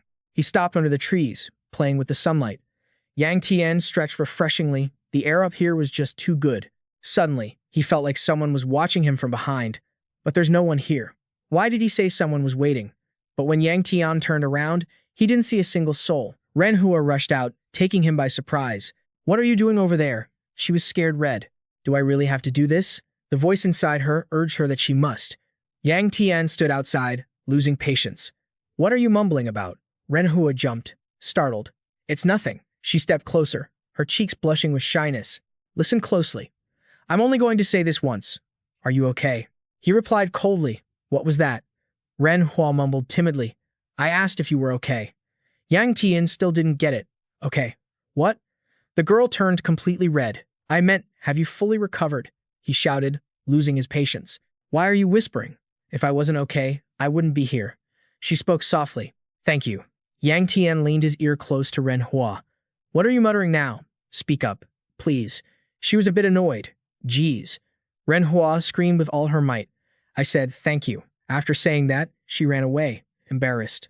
My God, my ears feel like they're going to burst. You're crazy. Suddenly yelling like that. Renhua shouted back, embarrassed, you're too loud. Just then, Nangong Fei appeared. Renhua must have felt shy. She watched the girls retreating back gently, the thank you. Yangtian bit his lip, annoyed, and interrupted. Kid, if you're grateful, you should have just walked back with me. Only then did he notice the bandage on Nangong Fei's arm. What happened to your arm? She just replied gently. I had to wear it when I went out. Yangtian asked with concern. What's wrong? Are you seriously hurt? But Nangong Fei remained indifferent. It's nothing. I only have to wear it until tomorrow. His eyes suddenly darkened. Why are you still using informal speech? She looked worried. Hey, are you really okay? In that moment, Yangtian's gaze lingered. The memories of the blood-drenched rain flooded his mind like a torrent. Yangtian cleared his throat. He bowed his head sincerely. I'm okay. Thanks for back then. Before Nangong Fei's confused look, Yangtian teased. What's with that face? Why are you reacting so strangely? I'm just calling you back the same way you call me. He turned his face away, perhaps partly to hide his embarrassment. If you don't like it, whatever. She used her other hand to grab Yang Tian's hand. I actually like it. His attitude softened. Yang Tian scratched his head, hesitating. Anyway, even though I don't remember much of what happened back then, I remember you were by my side. Every word he said made Nangong Fei's cheeks flush even redder, so I thought I should thank you. While he was mid-sentence, she turned around and walked away, her face like a ripe tomato. Thanks to you, my sister is also safe and sound. Yang Tian didn't understand what was happening and called after her. Why did she just walk away? He seemed to be a child who didn't understand the ways of romance yet. Damn it, why is she like that? Back to the present, Yang Tian, having completed his task, collapsed on the floor. Damn, what kind of nonsense is the will of Manhwa? Tanzei, I'll deal with that babbling old man later. Although he was exhausted, he couldn't stop thinking. That old man, ever since he fought that guy, no matter how many times I call him, he doesn't answer anymore. The image of him rushing to intervene flashed through his mind. Kid, calm down. Losing your cool is dangerous. Yang Tian stuck out his tongue, gasping for air. Where the hell did he go? Suddenly, the smiling face of Jia Cat Hatch appeared before him. Jia Cat Hatch, why are you here? Are you mocking me? Yang Tian immediately went on alert and sat up. Did he come to replace the divine doctor and check on the Sword Empress? His gaze drilled into the man. But wasn't that guy mute? In the past life, he could speak. Yang Tian's eyes became somber, and just seconds later, he returned to the memories of his past life. The voice of Jia Cat Hatch still echoed in that bloody battle. Those who dare to defy the sect leader's will, those who dare to hold a sword to deny that will. Those who once rampaged through forests of blades and mountains of swords. Now there is nothing left but the stench of blood. The entire world, the 9 provinces, the 8 desolations are all under the sect leader's feet. Our unity is growing as strong as tempered steel. Back to the present, Yang Tian silently followed him, assessing him. He was keeping quiet, not knowing what he was plotting, but he absolutely could not let his guard down. Inside the room, Xiao Di's weak voice sounded. Who is it? He stopped at the door and bowed respectfully. It's me, Yang Tian, here to pay my respects to the Sword Empress. She immediately replied, so it's you, Yang Tian. Come in. You quickly stepped forward, gently brushing past Gu Chengha. I humbly ask for your permission. Little Dai tries to force a smile, wanting to say that she's been dragged into an unpleasant situation, but she seems to be holding up okay. You stand by the edge of the bed, thanking her for her concern. She speaks in a low voice. I apologize. Receiving a guest like this is truly improper. Just as Yang Tian opens his mouth, a slight tremor hits. It's nothing. Something dangerous appeared, causing his face to darken. What is that? Xiao Di shifted slightly and sat up. I heard you saved Ren Hua. You've done a great thing. Yang Tian couldn't focus because of that thing. Clearly, he had never felt anything like this before. She forced a smile. Ren Hua finally had a truly reliable older brother. He remained silent, without a doubt. This energy as Yang Tian's keen eyes noticed what appeared behind Xiao Di, demonic energy, and as pure as the heavenly demons. Yang Tian's face went rigid. Without a doubt, this was completely different from those imposters. This was the arrogant smile of the heavenly demon manifesting. The heavenly demon's demonic energy. He stared intensely at the demonic energy clinging to Xiao Di. Could this be the illness that consumes successors of sword techniques? Why would something like this be inside her body? Could she have already faced the heavenly demon? An invisible sense of unease rose in Yang Tian's heart. Demonic energy isn't something that can be stopped just by enduring it. Yet, how is she still enduring it while the demonic energy is raging so violently? Xiao Di's face was withered and lacked vitality. Just a little longer, if only I had met you a little sooner. How good that would have been. She offered tactfully, saying he should at least let her treat him to a proper meal, but he quickly declined. It's okay. Xiao Di placed her rough, callous hands over Yang Tian's. Besides, you are my friend's son, after all. On her gaunt face, she tried hard to force a smile. If only I were still healthy, you wouldn't have to see this. How wonderful that would be. His eyelids drooped, his heart feeling heavy. He didn't know what to say in this situation. Suddenly, Yang Tian's eyes widened, and the surrounding air turned thick. He pulled his hand away from Xiao Di's, letting out a slight gasp. In Yang Tian's eyes, there was only her stunned expression, looking back at him. What is this? The demonic heavenly absorption art. His hand was now overflowing with demonic energy. Can it even absorb the demonic energy of a human? Just as things were at their most critical point, someone's voice cut in. Good heavens! I told you to close the door. All the wind is blowing in. Good grief! When did the divine physician enter the room? What are you all doing? The scene shifted elsewhere, where someone was practicing swordplay in a forest. Taking a half-step forward, Ren Hua was relentlessly practicing her sword strikes, sweat dripping down her face. The tip of her sword pointed upward, It seemed the scorching heat couldn't affect her determination. She unleashed sharp sword strikes one after another, never stopping her techniques. Renhua was trying so hard because the blood bandit's voice kept echoing in her head. This wasn't part of the plan. Where did such a beauty even come from? His smile was incredibly wicked, his words full of seduction. What good is that useless stick? Just forget about it. That was exactly why she pushed herself even harder, even though it was meaningless. But in the depths of Renhua's eyes lay a sense of helplessness. With just something like this, what can I even do? The blood bandit's smile haunted her mind. She had to return to the Huasan sect quickly to report to everyone. Not only that, Namgung Fei's words from that time were still fresh in her memory. Snap out of it, Ku Renhua. Right now, you can't help it all run. She had abandoned the pride of a martial artist, her responsibilities, and her honor to flee. Renhua dropped her sword, blaming herself. How pathetic. She collapsed, exhausted. This wasn't the image of a martial artist her master used to speak of. Suddenly, someone appeared behind her. Miss Kuyu, are you practicing? The man's voice carried a hint of concern. Are you pushing yourself too hard? Ying Feng, with his radiant face, handed Renhua a water bottle. Drink some water while you practice. You can drink it all, Miss Kuyu. She looked up at his sunny smile, which seemed to outshine the sun itself. Ying Feng, the youngest plum blossom swordsman. Renhua's eyes were cold now. If it were this person, he probably wouldn't have run away as pathetically as I did, right? That strange look made him uneasy. Miss Kuyu, the past appeared once again. This time, Yangtian was being treated by a physician. If it weren't for your brother, trouble would have happened long ago. When he wakes up, tell him to thank me. The physician kept turning the needles. But isn't it quite amazing? Renhua, who was watching over him, wondered what he meant. This physician seemed to have deep insight. A demon that even the Namgung family couldn't handle, yet your brother was able to suppress it. What kind of strength and technique is that? I know he has a complex aura, but I didn't expect him to know how to use it. She cursed him in her heart, that lazy and selfish guy, Kuyu Yangtian. Returning to the present, Renhua stood up, exhaling a weary breath. Everyone was walking their own path as martial artists. While I kept clinging to my master and acting spoiled, she bit her lips hard. Then, she reached out, her slender, fragile fingers. If I only know how to run away, how will the plum blossom ever bloom? Ying Feng, not understanding what was happening, kept his gaze on her. Suddenly, Renhua grabbed the hilt of the sword on the ground and picked it up. As if he slowly understood her actions, he smiled. Are you planning to continue? Then I'll leave this here. Remember to return it later. She sheathed the sword and ran off. No need. Please don't worry about it. Renhua left Ying Feng alone in his confusion. He called out after her back, Miss Kuyu. Renhua ran faster and faster. I'm sorry, she doesn't seem comfortable at all. Ying Feng, the Taoist, the last light in her eyes, was perhaps the encouragement from the heavenly physician. Renhua, don't be in a rush. No matter which path of martial arts you take, it's fine even if it's filled with sadness, pain, jealousy, or envy. Until the day a flower blooms from the sword tip you choose. On the day you show it to your master, let's laugh together.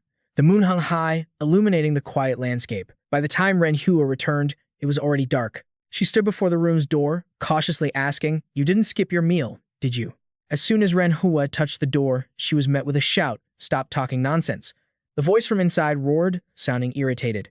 I'm being serious here. The voice seemed quite familiar to her. This voice is Ku Yangtian. The memory of him nearly bursting her eardrums came flooding back into her mind. While she hesitated, standing before that damned door. It's this moment again. What do I do? The divine physician's shrill voice rang out. You want me to believe that? What do you know about medicine to be talking like that? Yangtian insisted on arguing. I told you, this is already beyond the scope of medicine. You are also. You brat, seriously. If you aren't using medicine to treat the illness, then what are you using? The physician's voice was sharp.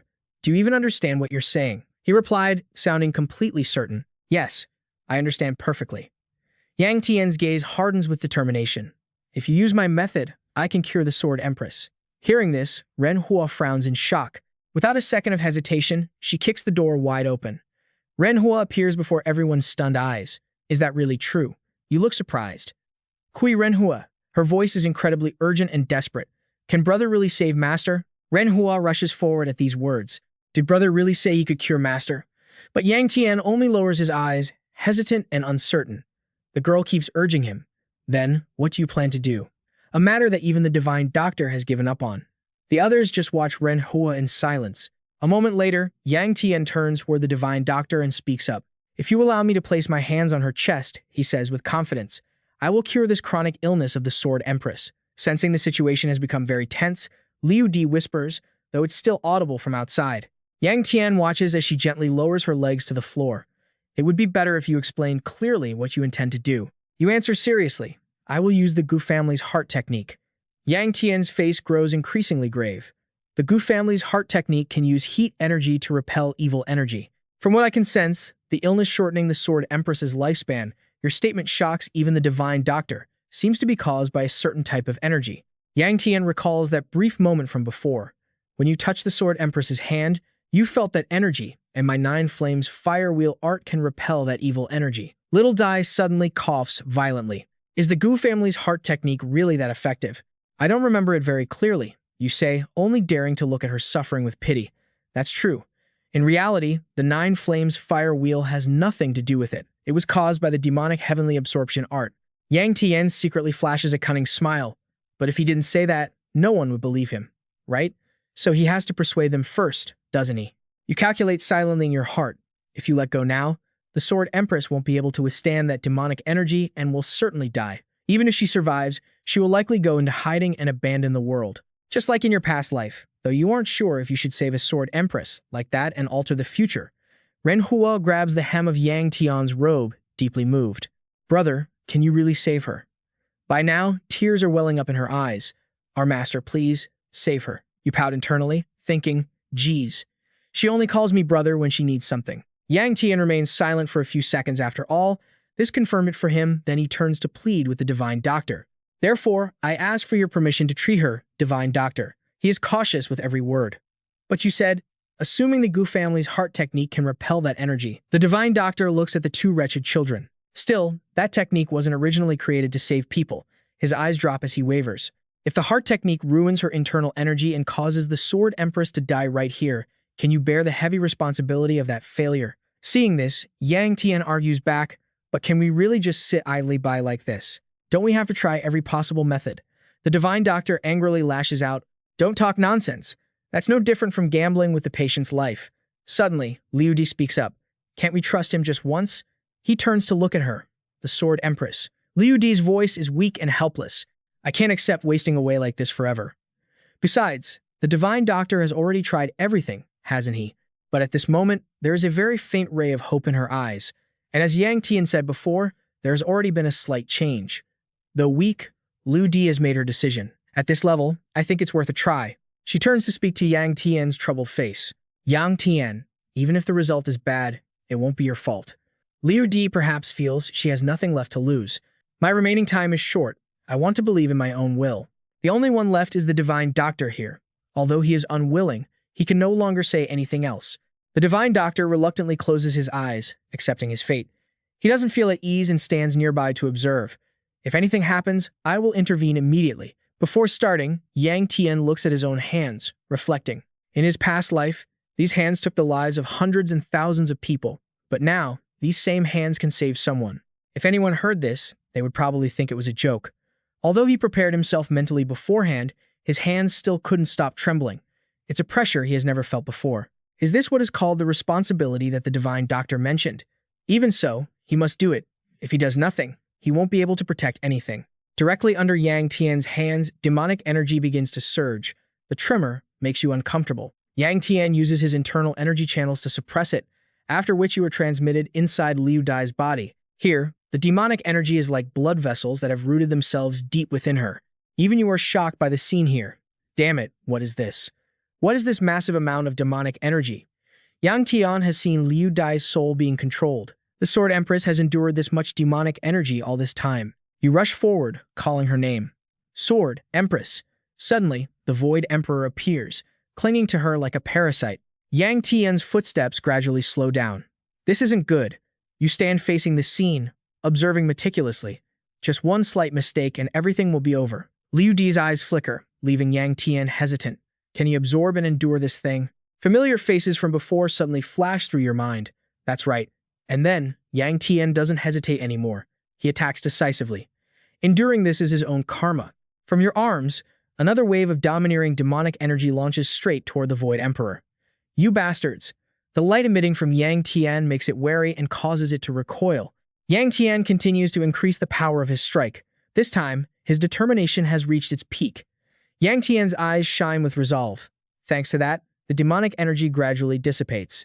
A blinding light envelopes the entire interior of Liu Di's body, and that also puts an end to this Void Emperor. The stubborn strands of demonic energy surrounding her also vanish. Liu Di's eyes slowly open, filled with coldness. She pulls on the sword hilt, revealing a portion of the sharp blade. Meanwhile, Yangtian has stopped his movements, but someone is calling Yangtian in his ears. You lose all your strength and fall backward. All the while, a voice continued to echo in Yangtian's ears. Zhu Yangtian, the hazy scene of ZD and the faint image of the divine doctor appeared before his eyes. Wu Di was still alive and uttering threats. This time was completely different from the past. It's truly delicious. Yangtian's eyelids grew heavy and gradually closed. Sui A was practicing swordplay in a secluded corner where no one could see. The future version of her is so kind and patient. Hold it higher. She swings the sword with one clean, decisive motion. Like this? Is this okay? The future Sui A smiles in satisfaction and praises her. That's it. You've improved so much compared to when we started. She beams with joy and gratitude. It's all thanks to you, sister. When I told grandfather I wanted to learn martial arts, he just brushed me off. Shui, I felt so sad back then. In that darkest moment, the future version of her appeared like a soulmate, saving a child filled with resentment. Don't cry, Shui. Shui looks around foolishly, wondering who that voice belongs to. The future version of her lowers her hand and smiles, offering, I'll teach you swordsmanship. Shui says happily. Finally, thanks to you appearing, I was able to learn the sword. She smiles brightly and innocently says, You used to take over my body, so I was terrified. But now I like you even more than grandfather. Suddenly, Xiao Jun's heavy, angry voice echoes throughout the space. You brat. I told you not to touch that sword. Shu A jumps in fright, hiding the sword behind her back. Trembling as she explains, Grandfather, it was just a little bit. He knits his brows tightly, clearly showing his rage. The scene shifts to a wooden house on a high mountain peak. Yangtian just woke up after exhausting his energy to treat Xiao Di. He opens his eyes wide and bolts upright, looking panicked and confused. Sword Empress, Divine Doctor. Where is everyone? Suddenly, a suffocating feeling washes over him, making him grimace and grit his teeth in pain. Right, damn it, this disgusting sensation. It seems I've fully absorbed that chaotic demonic energy. Sitting here forever is pointless, so I'll go find them myself. The Sword Empress is stable now. Yangtian, you must find her first. Yangtian slides the door open just enough to lean out and peek. Upon seeing a familiar figure standing under the cherry blossom tree, he calls out, Renhua. The girl looks up, wearing a radiant smile. Yangtian, curious, follows her gaze. It turns out to be Xiao Di, floating in midair. She looks youthful and beautiful again, with raven black, silky hair. Renhua is so overjoyed that tears stream down her flushed cheeks from the sheer emotion. Xiao Di wears a gentle smile that had been missing for so long. She pushes off a high branch, unleashing her lightness skill. Leaping up as if to touch the clouds. He is so stunned his jaw drops, left wondering to himself, is this a rebirth? No, she's just returning to her true form. She grips the hilt of her sword and slashes a sharp line through the air. The clouds high above are instantly cut into a perfect X shape. Xiao Di lands safely and speaks slowly. Finally decided to wake up, Renhua bursts into happy tears and rushes toward her. She says softly, Now that you're awake, there's something I wanted to say first. Xiao Di hugs the girl as if she were her own child, her lips curling into a gentle expression toward him. Thank you. She turns her head, relief clearly visible in her eyes. It's all thanks to you. Yangtian awkwardly shifts his eyes away, stammering, No, it's nothing. I'm just a bit overwhelmed. I'm not really used to this kind of atmosphere. Just then, a deep, raspy male voice chimes in with praise. Hard work, kid.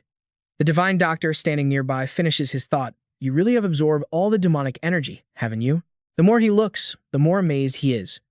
He glances over with a cryptic, bogeyman-like smile.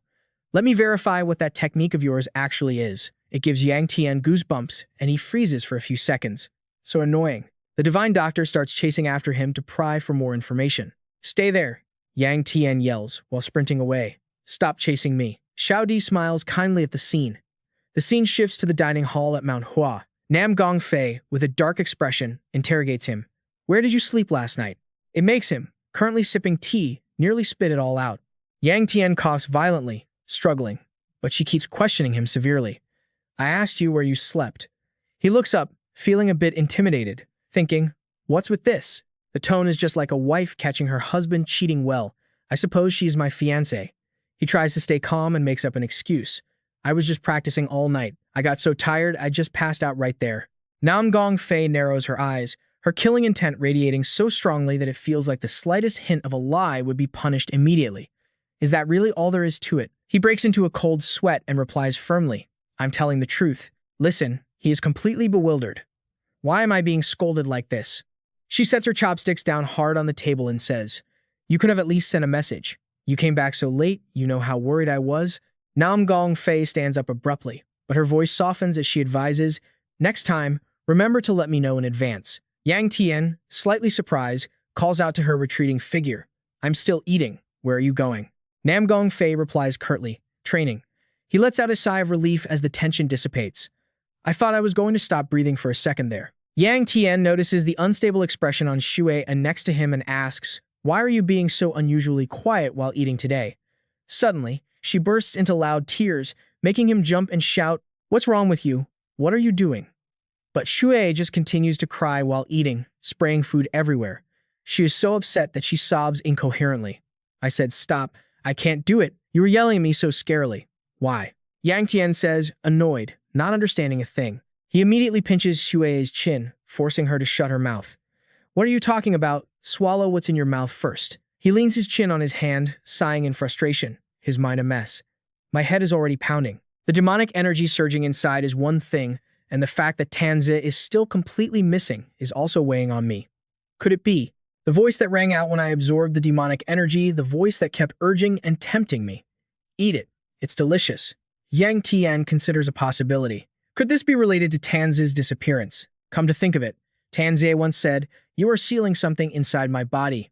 Could I have been swallowed by that very thing? While he is lost in thought, Renhua's voice cuts through the air. Young master, is it Renhua? Yangtian turns toward the door, asking, What's the matter? She bows respectfully. A guest has come to see you. That leaves him surprised. A guest? Who? Renhua pushes the door open and walks in, looking a bit shy. It's me. Sorry to bother you while you're eating. Yangtian can't help but be shocked by her appearance. Kui Renhua? He frowns, confused, and questions her. Hey, it's hard enough to get up there. Why go through the trouble of coming all the way down here? The girl, annoyed, quickly explains, You're so noisy. It was my idea. So what? My master says you've gradually regained your internal energy. So, for the fact that you treated me, you keep making me feel like I owe you a debt of gratitude. Yangtian suddenly went quiet, seemingly deep in thought. Then he turned his head toward the dining table and said calmly, Did you really have to go through all this trouble just to say that? Seriously, do you have nothing better to do? This made Renhua so mad she was fuming. Oh my god, master. Did you hear how he talks? Suddenly, the familiar voice of Xiao Di interjected. That's enough, Renhua. Yangtian froze in shock. What, master? She gently began to explain. Saving a life is a profound duty. Wei Xueya, while eating, looked up to listen in. A beautiful lady. Xiao Di appeared with a gentle smile. Is just a word of thanks really enough? Xiao Di smiled and teased. You seem quite startled. Yangtian's face went pale, but he tried to remain calm. I'm just glad to see you're still doing well. She sighed. I didn't expect to recover my original appearance this quickly myself, he asked with concern. So, are you fully recovered now? Xiao Di paused for a few seconds, leaving the answer to him. What do you think? Yangtian observed her for a moment and remarked, You look great, even better than when I visited you at your residence. She pulled out a nearby chair and explained why she had come. The reason I'm here isn't for anything else. I just felt in my heart that I needed to repay you. Yangtian, if there is anything you desire, just say it straight. You saved this life of mine, so it can be entrusted to you at any time. Renhua, standing nearby, was stunned to hear such a definitive promise from Xiao Di. Master Yangtian wasn't one to be outdone, and immediately retorted, I worked so hard to save you, and you're already talking about offering up your life? How could I accept that? She remained serene, smiling brightly as she insisted. It's fine. After all, this was a life that was already on the brink of death. I will grant whatever you ask, so just say it. Yangtian broke into a cold sweat, wondering why she was so sure that no matter what he asked for, she would agree. She gently placed her hand on his and explained sincerely, In my eyes, no matter what you request, it wouldn't be anything harmful to others or anything evil. Yangtian froze for a few seconds. A dark memory flooded back into his mind, and his expression turned chillingly cold. But what do you have to be so sure about that? Tragic scenes of the future flashed by, corpses scattered everywhere, the stench of death and desperate voices questioning him. What sin have we committed? Yangtian's heart felt even more tormented. The one who burned Mount Hua and turned all its disciples to ash was me. Being unable to protect the Jiu Ren Hua was not their fault. I just needed someone to vent my anger on. Returning to reality, Xiao Di kept her gentle smile. And if you haven't thought of anything yet, you can tell me later. By the way, there is something I would like to ask you, she politely requested. Even though we are in the middle of a meal, would you mind everyone stepping out for a moment? I want to have a private conversation with Yangtian. Wei Shuya was a bit surprised, and Ren Hua asked in confusion. I have to leave too, master? Xiao Di turned to her and explained softly. It's just a small matter I need to discuss with him. Ren Hua, you go out for a while too. Though she really didn't want to, the girl could only agree and leave reluctantly. Yes.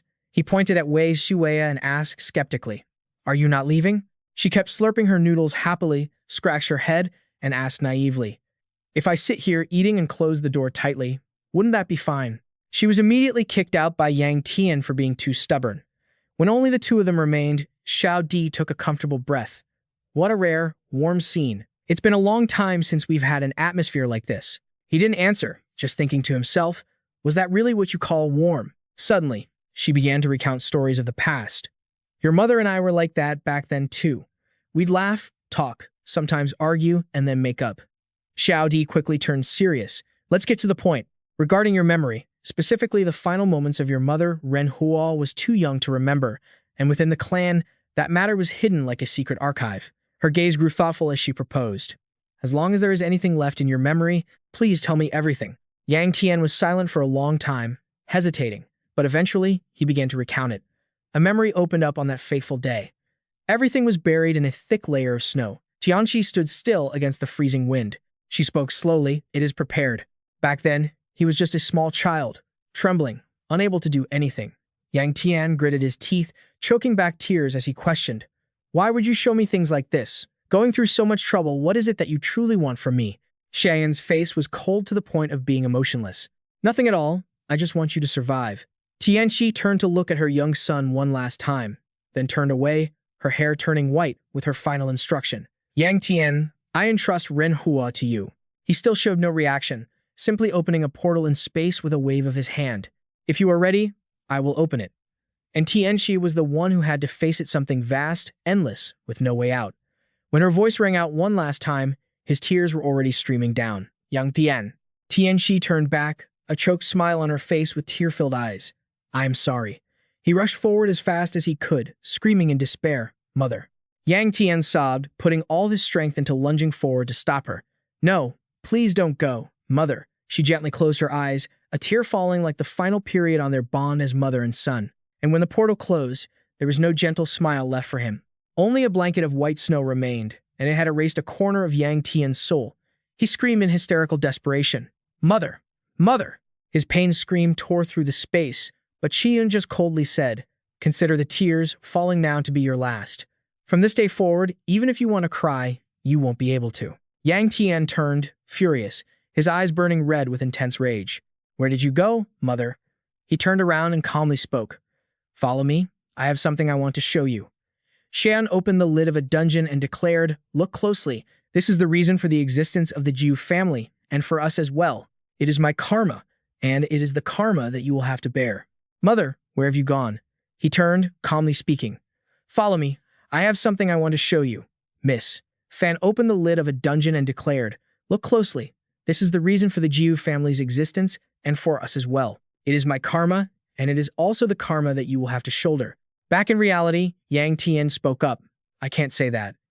Z-Dai still wants to find out more, even if just a little, so does that thing even exist anywhere in this world? But of course, you're still going to refuse, and I can't tell you that either. Even if you ask me again, my answer will remain the same. She stood up slowly, showing no anger or reproach. I see. I understand. Then I won't ask any more. Xiao Di sighed, reached out to gently stroke Yang Tian's head, and expressed, My apologies, that must be a painful scar in your heart. At this moment, she suddenly remembered something. Right, she vaguely remembered hearing that a pretty young lady often helped Wei Shuya. Is it the young lady eating over there? His face was twisted, his smile crooked. Yes, the pretty young lady. Xiao Di's eyes were full of mischief, wanting to tease him to the end. Isn't it her? Looking closely, She seems a bit too young to be called a young lady, so who could it be? This made Yangtian turn pale, stammering and wanting to escape. I'm not really sure about that. Deep down, he couldn't help but be surprised. Renhua actually said things like that. It really didn't suit her character at all. If it's someone taught sword techniques by me, she must be talking about Nangong Fei. She finally stood up straight, letting that topic go to ask about something else. Enough, that's enough for now. You should head back to the clan soon, right? When are you planning to leave? He breathed a sigh of relief and replied, I plan to set off immediately, because Renhua said she doesn't intend to go back. After understanding the situation, Xiao Dai called out loudly, Is that so? Sui Renhua. The girl who had been waiting outside heard her. Renhua answered with a hint of curiosity. Yes, master. She pushed the door open and walked out, asking seriously, Do you really have no intention of returning home? That made the girl a bit flustered and stammering. Yes, it's because I was still worried about master. Seeing her troubled expression, Xiao Di softened and asked, Even so, shouldn't you go back at least once? Renhua lowered her voice even more, not knowing how to explain. However, she suddenly thought of a solution and said, If your heart is still heavy with this, then it can't be helped. Then, how about this? I will go back to the Sui clan with you both. Upon hearing this, the girl's eyes lit up with excitement, but Yang Tian's expression was one of total shock. He had absolutely not expected this move. Renhua couldn't hide her excitement. Are you really coming with me? Hearing this, Xiao Dai calmly explained her reason. That's right. I have some business to attend to at the Sui clan anyway. Besides, I haven't finished hearing Yang Tian's request yet. He hurriedly ran over, implying she shouldn't go, begging her to wait a moment. The Sword Empress was supposed to be the guardian of this place, but Zidai had made up her mind and wouldn't change it. Me? Guarding Mount Hua? I have always been protected by this place. Yang Tian pointed at the girl and said, But this little girl just said she didn't want to go. But Renhua excitedly blurted out a sentence that was like a bucket of cold water on him. If master goes, then wherever it is, I will follow. Yang Tian, deeply shocked, yelled in frustration. Hey, little girl, why are you changing your mind faster than flipping a pancake? The girl didn't bother to care and replied bluntly, That's what I want. You came here to bring me along anyway. So, isn't that what both of you wanted? Right at this moment, Wei Zueya saw Nangong Fei approaching and happily called out, Big sister. Just in time for Xiao Dai to see with her own eyes the person Renhua keeps praising as her beautiful big sister. She smiled warmly and asked, So, you are the little child who saved Renhua. Xiao Dai gently took her hand to express her feelings. I must thank you personally. Truly, thank you so much. Nangong Fei's cheeks turned red, and she was too embarrassed to say a word. Not at all. She spoke gently and praised her. Renhua has told me so much about you that there is a beautiful big sister who always cares for and helps her. Your appearance is truly just as beautiful. The more she said that, the more embarrassed the girl became. Why do I feel so shy? Is it because I'm being praised? Immediately after, Xiao Di mentioned something even more important. That's right. I heard you are Yang Tian's fiancé. This made him blush like a ripe tomato. But for Nangong Fei, those words truly softened her heart. They both had kind hearts. They would surely make a beautiful couple. While Yang Tian was still embarrassed and hesitant, wondering how the Sword Empress knew about the engagement, Wei Shueya noticed a familiar figure beside her. She was overjoyed to see the future version of Wei Shueya appear. Big sister. The future version of herself smiled and suggested, Now, let's go train. The matter from before should still be brought to a proper conclusion. Wei Shueya smiled brightly and dashed out of the dining hall. Yes, okay. Seeing this, he asked in surprise, Hey, where are you going? Renhua stepped closer to Xiao Di and called out softly, Master, the fire sacrifice festival will be held soon. If you want to travel together, why not wait until after the festival? She didn't answer immediately, but turned to ask for Yang Tian's opinion. What do you think? Yang Tian crossed his arms over his chest, acting indifferent, but his words clearly showed he was yielding. If she has decided to return, then there's no other way. I will also set off at that time. Xiao Di clapped her hands in satisfaction and declared, Good, then the schedule is set like that. Then, suddenly, she leaned down, making the girl jump in surprise. What's wrong? Master Xiao Dai stared at her for a long time before dropping a blunt remark. Renhua, looking at you clearly in this light, to tell you the truth, it seems like you've gained a bit of weight.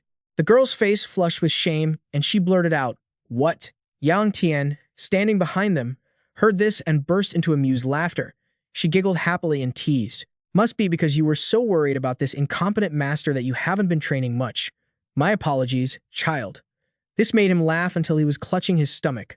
Xiao Di clasped her hands behind her back and calmly made a request. Because of that, I'm thinking of having Yangtian spar with you. He was having fun, but his smile vanished, and he shouted, I have to spar with her? Why? 3 consecutive sentences destroyed his ability to participate in social harmony. She ignored Yang Tian's frustration and announced seriously, starting tomorrow, I will personally teach you again, but before that, you should warm up your body a little. Renhua didn't want to train with Yang Tian either, so she quickly said, Master, I can do the warm-up myself. Even in my free time, I never neglected my cultivation, but she was interrupted by Xiao Dai. Don't argue. She smiled kindly and urged them, go quickly. Go. The scene shifted to a dense forest, a safe place for both of them to train freely. The girl took a deep breath to steady her rhythm and gripped her sword tightly. Renhua had taken her combat stance, furrowed her brows, and asked again, Are you really allowed to do this? Yang Tian replied nonchalantly, Do you think it's a lie? It's a spar. Without holding back, he urged her, Give it everything you've got and come at me. With that, she charged straight at Gu Yangtian, determined to start their spar. Flashback to the time they were still living at the family estate. Renhua was picking up a piece of mushroom to eat, but her mind was still in a whirlwind. Brother, can't you tell me now? Gu Yangtian continued his meal without offering a single word in reply. This left Renhua incredibly frustrated, and she feigned ignorance once more.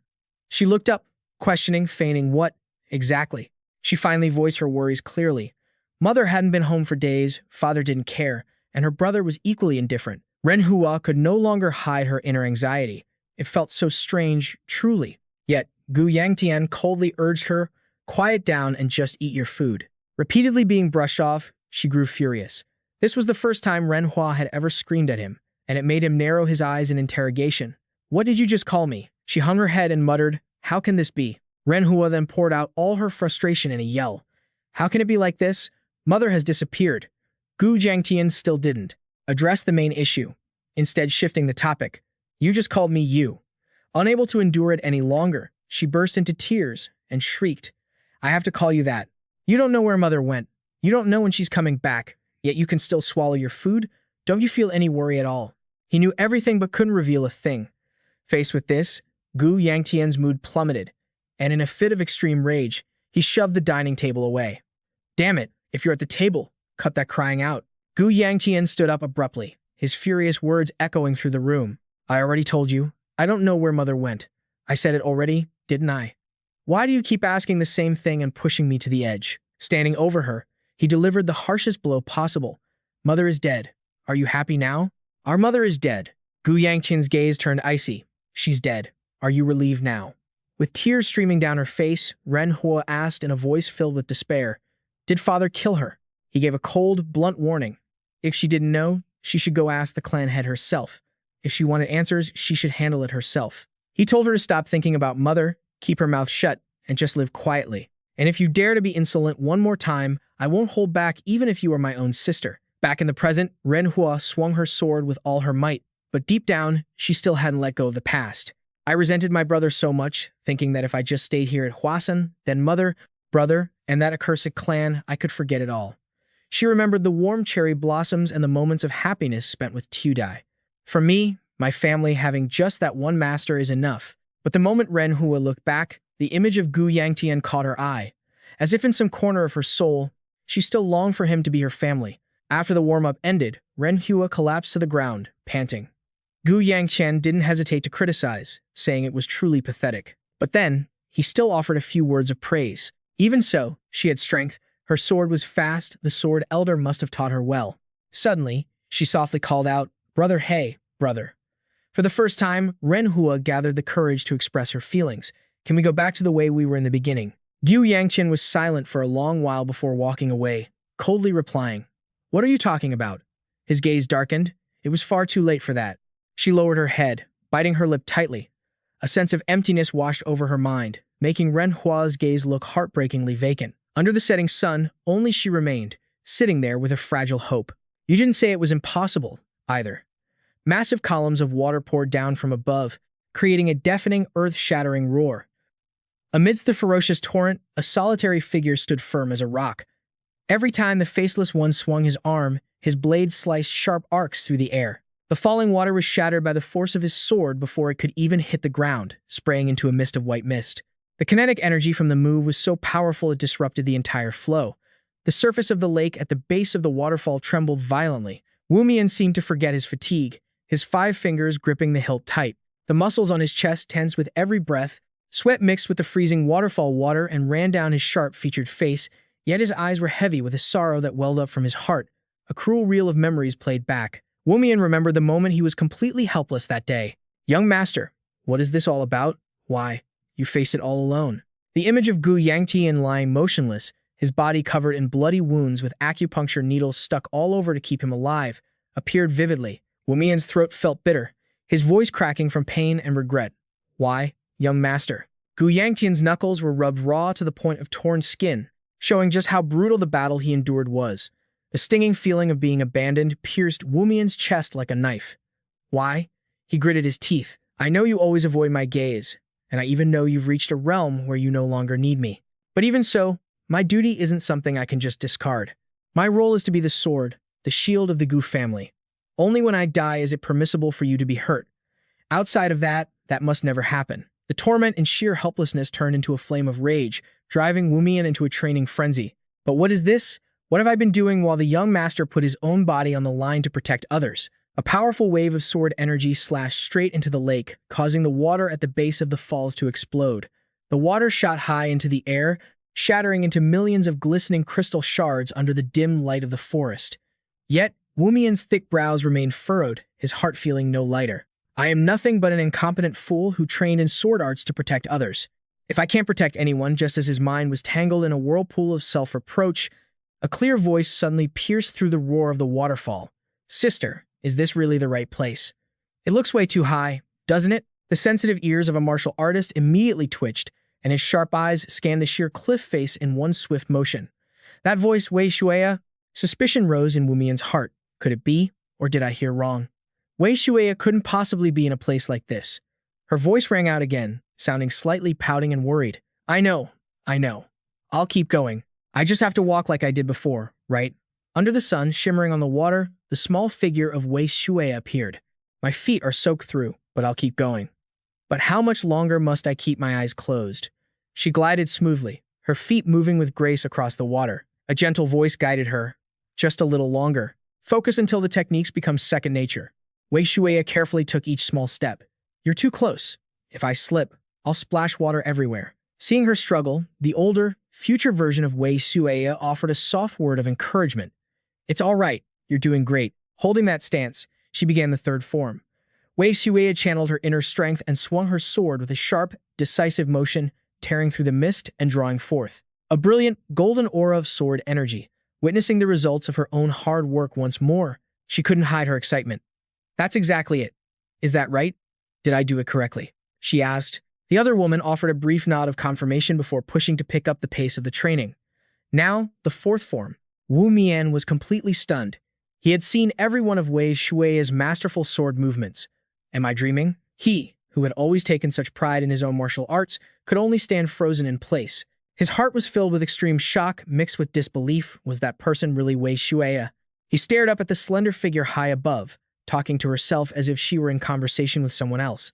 But doing that on the cliff edge is way too dangerous. If the young master finds out, he'll be terrified. While Wu Mian was reeling with questions, up at the top of the waterfall, the future Wei Shuya began to raise the tempo. "All right, this time, execute the first through fourth forms in one continuous sequence," she said with excitement. "Understood." After the signal, every sword stroke unleashed surging energy with a brilliance that lit up the sky. Watching such a breathtaking performance, Wu Mian was too stunned to say a word. Her body moved with fluidity, performing the entire sequence without a single wasted motion. The future Wei Shuya smiled and offered a proud word of praise. Next is the final one, the fifth form. She took a deep breath to steady her mind. Wei Shuya swung her sword according to the command. "Let me try." She then leaped, spinning her body once in the empty air. The water in the lake below, subjected to the immense pressure crashing down from above, rippled into massive waves that spread far outward. Using the momentum of the fall, Wei Shuya landed lightly on a rock as the future Wei Shuya praised her. "Well done." Seeing the form completed perfectly, Wei Shuya couldn't contain her joy. "I got praised by you." Witnessing the entire heart-pounding scene, Wu Mian stood frozen, dumbfounded. How is this possible? Has she been secretly practicing swordplay all this time? His mind was in turmoil. All his old prejudices and perceptions of her completely collapsed. "I always thought she was just a maid obsessed with sweets." He took a deep breath to clear his chaotic thoughts. What am I even thinking? Get a grip, Wu Mian. Looking down on others isn't going to help you reach a higher realm. He gripped the hilt of his sword so hard his knuckles turned white. For now, I should just keep my eyes on the path ahead and continue to improve, because that is how I fully fulfill my duty as a guard for the Ninth Master. A familiar, soft voice suddenly whispered right by his ear, making Wu Mian jump. That is enough. He spun around, his pupils contracting when he saw who had appeared. Wei Shuya, since when? She didn't answer his question directly, instead slowly pointing a slender finger right at the center of Wu Mian's chest. Knowing what you should do is enough. He couldn't understand the hidden meaning behind her action. What does that mean? Just as the words fell, from the tip of Wei Shuya's finger, a brilliant, golden light suddenly erupted, piercing deep into his chest. An incredibly strange and vast energy flooded into Wu Mian's body like a tidal wave, surging through his blood vessels.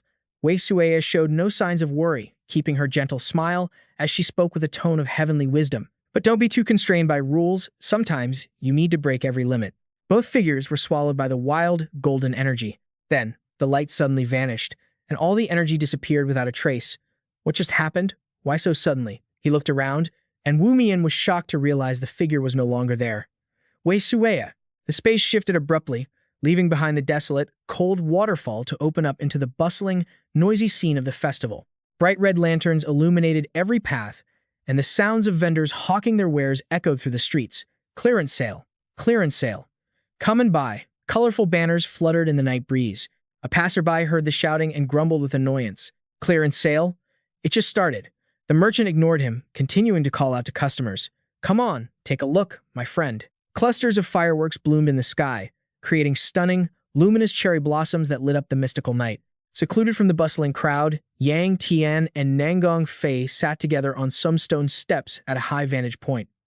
I really didn't expect to be here until the fire festival. Who knew things would turn out like this? He silently watched the final trails of light from the fireworks, slowly enjoying the piping hot, steaming buns in his hands. Well, it's already happened, so just relax for a while before you go. She winked mischievously. Under the brilliant glow of the fireworks, Nangong Fei's cheeks turned slightly pink. Yang Tian glanced over, and though his heart skipped a beat, he pretended to be stern.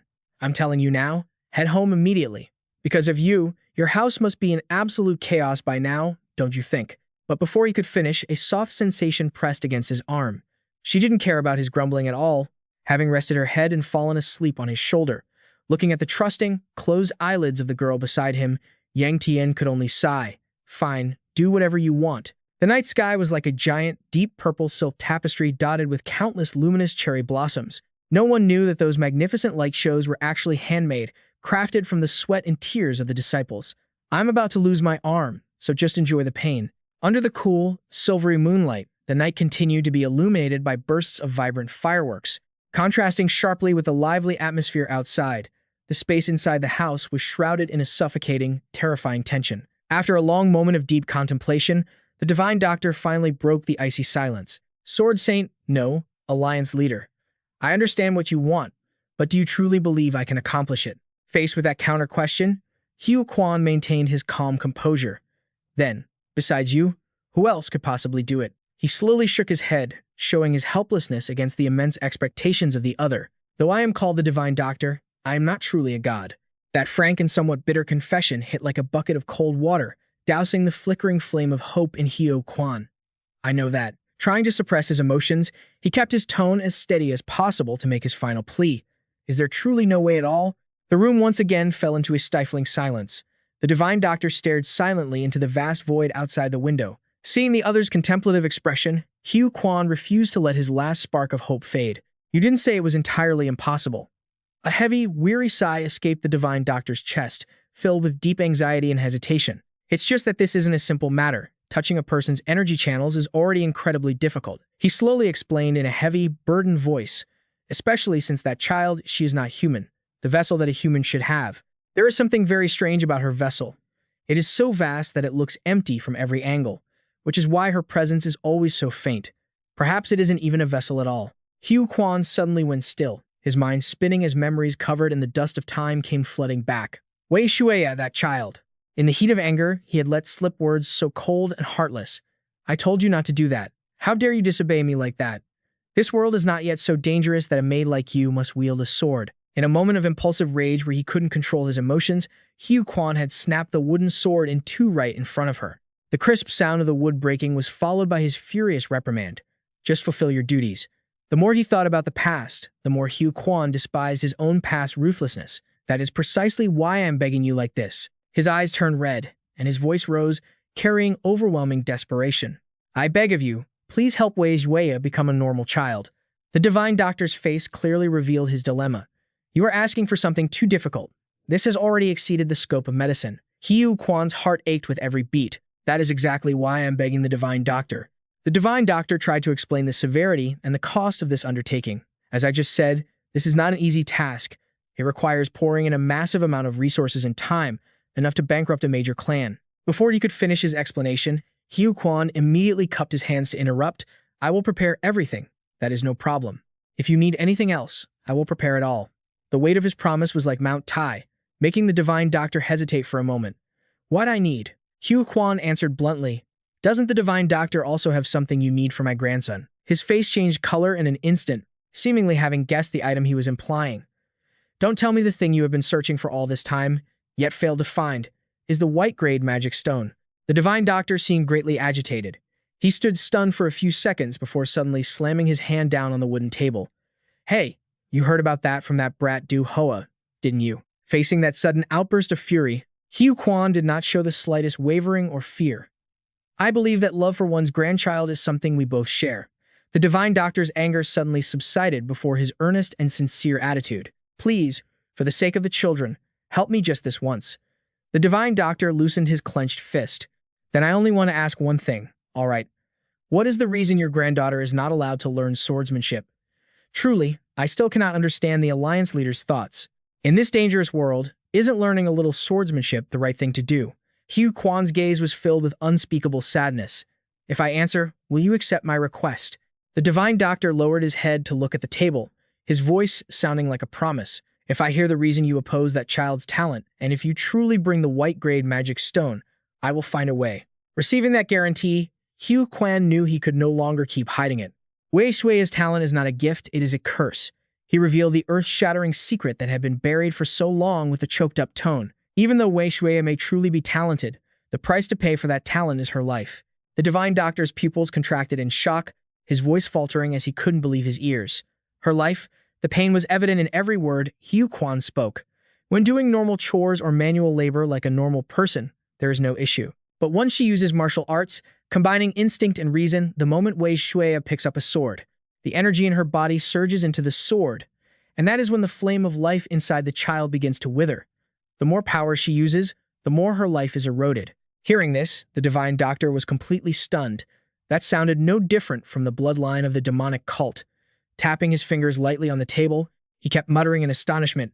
Why would you want to forbid her from learning martial arts? If that is the case, have you ever been to the T family estate in Tai Ling, where the Martial Arts Alliance leader currently resides? Hugh Quan shook his head, his expression clouded. Not yet. The divine doctor looked him straight in the eye. Then go there. In that place lies the Feng magic stone. Only by using its power can you seal that child's dantian. By doing so, she might never be able to practice martial arts for the rest of her life. Even if it succeeds, are you still okay with that? The sword saint fell into silent thought, the pain clearly visible in the depths of his eyes. The divine doctor reminded him of the consequences he would have to bear. What you are doing is no different than breaking a bird's wings before it can even fly. But the child will grow up eventually. One day, looking back at herself with broken wings before she even had the chance to fly, she might resent you for the rest of her life. For Hugh Quan, nothing was more important than Wei Xueya's life. Resentment for a lifetime? To me, that price is still cheap if it means trading for Wei Xueya's life. At the same time, Gu Yangtian and Nangong Fei were walking together under the night sky. He walked along absent-mindedly, munching on the sweet candied hawthorn in his hand. She suddenly discovered something extremely interesting ahead, and without a word, she darted off like a whirlwind. Her sudden action left Gu Yangtian bewildered. Amidst the sounds of laughter and the bustling cries of street vendors all around, a small stall suddenly caught his attention. Under the bright red lanterns, exquisite hairpins shaped like butterflies shimmered, reflecting enchanting rays of light. Yang Tian's gaze was locked onto that small trinket as if bewitched by some invisible spell. Beneath the dim moonlight slowly descending upon the world, Xue walked back to her quarters with weary steps. After a long, exhausting day of sword training at the waterfall, she now held a half-eaten pastry in her hand. Walking while munching, her puffed-up cheeks radiated a sense of carefree joy. "Hey!" A sudden voice startled her, causing her to nearly choke on the half-chewed pastry. She turned around in a panic, only to be met by Yangtian's icy-cold stare. He frowned as he stepped toward her, his voice laced with a mix of reproach and irritation. "Where on earth have you been wandering all day? I intended to invite you for a stroll at the festival, but I spent the whole day searching for you with Nam Gongfei." Seeing his angry expression, Shui only shrunk back, pulling her head in and hanging it low in apology. I'm sorry." The confusion didn't last long before her expression suddenly shifted to astonishment. Yang Tian extended a hand holding an object. It was the exquisite butterfly-shaped hair clip from earlier. Shui was completely stunned. What is this?" He awkwardly turned his face away, trying to keep his tone cold and indifferent. "It's nothing special. I saw you working hard, so I just thought I'd give it to you." Witnessing her overly obvious reaction, Yang Tian snapped clumsily to hide his own embarrassment.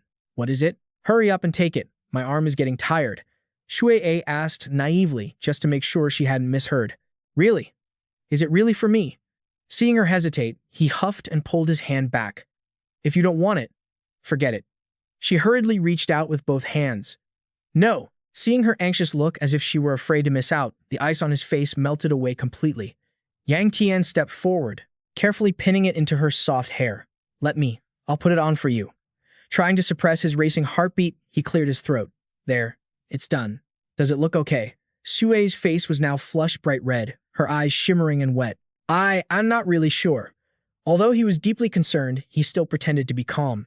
"If you don't like it, you can take it off. It wasn't anything expensive anyway." She suddenly spoke up, cutting off his words. Without a second thought, Shui stood on her tiptoes and pressed a feather-like kiss onto Yang Tian's cheek. He instantly turned to stone. A faint pink mark left where she had kissed him, proving it wasn't a hallucination. While he was still dumbfounded, she took a step back. Shui's sweet smile made someone's heart skip a beat. "Thank you." The butterfly clip on her hair sparkled and shimmered with every movement. The next morning, Nam Gongfei yawned loudly as soon as she stepped outside. She didn't look energetic at all, so sleepy. In contrast, Shui was chirping like a bird. "Let's hurry up and go watch the grand tournament." She didn't forget to urge Yang Tian, who was lagging behind. "Young master, hurry, hurry." He paused for a moment and stared fixedly at Shui. He had recovered after just one night, but Shui, having a sharp eye, noticed something unusual.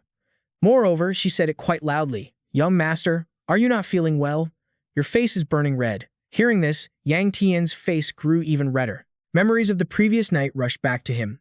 "I'm not a child anymore. Why am I so flustered over that? Damn it." Yang Tian. Thinking this, Yang Tian defensively denied it. "You must be imagining things." A crowd had already gathered outside the city gate to watch the competition. The onlookers began discussing the matches. "The Sword Dragon is participating this year, right?" "You mean Brother Fong? I don't think he appeared last year. Back then he wasn't titled Sword Dragon yet, but he'll definitely show up this year. By the way, who won the championship last year?" "Some guy named Vin, I think." Ying Feng, who was passing by and heard the conversation, chimed in casually. It was likely the Vin Than Taoist. The two people immediately clapped their hands. "That's it, Vin Than. But who is that?" He approached them with a bright smile. "I am Ying Feng, one of the 3 great disciples of Manhwa." They were stunned and left wide-eyed. Is Ying Feng really the genius sword dragon? Ying Feng was shy to be praised. "You're too kind." Just then, Yang Tian happened to pass by. "Ying Feng, what are you doing over there? I thought you were supposed to be busy preparing for the flower offering hall." Seeing Yang Tian, Ying Feng looked excited. "Young Master 9, are you on your way to see the flower offering hall too?" He was caught off guard and felt a bit unnatural. "That's right, but can the sect leader afford to be here? Surely the preparations must be overwhelming right now." Ying Feng smiled confidently. "Yes, they're almost finished, so it's fine." Just then, the panicked voices of his fellow disciples rang out. "Hurry up! The flower offering hall is almost here. Where is everyone running off to?" Ying Feng's smile instantly froze. Everyone was rushing to train for today's grand tournament, and those guys were even louder than him. Wasn't that just cramming before the exam? Ying Feng's face grew even stiffer. "There's still some time before the ceremony starts. Would you like me to take you to see the arena?" Yang Tian was a bit speechless. He said, already prepared, so it was all to prepare for the grand tournament. Inside the arena, everything was set up grandly.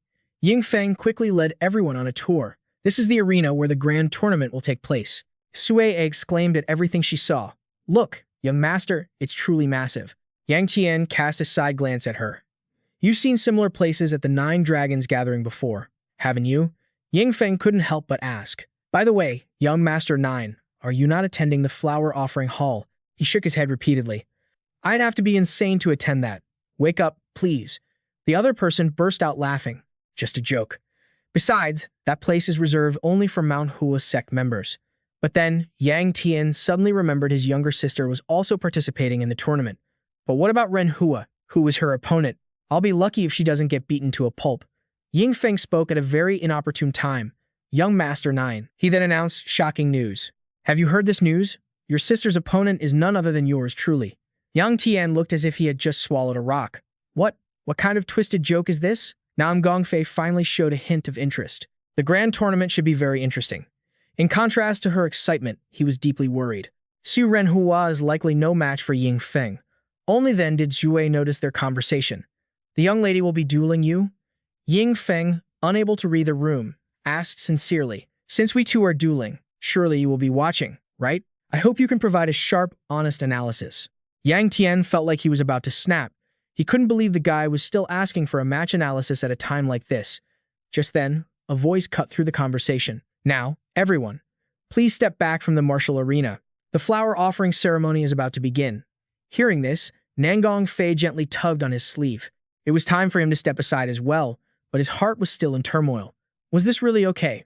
Who would organize a match like this? Was it malicious or what? Damn it, why is this feeling so strange? Don't tell me I'm worried about Jiu Renhua. No, it must just be because she's going to get beaten to a pulp that I feel this way.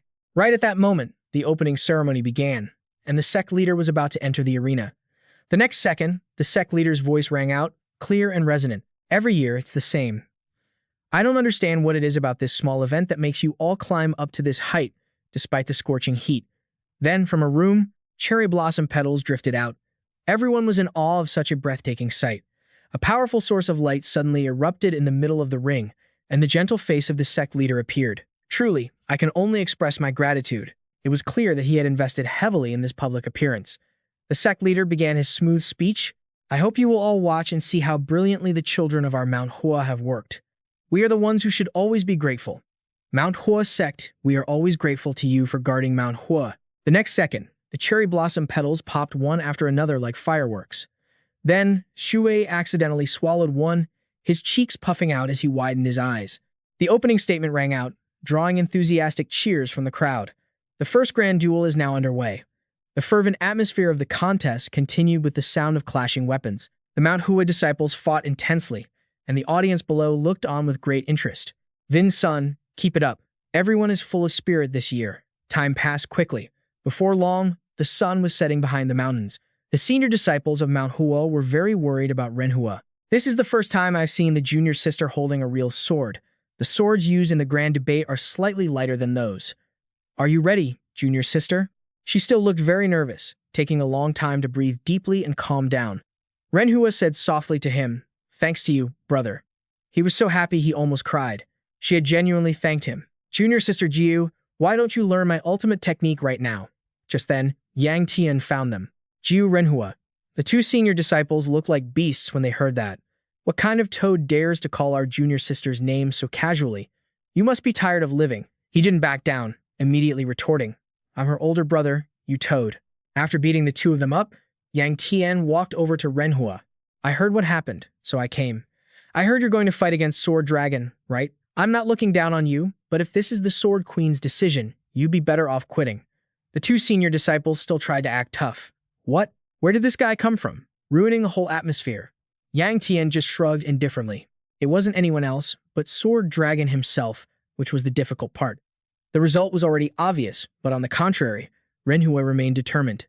I said I would do it. Thank you for worrying and coming. I didn't expect that. But listen to me, all this time, if I kept avoiding the fight, then for the master, for the senior brothers, for sister Nangong Fei, and for you, my brother, I have received too much kindness, more than I deserve. Therefore, starting today, I will repay it bit by bit through my actions. This time, winning or losing didn't matter. Renhua looked straight at Yang Tian, her eyes full of confidence and determination. Because this is the first time, this is the battle I won't run away from. The moon had risen to its peak, but the duels were not yet over. On the side of Yangtian Vin Quang, cheers mixed with regrets erupted from below. Great job. Damn it. What a shame. The referee waved his fan and announced, the next match is a special and rare contest. Phi Kim, the one hailed as the greatest talent of the late stage, the future of Mount Hua. The audience immediately let out shrill screams. Sword Dragon, Ying Feng. Finally, we get to see Sword Dragon in person. Ying Feng stepped onto the ring with a very confident demeanor. At this moment, the referee introduced Renhua on the other side. From the Ngandet side, a disciple of the Sword Queen, second disciple Jiu Renhua. At that moment, Renhua suddenly remembered her older brother. Since when? Was it when he got fiercely angry? At first, I only hated him. Then, from some point on, his image of only knowing how to get angry made me feel afraid. I kept resenting him endlessly. The fear grew bigger and bigger until I hated this whole world. I ran away, running for my life, and finally, I arrived at the Master's side, who gave me peace in this world. But when I looked at myself, always feeling uneasy, I suddenly realized that perhaps this wasn't the wound he left, but my own weakness that had revealed itself a little too early. So, I have decided now. Renhua closed her eyes tightly, sweat pouring down, even though she still couldn't bring herself to like her family or him. The next second, she faced her opponent with a confident smile. I am Jiu Renhua of the Manhwa sect. Ripples of cherry blossom-colored spiritual power gathered on her sword. I won't run away anymore. The match began, and both immediately engaged in a fierce battle. Renhua looked at Ying Feng's expressionless face. He was truly a master. This was the Sword Dragon of Mount Hua. Very quickly, Renhua was knocked back. She did not hesitate to use her true strength, creating a powerful explosion in the middle of the ring. Luckily, Ying Feng dodged the blow, but it didn't stop there. Renhua continued to attack repeatedly with astonishing speed. Ying Feng looked quite troubled. Not bad at all. He quickly took a steady stance, as if welcoming Renhua's blade. At this moment, Ying Feng finally became serious. The flower the Sword Queen planted has bloomed quite sharply. His face tightened slightly. But your sword style, though brilliant, follows a fixed pattern. Your footwork is too easy to predict. This made Renhua's eyes widen in shock. She didn't know when Ying Feng had closed in on her. You're dead. He used his strong legs to gain momentum and then dealt Renhua a blow right to the stomach.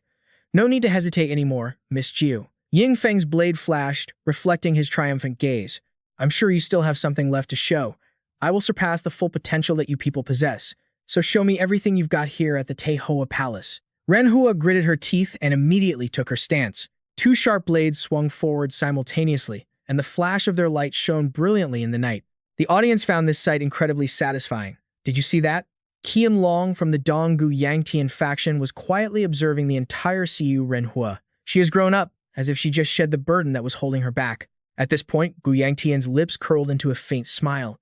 He quietly left the crowd, having seen what was important, and that was enough. But she said, winning or losing doesn't matter. Nangong Fei asked curiously, where are you heading? Yangtian waved his hand to dismiss any concern. He had just remembered something urgent. I'll be right back. When that kid finishes her match, tell her I'm still proud of her for doing a great job. Yangtian left the city alone and sprinted deep into the forest, while all eyes remained fixed on the Jihua Palace. If he wanted to confirm the truth, it had to be now. With that thought, Yangtian rushed in one direction. He didn't know how much time had passed before he finally stopped. Before Yangtian stood a cave hidden deep in the forest. A branch of the Dark Knight Palace of the Blood Seclusion Society had been found at Mount Hua. Before the Martial Arts Alliance could make a move, he had to see it for himself. He looked around warily before allowing himself to relax. The Martial Arts Alliance hadn't arrived yet. That was good. Yangtian didn't hesitate and quickly went inside. If he only took a quick look, he would be back before the finals ended. Time to verify this. It was pitch black inside, so he had to use a flame spell. What is this? Why is it so chaotic? Yangtian carefully checked the ground beneath his feet. Had the remnants of the army and the Mount Hua disciples already clashed? The Mount Hua sect said they were only here to collect bodies. Why would the Dark Knight Palace be here? But as he ventured deeper, Yangtian's eyes widened, because ahead of him were several jars emitting toxic smoke. That's right, damn it. This disgusting aura, I've found the right place. Yangtian shoved the curtain in front of him aside. Inside was a desolate, dark space. This must be the final room, as the heaviest yin aura was radiating from here. Based on his experience from his past life, places like this always had secret tunnels. There had to be a place where the aura was even stronger, and the mechanism for it was usually hidden somewhere extremely hard to find. Yangtian accidentally touched a stone slab, and the next second, the space seemed to tremble as a secret chamber slowly opened. Yangtian looked down and was instantly stunned. His face turned pale with shock. Do these guys have the intelligence of monkeys? Fine, that makes it easier to deal with them. Let's see what they've hidden down here. It turned out to be a pool of bright red blood with a glowing spider lily in the center. At the sight of it, veins bulged on Yangtian's face. You bastards. His gaze fell upon the scattered bodies, filled with fury. These were the Mount Hua warriors who had been reported missing. So, what was this blood pool made of? Wasn't it obvious? Why on earth would they do something like this? Yangtian's gaze shifted back to that spider lily. Could it be because of this flower? His thoughts were in complete disarray. What is this, really? But Yangtian noticed something, and his expression softened. He quickly reached out to grab one of the bodies. Seeing the clothing, Yangtian's expression darkened. This person wasn't from the Manhwa sect. They hadn't been dead for long. This uniform belonged to the Martial Arts Alliance. That meant the Martial Arts Alliance hadn't just not arrived yet, they already had. Just then, a dart flew toward Yangtian. He sensed it and dodged instantly. The dart embedded itself into the rock wall ahead. A masked figure lay in ambush at the passage entrance. Good reflexes, kid. The Blood Seclusion Society deserved to be taken down. The opponent's sudden appearance made Yangtian ask out of habit, "You're from the Dark Knight Palace." That disrespectful tone naturally made Na Sha laugh. "You're a rude little brat, aren't you? Small build, wearing red martial arts attire, using fire arts. You must be Gu Yangtian." That blunt statement made him silently trigger his internal defenses. The Dark Knight Palace knew who he was. Na Sha, as if sensing the other's realization, calmly spoke. "You're also a target, yet you found me yourself. How convenient. It makes my job much easier." The opponent slowly closing the distance forced Yangtian to keep his composure. Rumors spread faster than I thought. Na Sha saw he didn't bother to reply, but instead of being bored, he felt even more excited. "Gu Yangtian, I have a proposal. My sect wants to keep you alive. What do you say to joining me?" That sentence actually made him let out a cynical laugh. "How ridiculous. You were just trying to ambush and kill me a moment ago." He looked at the fire-wielding hand of his opponent for a moment before speaking calmly. "You don't even know if that's really me." Na Sha's deliberate air of mystery easily stirred up Yangtian's irritation. "If you don't know how to lie, at least try to be convincing. If you're going to come quickly." It was only at this moment that he officially introduced himself. "You're sharp, kid. I am Na Sha." Yet Yangtian showed no interest. Instead, he asked a question that left the opponent stunned, completely dumbfounded. Why on earth did he just introduce himself like that? Na Sha, his anger flaring up, rushed toward his opponent. "Why?" "Out of politeness, at least so you know who you're dying under." His unusually fast movement caught Yangtian off guard. Too fast. He clearly felt the bells of death ringing for him and panted in panic. Damn it. But in the very next split second, Yangtian unleashed a burst of fire just in time to protect himself, forcing Na Sha to change direction and move behind his back. The rustling of clothes gave Yangtian a fix on his opponent's position. Even though he was still flustered, the exit was too far to run to, and fighting was risky. Yangtian had to lower his breathing as much as possible to sense the killing intent radiating from Na Sha. As he lunged down from above, Yangtian worriedly thought to himself that he was at a disadvantage. Na Sha quickly swung his blade, aiming to destroy his enemy, but Yangtian used his body's flexibility to duck and dodge. However, Na Sha didn't show any frustration. Instead, he arrogantly taunted his opponent, "Your sword is smaller than Ye Shuiji's. Why are you just dodging?" This made Yangtian grit his teeth in fury. Damn it, if I only knew more techniques. That thought quickly vanished as he had to continue his passive defense against Na Sha's monstrous attacks. His constant retreating only made the opponent more excited. "I didn't expect Ye Shuiji to be taken down by such a cowardly kid. You deserve to die." Na Sha shouted those cold words while using his strength to slam Yangtian into the toxic red water. As his body began to sink into the crimson liquid, a sound both strange and familiar suddenly rang out the moment Yangtian's consciousness was about to fade. Woke up and causing trouble already? The familiar voice jolted him awake instantly. Old Tan. Tanzei couldn't help but laugh when he saw Yangtian's amateur performance. "It would be sad if you died and didn't even know the immortal realm. Get up, let's do it again." At the same time, Na Sha felt puzzled as he kept failing to see any unusual activity in the pool. That really frustrated him. "Come out already. I have other things to do." "You bastard, dodging my attack like that, you're actually pretty skilled. But if an assassination takes this long, I'm just going to get tired." Suddenly, just as he finished speaking, Nasak caught a glimpse of water splashing on the surface of the lake, and this new discovery made him gleefully point the tip of his blade toward it. "Is that him? Let's finish this with one strike." Before Nasak could even finish his sentence, the water in the lake suddenly parted to both sides. This unexpected turn of events left him completely bewildered. Before Nasa could say another word, Tan Ze, inside Gu Yangtian's body, had already spoken. What did you say just now? That you had to know who would kill you, right? This change in the opponent's tone made Nasat visibly confused. What, you bastard? You're a swordsman?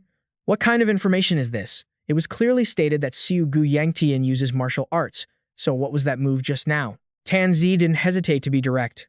I am Tan Zi. He quickly unleashed a spell at the speed of light, tearing Na Sat's face mask to shreds. When his true face was revealed, Tan Jie calmly uttered two words.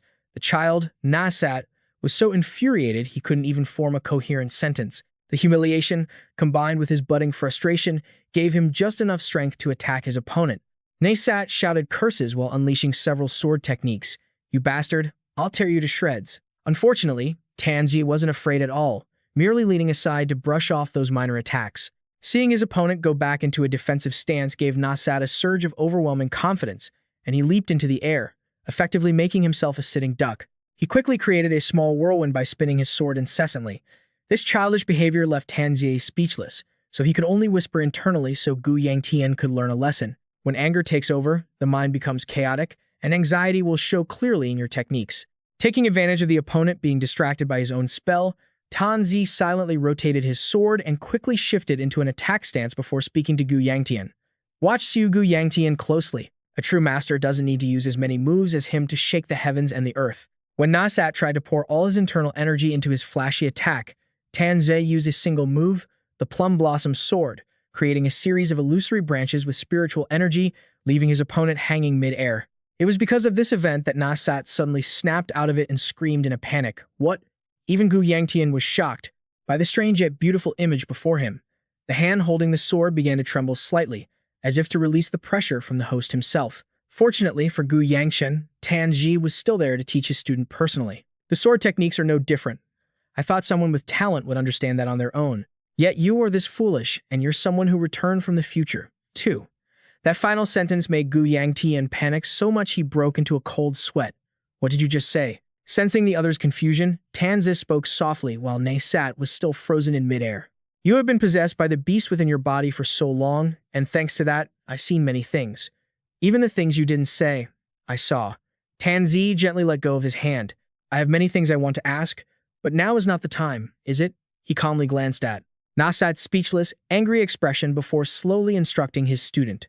First, focus. Feel it. Tan Ji had barely finished when he immediately entered Gu Yangtian's body, using his own flow of energy to blast the opponent far away. Realizing his teacher was inside him, he silently expressed his confusion. I'm not a sword cultivator, though. Meanwhile, Na Sat scrambled to plant his feet on the ground to come to a sudden stop.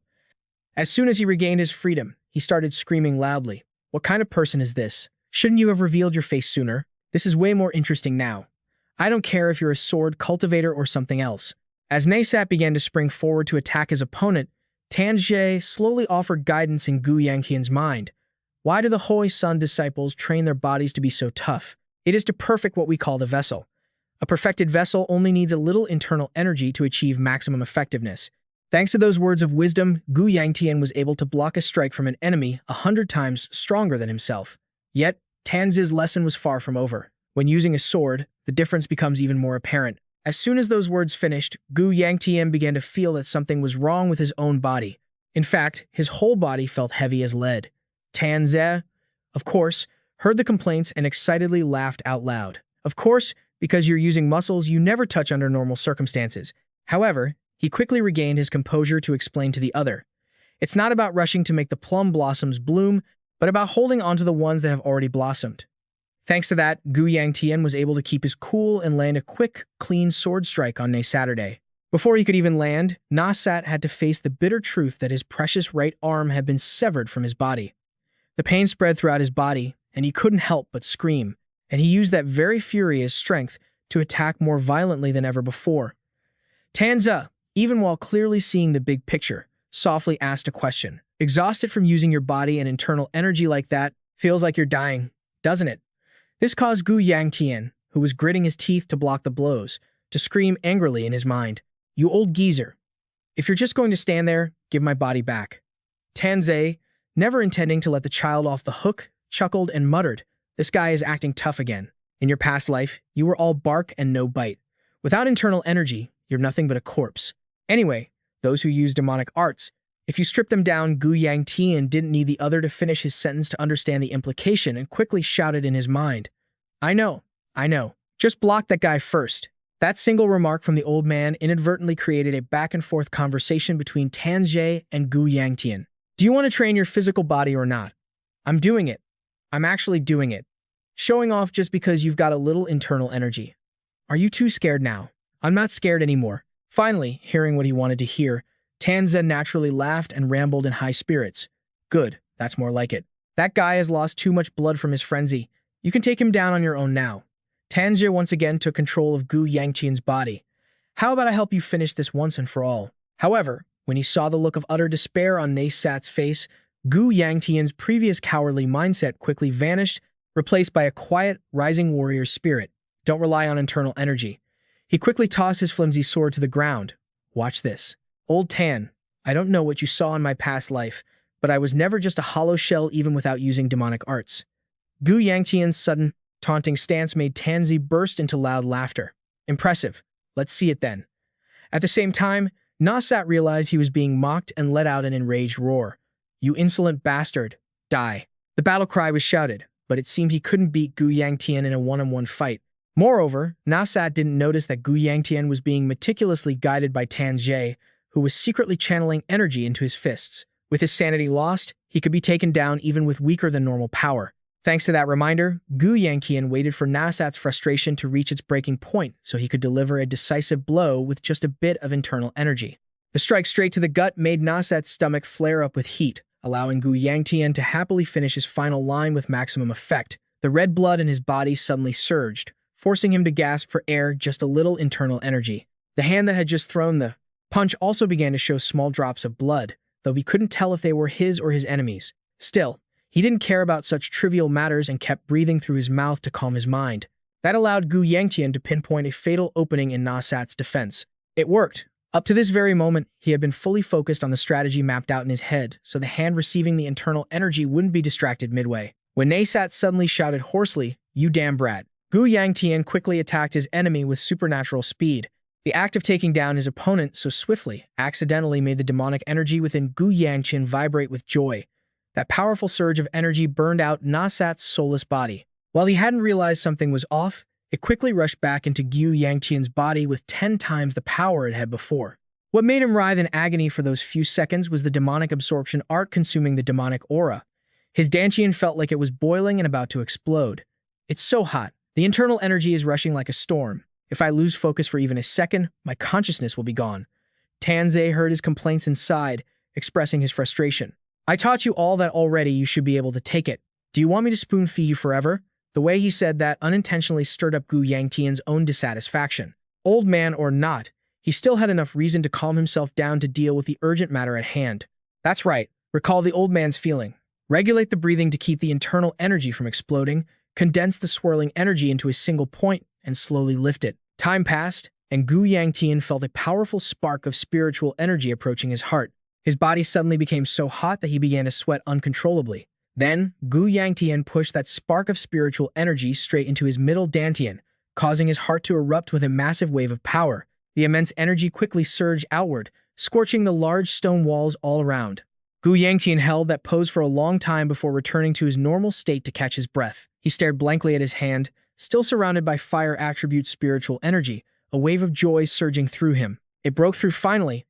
I've reached the pinnacle. Yangtian looked at his burning hand and thought, it's so hot, but it doesn't hurt at all. As if it was always my own heat, he began to sense it slowly. Even though growth moments are always inevitable, this was a feeling he could hardly grasp in his past life, simply because he was too lazy to understand the cultivation techniques.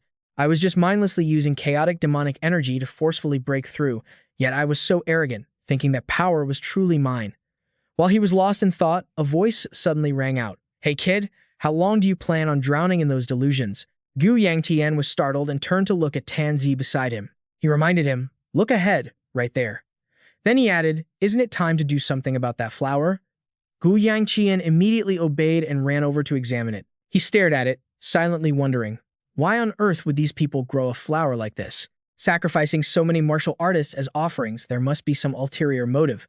Especially when looking at the extremely eerie aura radiating from this flower, he became even more certain. Gu Yangtian stroked his chin and thought, a place that could harbor something like this was surely a demonic realm. Tanzei also voiced his curiosity, an extremely eerie aura. This old man doesn't feel anything at all. Gu Yangtian looked at him, bewildered. It's so strong, how can you not feel its presence? Upon hearing that, he immediately nodded, realizing, I see. Surely this is a type of flower whose essence not just anyone can perceive. Hearing this, Gu Yangtian asked for his opinion. So, what should I do now? Should I just pick it and take it back to the Manhwa sect? Tanzei quickly objected. If you take this flower back, people will ask you where you got it, he added. Besides, looking at how the sect leader acts now, that thing would only be planted in the demonic flower cave, wouldn't it? Gu Yangtian pondered and muttered, that's true. He looked at the flower, curious. So what now? I can't just leave it there to burn, either. Tanzei also thought about it with some difficulty. After a while, he spoke bluntly, just swallow it and turn it into your own power. He immediately panicked and snapped. Are you crazy? Can't you feel the chaotic energy inside it? He irritably explained. I already anything related to Mount Hua. Tanzei quickly cut him off and complained, you stubborn brat, you've already made your choice. Why are you still hesitating? Don't use guilt and hypocrisy as an excuse to waver. He immediately began to describe the way to atone for those who had bled and fallen all this time. Then Tanzei emphasized, don't you know this better than anyone? So stop worrying about methods and means and just focus on increasing your power. Finally, Yangtian had no choice but to take the flower and reply, I know, I already know. He stared at it, thinking to himself, that's right, the old man is right. Then, he decisively put the flower in his mouth and chewed, thinking to himself that he had already decided not to let himself have any more regrets. At this point, hesitation was unnecessary. Yangtian bowed his head slightly to swallow it easily. Immediately, the flower slowly went down his throat. It felt like a stream of water slowly flowing down inside his body. The moment it fully settled on the surface, Yangtian began to feel an extremely uncomfortable and painful sensation inside his body that made him grit his teeth. He clenched his clothes, struggling to hold on. Damn it. It was constant internal energy, martial energy, even demonic energy. How could a single flower contain so much aura? Then he clenched his hand into a fist, confirming one thing for certain. This wasn't something meant for ordinary martial artists. Instantly, a flame erupted brightly on his hand. Yangtian was slightly surprised to see it. At this moment, Tanjin nodded in approval. Well done. By now, it felt like a medicinal fire was rising inside his body. He started to feel pretty good. The 9 Flames fire wheel technique had reached the 5-star level. Yangtian suddenly gave a meaningful smile, then dashed into the forest. As he ran, he thought to himself that while the unexpected harvest was great, he hadn't realized it was already this late. Approaching the cliff, he didn't hesitate and jumped straight down. Then, with his agile body, Yangtian moved easily from one side to the other. The flower battle must be over by now, right? He landed on the ground and started a fire, calculating quietly. He had washed off the bloodstains and burned all his dirty clothes. The missing martial artists would naturally be discovered by the Murim Alliance or Mount Hua. So, his business there was done. Then Yangtian frowned as he entered the room, sighing softly. I'm so exhausted. Since the flower battle was over, he would leave tomorrow. He needed to get some sleep. Just as he entered, Nangong Fei woke up. At that moment, Tanji appeared beside him out of nowhere and spoke up. So, while I wasn't looking, you two have taken things a step further. He was startled and whispered to himself, taken what a step further? Just then, Nangong Fei caught a faint scent of blood. She rubbed her eyes and spoke softly. Why are you back so late? You said you'd be right back. Yangtian bowed his head to sniff his shirt and replied, I lost track of time, while thinking to himself, how could she smell that? The heat was spreading so much that the scent of blood was everywhere. Suddenly, Nangong Fei whispered, Renhua lost the flower battle. Hearing this, he hesitated, not knowing how to respond, feeling a bit worried. The opponent was Sword Dragon Girl, after all, she added. Still, she seems more relieved, feeling the joy of the fight without caring about winning or losing. It's the first time I've seen that look on her face. Now, in Yangtian's mind, he began to recall the color of the flames tinged with martial energy, and his inner resistance began to fade. Remembering the purple flame on his hand earlier, he muttered, that was a long time ago. It faded away completely. Having finished, Yangtian let out a breath and, returning to the present, replied softly. He hadn't even finished speaking when Nangong Fei suddenly hugged him tightly. Seeing this, Yangtian asked curiously, Hey, you said you smelled blood on me earlier. Aren't you curious about where I went? She suddenly kissed his cheek lightly. Then, Nangong Fei shyly replied, It's fine now. I'll let it slide. she whispered. So just stay like this for a while. Above them, Tanjie saw the scene and scoffed with contempt. I get it now. He scolded him, leaving him stunned.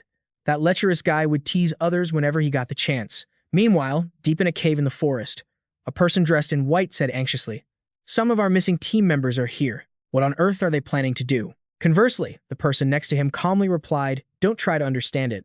That person is none other than Tan Hien." He said coldly, "How could we ever know what those demonic fanatics are thinking?" The younger person behind him quickly replied, "That's true." Just then, his eyes widened as if he realized something. Next, he gave instructions. "You go back to the team and report to our superiors. I'll inspect the situation here and report later." He immediately replied, "Yes, I understand." Then he dashed away swiftly, saluting politely. Then, "Thank you for your hard work." On the other side, Tan Hien clenched his fists, muttering nervously, "This is a big problem. If this is true, I have to go back and report it to that person." Elsewhere, the Black Knight Palace Master sat alone in the shadows. Suddenly, his eyes lit up with a terrifying glow. At this very moment, everyone was training, and the three of them stood on a rock outcrop together to test their power. Then, Yangtian stepped forward, focused his energy into a flaming punch, and delivered a powerful strike. A massive explosion followed, shaking the entire space. Looking at the scorch marks on the ground from the punch, Tanze, standing nearby, spoke up. "Hey kid, are you really that happy just from reaching the supreme and 5-star level?" He replied hesitantly, "It's just that it's so miraculous." At this, Tanja turned serious. "Then shouldn't we talk now? I have many things to ask, but I'll just ask one question." He bluntly blurted out, "What exactly is the heavenly demon?" Yang Tian repeated, "You're asking about the heavenly demon." Tanzi stroked his chin and replied, "Yes, even though many other parts of my memory are hidden, only the memory of the heavenly demon is special and inaccessible. What kind of identity does this heavenly demon guy have?" Suddenly, he recalled the time he faced a giant black shadow in the sky, and others looked up, puzzled and questioning. "What is this? Someone is here from the demon gate." Below, Yang Tian and the others carefully retreated. When it drew closer, he became panicked.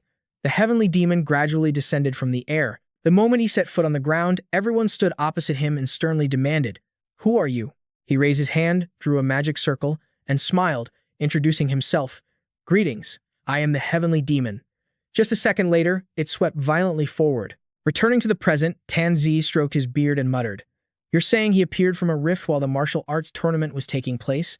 Yang Tian called out, "Elder?" He replied, "What is it?" Yang Tian repeated, "Didn't you see what I did at Mount Hua?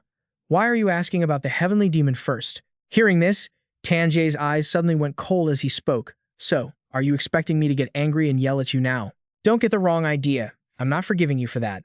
I know your resentment stems from the fact that your younger brother failed to protect Mount Hua. Because I understand that feeling, I will let it slide for now." He immediately added with a serious tone, "So, you should also leave the past behind and move forward. I've told you before, you need to know what must be done first." Yang Tian bowed his head slightly. "Understood." He quickly reached out his hand, adding, "I get it now." Then, he clenched his fist. Tanzi emphasized, "The point is, we must stop the heavenly demon." Afterward, as Yang Tian walked outside, he ran into an acquaintance. He quickly greeted her. The Sword Empress Hugh Bitch smiled and replied, "Ah, Yang Tian, you've been out training since this morning?" She pointed ahead and said, "Perfect timing. I heard the attendants are ready to depart. Let's head to the carriage." He replied, "Yes." Over there, a few people were crying and wailing, "Ninth junior sister, please make sure you eat well, and don't forget your senior brothers. We will never forget the smiles of the junior sister from the Jaihua Pavilion." She gritted her teeth and muttered, "How could I ever forget those sinister faces?" Seeing this, Yang Tian frowned and wondered, "What are they doing over there?" He suddenly remembered something and turned to ask, "Sword Empress, about that favor from before it was delayed. But can we handle it now?" Hubich answered cheerfully, "Of course. So, have you thought of what you want?" He hesitated before saying, "I just hope you will stand by my side a little." Just then, the sect leader walked over with a smile and said, "All right, a lot has happened lately. I hope everyone has a safe journey." Yang Tian bowed respectfully. "Sect leader." The elder asked directly, "What is it?" He bowed his head and said, "I'm sorry to bother you, but before I leave, there is something I must ask. I hope you will grant me the title of honorary disciple of the Manhwa sect." Hearing this, the sect leader spoke gently. "Is that position for the sake of the power within you?" He replied honestly, "Yes. Regardless, I need a status to properly possess it." The sect leader looked hesitant. Agreeing isn't hard, But the problem is that I cannot teach you how to use it yet. Hubich smiled and chimed in, "That's fine, sect leader. Both I and the Manhwa sect have received many favors from this child." The sect leader immediately decided, "Very well, I understand. I grant you the status of honorary disciple." Yangtian smiled smugly, "Thank you." As soon as the sect leader finished, he tossed a small pouch to him and announced loudly, "Here, I'm returning the item Renhua left for you. I thought it was something valuable, so I held on to it, but since it's not, take it back." Everyone then quickly boarded the carriage. The sect leader gave a final word, "Take care." Ying Feng also called out happily, "Let's spar again next time. Young Master 9. Yang Tian wondered to himself, what did he mean by thought it was valuable? He held the pouch and muttered, "It seems I've received something strange again." Inside, everyone was peering out the window, enjoying the view. So refreshing. It's the end of summer already. Yang Tian propped his chin up and thought, looking back, a lot has happened here. He began to piece everything together, the divine elder hidden within him. His meeting with Ying Feng in this life. He kept pondering, then the laws, the Rakshasa, and how he thought it was untreatable until he met the Sword Empress. Yang Tian specifically recalled, especially the Zhuge family. How did that guy end up like that? He wasn't faking it, he was truly mute and couldn't speak. It was completely different from his past life. When the divine doctor suddenly went to the Zhuge family, he followed along. Is it really okay to take him to the Zhuge family? Well, maybe it's for the best. Looking at his current state, he can't do anything anyway. Even if something happens, I can handle it immediately since I'll be right there. But the road back is ridiculously long. It'll be autumn by the time we reach Shaanxi. Meanwhile, Renhua had returned home. She looked up at Trichvan with a bit of fear. After a while, he passed by without saying a word. Only later did he speak softly. "It must have been hard for you to make it back here." Renhua breathed a sigh of relief. He looked at her with a cryptic gaze. Then, Trichvan approached Yang Tian and said, "All right, I have read the letter. It seems quite a bit happened at the Manhwa sect." He replied respectfully, "Yes." Then, Trichvan looked over and asked, "But, who is that beside you?" Before he could wait, an introduction sounded, "Greetings to the patriarch of the Shanxi Zhu family." Nangong Fei stated firmly, "I am Nangong Fei of the Nam Kung clan. Thanks to the concern of the young master, I have had the opportunity to accompany him." Seeing this, Tanzi voiced his suspicion. Is that girl really the same kid who was sleeping and drooling just a moment ago? Yang Tian replied helplessly, "Who knows? Besides, this is the first time I've ever seen her use her brain." Then, Triet Van replied politely, "I am Ju Triet Van. I have heard the news." He continued, "The Nam Kung clan is looking for their young lady, so I will send them a letter." She bowed carefully, "Yes, thank you very much." He then turned to remind him, "And as for you, third son, your guest has been waiting for 10 days. Go to the drawing room." Yang Tian was surprised. "My guest?" He began searching his memory. Who on earth came to see him? Behind him, Wei Shuya was busily praising, "Sister, you were so cool back there." Nangong Fei replied lightly, "What?" Just then, Trichvan approached to greet him. "Long time no see, divine doctor." He replied gently, "It's been a decade, hasn't it?" Then he looked at the person beside him, and the Sword Empress too. "Long time no see." Meanwhile, Yang Tian walked into the room feeling annoyed. "Just got back and I'm already busy? I at least deserve a change of clothes." Tunat was lying sprawled out in a comfortable position and called out, "Young Master 9, your bedroom is so full of sunlight, just like you." She started to wake up, still mumbling, "I wish you would come back soon. How much longer does Tunat have to wait?" When she saw Yang Tian, she startled and screamed. The scream lasted until Yang Tian, fed up, left the room. Tunat picked up one of his handkerchiefs, sniffed it, and whispered, "Pervert," his scent. Tunat and Yang Tian sat at the tea table, ready to talk. Sensing the stifling atmosphere, he greeted her, "Long time no see, Miss Duong. Why have you come to the Jiu residence?" Just hearing Yang Tian's voice, her face turned bright red. "About that, first." Tunat couldn't keep her composure, slamming her hand down and blurting out, "Your identity isn't Jiu Yang Tian, is it? What exactly is going on here?" He seemed to have anticipated this. It had finally reached her ears. Her tone was a mix of panic and anxiety. "Do you know how confused I was because of that?" Looking back at their first meeting, Tunat had introduced herself as the Duong family lady who had sent the letter. "I said I came to see young Master Jiu Yang Tian." She had sat inside, waiting with such anticipation, finally able to meet him. Right at that moment, a man's voice rang out. "A pleasure to meet you for the first time, young lady." Liu Yang Tian smiled brightly and bowed respectfully before Tunat. "I am Gu Yang Tian of the Jiu family. I heard you had business with me." She gaped in confusion, still unsure who this person was. Tuni had stayed silent for a few seconds before asking, "Who are you?" She kept that smile on her lips. Yes. Back in the present, she was crying her eyes out, desperate for answers. "Even your name is completely different, so why would you do that?" Yangtian avoided her gaze, giving a vague reply. "I had my reasons back then. I apologize." He felt endless regret as he remembered those days. He should have just made up a fake name back then. Yangtian turned serious, getting back to the point. "Anyway, the reason you came all the way to Shaanxi is..." Sumi immediately remembered. "Oh my, I'm so absent-minded." She stared right at him, stating bluntly, "The reason I came here, obviously, is to see you." A second later, Sumi flusteredly denied it. "It's not because I have anything to report to you." Even he couldn't keep up with her sudden change of topic. "What? What is it?" She reached into her sleeve as if to take something out. Then Sune presented a formal invitation to Yangtian. Her cheeks were already flush pink as she hesitantly extended the invitation. "The Dragon Phoenix gathering at the Dragon Gate is starting soon. Since you're heading out, how about you let me tag along?" The invitation captivated Yangtian, causing him to sink into his own thoughts. It was an invitation to the Dragon Phoenix gathering. The Dragon Phoenix gathering was an event established by the Murim Alliance to summon and select promising new talents and expected disciples from various sects. Suni had participated in this tournament before. It was an orthodox Murim convention, though it had now devolved into a place where everyone just gathered to show off their titles. She had tried her best to earn a title for herself, but the juniors who participated in the previous tournament were all monsters. It was there that Suni earned the title Poison Dragon. Meanwhile, she looked at Yang Tian with sparkling eyes, pleading for him to go with her. He didn't answer right away, busy lost in thought. "In my past life, if I had stepped into that place, it would have been humiliating. Before I became the young master, I always got eliminated at the qualifying rounds." Yang Tian stammered, unable to give an immediate answer. "I haven't decided if I'm participating yet, so I can't give you an answer right now." Hearing that, her disappointment was plain to see. "All right then." He hesitated for a few seconds before asking, "Other than that, is there anything else?" Sumi looked at him calmly. "Huh? That's all." Yang Tian's brows furrowed in judgment. "To come all the way from Sichuan just for this? I really don't get it." Tanjie looked at him with an angry gaze. "Kid, you still don't get it?" He read her emotions like an open book. One look and he knew she was just obsessed and tagging along because of him. Tanjie couldn't stop feeling sorry for Suni's situation. Why must a woman's heart be pulled toward a guy who looks like a praying mantis? Good grief. Yang Tian sat there dazed, as if enlightened. No way, that can't be it. Countless moments spent with her flashed through his mind. What for? In this life, or the last, I haven't really been involved with her.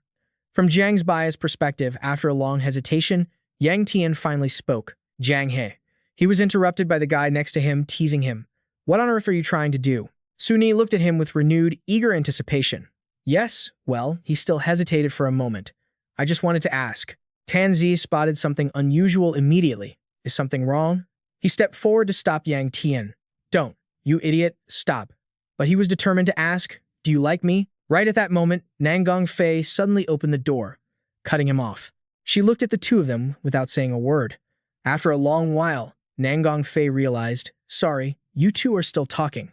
Yang Tian waved his hand quickly, wanting her to leave. "Just close the door." But Suni's response was the opposite of his. "No, it's fine." "Gu, excuse me, could you repeat that?" In this situation, Yang Tian looked like a total fool. "Huh. Why did you suddenly say that?" Tanzi whispered, warning him. "Hey kid, can't you read the room?" She was radiating the killing intent of a giant beast. He needed to shut his mouth and retreat if he wanted to keep his life. He pulled his chair back, trying to scurry away. "Well, since we're done talking, you two keep at it. I'll think about your suggestion and let you know soon." Hearing that, Suni didn't want to make things difficult. "Yes, thank you." Yang Tian bolted out of there, desperate to save his own skin. It was suffocating. The room was now left with only Nangong Fei and her. It had been forever since they last crossed paths. "Sister, I was actually looking for you." She greeted Suni politely. "It's been a while." Suni nervously fiddled with her cup, skipping the small talk. "I heard about it. You're the one engaged to Gu, right?" Suni pressed her, relentless. "Was that your choice, too?" Nangong Fei was silent for a few seconds before replying. "That's not how it happened." She shared her own feelings with her. "But I think it's a stroke of luck." This seemed to make Suni's face fall even more than before. She clenched her fists, continuing the interrogation. "Then, I'll ask you the same question I asked before. Do you like Gu?" Nangong Fei parted her lips slightly, but didn't rush to give an answer. She hesitated for a long time before finally speaking. "I'm still not entirely sure." What exactly does like even mean? The corner of Nangong Fei's mouth curled up. She was certain of one thing. She wanted him to always be by her side. That was the only thing she knew for sure. She stopped talking, but Suni was still gaping, waiting for more. A second later, she pouted, clearly disappointed. Suni fell into a silence, asking herself, why? Why are you only saying this now? From my perspective, this is so unfair. Why did it have to be you and Gu? If only I had been the one to step up and propose back then. Just 2 words from Nangong Fei brought her back to reality. I'm sorry. Suni hurriedly waved her hands. Why are you apologizing to me? Her reply was incredibly simple. Because before that, your father had already planned. Nangong Fei hadn't even finished her sentence before she was cut off. No, I should be the one apologizing. The arrangements between the great families were already set. I shouldn't have acted on my own impulses. The invitation Suni brought caught her attention. Nangong Fei picked it up with a curious tone. Suni, this is, she answered quickly. It's an invitation to the Dragon Phoenix gathering. Suni looked away, shyly explaining. I suggested going with Gu. He might refuse, but if he does end up going to the Dragon Phoenix gathering, I can go too. It's okay. She smiled gently and announced, I'll go too. Nangong Fei seemed to have drowned in the heat of love. If he goes, I'll go too, so there's nothing to think about. Her entire body suddenly radiated a blinding light, so intense that Tanette couldn't bear to look and had to squeeze her eyes shut. Too bright, she thought, stunned. What on earth has been going on lately? Even her, who used to hate going to public events. Images of Nangong Fei, Gu Yangtian embracing kept flashing through Tuniette's mind.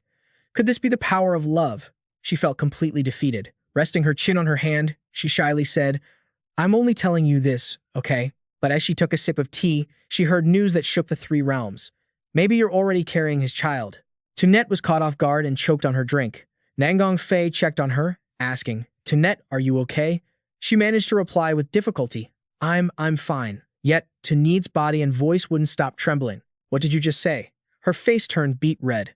Meanwhile, Gu Yangtian was strolling along, lost in thought, when Tanchet noticed something odd and asked, Why are you acting like that all of a sudden? Gu Yangtian looked around, lazily replying, No, I just have a bad feeling. Are you worried about their conversation? Surely those two aren't talking about anything weird. Tanit jumped up, trembling and stuttering. What did you say just now? A baby? Nangong Fei's cheeks flushed red as she placed a hand on her stomach, feeling it gently. We held hands and slept together at Hoa's son. Maybe that's when it happened. Tanit pouted, imagining the 2 of them being intimate, and almost broke into tears. No way. I can't believe it's gone this far. Suddenly, Tanette went blank, as if realizing something. She broke into a cold sweat while waiting, having heard that they just held hands. She thought hard, feeling confused, until Nangong Fei's next words made Tanette remember exactly what else had to happen. She slapped her forehead helplessly. Right, sis. About that you're completely clueless, aren't you? Tamid pulled up a chair, her tone unusually serious. Listen, sis, we need to clear this up before you move on. Her next words hit Nangong Fei like a thunderbolt. Just doing that doesn't mean you'll have a baby. Truly, she was still so innocent about these things. So, what should I do? Well, Tanit was there to sincerely guide her. Listen closely, sis. She pointed at Nangong Fei's face, explaining how to conceive. Nangong Fei's eyes were glued to Tuniet, soaking in all the information about positions and methods being taught to her. On Gu Yangtian's side, he grew impatient because they hadn't come out yet. Why is it taking so long? But when she finally stepped out, she looked completely exhausted. You're finally out? Why do you look so miserable? He asked out of concern, but the moment she heard his voice, her face turned bright red. Gu Yangtian didn't understand what was happening before Nangong Fei turned and ran away. Hey, wait, where are you going? He stood there, frozen and bewildered. Damn it, what was that about? The scene shifted to Triad Van. Things looked tense over there. He turned his head slightly and said in a low voice, Sword Empress, you said you had something to ask me? Please, take a seat. Tudy frowned and flatly refused. No, I'm leaving soon, so it's fine. The way she addressed him made Triad Van pause for a second. Great Master, he cautioned, reminding her of Tiu Dai's status. Use the proper title, Sword Empress. We aren't close enough to sit around playing nostalgia games. She brushed it off. It was the only way she could address him for now. Triad Van's eyes widened at Tiu Dai's next words. I want to ask about what happened in the demon realm that day. A fiery aura radiated from him as a warning. Triad Van suppressed his rage and asked in a low voice, Tiu Dai, have you forgotten your promise to me? Tiu Dai remained calm, showing no fear. Is there a problem? I promised the Great Master I wouldn't ask about Thien Hai, not about the demon realm. Just by his tone and glare, it was clear he was furious.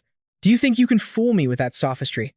I'm not playing around. According to her, many talented young people had been recruited to prevent the demon realm from harming the commoners, and the Martial Arts Alliance had formed the Saint Dragon Tower Sword Team. Thinking of the children who followed you, Great Master of the Saint Dragon Tower, I cannot take this lightly.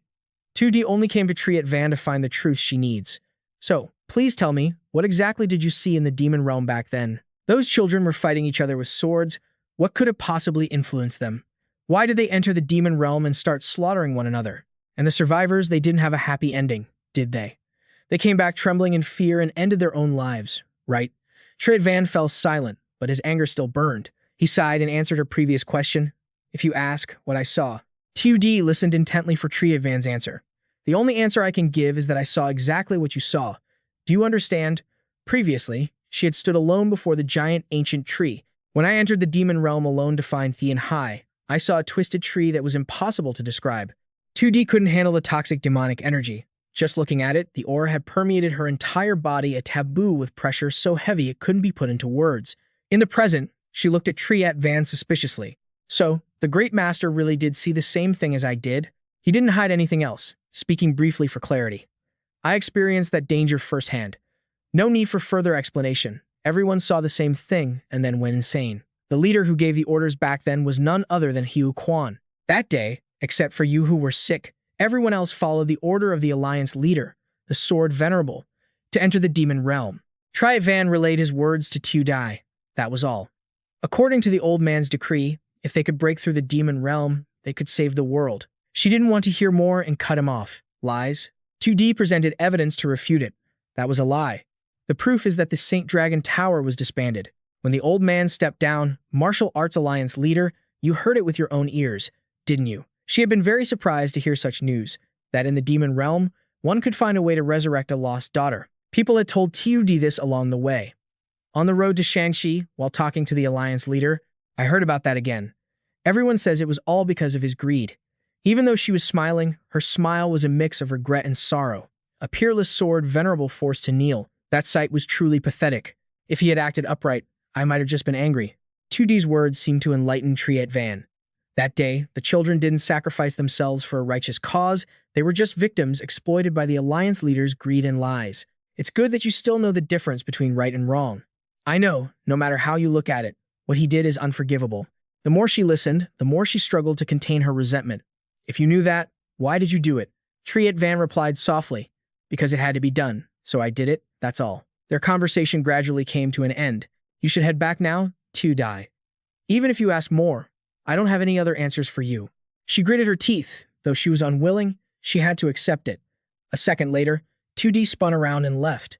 Then I will come again next time. Triet Van's eyes seemed to be reflecting on the past. Back then, Hiu Quan was screaming like a madman. At that moment, the old man seemed to have lost all reason, as if he were being possessed by something. A shadow with demonic eyes loomed right behind him. That form looked exactly like. The scene quickly shifted to Qiu Luan and Wei Xueya. The two of them were standing there, watching Gu Yangtian practice his internal energy. My god, a dragon really appeared. A real dragon. He was quick to shower him with praise. You've really achieved something remarkable here at Manhwa, haven't you? She happily ran over to him, praising him incessantly. You're amazing, young master. Gu Yangtian finally noticed the two of them. Elder Qiu Luan, you're here too. He looked at Qiu Luan, who was lounging lazily. Are you really childish enough to come and talk to me about a dragon? A dragon. Are you trying to brush me off? He chuckled. Isn't your age the exact time when you should be interested in things like that? Since something important had come up, Gu Yangtian decided to ask right away. It's a good thing you're here. Senior Mai Hoa said that Elder Qiu Luan left something for me. What is this? Qiu Yuan stared at the pouch in his hand, hesitating for a moment. That just follow what he told you, he said. Gu Yangtian pulled the strings and opened it. Go on, open it and see. It was just a bracelet with a simple design and strap. What is this? A bracelet. Seeing nothing unusual, he said. It's nothing major. Just keep it on you. Seeing that it didn't look special, he decided to give it to Wei Xueya. If it's not important, I can just give it to her. Here, little one, you take it. She was overjoyed to receive a gift from him. The young master is giving me another gift. Qiu Luan couldn't hold back and immediately gave Gu Yangtian a good thrashing. You brat! I just gave you that gift, and you dare to do that right in front of me? Seeing that, Wei Shuya quickly returned the bracelet to him. Geez, why won't you take it? He rested his chin on his hand, looking thoughtful. Oh, right, I was actually planning to tell you about this anyway. Q Luan revealed the information he had just learned. It turned out that the people from the Nam Kung clan had arrived. Fortunately, Gu Yangtian had snapped out of it after the thrashing. What? The Nam Kung clan? Why are they here so fast? His words left him stunned for a few seconds. It seems they were waiting for your fiancé to arrive nearby. The Tang clan is here too. Guests were arriving one after another. No sooner had he finished the sentence than Gu Yangtian bolted off without saying goodbye to anyone. He dashed away like a bolt of lightning, only then realizing something. So, Nangong Fei Inga is finally back. Right, this was the way things were supposed to be. Nangong Fei's clear smile flickered through Gu Yangtian's mind. This was supposed to be the right path. Then, he thought of the times she was weak and tired, and the times they had overcome hardships together. His mind was completely filled with the image of Nangong Fei. Why was he bolting off like he was flying, not daring to waste another second? Why have I become so impatient? Gu Yangtian's hand was now on the door, and he didn't hesitate to throw it wide open. His pupils constricted tightly as if he had just seen a horrific sight. It turned out Nangong Fei had taken a painful slap from Nam Kung Tuan. Her cheeks were flushed red, and tears were welling up in her eyes, threatening to fall. Meanwhile, he kept a cold, emotionless expression on his face. Seeing that, Gu Yangtian tried to take a deep breath to stay calm, but things had gone too far. He felt like he was going insane and unleashed all his power. White wine was poured out, as if washing away the inner turmoil of a young man. Gu Yangtian sat silently looking at the grave in front of him, his heart choked with emotions he couldn't put into words. He pressed his lips together, his eyes filled with an indescribable sorrow. Then, Gu Yangtian sat cross-legged on the ground beside the grave. He remembered the image of the person who held his heart. You are like the moon. The image of Nangong Fei appeared clearly, her vacant eyes looking at him with confusion. Gu Yangtian stammered in response, It's nothing, don't worry about it, just a slip of the tongue. He realized that even though it was just a casual comment, from that day on, he often gazed at the moon and fell into deep thought. Even when her final breath was fading, her fingers still tried to point to the sky. Perhaps it was a sign that the moon was still there. Gu Yangtian was curious as he looked at the moon that night. What exactly were you thinking? Even in this filthy life, the ability to lose yourself in contemplation is truly strange. Because of that, I couldn't understand it at all. If you die, the things you love are left behind, and even gazing at the moon is no longer possible. Once you die, everything ends right there. Gu Yangtian choked up. But why did you? He cursed in heartbreak. You bastard. You said you did it just because you wanted to. Even if he dwelled on it like that, it was useless. Perhaps, for his entire life, he would never find a complete answer. Recalling earlier, when Nangong Fei was being punished by her father with an unforgiving whip, Gu Yangtian had not hesitated to run in to intervene. He had an attitude of hostility and was extremely uncomfortable at seeing his loved one being physically abused like that. Gu Yangtian was so angry he gritted his teeth, his rage surging to the extreme. He immediately charged at the family head, despite having no permission. Nam Kung Tuan looked at the little brat charging toward him with unexplainable rage and felt incredibly baffled. A look of irritation was clear in his eyes. Even the attack from that stinking brat was easily blocked by this man. Gu Yangtian's punch carried the energy of searing flames, while Nam Kung Tuan countered with an icy, cold calm. They clashed directly just like that. Gu Yangtian looked at the man's hand, his expression immediately changing. Blocked? Nam Kung Tuan asked irritably. Who are you to dare interfere in another family's business? He was startled, looking at the furious face of the man, and thought to himself, family business, so this person is the head of the Nam Kung clan. The Sword King of the Nam Kung clan, Nam Kung Tuan, saw Gu Yangtian's attitude change, so he dropped his hand and spoke up. A pleasure to meet you, head of the Nam Kung clan. I am Gu Yangtian of the Q family, the fiancé of your daughter. But what on earth is happening here? The man answered coldly. That is the very question I would like to ask. As her father, I am disciplining my own child. Do you think you can just interfere in the affairs of a clan head? Gu Yangtian replied straightforwardly, and how could I just stand by and watch you beat someone else's fiancé? In my eyes, that can only be seen as harming our honored guest. Namgung Jun scolded angrily. That insolent brat, the man's fury reached a breaking point, with his power visibly surging before Yang Qian. Namgung Fei warily gritted her teeth, trying to calm the hostility between the two. Please, calm down. Her father remarked that the young man seemed to have decent talent but lacked humility. You are truly just like your father. Mentioning that name made Yang Qian bite his lip, mocking himself. Yang Qian then retorted sarcastically, As expected of the patriarch's son. No talent, no humility, just arrogance. Or is it not a son anymore, but a second young miss? These words accidentally hit the man's most sensitive spot, making him almost lose control of his rage. Namgung Jun gritted his teeth and cursed at the brat. But before he could do anything, Chol Woon appeared behind Yang Cheon and spoke up. It seems my son has caused some trouble. This appearance made Namgung Jun stammer and stop what he was about to do. Head of the Gu family, Yang Chan greeted him. Patriarch Chol Woon continued. He is still just an immature child. I will discipline him strictly later, so please, Patriarch, be generous and let it go. He turned to the boy and said, You. Apologize quickly. Yang Qian obeyed, bowed his head, and said, I am truly sorry. Patriarch Namgung Cheol then immediately turned around to leave.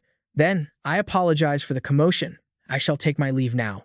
But Namgung Jun refused to agree. Head of the Gu family, this absolutely cannot be resolved with just an apology. Cheol Woon's sharp gaze swept over him, sending a chill down his spine. Cheol Woon then replied, Then, let us meet again tomorrow at the banquet. Behind him, Namgung Fei stood still, not knowing. The man was grinding his teeth in anger, but he did not forget to remind his daughter, Your punishment ends here. As for your wounds, go find a servant to treat them immediately. She replied softly, Yes. Outside the courtyard, Cheol Woon walked ahead. Yang Cheon followed behind, sweating profusely from fear, thinking to himself, Damn it, I lost control back there. I couldn't hold it back. Suddenly, a voice called out, Third young master. Cheol Woon repeated, Third young master, didn't you hear me? Yang Cheon stammered, Yes, sir. He worriedly imagined, Will I be beaten or scolded? Maybe even killed. But contrary to his fear, Cheol Woon praised him. Well done. Yang Cheon was stunned, not understanding. Yes, what do you mean, sir? I mean exactly what I said. Cheol Woon affirmed, You did very well. You struck to protect your own people, didn't you? That is not a mistake. Looking at the man's sturdy back, Yang Cheon thought, He usually only praises martial arts achievements. Why is he acting so strangely today? Moreover, he even called me his own person. Remembering his childhood, when he had stolen a fragile flower to play with, Yang Cheon had brought it to Cheol Woon and said, Head of the family. He saw his wife's satisfied smile, and his own face could not hide the joy. Cheol Woon patted his head, praising the affectionate little boy. The happy family atmosphere swelled. The small flower carried the most innocent and sincere feelings of the child, reaching the man. Yang Cheon enjoyed having his head patted, while his mother was happily holding her daughter in her arms. Now, as the boy had grown stronger, Yang Cheon stood his ground upon hearing the praise. He then spoke, Head of the family. He turned around and replied, Speak. I am asking about the supreme immortal pill you promised to reward me with when I brought back my younger brother. Cheol Woon replied, Yes, I was just about to mention that. But Yang Cheon said, No, I don't care for the supreme immortal pill anymore. Instead, please allow me to take a look at the underground palace just once. Cheol Woon asked curiously, Ever since that day, you've always avoided getting anywhere near it. What's gotten into you today? He hesitated and replied, It's just one day I have to know, because I am a member of the Gu family. Yang Cheon affirmed, I can't delay it any longer. After considering it, Cheol Woon agreed. Very well. Tomorrow, after we discuss the marriage, I will take you down to the underground palace. Yang Cheon was stunned upon hearing that word. Marriage? Cheol Woon reminded him. You will meet the patriarch of the Namgung family to set a date for your wedding. Remember to be at the place I told you tomorrow. Don't be late. Yang Cheon replied blankly, Yes. Returning to his bedroom, he sat by the window looking at the moon and sighed. I just got back and already things are so difficult. But sir, why did you just stand by and stay silent back there? Cheol Woon replied mischievously, If I spoke up, would you have ever listened anyway? He smiled mockingly and added, Besides, I saw that you were quite interested yourself. To be honest, from my perspective, it was a rare sight. And what about the ring that the Tang clan brat mentioned? What are your plans? If you wanted to, you could have taken it then. Yang Cheon recalled, Do you mean the Dragon Phoenix gathering? I have no reason to refuse, and the venue, Henan, is not far away. He thought of that figure in his heart, plus, there is someone there I must meet. Cheol Woon asked curiously, Henan? I didn't think there were any survivors left there. Yang Cheon didn't answer but asked back, Is the Shaolin Temple still standing firm? Cheol Woon replied, If there is a chance, I might stop by the Shaolin Temple, as there are things I want to investigate further. He wondered, Is it enough to just listen? He affirmed, It must be. Yang Cheon agreed, Understood. Then I will go and investigate. The next morning, as requested by the old man, Yang Cheon stepped outside to scout. He thought to himself, I thought I was late, so I rushed here, but no one has arrived yet. Just as he was standing there, someone else arrived and mentioned that others were already there. He asked irritably, "Hey, why are you just getting here now? At times like these, shouldn't we have been here first?" The woman named Namgong Fei smiled prettily without answering. She was in clean, neat attire, her hair tidy, looking shy and modest. Namgong Fei appeared with a lovely face and beautiful features. Her smile made Yangtian freeze in place, so busy staring that he didn't realize his mouth was hanging open. The morning sun cast its light down on the sturdy roof corner. The four sat down at a round table. Cheo Woon took the initiative to ask, "I wonder if you slept well last night? If such a thing happened, your heart must not be at peace." Yang Cheom was startled upon hearing this and asked himself, "What?" Namgung Jun replied, "Thank you for your concern, head of the Gu family, but that is not a matter you need to worry about. Please, let it go." Cheo Woon replied calmly, "How could I do that? Because that heavenly demon must have some connection to me." This single statement left Namgung Jun speechless and frowning, his hand gripping the cup until his knuckles turned white. Namgung Jun said with a sarcastic tone, "I felt it yesterday too. You're still the same as ever." Jiu Patriarch Zhao Yun, however, calmly took a sip of tea and replied, "If we're talking about cultivation level, I'm afraid I'm still a step above you." Was it because of that? Yang Tian, sitting next to him, couldn't move a muscle, silently lamenting in his heart. He just gets straight to the point. "I want to discuss the main issue, the wedding." The kid sitting next to him took a breath, thinking that contrary to the anticipated bloodbath, today's discussion was going surprisingly smoothly. Perhaps because even though they were enemies who would love to tear each other apart, both still knew how to keep personal and professional matters separate. After all, we're just here to keep their seats warm. Can you really let it slide so easily while you're here? Yang Tian and Namgong Fei's eyes accidentally met while they were nibbling on some cake. She shyly turned her head away, blushing at the sight of that young face. Yang Tian silently wondered, "Why are you only shy now? I really thought everything would go smoothly." After finishing the discussion, Zhu Zhang concluded, "Then, the wedding should be held when that child reaches the age of maturity so they can inherit the title of young patriarch." Namgong Jun looked uncomfortable and disagreed. "Maturity, you say? That would take a few more years to become a reality. If we delay it for that long," Zhu Zhayan's eyes hardened as he asked, "Are you dissatisfied?" Namgong Jun was terrified by that gaze, his voice becoming flustered. "No, that's not what I meant."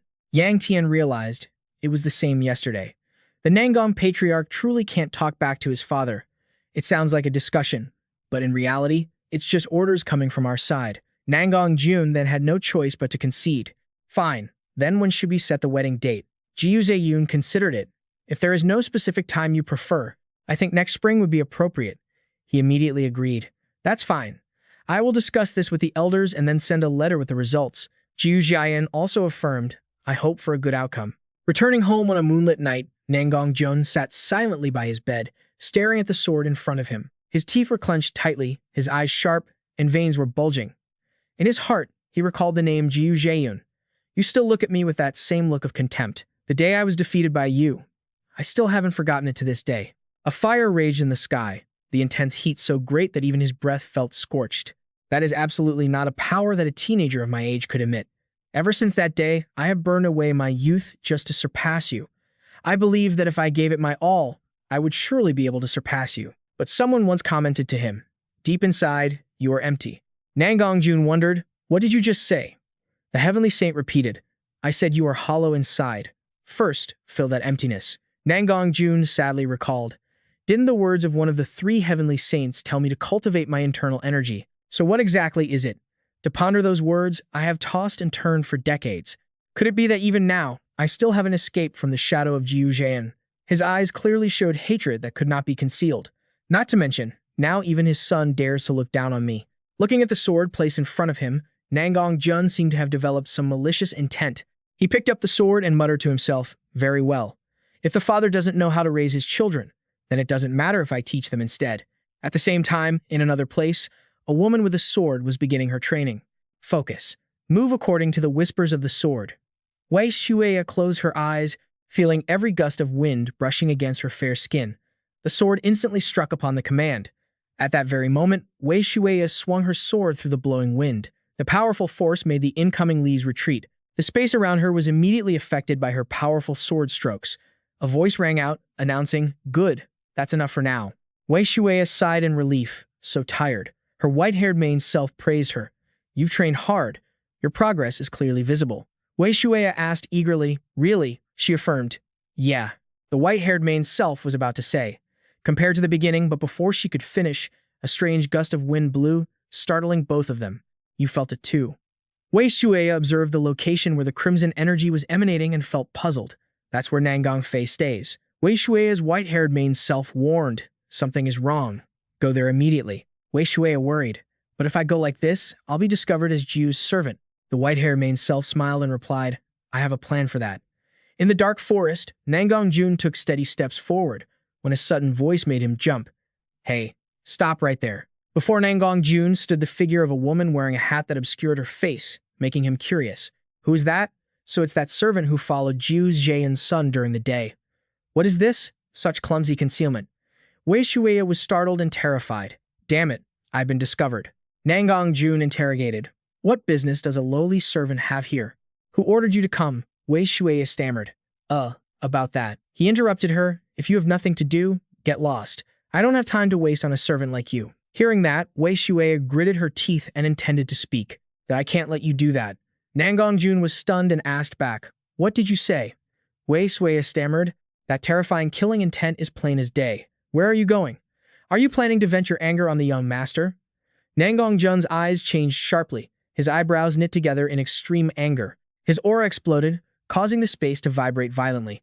The gust of wind made Wei Shuya feel uncomfortable as she worriedly asked herself, What should I do now? Her main self reminded her, Quickly draw your sword. Nangong Jun then began to lecture her.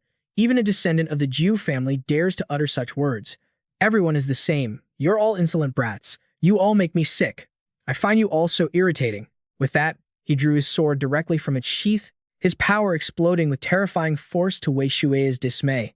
Her main self warned, Move according to what you have learned. Wei Shuya nodded and followed, quickly getting into position, a single slash cutting through the incoming energy. Seeing this, Nangong Jun was startled and panicked, his eyes showing utter disbelief. Wei Shuya then maneuvered through 1,000 rays of light shooting towards her, standing before Nangong Jun with a body completely unscathed. He wondered, how could she block my strike? Nangong Jun gritted his teeth and called out, You. As he looked at the fragile-looking woman, his heart became confused as he asked, Who are you exactly? The woman looked at Nangong Jun without flinching. A resolute will was clearly visible on her face. The flickering light from both sides made the gloomy atmosphere stand out even more. Heavy, slow footsteps echoed, and the dim light shining in from the hallway only highlighted the despair. Old man, you call for me. The old man's gaze faltered, filled with his own hidden intentions. His voice dropped, heavy with suspicion. Looking at the way you're dressed, you must really love that family, huh? The young man hesitated before replying. What? Oh, this? Xiao He suddenly shifted his form. I've lived in seclusion for so long, I'm just used to it. He looked helpless as he transformed back into a boy. Xiao He scratched his head in confusion. Anyway, tell me why you called me here. Master Mo remained calm.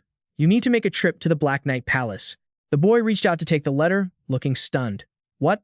The Black Knight Palace? Why go there? The old man's voice sank, carrying a heavy weight of authority. The Grand Elder has entrusted me to send this letter to the Black Knight Palace. Afterward, Xiao He turned away, clearly disgruntled. Always dumping these annoying tasks on me. The old man remained unfazed. I'm counting on you. Thick black iron bars separated Master Mo from the quiet corridor. He slowly stroked his beard and chuckled with amusement. Trying to reach over here just to secure your standing? The image of Jiu Xuantan appeared, his gaze cold and filled with ambition. You're blinded by your own ambition. Jiu Xuantan. I'm very satisfied. The scene shifted to a silent forest as night fell, the wind howling as if trying to tear the world apart. A fierce battle was unfolding. Nan Gongtun's face revealed clear terror. How did it end up like this? Clearly, there were many openings in his movements. Wei Shuya failed to react in time to the barrage of attacks. A brilliant blue stream of energy, a wind blade, swept past at incredible speed. They were mere inches apart, a sign that his strike was imminent. From his blade, a surging wave of sword energy erupted forward. Her eyes widened. Her pupils contracted in terror as the sword tip closed in. Suddenly, Wei Shuya stomped into the air, twisting her body to dodge by a hair's breadth. The two forces collided violently in midair, sending sword energy scattering in every direction. They stood facing each other in the quiet forest, but the atmosphere was tense as a bowstring. She maintained a calm demeanor, reacting precisely to block the strike. Is the Jiu family really teaching their sword techniques to a mere guard? Nan Gongtun couldn't believe his eyes. Even if they were, how could she block my attack? He stopped, full of doubt. That sound, Wei Shuya gripped her sword tightly, her spirit refusing to yield. A sword ring, even masters who have reached a high realm struggle to produce a resonance like that. How could a lowly guard manage it? He gritted his teeth, suppressing his rage. This is absolute nonsense. For me, the Heavenly Sword King, to struggle against a common guard is just. In a flash, true energy erupted violently, wrapping around his blade and spreading across Nan Gongtun's body. Her expression was complex. Wei Shuya's eyes flickered with determination. He roared with a provocative tone. "Kid, can you block this?" His robes fluttered wildly in the gale. Nan Gongtun suddenly closed the distance from behind her with terrifying speed. In a split second, countless blue lightning bolts exploded. The sword in his hand carried a heaven-shaking pressure. An explosion tore through the night, accompanied by a powerful shockwave. A moment later, he stood tall amidst the hazy smoke. Nan Gongtun frowned, heightening his vigilance. Where did she disappear to? Suddenly, Wei Shuya appeared with overwhelming power. She was surrounded by countless flickering rays of spiritual energy. Before he could react, Wei Shuya closed in fast. Nan Gongtun's face contorted in shock. What is this? His sword stance had completely changed. She murmured to herself, her expression complex. Looking at your sword, I feel a hollowness that makes me feel pity. Blood vessels appeared in his eyes, his voice resonating as if echoing in her mind. So, it was empty inside all along. Their swords clashed violently, sparks flying everywhere. That sharp tongue of yours. Nan Gongtun seemed to lose his composure, shouting wildly. Don't talk nonsense. Wei Shuya, agile as ever, tilted her body to dodge. She remained calm while facing each shockwave. The swordsmanship this person is using is the Nan Gong sword style, but his face twisted with rage. It's rough and chaotic, like someone lost and having forgotten their roots. Wei Shuya fell into deep thought, recalling the heavenly venerate from her previous life. Even for a sword master who reached the peak of the Nan Gong house, he suffers because he believes his style is crude. Is the Nan Gong sword style naturally like this? Her eyes flickered as she told herself, I'm not the only one. A rain of sword strikes appeared densely in the air. Only the Demon Sect is different. Wei Shuya still felt a lingering hesitation and doubt. Her sword always seems to know the path. Among the countless warriors of the Nan Gong family, why was her swordsmanship so different? She decisively unleashed a fatal palm strike toward him. Nan Gongtun was forced back by the sheer pressure, his eyes wide with horror. Wei Shuya stood on the opposite side, eerily calm. How can this be? A series of swords seemed to freeze in place. How am I being forced into a disadvantage? Nan Gongtun roared madly. My sword won't reach her. She remained calm, facing him. Wei Shuya's eyes flashed with a calculated plan. No other choice. Even though I didn't want to, if I want to break his fighting spirit, she moved with lightning speed. This is the only way. Wei Shuya lunged forward, her silhouette a blur invisible to the naked eye. In a flash, her energy erupted. He stood rooted to the spot as her sword tip pointed straight at him. A moment later, Nan Gongtun collapsed to his knees in helplessness. He trembled as he spoke, unable to believe his eyes. That was from our Nan Gong clan. She stood tall, her robes fluttering in the night. How on earth did you do that? Wei Shuya's gaze held a hint of calculation. Even after seeing a mere attendant perform his clan's martial arts, he still had to ask how. She fell into deep contemplation. This guy's curiosity as a martial artist outweighs his desire to kill. Nan Gongtun immediately knelt and pleaded, how can you use the Nan Gong family's sword style? No, the details don't matter. Teach me that swordsmanship, he declared with fanatical intensity. I need that swordsmanship to reach a higher realm. Wei Shuya remained calm. She hadn't expected him to be this desperate. Enough. Please stand up, head of the Nan Gong family. She spoke slowly, her tone humble. I am merely an attendant of the Jiao family. I only picked this up by observing others, so it is very difficult to explain in detail. Nam Kung still couldn't believe his eyes. Stealing techniques? Where exactly did you learn that? Wei Shuya, hearing his questioning, remained firmly silent, a cryptic smirk playing on her lips. Wei Shuya's voice deepened with authority. If it were our young master, would you believe it? Nam Kung Tuan's expression shifted instantly as he pressed her further. That's absurd. How could someone of Ziyun's bloodline manage that? She raised an eyebrow, maintaining a nonchalant tone. They once had the good fortune to possess the lost sword style of the Nam Kung clan, so they say. A glint of calculation flickered in Wei Shuya's eyes. Believe my words or not, that is up to you, but I hope you will keep this a secret. Without another word, she moved with lightning speed. If you want the young master to teach you, you should calm down first. Every drop of blood drained from his face. Yangtian, that kid. Wei Sui's long silver hair danced in the wind, giving her a serene, ethereal appearance. Sister, sorry, I'll be right back. Her face was a complex mix of emotions. Was that okay just now? If she tries to harm the young master again, well, there's no need to worry about that anymore. Wei Shuai maintained her calm demeanor, having reluctantly pushed the burden onto him. Sorry, Yangtian. Yangtian frowned, his eyes narrowing with a look of exhaustion. My arm is so stiff. He froze, feeling awkward as he saw Wei Shuai lying right beside him. Yangtian muttered to himself, looking completely helpless. This girl, my parents have already arrived, so why is she here sleeping next to me? A note was placed neatly by his side. He slowly began to study the handwriting with intense focus. Yangtian fell into deep thought. What is this? I've taught the Namkung clan leader a lesson, so rest easy. What on earth is this talking about?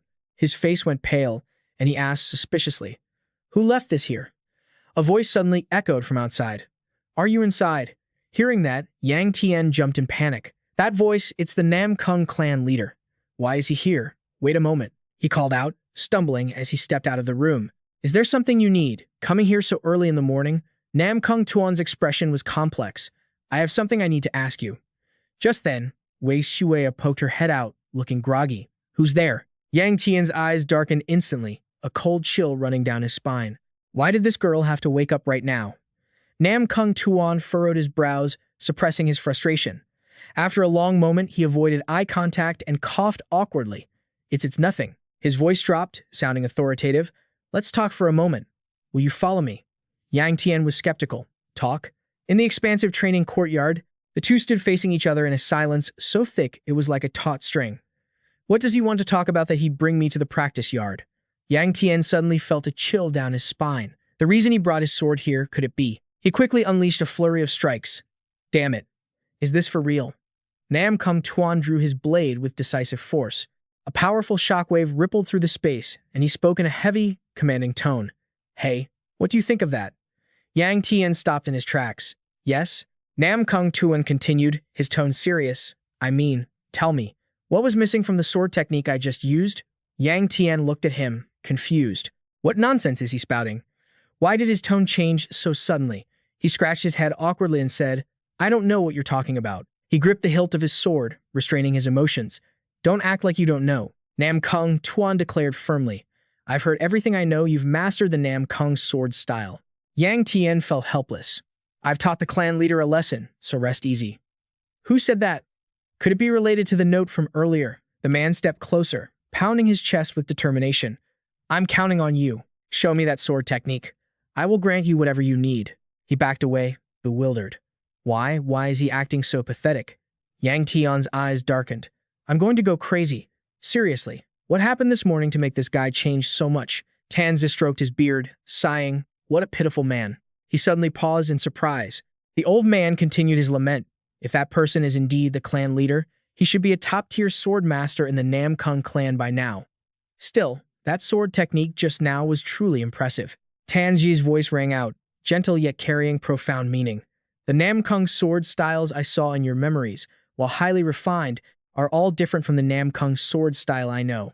That is not the true Namkung style. It's just an empty cart making a lot of noise. His eyes dimmed with heavy thoughts. No, it seems your past life eventually found its own path. Now, the Namkung clan's swordsmanship is as good as severed. Tanzi sighed with regret. That kid, Ming-Er, he once bragged that he would pass down that perfect sword technique. Has it finally been cut off and forgotten? Yangtian's face was a complex mix of emotions. That kid, Ming-Er. The Ming-Er, the old man speaks of Gong Ming, who appeared with such terrifying power could he be. Like this old man, one of the heroes who saved the world from the blood demon's blade. Thunder Sky, one sword, Namkung Ming. His face went pale. Regardless, what am I supposed to do in this situation? I clearly don't know a single stroke of that technique. The old man mocked him. Knowing nothing of the sword is just as good as knowing nothing at all. How fitting. Tanji's hand slowly reached toward Yangtian. As a fellow swordsman, I find his desperation quite pitiful. I have a way to help you. He was bewildered. Wait, what are you planning to do again? Following that, Yangtian took the sword in his hand and assumed the stance of the Namkung style. He announced clearly with bold confidence. It flows like ocean waves, and because it controls lightning ki, it moves with the speed of thunder. The old man's expression turned stern. The important part is creating a continuous flow, like the ocean waves. That is crucial. Yangtian powerfully executed each movement. Slow but precise, unadorned but straight. He leapt into the air with agility, his sword moving like a mysterious matrix. Yangtian's speed was so fast that Nam Kung Tuan couldn't believe his eyes. He stammered in shock, like ocean waves. Nam Kung Tuan's eyes wavered, watching his every move with deep contemplation. So that's what it means. Nam Kung Tuan stepped closer, exclaiming with excitement, "Thank you. You've done me a great favor. This is perfect." He snatched the sword back and declared loudly, "Everything I just saw, I must carve into my very being." With that, Nam Kung Tuan moved with terrifying speed. Yang Tian watched him and sighed. That hurried way of leaving was like someone else's. He smiled gently, thinking that perhaps the boy had finally gained some enlightenment. A look of confusion flickered in the boy's eyes. Is that so? But that Namgung sword technique from earlier, how could it be? Tan Zhe sighed slightly.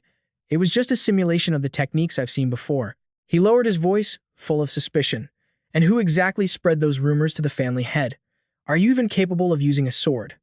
Liu Yangtian replied hesitantly, I don't know myself. A moment later, he regained his calm demeanor and spoke with excitement. Anyway, with this, the Namgung family head has no reason to punish me anymore. So isn't that a good thing? Liu Yangtian's gaze suddenly dropped, filled with unease. Above all, I need to get to a certain place quickly. Heavy footsteps echoed through the dark tunnel. The family head, Che Yun, lowered his voice with authority. You're late. The boy bowed respectfully. Yes, I had some business to attend to. I apologize for the delay. He spoke decisively. Forget it. You've received the instructions from the head steward, haven't you? Che Yun then led the way straight into the dark basement. Then, let's head down. Liu Yangtian felt a chill down his spine. Heavy footsteps resounded, and the elder suddenly stopped with a somber expression. Che Yun let out a sigh. We've reached the basement as you wished. The boy's eyes widened in shock, an endless path filled with buried secrets stretched out before him. So, where should I start? At this moment, Wu Di spoke up triumphantly. Who's there? Who is it? Who are you? It's a monster. Even this little demon has come along. Let me out. Once I get out of here, I'll kill you all. Instantly, Tanzi nervously said to Liu Yangtian, Hey, kid, is now really the time for this? Finished, the boy cut him off and turned to Che Yun, family head. You once said this is the reason for the Jiu family's existence, the karma of the family head, and the karma that I must bear. He asked him directly, Please, tell me what that actually means. After hearing this, Che Yun fell into deep thought for a moment. Then he replied, They are beings from another realm. Liu Yangtian hesitated. If so, do you mean the demonic realm? Che Yun continued. To prevent them from crossing over, I seal the demonic realm gate with the power of my heart and soul, while those who manage to cross over are imprisoned in this underground hell. He emphasized, That is the mission of the Jiu family and the karma we must bear. Do you know why we have to carry such heavy karma? Because the first patriarch of the Jiu family was the very one who opened that gate into this world. That action threw the central plains into total chaos. Because of that responsibility, the Jiu family has been paying the price to this day. Hearing this, Tanza suspiciously questioned Liu Yangtian. Kid, could it be that such heavy karma has been born within you too?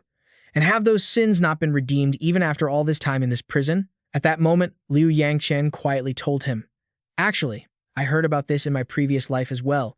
He shouted in confusion, What? What did you say? The boy replied, Old man, have you not seen it in my memories? The elder said, Your memories are shattered and sealed. It's not that easy to recall them. Then he curiously asked, So what is the reason you insisted on coming in here? Liu Yangtian then raised his voice, family head. You just said we are suffering for our sins. Does that mean someone up above imposed this punishment? As soon as he finished speaking, he fell into deep thought. In my previous life, when I became the young family head, I heard a lot about the truth, but regarding this specific point, I still couldn't understand who exactly imposed this judgment on the Jiu family. If I could use this opportunity to find out, suddenly, Che Yun called out, drawing his attention. Gu Yangtian, he said, I cannot answer that question right now. If you truly want to know, wait until you become the young family head, and I will tell you. Liu Yangtian replied obediently, Yes, I understand. Immediately, the voice of Wu Di rang in his ears. How pitiful, how truly pathetic. Pathetic, he whispered to himself, as expected. It's just an illusion. But then he realized something and instantly denied it. No, at the very least, he didn't deny my question. For now, that's enough for me. Just then, Che Yun walked past him and said, We've been here long enough. What I needed to say has been said. Let's head back. As Liu Yangtian watched the elder's back receding, he suddenly spoke up. Family head, before we leave, may I ask one last thing? I want to go a little deeper, to observe this place alone. A moment later, Tanza anxiously called out, "We've been here too long. Something feels wrong. But if I stop him now, I'm afraid it won't do you any good." Liu Yangtian replied warily, "Just a little longer. Please give me a bit more time." He recalled that, according to his past life, that old man had used this very place to orchestrate something, so I should take this opportunity to double-check. Breaking out of his thoughts, he quickly walked up to a prison cell. Liu Yangtian began muttering something. Tanze asked, "Kid, does that mean there is still a little demon locked up in this prison?" The old Mo in the cell heard someone calling him and transformed into the shape of Liu Yangtian to scare him. "But how did you know and call my name? Where did you find out? How did you do it?" Seeing the boy calmly staring at him, he was slightly startled and screamed, "Huh? You're not showing any fear even after seeing this form? I was planning to scare the living daylights out of you." Shortly after, he said. Then old Mo transformed into Che Yun and shouted with a challenging tone, "What about this? What do you think? Still so indifferent? Really?" However, Liu Yangtian didn't care about what he said and was only focused on one thing. There was no trace of demonic energy escaping outward. Old Mo shouted in frustration, "You boring brat, what did you come here for?" Liu Yangtian replied, "It's nothing. I just wanted to see if you were still alive and well. Seeing it with my own eyes is enough." He immediately retorted, "Being locked up in such a damp place, how could I live in peace? But who knows? If you let me out of here, maybe I'd finally be free." The boy, seeing this, turned to leave and said, "Is that so?" Moments later, Yang Tian stopped and shouted loudly. He warned with a fierce tone, "If you're planning any tricks, you better stop right now. If I catch you, I'll turn you into dust." After saying that, he walked away coldly. Just a brief moment later, old Mo inside the cage pondered for a while and began to transform. He returned to his true form and said, "That little monster is certainly quick-witted. There's a reason that fellow Jiu Chang finds you such an eyesore." By then, dusk had fallen. The moment Yang Tian stepped out of that place, he immediately retched. Seeing him like that, Tanze gasped in shock, unable to believe his eyes. Was there truly such a secret hidden within the Jiu family's curse? Yang Tian gasped for breath and said, "I didn't expect you to be in there for so long." Time flies. Suddenly, a voice from afar caught his attention. Young Master Sue ran over, shouting, "Where have you been all this time? I've been looking everywhere for you." She looked Yang Tian up and down and remarked, "You look pale." She asked worriedly, "Did something happen? Did someone bully you?" He blushed and replied, "Who would dare bully me?" "But wait, why were you looking for me?" She replied that the young lady and a beautiful lady wanted to have dinner with him. Yang Tian panicked and shouted, "What do you mean, a beautiful lady?" Then he thought, the young lady she mentioned must be Murong Shuewa, but the beautiful lady could it be? He grabbed Shue's shoulders and shouted, "Wait, you didn't call the Sword Empress a beautiful lady, did you? You didn't say that to her face, did you?" She replied nonchalantly that the lady said she liked it and even told her to keep calling her that. Yang Tian sighed, never mind. If she agreed to it, there was nothing he could do. Thinking back, he hadn't eaten anything yet. Without hesitation, Yang Tian and Shui quickly headed off. On the way, he asked her, "Hey, what about Nangong Fei?" She replied that she saw her talking to the lady from the Tang family just a moment ago.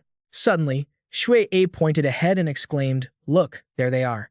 The moment he saw Yang Tian, Suni awkwardly said, "Young Master Jiu, this is a place for women." Yang Tian asked, "For women? But the person with me is a woman too," she shouted in surprise. And then he thought, "But why did you both come out of there together?" He asked Nangong Fei directly, "What were you two doing in there?" She dodged the question. "It was nothing." Hearing that, Yang Tian continued, "Anyway, since everyone is here, it's perfect timing. The Sword Empress invited us to dinner. Tang Suni, would you like to join us?" Suni asked in surprise, "I can really come along." She thought happily, getting to eat with young Master Jiu after all this time, oh my god, I'm so happy. But then she seemed to realize something. Suni asked suspiciously, "Young Master Jiu Yang Tian, who did you say I was going to meet?" He replied calmly, "Huh? The Sword Empress." "You didn't know the Sword Empress was staying here?" She shrieked in panic. "How was I supposed to know that?" He thought to himself, "What? Why is she reacting so strongly?" And so, Yang Tian replied, "I didn't know either. I was just as surprised to run into the Sword Empress here." Suddenly, behind them, Xiao Dihanhua approached and said warmly, "Is everyone gathered here?" She asked gently. "And who is this cute little guest? I haven't met yet." Nearby, Yang Tian called out to the Sword Empress, while Sunye's eyes were already sparkling. Sunye respectfully clasped her hands together and stammered, "It is a great honor to meet you for the first time." She introduced herself. I am Tang Sunie, a disciple of the Sichuan Tang clan. Xiao Di smiled and replied, So, you are from the Tang clan. I look forward to your guidance. It's not convenient to talk here, so why don't we head to the dining room? Suni shouted excitedly, Yes. She thought to herself, I can't believe I'm being welcomed so warmly by the Sword Empress. It made sense, though, because the Sword Empress was the female martial artist with the highest cultivation and greatest achievements among the orthodox sects. As a woman in the martial arts world, she couldn't help but feel reverent. Just then, Renhua came up to Yangtian and whispered in his ear, Brother, why is there another woman? Does she like you too? He shouted angrily, What are you talking about? It's not like that. Then he reconsidered. Well, actually. This made Renhua suspicious, and she shouted, What is it? Why did you stop talking? That evening in the dining room, Yang Tian looked at the table full of delicacies and remarked in surprise, It looks like a lot more effort went into dinner today than usual, doesn't it? Xiao Di explained, I heard the divine physician and the maids prepared this meal. Yang Tian shouted in shock, Huh? The divine physician? You don't mean Zhuji, he do you. After saying that, he thought to himself, That guy knows how to cook. Back at the demonic cult, he mentioned it. He said he loved cooking and was even planning to open a restaurant before coming here. I didn't even ask. He rambles so much, I thought it was just another excuse. Could there be poison in this? Although suspicion surrounded Yang Tian, he still decided to take a bite. He chewed it slowly, then nodded in approval. This is actually pretty good. Suddenly, someone walked up to Xiao Di and said, Oh, Sword Empress, this is Su Ni. She held a teacup tightly and shyly said, It's nothing special, but I wanted to give this to you to have with your meal. Xiao Di asked curiously, What is this? She replied obediently, It's tea made from the no-direction herb. I heard it's very good for the skin. She hesitated for a moment and asked, Isn't the no-direction herb a poisonous plant? She replied innocently, Yes, that's right. This made Yang Tian, who was still eating, spit his food out. However, he accidentally sprayed it right onto Renhua's face, so he could only sheepishly say, Ooh, I'm sorry. Without hesitation, Renhua took her chopsticks and poked Yang Tian straight in both eyes. He clutched his eyes, falling over in pain in front of Nengong Fei.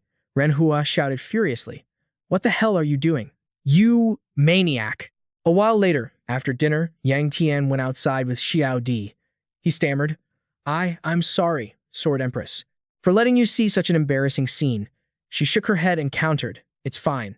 Thanks to you, I actually found it quite amusing. Hey, are your eyes okay? With his eyes still red, he replied calmly, It wasn't a direct hit, so I'm fine. Xiao Di chuckled and said, relieved, That's good. Renhua, getting angry like that you two are exactly alike. You really are siblings. Hearing that, he pondered, I wonder what kind of person the Sword Empress thinks I am now. Then he asked her, Also, Sword Empress, the Tang lady from earlier, she's actually quite different. She replied, I know. I could tell from our brief talk.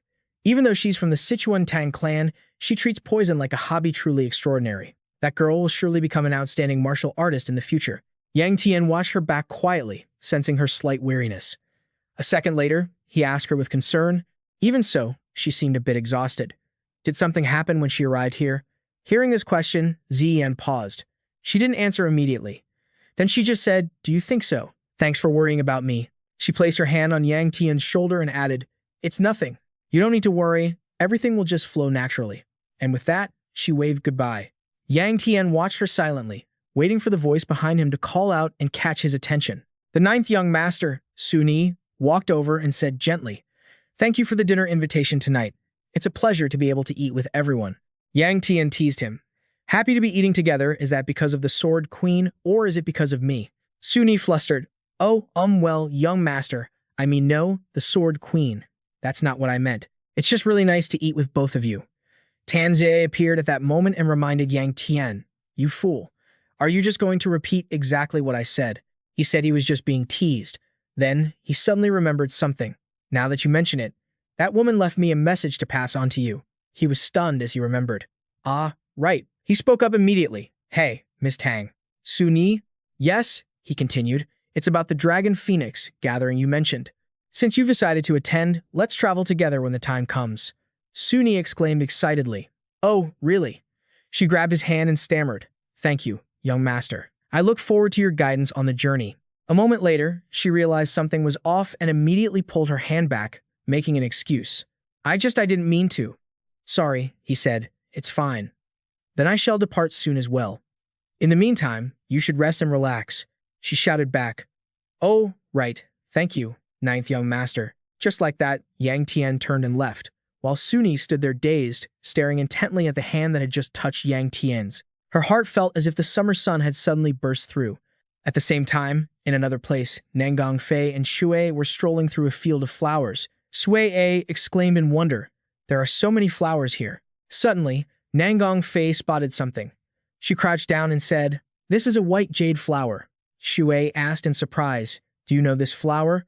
Nangong Fei sighed softly. "This was my mother's favorite flower, my daughter." Nangong Fei's mother smiled brightly and patted her head, saying, "Even when I am not by your side, I hope you will always be happy." Just then, Yangtian walked up to them and asked, "So, this is where you two went for a stroll?" Both of them chimed in, "Young master, it feels a bit plain now, doesn't it?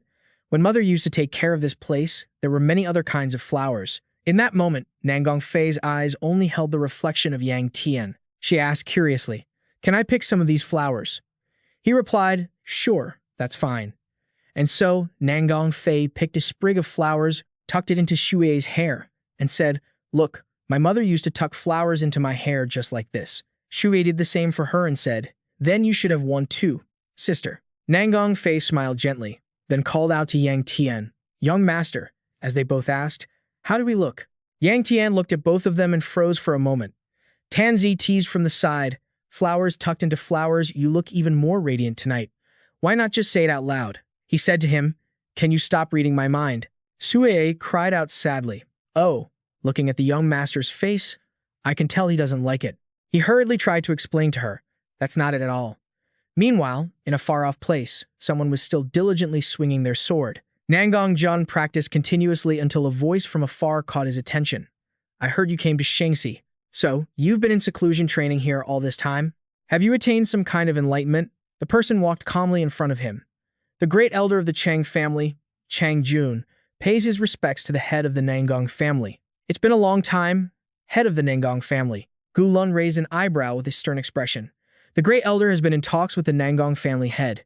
In front of them, Sui glanced over with a handkerchief in hand, while Yang Tian was sweating and looked a bit exhausted. Only the cold glint in her eyes revealed her displeasure. Suddenly, he stood up, leaving Shui and the man in confusion. "Yes, I understand." Gu Lun, seeing Yang Tian's calm attitude, shouted in a panic, "Yang Tian, this isn't something you can just ignore. That old man who craves the position of family head who knows what kind of tricks he'll pull." Suddenly, he startled and questioned, "Wait, you already knew? How could that be?" He scratched his cheek, smiling awkwardly. "I'm actually quite close with the Nangong family head." Flashback to a few hours ago, under a sky shimmering with a silver moon. Yang Tian watched his opponent's sword path and asked in astonishment, "I thought you had disappeared just now, but you're still swinging your sword?" Nangong Jun wiped the sweat from his brow and curved his lips into a smile. "Every time I swing this sword, I feel my senses awakening, as if the blood in my veins is boiling again." His hands trembled as he held the sword, and he confessed softly, "It feels like I'm starting over, holding the sword for the first time." Nangong Jun then hesitated and asked, "But how is my sword compared to this morning?" Tanji didn't hesitate and gave a serious critique. "It's much smoother than before, and your power is more focused." Yang Tian, sweating beside him, replied, "Yes, you have truly improved a lot." Nangong Jun looked at Yang Tian and firmly stated that he was the one recommended to receive the young master's teachings. "I will definitely repay this debt of gratitude." Yang Tian scratched his head and smiled awkwardly, a question forming in his mind. "What, recommended?" Suddenly, Nangong Jun began to sweat slightly as he revealed, "Now that I remember, the first elder of the Jiu family came to find me earlier." As soon as he heard that name, he was startled and blurted out, "The great elder?" Next, Yang Tian narrowed his eyes and thought to himself, "That old man is finally starting to make his move." He then leaned in and asked, "Can you tell me what he talked about?" He was silent for a moment before answering frankly, "Since you've taught me, I'll tell you straight." The conversation started with some pleasantries, but before leaving, he hinted that he wanted me to join his cause. He said that if we shared the same goal, we could discuss the details later. His face wore a look of smugness, and Chang Jun's sly smile appeared before his eyes. Nangong Jun shifted his body and lowered his voice. "As you know, I have never been close with the Jiu family. Perhaps if the first elder had reached out earlier, I might have accepted." He swung his sharp sword, his voice stern. "But things are different now." And then, Nangong Jun slashed down with force, creating a strong gust of wind that sent grass and leaves flying. Nangongjun looked at Yang Tian and reassured him gently. Now, I only want to sharpen my sword. Apart from that, I don't want to think about anything else. So, I have rejected the first elder's proposal. You can rest easy.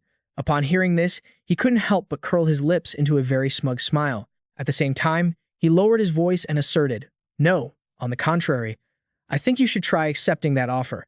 He was surprised to hear this. Huh. Yang Tian calmly explained, "You once said that everything can be a form of training, right? Well, this situation is also a way to hone your skills." With a confident look, he raised an eyebrow and laid out a condition. "Pretend to agree with the first elder, see what he's planning, and then report back to me. If you do that, how about I teach you more sword techniques later?" Nangongjun was a bit suspicious and broke into a sweat as he asked, "Really?" Returning to the present, a thought crossed his mind.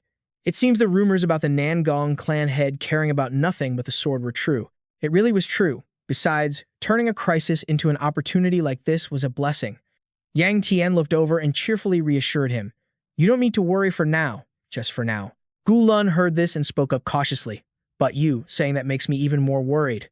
Then he put his hands on his hips and asked in a serious tone, "By the way, it seems you're about to leave this place soon. I heard you're attending the Dragon and Phoenix gathering, right?" He nodded and looked curious. "Yes, I received an invitation too. Have you two heard anything about it?" Gu Lun heard this and, while reaching into his robe, laughed happily. "That? I prepared a gift, just wait." Next, he handed Wei Shuya a pastry. "Here, yours first." Seeing this, Wei Shuya's eyes sparkled as she exclaimed. Wei Shuya still loved Uncle Bear more than anyone. Then, Gu Lun handed Yang Tian something. "And this, the thing you mentioned before." Yang Tian happily bowed to accept the item and thanked him. Suddenly, his pupils constricted, and an expression of astonishment appeared on his face. The old man scratched his nose, blushing and laughing, thinking that something he received 2 years ago would never be used, but unexpectedly, it had become useful.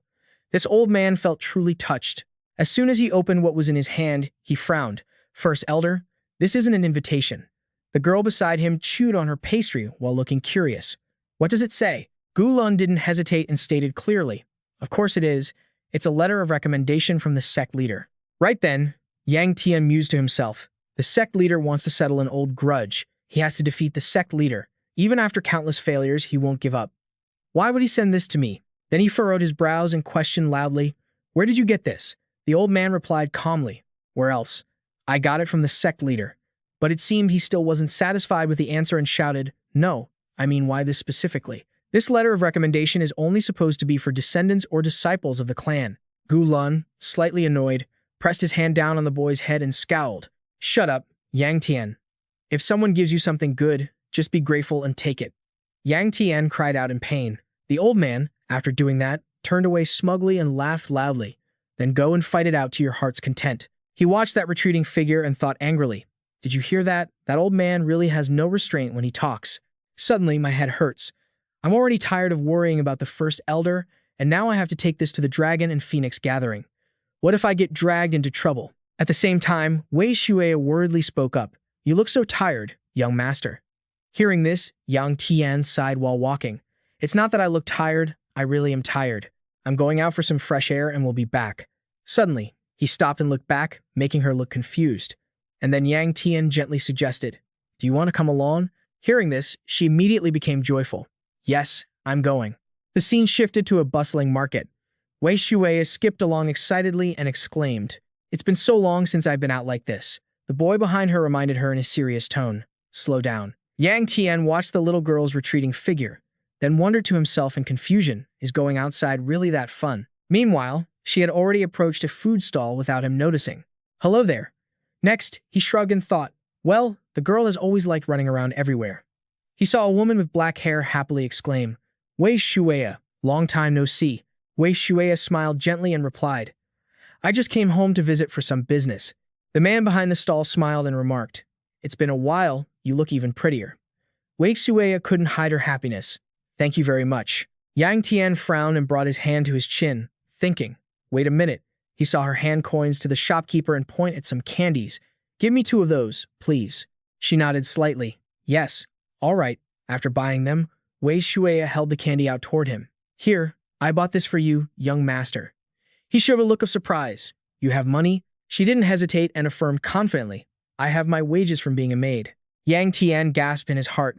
Good heavens, so the girl has really grown up. Seeing her greeting the merchants so warmly earlier, it seems she is gradually changing. Wei Shuya had already put the candy in her mouth and started munching. At the same time, Yang Tian cautiously thought, if it goes on like this, sooner or later. An image of Wei Shuya from his past life with golden hair appeared. Right then, Wei Shuya called out, Young Master 9. Hearing this, he stared wide-eyed. Then Yang Tian raised an eyebrow and questioned, What did you just call me? She spoke with an innocent face, Young Master 9. Sister Jiang calls you that, and everyone in the manor calls you Young Master. Next, Wei Shuya shyly scratched her cheek. So I tried calling you that once, but it doesn't seem to suit me very well. When others say it, it sounds elegant, but when I say it, it feels strange. Hearing this, he widened his eyes and thought to himself, I remember now. Long before the heavenly demon appeared, in another space, a gentle voice was heard. Young Master 9. Yang Tian frowned with an annoyed look and asked, What is it? It's nowhere near your turn to watch. Why are you out so early? Wei Shuya hesitated and suggested, Well, standing guard at night alone is lonely. It's better if there's someone to talk to, right? Mind if I sit here? He didn't refuse her, but sternly remarked, If you're going to sit, you should at least fix that messy hair of yours first. She sheepishly reached up to smooth her hair, realizing there was nothing left for her to retort. Gu Yangtian abruptly turned his head away, sighing with exhaustion. What a pain. Suddenly, he handed a piece of fabric to Sui A and grumpily suggested, Take this and figure it out yourself. She just gave a faint, blushing smile. Then, Sui A reached up to tie her hair back and asked, Young Master, if we escape this place, what is the first thing you want to do? Yang Tian glanced at her, frowning in disbelief. Are you serious? He muttered with a scowl. You're acting awfully relaxed. We've been trapped in this demonic realm for nearly 3 years, and you're asking me things like that. All those talented elites who joined the Dragon Phoenix gathering, most of them are already dead at the hands of the demons, and you're still dreaming about escaping? Isn't that a bit naive? He grumbled irritably. Damn it, if I had known this would happen, I never would have joined that cursed event. Being forced to go just for the young master's diary, I'm so unlucky. Suddenly, Shu A tentatively offered, But surely there's still something you want to do out there? I want to hear it. Yang Tian looked unhappy and waved her off. I don't know, just leave it alone. I've lived my whole life without thinking much about the future. Hearing this, she turned her face away. At that moment, he narrowed his eyes and glanced at the person beside him. Then, Yang Tian cautiously asked, What about you? If you make it out, what do you want to do? Sui A smiled softly and replied, I want to travel across the world, not this dark, demonic realm, a place where all kinds of people live, where I can hear their stories back to the world we once lived in. She looked at him with a worried expression. Then, Sui hesitated sadly. Is it because I called you young master that you're angry? I'm sorry, I won't call you that anymore. Suddenly, a hand reached out and pinched Sui's cheek hard. Yang Tian growled in anger. Yeah? Who gave you permission to change how you address me? She yelped in pain. Then, he loudly threatened her. Try calling me that again. Just see what happens. Shui A clutched her red, stinging cheek with teary eyes. Young master, you're so mean. Suddenly, Yang Tian's expression shifted into deep contemplation. Watching her run away, he muttered to himself. If only you could stay like this forever, that would be nice. 7 days and 7 nights passed, and the day to set off for Henan finally arrived. Yang Tian thought to himself. First off, Elder Li said he had urgent business at the front lines. If the great master Gu he personally called for Elder Li, something major must have happened. At the same time, Gu Lun handed a pouch of money to the person in front of him. Here's some travel money. Remember to spend it wisely. Yang Tian was surprised and blurted out, Wow, rare to see you so generous. He calmly replied, This time it concerns the 9 Dragon Society. Your 4 sisters will be attending, so you don't need to worry about that. Curious, he asked. You mean the second sister and the youngest sister? The man chuckled happily. Yes. Right then, Yang Tian thought. Second sister Ju Dianxi is still at the Ju residence, but since the house is on lockdown, I haven't been able to see her. If I'm going to the Dragon Phoenix gathering, the 9 Dragon Society must be moving, too. The one accompanying me to Henan is Tang Su Rei. You suggested teaming up with Xue and Wu Mian, and Nangong Fei was allowed by her father to take the invitation with us. The Sword Queen and the Divine Doctor seem to be staying at the Tang clan and the Ju residence. Even with just a few elders left, it's safe there, nothing to worry about. But the bigger problem is having to climb into this annoying horse carriage again. He sighed helplessly, feeling no enthusiasm at all. This place feels like my second home by now. Just then, Sue couldn't help but sneeze from the cold. They had barely started their journey when winter set in. She shivered and stammered. It's so cold. Then, Sui looked at Yang Tian, curious. Young master, isn't Mo Feng Fan feeling the cold? Yang Tian replied nonchalantly. I think this is just refreshing. Quite comfortable, actually. Shui cautiously suggested, young master, perhaps because of your inner energy, you don't feel the chill. It's truly admirable. May I sit a bit closer? He didn't refuse and just replied calmly, suit yourself, do whatever you like. As soon as Yang Tian said that, Shui and Nangong Fei immediately clung to both sides of him. She exclaimed with delight, young master's hands are so warm, while he frowned, thinking, do they think I'm a living heater? Yang Tian looked down at Shui and raised an eyebrow, thinking, but the Sword Saint not coming along is truly unexpected. I suppose he feels I can go alone without worrying now. Sometimes he saw the old man chatting and then disappearing. He seemed quite busy with something. Then he glanced at Nangong Fei and thought to himself, as for her father, he must have returned home by now. Before I left, he kept going on and on about teaching me swordsmanship until the last minute. Thanks to that old man, I even had an excuse to make up some of those lines. Meanwhile, Tanze gritted his teeth in anger. That annoying guy. I don't need anyone else's help. Why does he dump all the work on me? Yang Tian sweated nervously, wondering, Tanze, you're still here?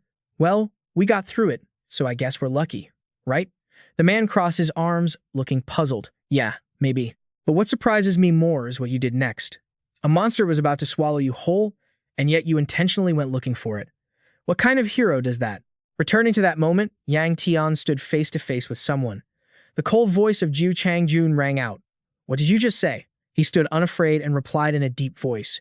I only said that he is truly arrogant. Yang Tian then coldly questioned, is he the only one who knows the nature of the energy in this land? Do you dare to covet the position of the clan head? The old man burst out laughing. I thought you called me here to discuss something serious. Turns out you're just telling me interesting stories. Then, Changjun glared, threatening him. The arrogant one is you and your father, because you think you can carry that flame yourselves. With glowing red eyes, he sternly asked, you speak as if you're mocking me. Aren't you just craving the power they hold? Are they worth the risk of embracing the flame just for power? Images of demonic faces flashed before his eyes. Hearing these words, the old man narrowed his eyes and spoke up. What you say sounds quite logical, because once you hold them in your hands, immense power will naturally belong to you. Gu Yangtian took a step forward and spoke in a deep, imposing tone. Is that so? Then allow me to offer you a few words. Upon hearing that provocative statement, Suong Tuan immediately fixed his gaze on his opponent. Intense energy radiated from his body. He glared, a cruel smile forming as he thought of that old dog at the gate, daring to bare its fangs at its own master. Back then, the only option was to burn it to ashes. Returning to the present, he smirked to himself, thinking, I just gave him a little warning before leaving. Right then, Wumian clasped his hands behind his back and asked, don't you think that old man could have killed you instantly? He glanced calmly, responding in his mind. If that had happened in the mountains, the old man would have already died by my father's hand. He is so obsessively cautious that he would never act without perfect preparation. If there's something important, the Namgung family head will send a letter.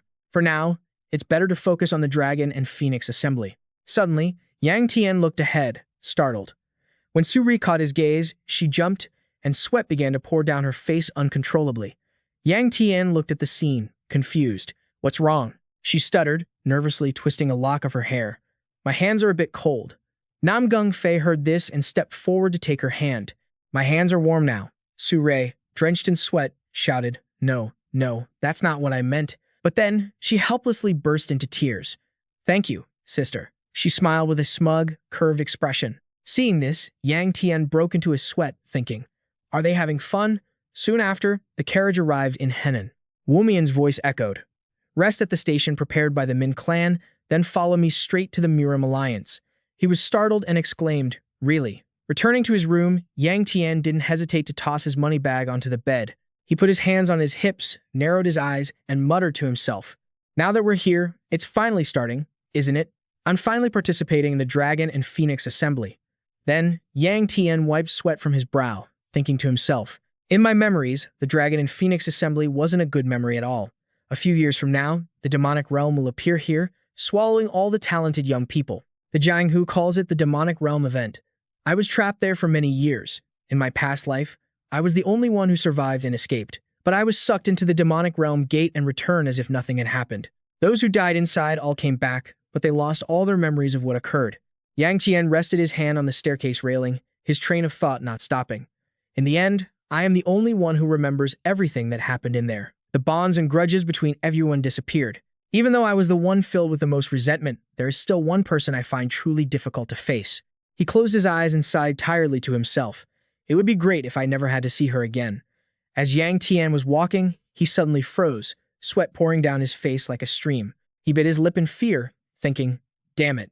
Don't tell me she's appearing this time, too. At the same time, Wumian frowned and sighed in his mind.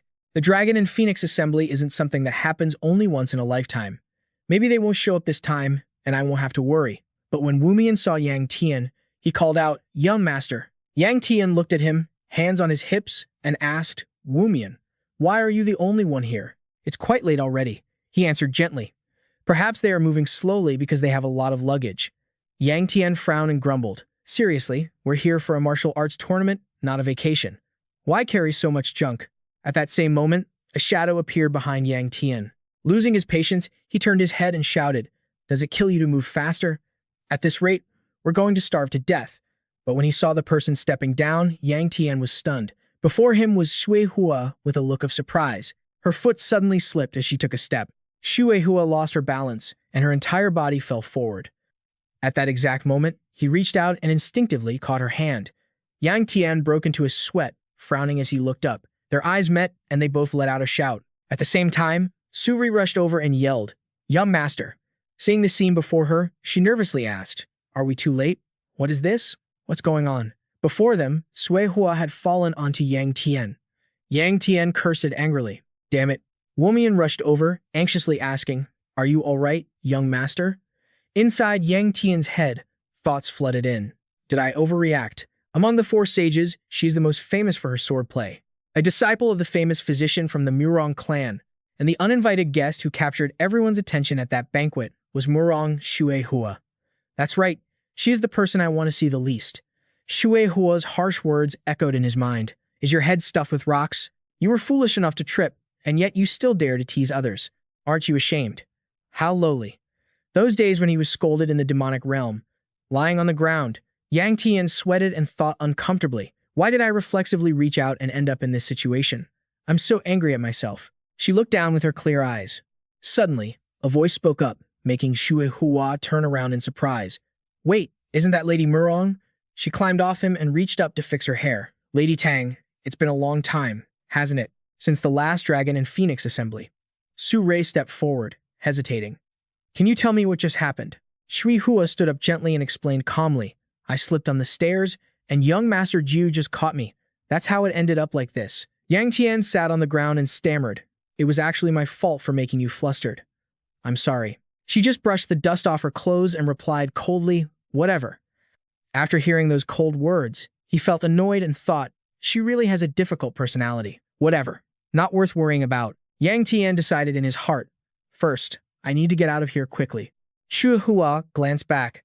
But young Master Ju, is it possible that? Yangtian didn't care and quickly grabbed Suri by the shoulder to leave. We were actually planning to go out for a meal, so we'll stop here. She was so flustered by this slightly intimate gesture from the man she loved that her face turned bright red. At the same time, Namgung Fei stepped forward quietly. She saw Namgung Fei and looked at Sui Hua in surprise. Watching the person who just passed by, she widened her eyes and thought to herself, blue clothes, silver hair, clearly someone from the Namgung family. Suddenly, she suggested sternly, wait a moment. Since we've met by fate, could I join you all? I haven't even eaten yet, and it'll probably be a long time before our group arrives. You wiped the sweat from your brow and offered a stiff, awkward smile. What are you talking about? You rarely eat lunch anyway. Realizing you'd slipped up, you immediately clapped a hand over your mouth. Shui Hua looked surprised and asked, how did you know that? You blushed, cursing yourself internally. Damn it, my stupid mouth. She just smirked, a look of intrigue in her eyes. She stepped closer, cornering Yangtian. You're such a strange young master, always acting annoyed with me for no apparent reason. And yet, you seem to know my habits inside out. This is the first time we've met today, so how could you possibly know all of that? Shui Hua narrowed her eyes and shot you a probing look. If that's not it, have we met somewhere before? You felt tears welling up, helplessly asking yourself in your mind, why do you keep treating me like this? A voice boomed from inside the cave, shaking the very ground. Let one person out? That's absurd. Shui A, filled with a sense of justice, tried to argue. No matter how dangerous the situation is, are we just going to abandon our comrades? If someone has to go, let it be me. But the person across from her replied with a firm, cold tone. Calm down. Wei Shui, if we send the person with the best chance of survival out, what's the point? Do you realize that we're all alive right now only because of her? Though she didn't want to, Sui Hua had no choice but to grit her teeth and make that cruel decision. Loyalty and justice are precious. But now was the time for cold, rational judgment. Not everyone had the same value. Sometimes, to ensure the survival of the many, a few must be sacrificed. After that lecture, Shui could only agree in helpless silence. Then, who exactly are we abandoning? At that moment, a person in red who had been standing behind her suddenly spoke up. The answer is clear enough. Are you trying to tell me to get lost, since no one would care if I died anyway? Isn't that right? Shui still felt a pang of regret. Seeing Yangtian acting so sensible, Sui Hua replied coldly, without a hint of reluctance. I hold no grudge, don't misunderstand. Yangtian walked right past her without a second glance. Right, I was the one who magnanimously made this choice, wasn't I? Conversely, if you were in my shoes, you would have stepped out too, because you've always been the coldest and most ruthless of us all. He walked past them without looking back. Then I wish you all a safe survival. And if you die, I'll see you in the afterlife. With that, Yangtian walked out of the cave alone, disappearing into the blizzard. Shui still wore a face of sorrow, watching him slowly fade into the thick snow. Sui Hua never once turned to look, but the fan in her hand was crushed out of shape. I'm sorry. The flashback ended, and everything returned to the peaceful town at the foot of the mountain. The group sat in the restaurant, happily enjoying the food they'd ordered. Thanks for letting me share the table. Being with you all makes the meal much more enjoyable. Shui Hua was the happiest of them all. I should call you Young Master Jiu Yangtian, right? The Shui Hua family will repay this kindness appropriately in the future. You looked away, pretending to accept the polite gesture. Ah, yes. I'll look forward to that. But deep down, you felt a strange premonition. Why do I feel so uneasy? Something's wrong. This guy isn't the type to take a loss without a reason. Is there something so important that they had to hide it from me? Are we really comrades who have faced life and death together? Shui Hua sat down, still curious. By the way, Jiu Yangtian, you're the young master from one of the three great families, aren't you? Before you could answer, she asked another question. So, does the Jiu family also know how to use fire techniques? As those two words were spoken, you immediately felt something incredibly familiar. Fire techniques, don't tell me. Yes, that's right. As soon as she heard that, she gave a loud laugh, as if she had figured everything out. So, does that mean I'll get to see them at the martial arts tournament? As they were chatting animatedly, someone walked up and interrupted. Miss Shui Hua, I was wondering where you were. So you arrived here first? As soon as you saw his face, your eyes widened, and he looked at you as if he'd just eaten something rotten. Nangong Tianjun. He's participating too? Greetings, and to the young master Jiu as well. That bastard. Nangong Fei, sitting beside him, spoke indifferently. Hello. Yang Tian looked at the person in front of him, who was shaking with rage, and began to assess the situation. As soon as he saw me, he looked like he'd seen a ghost. Are you that annoyed to be near your sister? Just wait until the martial arts tournament. I'll beat you until you can't hold your head up. Just as you were deep in thought, a head bumped into you, making you jump. Brother, I've arrived too. Your face immediately turned pitch black. Damn it, you scared the hell out of me. But Wu Jin didn't care about your irritation and continued to tease you with his arm around your shoulder. Hey, little brother, isn't that a bit harsh? I've invited you over so many times, but you never stop by, do you? I've come to find you, young Master Jiu. After a long-winded speech, Wu Zhen finally let go. Well, it's been a while since I've seen both of you. Are you two doing well? Young hero Jiang and that guy, too. Yang Tian wore a mischievous grin. Shouldn't I call you sister-in-law? As soon as Tianjun heard that nickname, he immediately lost his cool. Are you bringing that up again? But Wu Zhen, standing nearby, stepped in before they could lunge at each other. This isn't the time for that. Seeing that, Tianjun froze, then quickly tried to compose himself. In the next second, Tianjun seemed to transform into a different person. I heard you two have already set the engagement date. Congratulations. You couldn't help but mock him in your head. Looking at him now, he really was disgustingly hypocritical. He continued to wear that fake mask as he greeted everyone at the table. Oh, so Miss Tang is here too? It's been a while. As soon as Tang Ni had heard this, she had to cover her mouth. Sorry, seeing such a sweet scene so suddenly, my stomach is turning.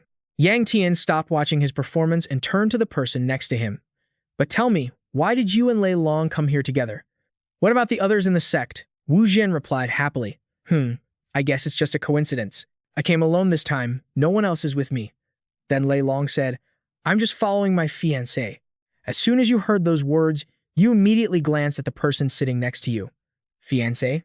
At the same time, Sui Hua stood up, slamming her hand on the table. It's good that you're here too. Young Master Nangong. She still waved goodbye to everyone with a cheerful expression. Well, then, everyone have a good time. I'll see you later. Young Master Jiu Yangtian also realized something. Ah, right. Sui Hua and Lei Long were already an engaged couple. The two of them then just dragged Thian Fuan outside to discuss something. Sister, you should at least say a few kind words to him before leaving, shouldn't you? The others at the table didn't try to stop them. He went outside for that reason, and even during the meal, he had been keeping an eye on Nam Kung Bia. In the end, it was just a typical exchange between prestigious families who were already betrothed. I do have some connections with the Nam Kung family, so I maintain the proper courtesies on the surface. Of course, but there must be a deeper reason behind such actions. In his mind, he involuntarily recalled being pinned against the wall by that person, suffering from the terminal illness that caused cold energy to surge through his veins, the frozen pulse condition. As expected, everything was just to find a cure for that disease. When fire arts were mentioned earlier, I suddenly remembered that Tuet Hoa had spent her whole life training, hoping only to cure that affliction. Because of that, she was willing to fabricate emotions just to get what she wanted. That was how Tuet Hoa operated. Then, time passed, and 4 days later, the day the Dragon Phoenix Assembly began, Gu Yangtian's group hurriedly packed their luggage onto the carriage and set off. Hurry up, everyone! Get to the carriage quickly! He pointed and directed everyone. There's a banquet today. I told you we had to reach the Martial Arts Alliance before sunset. Why isn't anything prepared yet? Wei Zueya hugged a bundle of something and ran out as if fleeing from enemies. Sister and Dong are hibernating again, aren't they? He didn't give anyone a chance to make excuses. Are you a bear or what? If we're late at this rate, what are we going to do? He walked up to the person who had been standing there the whole time. Lady Tuet Hoa, why are you still here? She covered her mouth, feigning surprise. Oh, young Master Q, we meet again. Then, Tuet Hoa acted as if she were deeply pained. Young Master Nam Kung, you really are so cold. It's fine to leave me behind, but I suppose I have no choice. I'll just have to share the carriage then. Seeing that time was becoming increasingly tight, he didn't want to stand there arguing any longer, so he allowed her to come along. It couldn't be helped. The carriage soon sped into the sea of white snow, and it seemed they had arrived just in the nick of time. As soon as they arrived, Tuet Hoa turned and walked straight inside. Let's stop at the inn to change clothes. We'll meet at the banquet later. He also got off the carriage, looking somewhat bewildered. Hey, Lady Tuet Hoa. But the moment she actually turned around, he didn't know what to say. Ah, the thing is, after a momentary pause, he could only stammer to cover his tracks. No, it's nothing. Seeing this, Tuet Hoa turned and walked straight away. I thought you had something important to say. Everyone is busy. Don't waste time on meaningless things. Tanzei happened to appear as well, his voice tinged with reproach. You flirt. We haven't seen each other in a while, and you've already found another woman? Gu Yangtian sighed helplessly. Is now really the time to talk about that? He hovered nearby, continuing to talk. Anyway, your reaction was quite fast. You two aren't even that close, yet you care so much. But Gu Yangtian didn't seem to hear a word of it. It's a matter concerning my master's life, after all. Seeing this, Tanzei had no choice but to turn away and talk to himself. But truthfully, it was good that you didn't say it out loud just now. If you had, it would have been interfering in other people's business. Both of them looked at the woman walking into the building to change, their thoughts unreadable. The Kung family's fire arts, the Nam Kung family's friends, none of them could help with that frozen pulse condition. Gu Yangtian then went inside to prepare. Outside, Wu Mian stood guard carefully. There isn't much time left. Leave the gold and silver jewelry.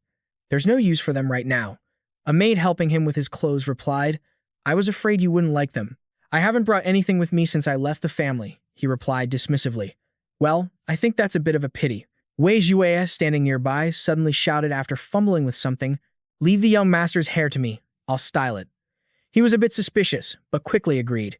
You? Yes, I can do it. Then, a series of strange sounds came from the room. It was clearly a matter of twisting this and that to get it right. Wei Zueya. At that moment, someone approached, making Wu Mian freeze. The sound of someone crying for help inside the room continued. What is this? What happened to my hair? Wei Zueya still didn't give up, trying to reassure him. It's fine, no problem at all. He lowered his voice, threatening her.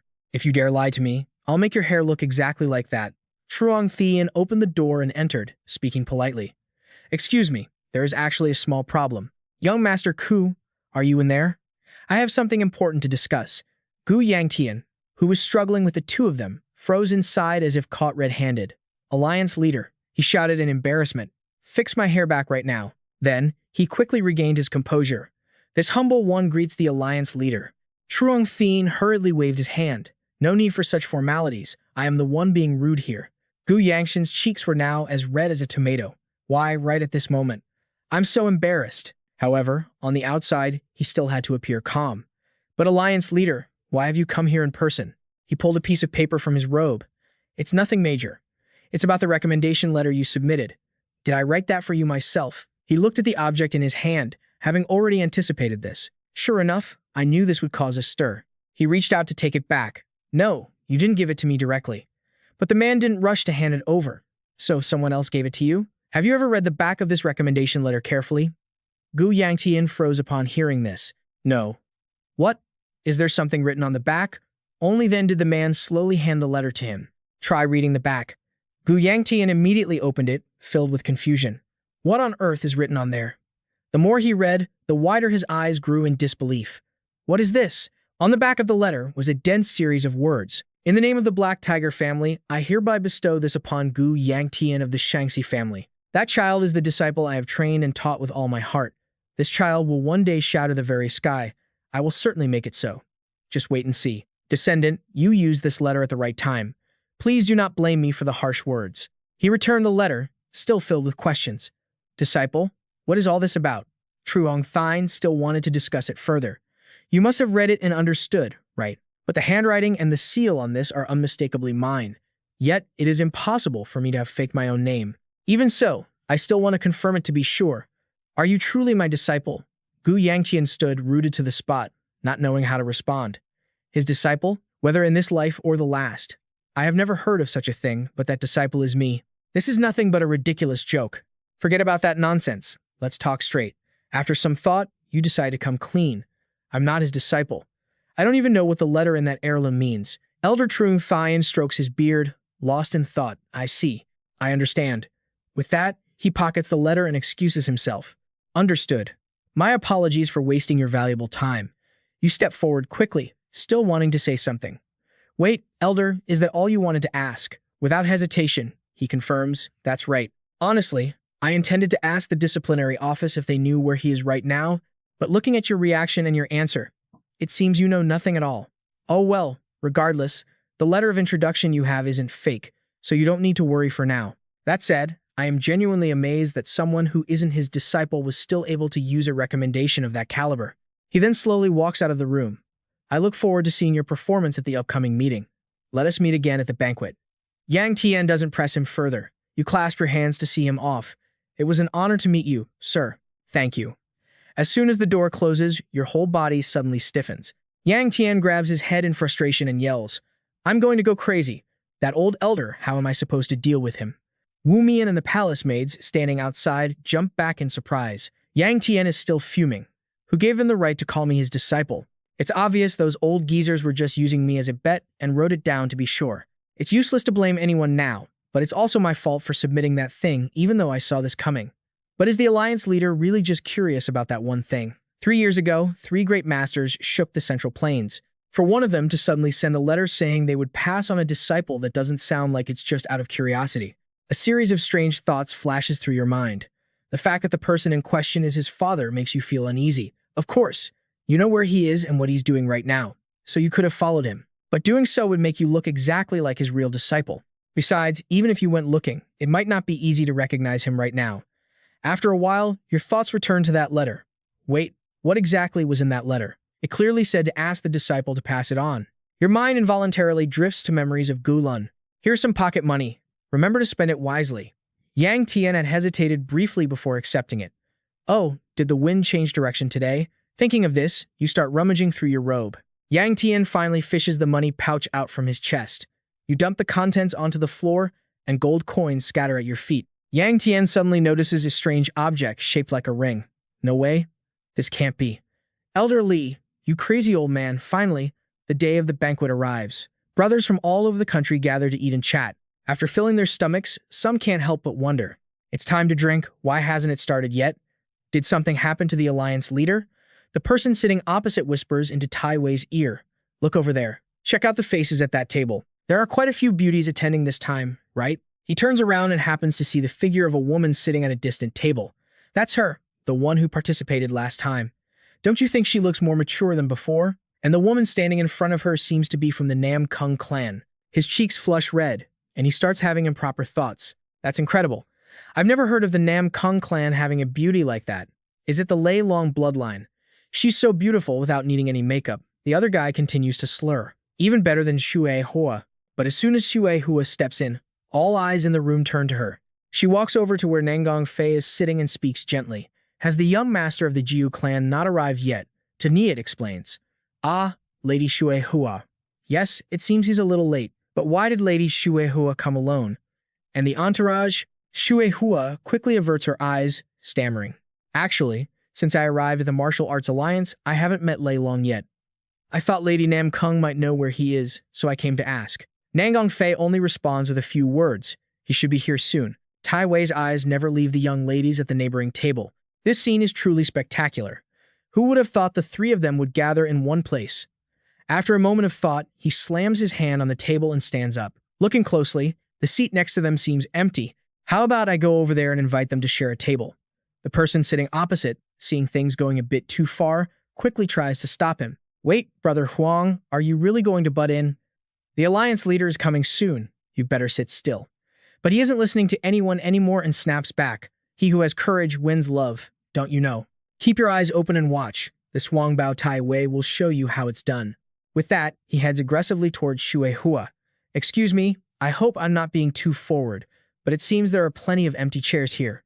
Would you mind if I sat next to you? She looks up at the pretentious guy who just arrived without even wanting to lift her eyelids. That outfit is clearly from the Huang Bao clan. No matter how much he shows off, he still falls short compared to the four great clans. It's the type of person you see at every banquet looking at others like that. Nangong Fei also plugs her nose in disgust. Tu Need is the first to refuse. I'm sorry, but this seat is already taken. But Tai Wei refuses to give up, continuing his pestering. Are all four of these seats taken? I thought there would at least be one left. She sees the guy in front of her acting like a drunkard and loses her patience. Everyone was assigned a seat before entering. Please go back to your own place. He still stubbornly refuses to leave. On the contrary, he tries to get handsy with Xue Hua. Don't be so cold, just let me sit here for a while. Making new acquaintances couldn't hurt, right? Besides, you and I could. But the moment his hand touches her, it's shoved away mercilessly. She angrily warns, can you take your hand off me? Skip numbering and source, continuing flow. Tai Wei is stunned by such a blunt rejection and gets furious. He lunges forward, wanting to attack her. You think just because you're pretty you can do whatever you want? Before the banquet starts, I'll teach you some manners. Shut up. But before he can touch a finger on Xue Hua, someone who happens to be walking by blocks him. Tai Wei still hasn't realized the danger he's in. What bastard dares to interrupt and doesn't know their place? But as soon as he looked down, he realized he couldn't move his arm, and then he let out a painful scream. My arm! But Yangtian still wouldn't let this scum go. With a light push of his foot, the guy collapsed straight to the floor. Zhang Tian stood rolling on the ground, in too much pain to even speak. Someone, go report this. This guy is dead drunk before the party even started. Tomorrow he'll be disqualified from the tournament. Consider it a forfeit. Saying that, he walked over to check on everyone. Is anyone hurt? Xue Hua replied, No, thanks to you, we're all safe. Thanks to what you did just now, everything was settled in one move. But this guy looks familiar, doesn't he? He remained calm, comforting everyone. Causing such a scene in a crowded place, what a disgraceful person. Wu Mian also walked over. Didn't you fall into a waterfall and survive? Seeing that she had bragged a bit too much, Sue quickly changed the subject. What waterfall? I don't remember any waterfall. At that same moment, a round of applause echoed through the quiet space. How excellent. You almost made me witness something unsightly. It's a good thing you handled it so neatly. Yang Tian glanced at the guy, his blood boiling instantly. This bastard. Zhang Tian Mian said leisurely. It seems I should introduce myself first. Nice to meet you. I come from the Zhang family in Tai Ling. My name is Zhang Tianmian. The surrounding crowd started whispering. The Zhang family from Tai Ling? Isn't that the Martial Alliance leader's family? You're the son of the Alliance leader. Yang Tian muttered the name to himself. Zhang Tianmian, a wave of bitter memories suddenly rushed back. Back in his past life, he was the fiancé of Wei Shui. Yang Tian remembered those events very clearly. He had plenty of tangled karma with that guy. Now, back in the present, his hand tightened instinctively. And in this place, something significant had happened. How could I ever forget that? A brutal scene flashed through Yangtian's mind. That day, the demon mirror gate suddenly appeared at the Longfeng assembly. Everything happened so fast that he was completely panicked. The one who opened the demon gate, Yangtian's eyes widened in shock, because he saw clearly who was standing behind it. No one else but you. Tianmian greeted him warmly. Since it's come to this, let's call it fate. At this Longfeng assembly, I hope we can both do our best. Yangtian looked at the hand extended toward him with contempt. Fate. Fine. That's good. Thinking that, he forced a smile in return. It seems I introduced myself a bit late. I am Zhu Yangtian from the Zhu family of Shangzi. I look forward to your guidance. The two shook hands in a seemingly friendly manner, but the very next second, Tianmian felt his hand being crushed in pain. He gritted his teeth, suppressing the screams stuck in his throat. Yangtian's face was filled with contempt. How rude. Are you trying to probe my strength while we're having a drink? The people around them immediately turned their attention to the pair. Yangtian had long since seen through his intentions. Do you think I don't know you want to trick me into a bet while I'm distracted? Su Rei, watching from the side, found it quite amusing. Oh my. Yangtian became even more excited. How is it? Still worth trembling over, or should I apply a little more pressure? Just then, a hand reached out to stop them. Zhu Yangtian's Nengong Fei asked softly, Stop it. Why are you acting like this? Tianmian quickly pulled back his bruised hand. Your manners are more forceful than I thought. He was feeling incredibly bewildered inside. What is this? Someone at the late-stage practitioner level with this much strength? He said he was Zhu Yangtian of the Shangxi Zhu family. Tianmian looked at him in disbelief. But the Zhu family clearly didn't belong to the elite ranks. He panicked, probing internally. He definitely hasn't received his legacy. Yet he can unleash such power, it's like he's reached the pinnacle. Suddenly, Yangtian noticed a figure in the crowd. That person was Sue. Her eyes were flashing with a chilling, lethal coldness. What's this? That look, he's looking over here with immense killing intent.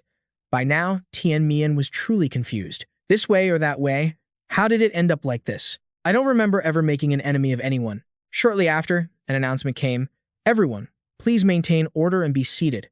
The alliance leader had arrived. Zhang Tian stepped in and spoke. I apologize for keeping such distinguished guests waiting. Then he smiled warmly. It's late now. Let's begin the banquet. Tianmian still looked shaken. The banquet quickly moved to the next part. Although we are at the banquet, please pay attention. We will now draw lots to select the representatives for tomorrow's tournament. Please step up one by one in the designated order to draw. The lively atmosphere returned to normal, and some people started coming over to chat. My goodness, young Master Zhang, is this your first time attending the banquet? Tianmian adjusted his state and replied, Yes, it's a bit awkward. Since it's my first time, I find it quite strange. The other person invited him warmly. Oh, in that case, you must visit our family's banquet next time. Su Rei, witnessing this, looked disgusted. What's there to like about a sleazy man like that? It was clearly young Master Jiu who handled everything just now, so why is everyone only mentioning him? Then she noticed a group of people whispering. Hey, the guy who just shut down Zhang Tianmian. He said his name is Zhu Yangtian, right? Isn't the Shangxi Zhu family of the bloodline of the Hung sect? No wonder he looks a bit aggressive. He really resembles that family. Wait, I heard at the registration desk that a disciple from the evil sect had come, and that guy was also named Zhu Yangtian. Hearing this, the man was amazed.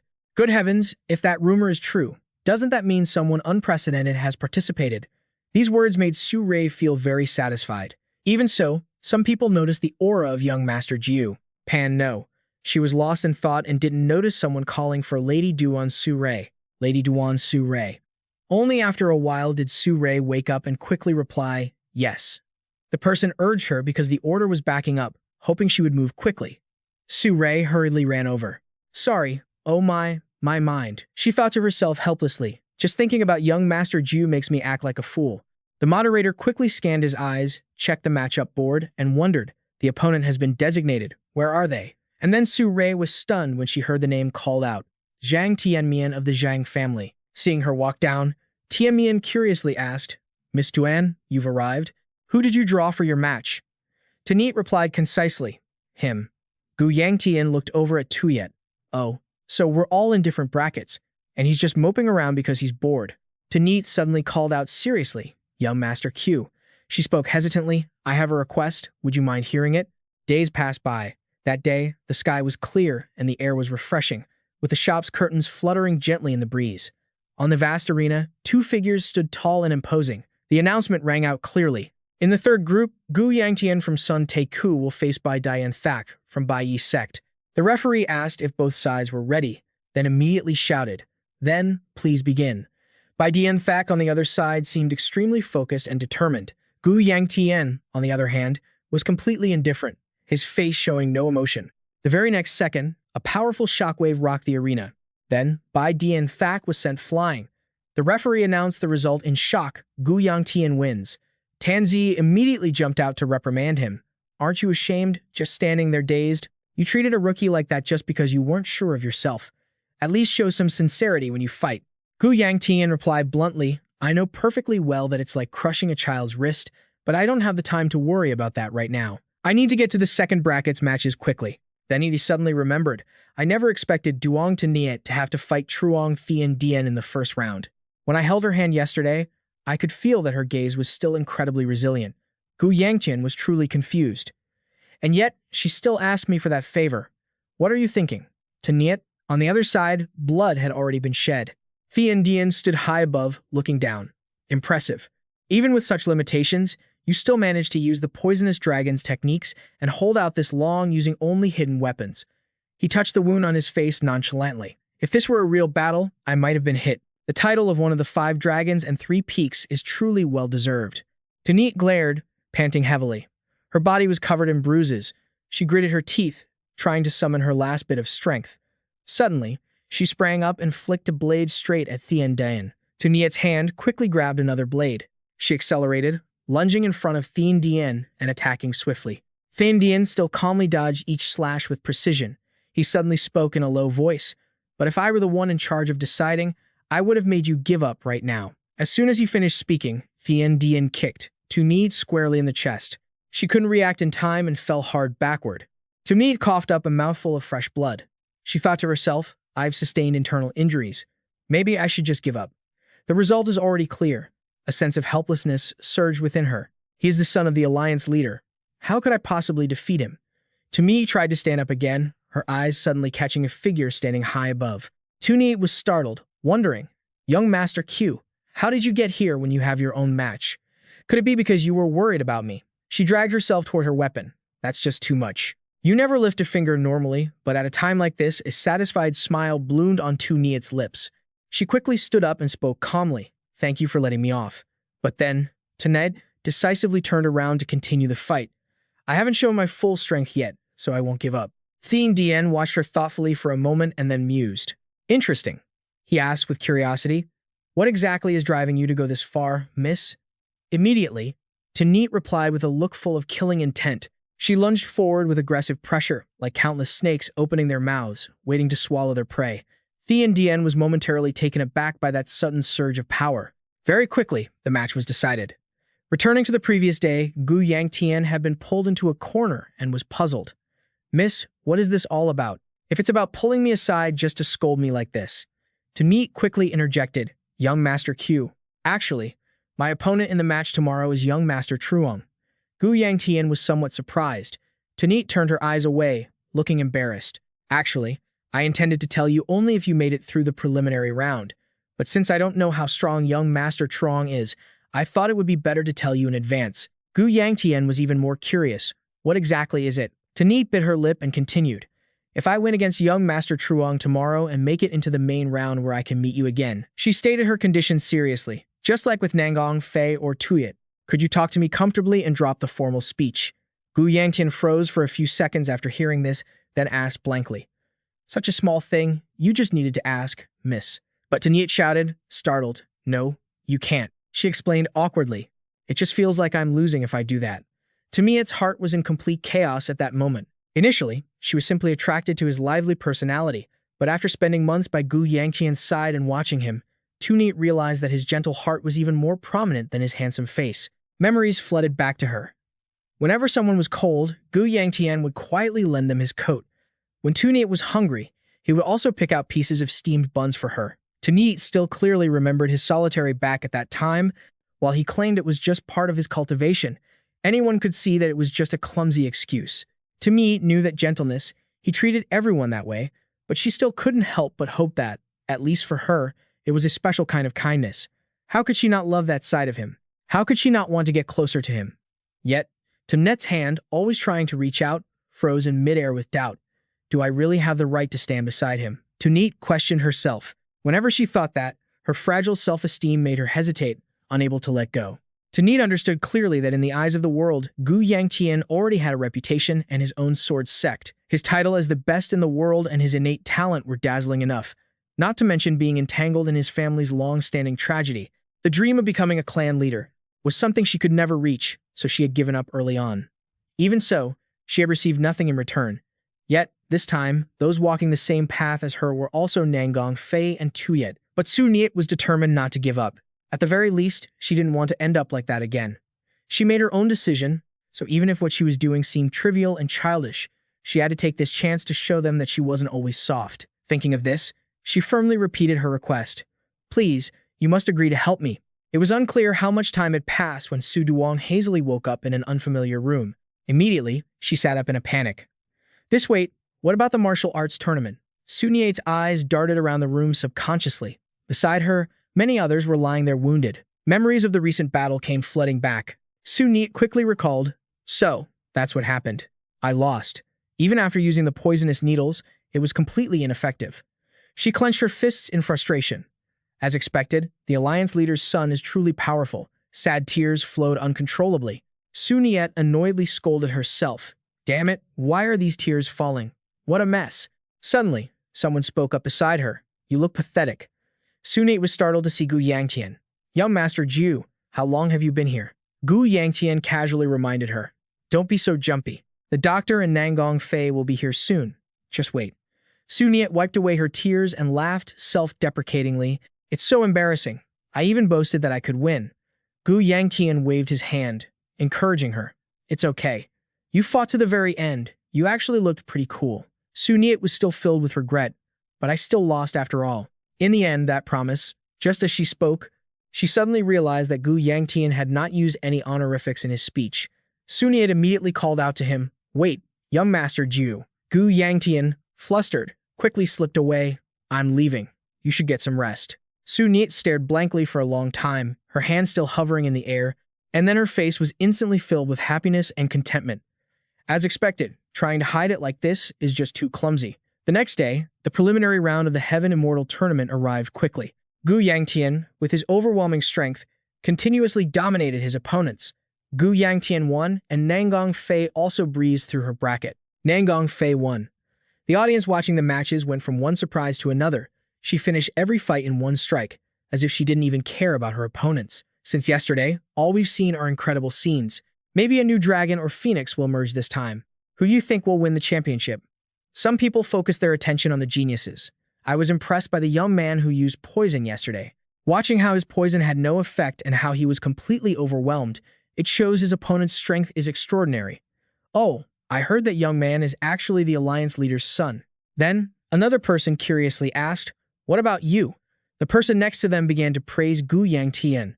I think it's definitely that young master from earlier, partly because he carries the bloodline of the sword phoenix and the tiger. I heard he is a student of Lady Tan. Right then, Wu Chan suddenly popped her head out and shouted in agreement, That's right. I also think the 9th young master will win. The group was startled. Oh my god, you scared us. Someone suddenly felt suspicious. Wait, I feel like I've seen this person somewhere before. Wu Chan immediately burst into laughter. If we're talking about Tan Long, shouldn't it be me, Wu Chan? I have nothing to do with this tournament, so why did I wander into this place? Duong appeared and apologized for startling them. Then, his eyes narrowed as if he were calculating something. On the other side, Gu Yangtian was walking to meet Nangong Fei. I had some business at the Alliance, so I stopped by on my way. Nangong Fei evaluated. It seems you won easily again this time.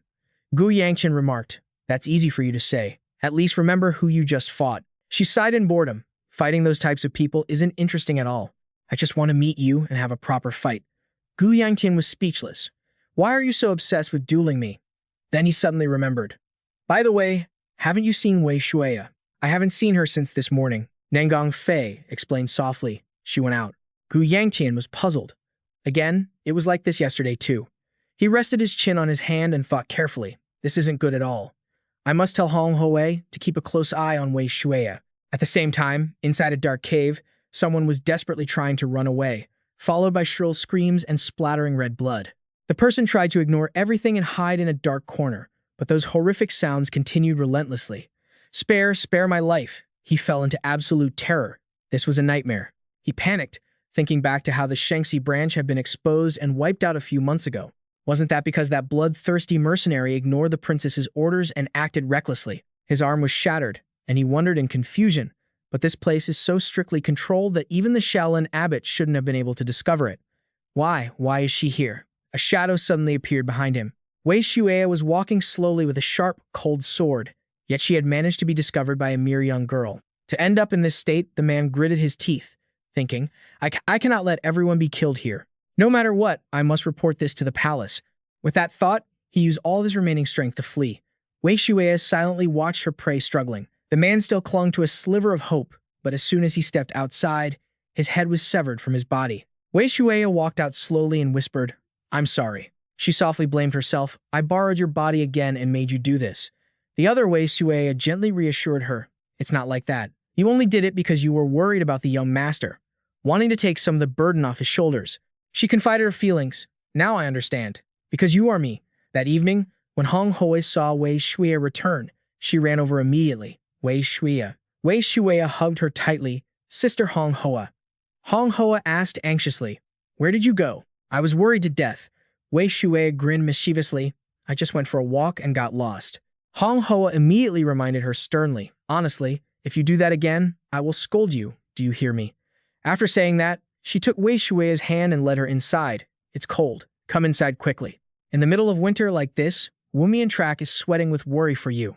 Sui nodded obediently. Yes.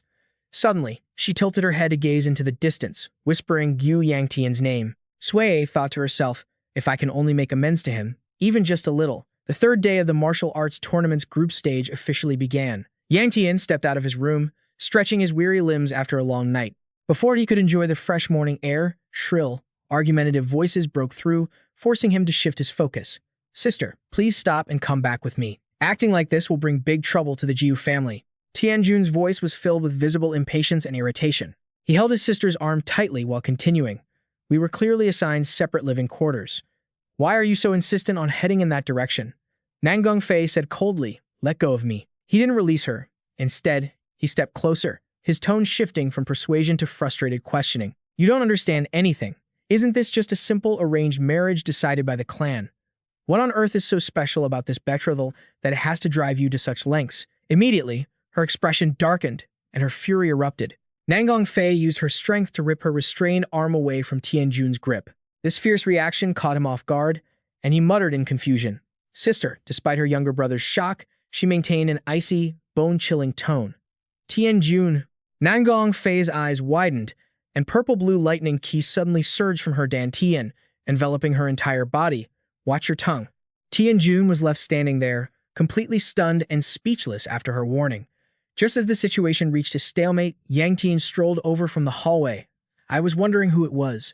Oh, if it isn't my brother-in-law? Hearing the third voice, he startled, quickly masking his embarrassment. Zhu Gongzi looked lazily toward Tianjun. What are you two doing here? He hurriedly turned to avoid their gazes, intending to leave quickly to bury the family's dirty laundry. It's nothing major. We'll be taking our leave now. But before he could take a single step, Yang Tian's lazy voice echoed behind him. Oh, that's right. I checked the tournament brackets. It seems my next opponent is my brother-in-law, isn't it? He flashed an excited smile, ignoring the other's stiff back. Let's give it our all and put on a spectacular match this time.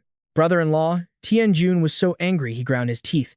He clenched his fists so hard the veins popped out on the back of his hands to suppress the urge to strike right there. Fine. I look forward to your guidance. Time slipped by, and the referee loudly declared the names of the two opponents facing off today before the entire audience. Quarterfinals, Nangang Tianjun of the Nangang clan versus Gu Yangtian of the Shaanxi Jiu family. Gone was his evasive demeanor from the morning. Tianjun took the initiative to break the silence with a condescending attitude. My sister was there earlier, so I didn't speak freely, but now I'll say it straight. Don't get cocky just because you were lucky enough to crawl your way to this round. You think that miraculous coincidence from last time will happen again? You're the one who suggested we go all out, remember? Just as you wished, I don't intend to hold back at all. So don't go regretting it when you have to crawl away with a body full of wounds. Faced with his opponent's arrogant taunts, Yangtian simply curled his lip into a smirk. Is that so? He stared calmly at Tianjun and said flatly, "Well, that's great then." Seeing both fighters in position, the referee below immediately shouted, "Begin." Yangtian's entire arm erupted with blazing red fire chi, so intense it warped the surrounding air. The fiery energy rapidly condensed, taking the shape of a bloodthirsty wolf bearing its fangs, ready to incinerate any obstacle in its path. Tianjun's pupils constricted in shock at the speed and power of this sudden attack. Before he could react, the ferocious fire wolf roared past him, leaving a trail of endless burning flames.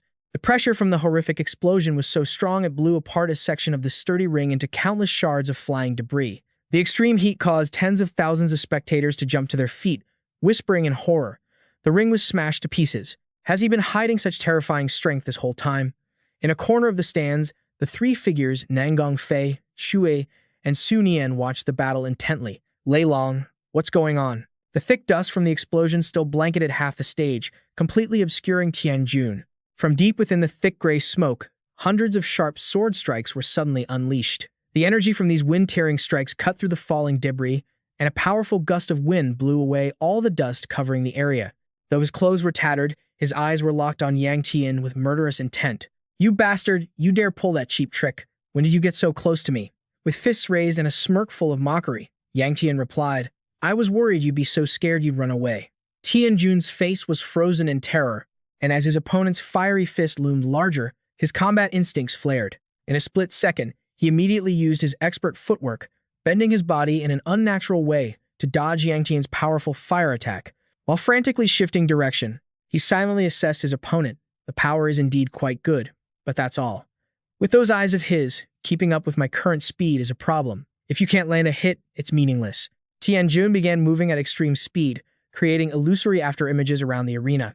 He used a dense web of lightning to hide his true position. Choosing the right moment when Yangtian showed an opening, he gripped his sword hilt with both hands and lunged straight for his target. A lethal strike was unleashed, the blade slicing through the air with screeching lightning. Yangtian simply lowered his body, letting the lightning sword strike pass over his head to his opponent's utter astonishment. Yangtian's eyes flared with a wild light, like a predator spotting its prey. "Your lower body is wide open, you fool." He funneled all the power from his waist into his right arm, throwing a devastating punch straight into Tianjun's midsection. The bone-crushing pain from his dantian surged to his brain, leaving him completely dazed. Refusing to give his opponent a single chance to catch his breath, Liu Yang leaped into midair, twisted his body, and delivered a precise kick straight to Tianjun's throat. The vicious strike sent him reeling backward. What in the world? What is this absurd strength? Is this really the power a junior can unleash? Before he could stop, Liu Yang clasped his hands together at the peak of his leap, and with a strike weighing 1,000 pounds, he hammered down onto the top of Tianjun's head, slamming him hard into the arena. The solid stone floor shattered, exploding into 100 fragments and kicking up a thick cloud of dust. Amidst the chaos, Liu Yang did a light flip and landed silently on his feet. In the heart of the debris, as the dust settled, Tianjun lay sprawled out, looking utterly pathetic. Ridiculous, how ridiculous. I told you not to look so ridiculous. The one who should be lying on the floor right now is you, not me. Don't look at me with those eyes. In his dazed state, past memories flooded back. Thinking about it, everything went wrong ever since I got tangled up with him in Sichuan. The humiliating memory of that previous defeat surfaced with painful clarity. The wooden sword in Tianjun's hand had snapped in two, followed immediately by that arrogant smile. The arrogance of Liu Yang as he crushed Tianjun's pride under his heel, starting with that talent he could never hope to surpass. Nothing had gone according to plan since. The image of Nangang Feihui's cold expression and the way she pulled her hand away earlier flashed through his mind. Even my respected sister has changed like this. Tianjun gritted his teeth, a sense of hatred and humiliation burning his soul. That's why, to fix all those mistakes, I accepted the power that even my father had to keep hidden. He recalled the moment he signed the eerie contract, darkness closing in and a raspy voice echoing in his ear. What a perfect vessel. In the dark void of his dantian, the image of a black dragon with an ominous, strange aura appeared. Through this ritual, the energy will merge into your body. However, until this internal energy stabilizes, you absolutely must not use this power. His stubbornness and a surge of madness completely devour the last remnants of Tianjun's reason. That's right, even if the time isn't right, I don't care anymore. He gripped his sword hilt and forced himself up from the ground. Right there, he charged straight at Liu Yang, drawing upon an evil pressure that caused his strength to spike abnormally. As long as I can cripple him, I can do anything. This sudden change caught Liu Yang off guard. Faced with the sword strike laden with suffocating energy, Liu Yang was forced to raise both hands to channel his energy and block it, while using the momentum to retreat and create distance. He frowned, a deep suspicion rising within him at this bizarre phenomenon. Where did this surge of power come from? He tried to focus and observe the trajectory of that black-purple energy again. It was in this moment of distraction that the lethal blade grazed his neck. Seeing his enemy, who had always dominated him, now struggling to dodge, Tianjun tilted his head back and laughed with satisfaction. That's right. Do you finally understand the difference in our levels now? He shouted wildly, swinging his sword haphazardly, driven by the corruption of the dark power. A nameless, insignificant ant like you has no right to taint my noble sister. The blade sliced past Liu Yang's face amidst his maniacal roaring. She can only belong to me. Liu Yang's final shred of patience evaporated. He used his bare fist to block the sharp blade and, with a surge of energy, snapped the weapon in half, leaving Tianjun in shock. His pupils dilated to their limit, his brain completely stalled, unable to process the reality. 5 fingers, hard as steel pincers, shot forward and clamped tightly around his arrogant throat. Liu Yang lifted Tianjun up with one hand and slammed him brutally into the ground, a far cry from his usual lazy demeanor. His voice was now filled with such killing intent that the space around them seemed consumed by his rage. Hey, where the hell did you dig up that kind of power? His 5 fingers tightened, cutting off all circulation, causing Tianjun's face to quickly turn from crimson to purple. I can't breathe, you bastard, let go. He could only writhe in futile agony. Get your filthy hands off me. Outside the arena, the spectators were in an uproar. What's happening? A barrier just appeared. I can't see anything. Tianjun was slammed into the stone floor so hard his consciousness began to fade. My mind is going blurry. If you didn't exist, I could have been with Sister, sensing the stubbornness and the black energy. Still swirling in the opponent's dantian, Liu Yang's eyes blazed. That power coiling inside your body, speak. Where did you get it? Tianjun had passed out from severe oxygen deprivation. A large pool of filth spread across the shattered tile floor beneath him. By now, the sturdy barrier over the arena was struggling to contain the terrifying energy radiating from the battle between Tianjun and Liu Yang, right before the eyes of the gathered martial artists. Observing the situation carefully from a sufficient distance, Wu Zhen let out a hearty laugh. I thought I was in a bad spot, but looking back, is he really such a rare genius? In his excitement, he suddenly noticed a heavy expression on Shan Dian's face, which made him suspicious. Young Master Chang, he frowned, questioning with a stern tone. Young Master Ping, is the current situation really something to be happy about? With his own sharp eyes, he could clearly see Tianjun's face gasping for air as he struggled to breathe. A junior has emerged with power far exceeding that of a disciple. This alone is enough to ruin our plans. He clasped his hands together and leaned forward. The smile on Wu Zhen's lips vanished, replaced by composure. Isn't it obvious? He's forcing himself to use that unstable type of internal energy, isn't he? Young Master Chang, that is precisely why I am suspicious. Why would you involve young Master Nangong in this affair? Taking in the sharp question, Shan Dian immediately replied. Naturally, I brought him in because he has utility value. That answer only made him more curious. With that mediocre talent of his, the remark displeased him, leading to a sharp retort. Lei Long is not mediocre. Are you perhaps feeling bitter because Lei Long was granted power first? Wu Zhen responded to the question with a sneer of utter contempt. Immediately after, he threw his head back and let out a hearty laugh that made many people nearby turn to look. As the atmosphere settled, he spoke again with a mocking tone. Young Master Chang doesn't even bother with a warning now, do you? The killing intent around Wu Zhen exploded instantly. You should take back that disgusting remark. Even without Liu Xing or that granted power, I am strong enough that I don't have to bow to anyone. Facing that decisive declaration, Shan Mian could not hide his apprehension. I truly cannot fathom why you keep trying to draw such a clear line between us. They were, after all, in the same boat. After a brief silence, he continued slowly with a suspicious tone. Are we really such an eyesore to you? Hearing that question, Wu Zhen was silent for a few seconds before letting out a hearty laugh again, as if the intimidating presence from just a moment ago was merely a dream. Perhaps you've misunderstood something. At the very least, I actually have quite a favorable impression of young Master Chang. I was just speaking the truth earlier. This made Shan Mian even more curious. Then why are you showing such affection toward that young boy right now? Glancing toward the battle, he didn't mind taking the time to explain calmly for one very simple reason. As he spoke each word, a scene that had been etched into his mind long ago surfaced. To me, this world seemed to have faded of all its colors, leaving only a dull gray, as if I were wandering aimlessly through a barren wasteland. Suddenly, one day, despite being a man whose frustration was plain for all to see, Wu Zhen paused, caught by a scene that accidentally fell into his line of sight. Because in that world of only black and white, a streak of radiance suddenly appeared, one he couldn't take his eyes off. From that very first moment, Yangtian's figure was etched into Wu Zhen's mind, an immeasurably brilliant stream of light. No, it was even more dazzling than that, bright enough to put everything else around it to shame. If I have found that light, how could I possibly look away? Having broached the subject, he didn't hesitate to cast a glance at the person beside him. In that regard, young Master Chang is also a shining figure, which is why I said I have a good impression of you. It's just that the ninth young master radiates a much hotter intensity. As the words left his lips, the barrier that had been doing its job at the arena reached its limit, triggering a cataclysmic explosion. A rolling wave of heat instantly flooded the space, accompanied by a presence that made everyone feel uncomfortable. What's going on? Where did all this steam come from? Why is it so stiflingly hot and smelling so pungent? Even Shan Mian was so stunned he forgot he was in the middle of a conversation with Wu Zhen. What is this? Thick, gray dust quickly blanketed the entire arena.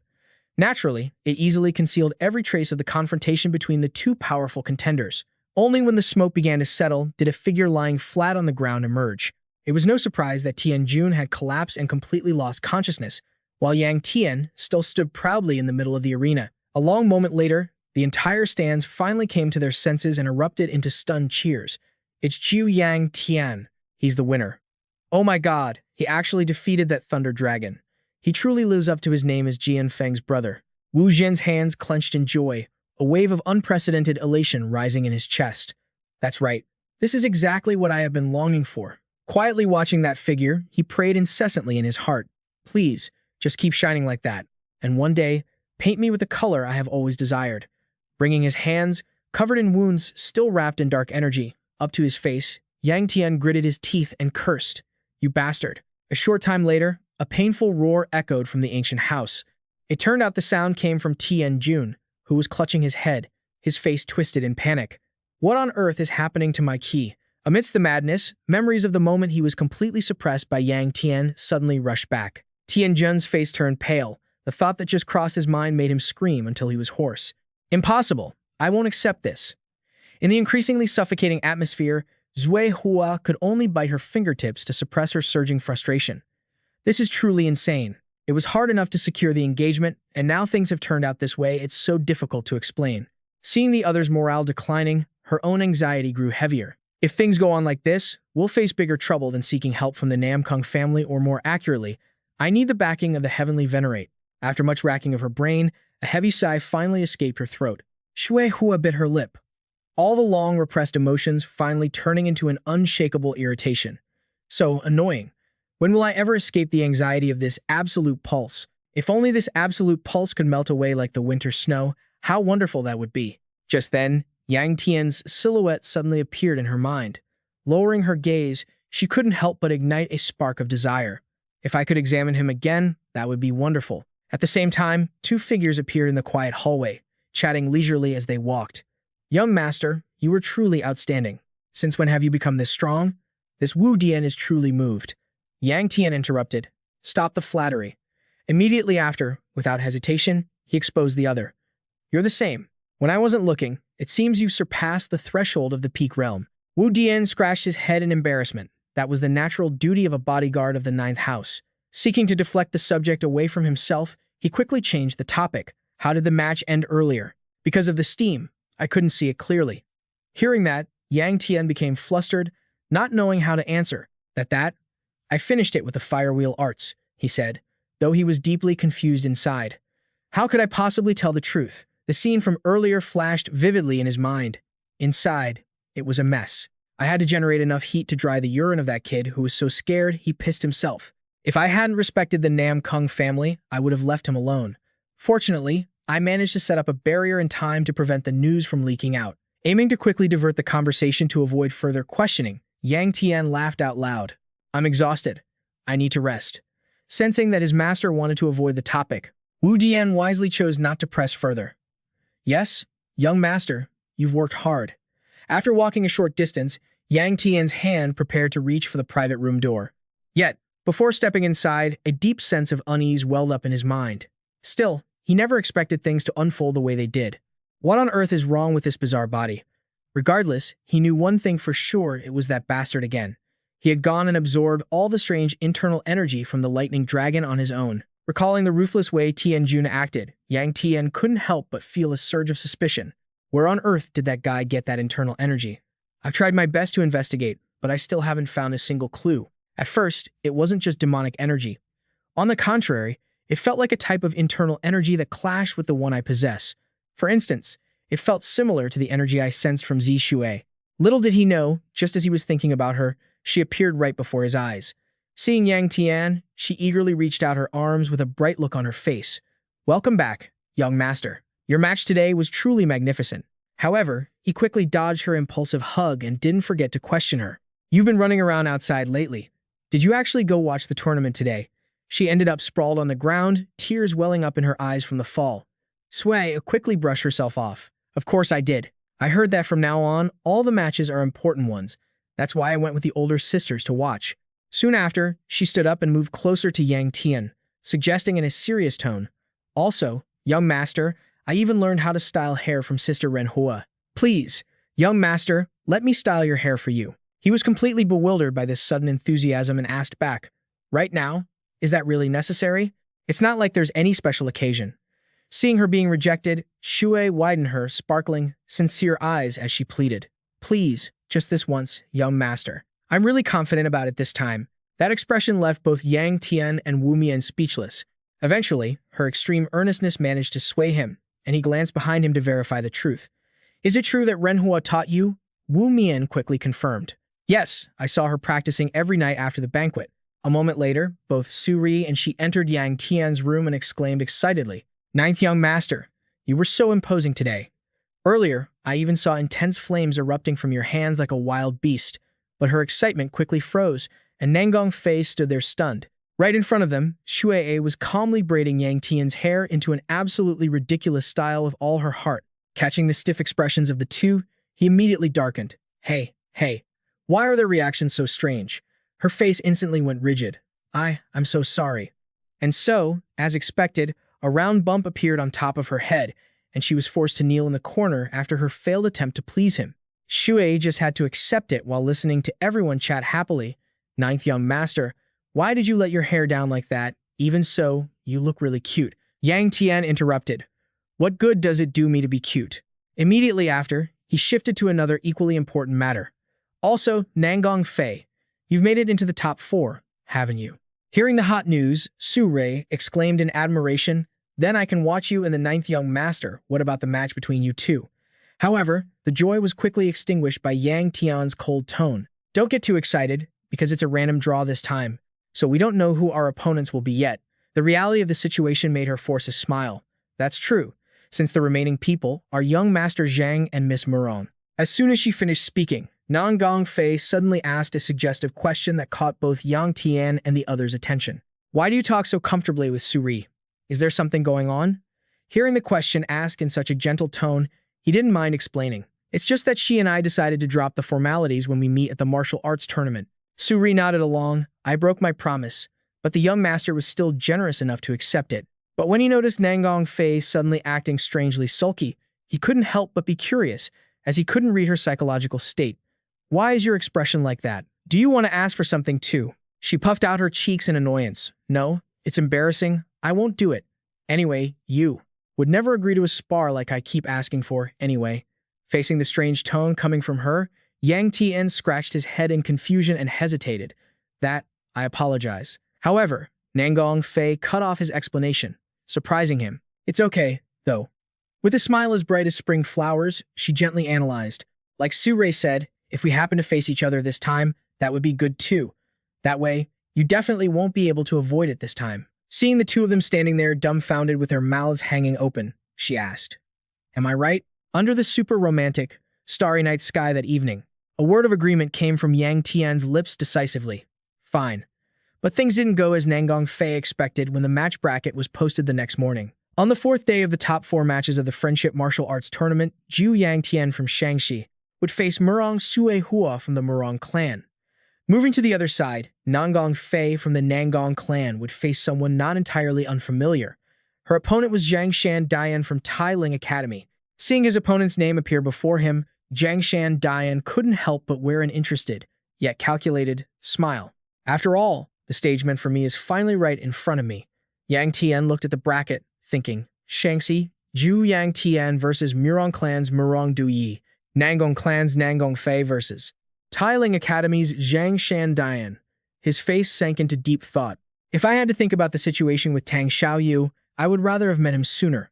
I never expected things to turn out like this. Suddenly, Nangong Fei walked up beside him and asked, Why do you look so heavy-hearted? Yang Tian jumped and turned around. Huh?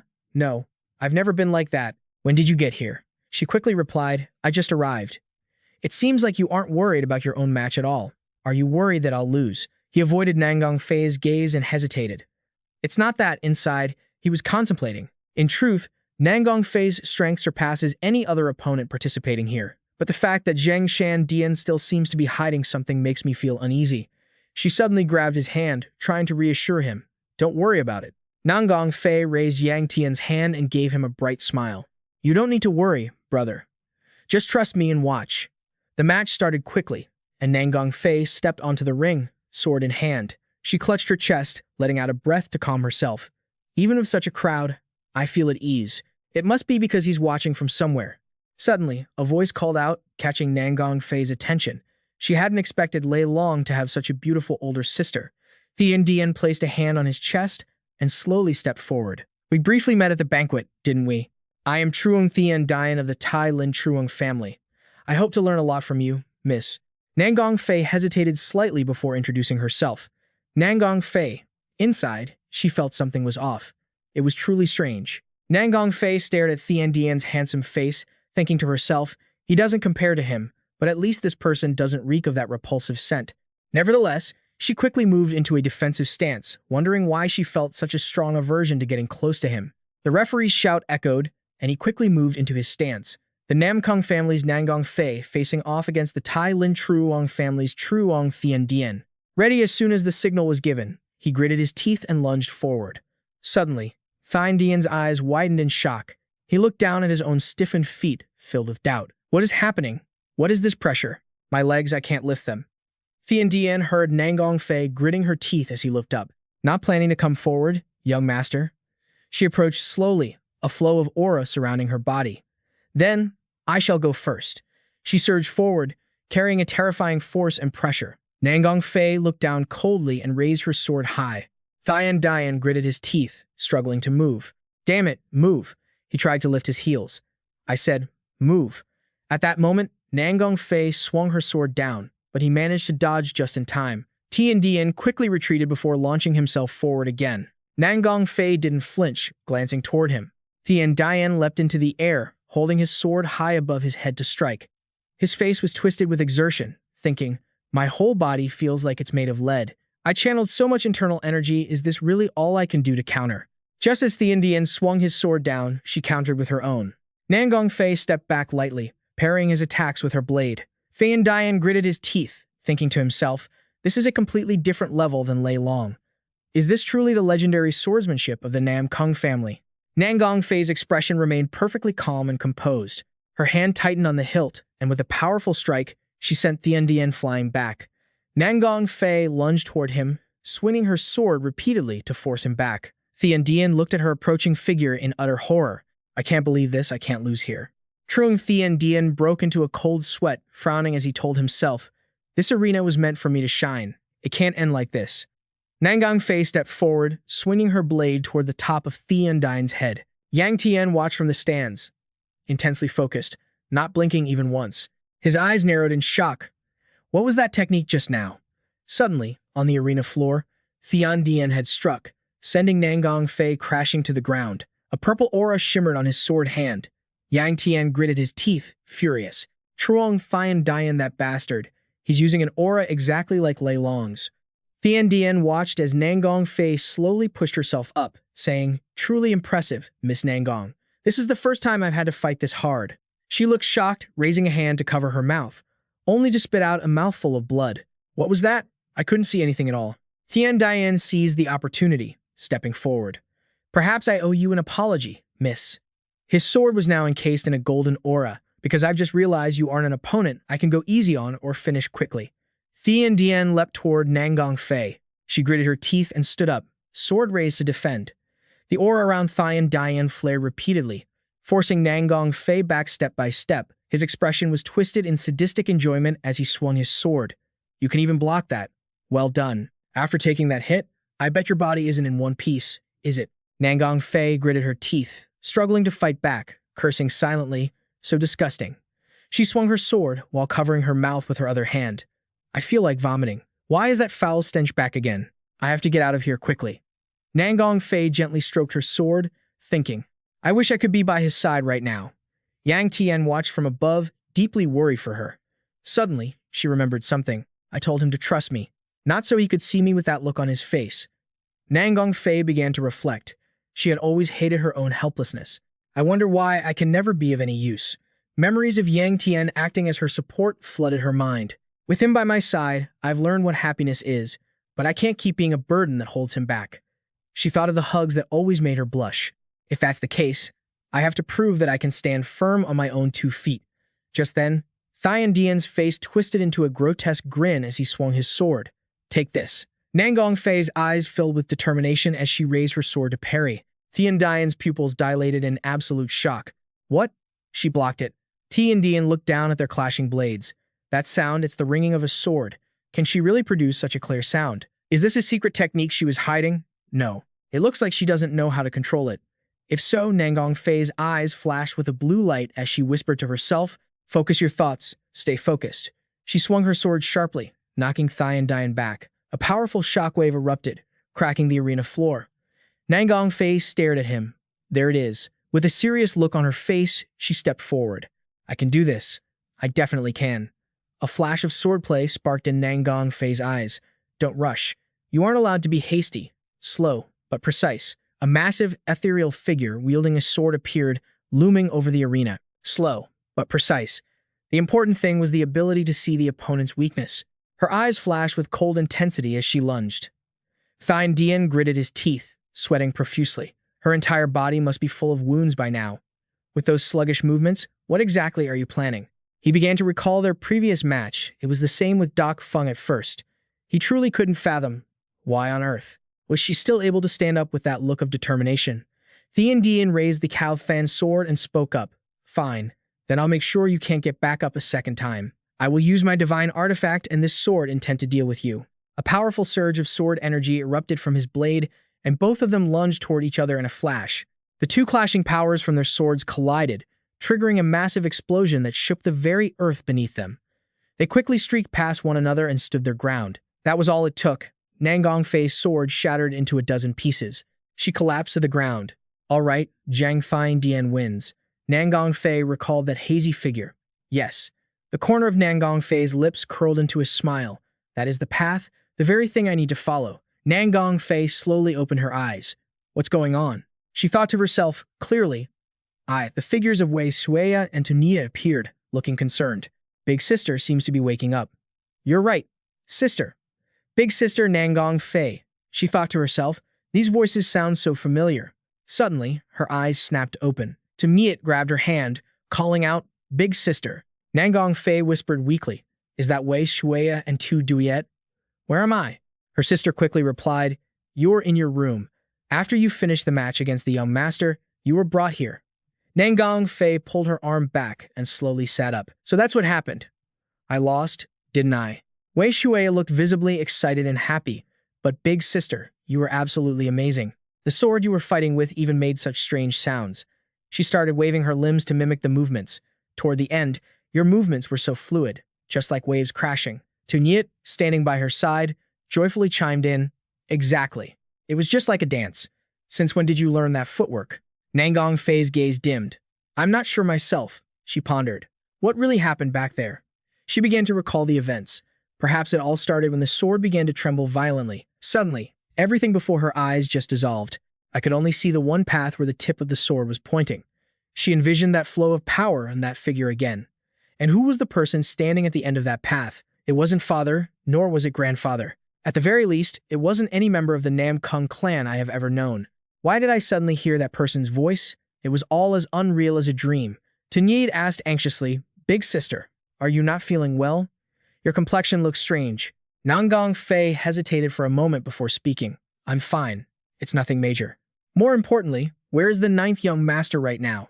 Her sister quickly replied, "The ninth young master just stopped by and left. That was because it was the ninth young master's turn for the next match." Her face lit up with realization. She moved her body, wanting to get up. "I need to go see him right now." Seeing her in pain, both of them were extremely worried. "Big sister." Taniat quickly tried to persuade her. "Your body hasn't fully recovered yet. Where do you think you're going? Everyone said you need to rest completely right now." Nangang Fei clutched her head in pain, but suddenly, Wei Xueya spoke up, leaving both of them stunned. "If it's the young master, he'll be back here soon, so don't you worry." She smiled with great confidence. "Besides, the young master left a message for when you woke up." Wei Xueya remembered the moment Gu Yangtian left. He said, "I've observed carefully, and now it's time for me to show my skills, so in the meantime, just rest well." Nangang Fei was incredibly surprised. She quickly lay back down and pulled the blanket up, leaving Tuniet feeling helpless. "Huh? What was that?" she asked, bewildered. "Why did you suddenly lie back down?" Nangang Fei quickly replied, "He told me I have to rest well, so I must rest immediately." The two others looked at each other, utterly defeated. "Just a moment ago, when I tried to stop you, you wouldn't listen to anything." Outside, the referee shouted. The semifinals, Sun Taekwa family, Ku Duong Fan versus Mudong family, Mudong Hna. Tuyet Hoa slowly stepped forward, thinking to herself that, despite not wishing for it, they were finally clashing in these circumstances. She stared at Gu Yangtian, who looked completely indifferent. She recalled the fire technique he used against Loi Long. It seemed he had suppressed a great deal of his power back then. The ruler of the North Sea, where the North Sea Ice Palace sits upon the throne of the white snow. My late mother carried that bloodline, and my father as well. He cast aside the clan's politics to love my mother with all his heart. Perhaps they never expected their only daughter to be struck by the disease, the curse of the Ice Palace, the absolute vein. This so-called absolute vein, regardless of martial arts or senses, even if it grants me superior natural talent when compared to the person standing in front of me, it is nothing. Not to mention, the price paid for that talent is truly too cruel. Even though I didn't want to, due to my father's wishes, I reluctantly participated in this tournament. But this has turned into an opportunity for me. The referee signaled for them to begin. Both quickly took their fighting stances, an opportunity to witness his fire element martial arts with my own eyes. Gu Yangtian's body erupted with an overwhelming surge of power. Tuyet Hoa stared at him. Observing from this close distance, she realized the heat was truly terrifying. Yet, she gripped her sword tightly. The cold energy within the blade was still as freezing as ever. The cold flowing through me hasn't changed at all. That's right, that feeling from before must have been a mistake. I can still win. Suddenly, Gu Yangtian spoke up. "I am truly sorry." She looked at him with suspicion. "Huh, what on earth are you talking about?" Gu Yangtian tightened the energy in his hand. Tuyet Hoa was filled with shock and amazement. "Oh," she began to back away, terrified. "It's so warm, the coldness in my body, it's vanished." Her eyes widened as if realizing something. Why have things suddenly changed like this? Tuyet Hoa spoke with a sense of helplessness. As he made those movements, a powerful burst of energy centered around Gu Yangtian exploded outward. Was that a bit too much? His face was deathly serious as he reassured her. "But don't you worry too much." He tightened his fist. "It won't hurt at all." A massive, earth-shattering explosion echoed through the arena. On this side, Thian Dian and Truong Thian sat facing the arena. He called out to his son, who replied while sweating profusely, "Yes." "Have you forgotten what you promised me?" Tian Dian kept his head bowed. "I will always keep that in mind." He asked suspiciously, "Then why did you make that choice?" Truong Thian's expression was extremely serious. "Seeing that you seem to have used that divine artifact, didn't I warn you that such power could consume you and cause you to lose your true self? I agreed on the condition that you wouldn't touch it until you reached maturity." Thian Dian's face showed fear as he avoided his father's gaze. "And yet, you broke that rule just now." He gritted his teeth, thinking to himself, "Why did you do it?" He began to recall the scene of the match earlier. How could I possibly tell the truth? He remembered Nangang Fei's flawless face, the sheer terror he had felt back then, the impatience and the humiliation. Thian Dian kept his head low, not daring to speak, but thought to himself, divine artifacts can only be sensed by those with a similar aura. Father only heard rumors of its existence and is just guessing the situation. A smirk played on his lips. In any case, Father doesn't know exactly what I did, does he? Perhaps he does know, but is pretending to be ignorant. In that case, I can tell him whatever I want. He looked up to face Trong Thien. I apologize, father. He flashed a repentant smile. It was my lack of resolve that led to this mistake. To ensure I don't damage your reputation in the future, I promise this will never happen again. Thien Dian's eyes were filled with cold calculation. Fine. He looked at Trung Thien's face, thinking, if I become the martial arts prodigy they say I am, surely father will understand me one day. He hung his head, saying nothing more. Trung Thien began to feel uneasy. He was always such an elite son. I've never had to worry about him before. But lately, I can't tell what he's scheming. He cast a probing glance toward Tien Dien. Perhaps I need to pay the abbot a visit. The match ended quickly. Gu Yangtian returned to the room and said, I'm back. Wei Shuya looked up and called, Young master. She quickly shook the sleeping Nangong Fei. Big sister, wake up. Young master is here. He approached and asked, how are you feeling? She rubbed her eyes, sat up, and said, it feels so stuffy in here. I want to go outside. Gu Yangtian immediately refused. Absolutely not. If I let you out, you'll just run straight to the training grounds. Nangong Fei looked up, her eyes shimmering. What is this? What is the meaning of that look? Giving me that look, does she think I'll cave in? She wondered. That's strange. Tu Duyet said if I did this, he'd easily agree. Tanat stood behind her, helpless. Big sister, I didn't suggest you use that to go train.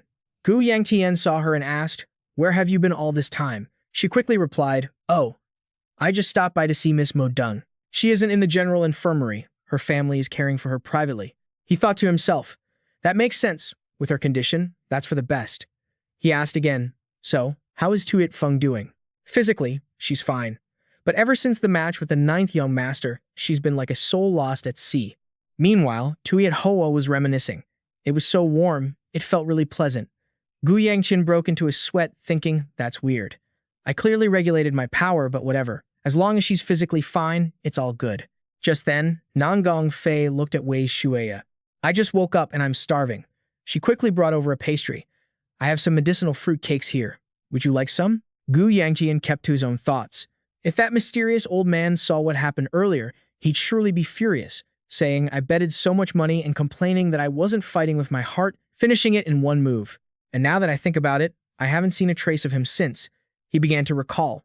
Every time he encountered Truong Thien Dien, he always felt a surge of emotion like when he met Da Huet Tich. Gu Yangtian's eyes were filled with killing intent at that moment. But from the second he saw him use an aura similar to the lightning dragon, the old man vanished without a trace. However, unlike previous times, I can still clearly feel where he is. That proves he hasn't dissipated. Or maybe he's busy dealing with this aura, just like he did with the demonic energy. Where on earth does the root of that aura come from? I must find a way to gather information about it. Suddenly, Tanat approached and interrupted his thoughts. 9th young master, she said with a dead serious face, the final match is tomorrow. You must win. He was slightly startled by her words, as she added, because everyone is rooting for you. Gu Yangtian smiled inwardly. Well, we'll see about that tomorrow. He reached out to pat her head, making her blush. Thanks. The match tomorrow would be Thien Dien versus Gu Yangtian. Watch me perform tomorrow. Scene shift to the arena where Gu Yangtian and Truong Thien Dien stood facing each other. An oppressive atmosphere blanketed the area. Truong Thien Dien smiled calculatingly and spoke up. 9th young master, taking this opportunity, I'd like to ask you something. At that banquet, why were you so hostile toward me? He kept a gentle expression and bowed slightly to ask, did I unintentionally do something that displeased you? Please tell me clearly. Gu Yangtian smirked. Unintentionally, you say. He replied, that's right. He pondered for a moment before coldly responding, honestly, that is indeed the case. But even if I told you now, you wouldn't understand.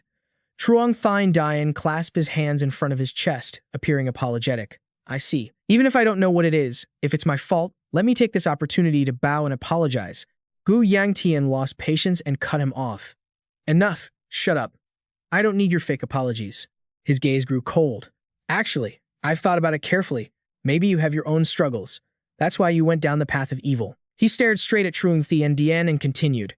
But after observing you for a long time, I realized something. Gu Yangtian's lips curled in contempt. Your case is completely different. You always put on an act of benevolence and righteousness, but in reality, you just want to step on everyone else. Whenever anyone displeases you, you're ready to crush them to death. You were rotten to the core from the very beginning.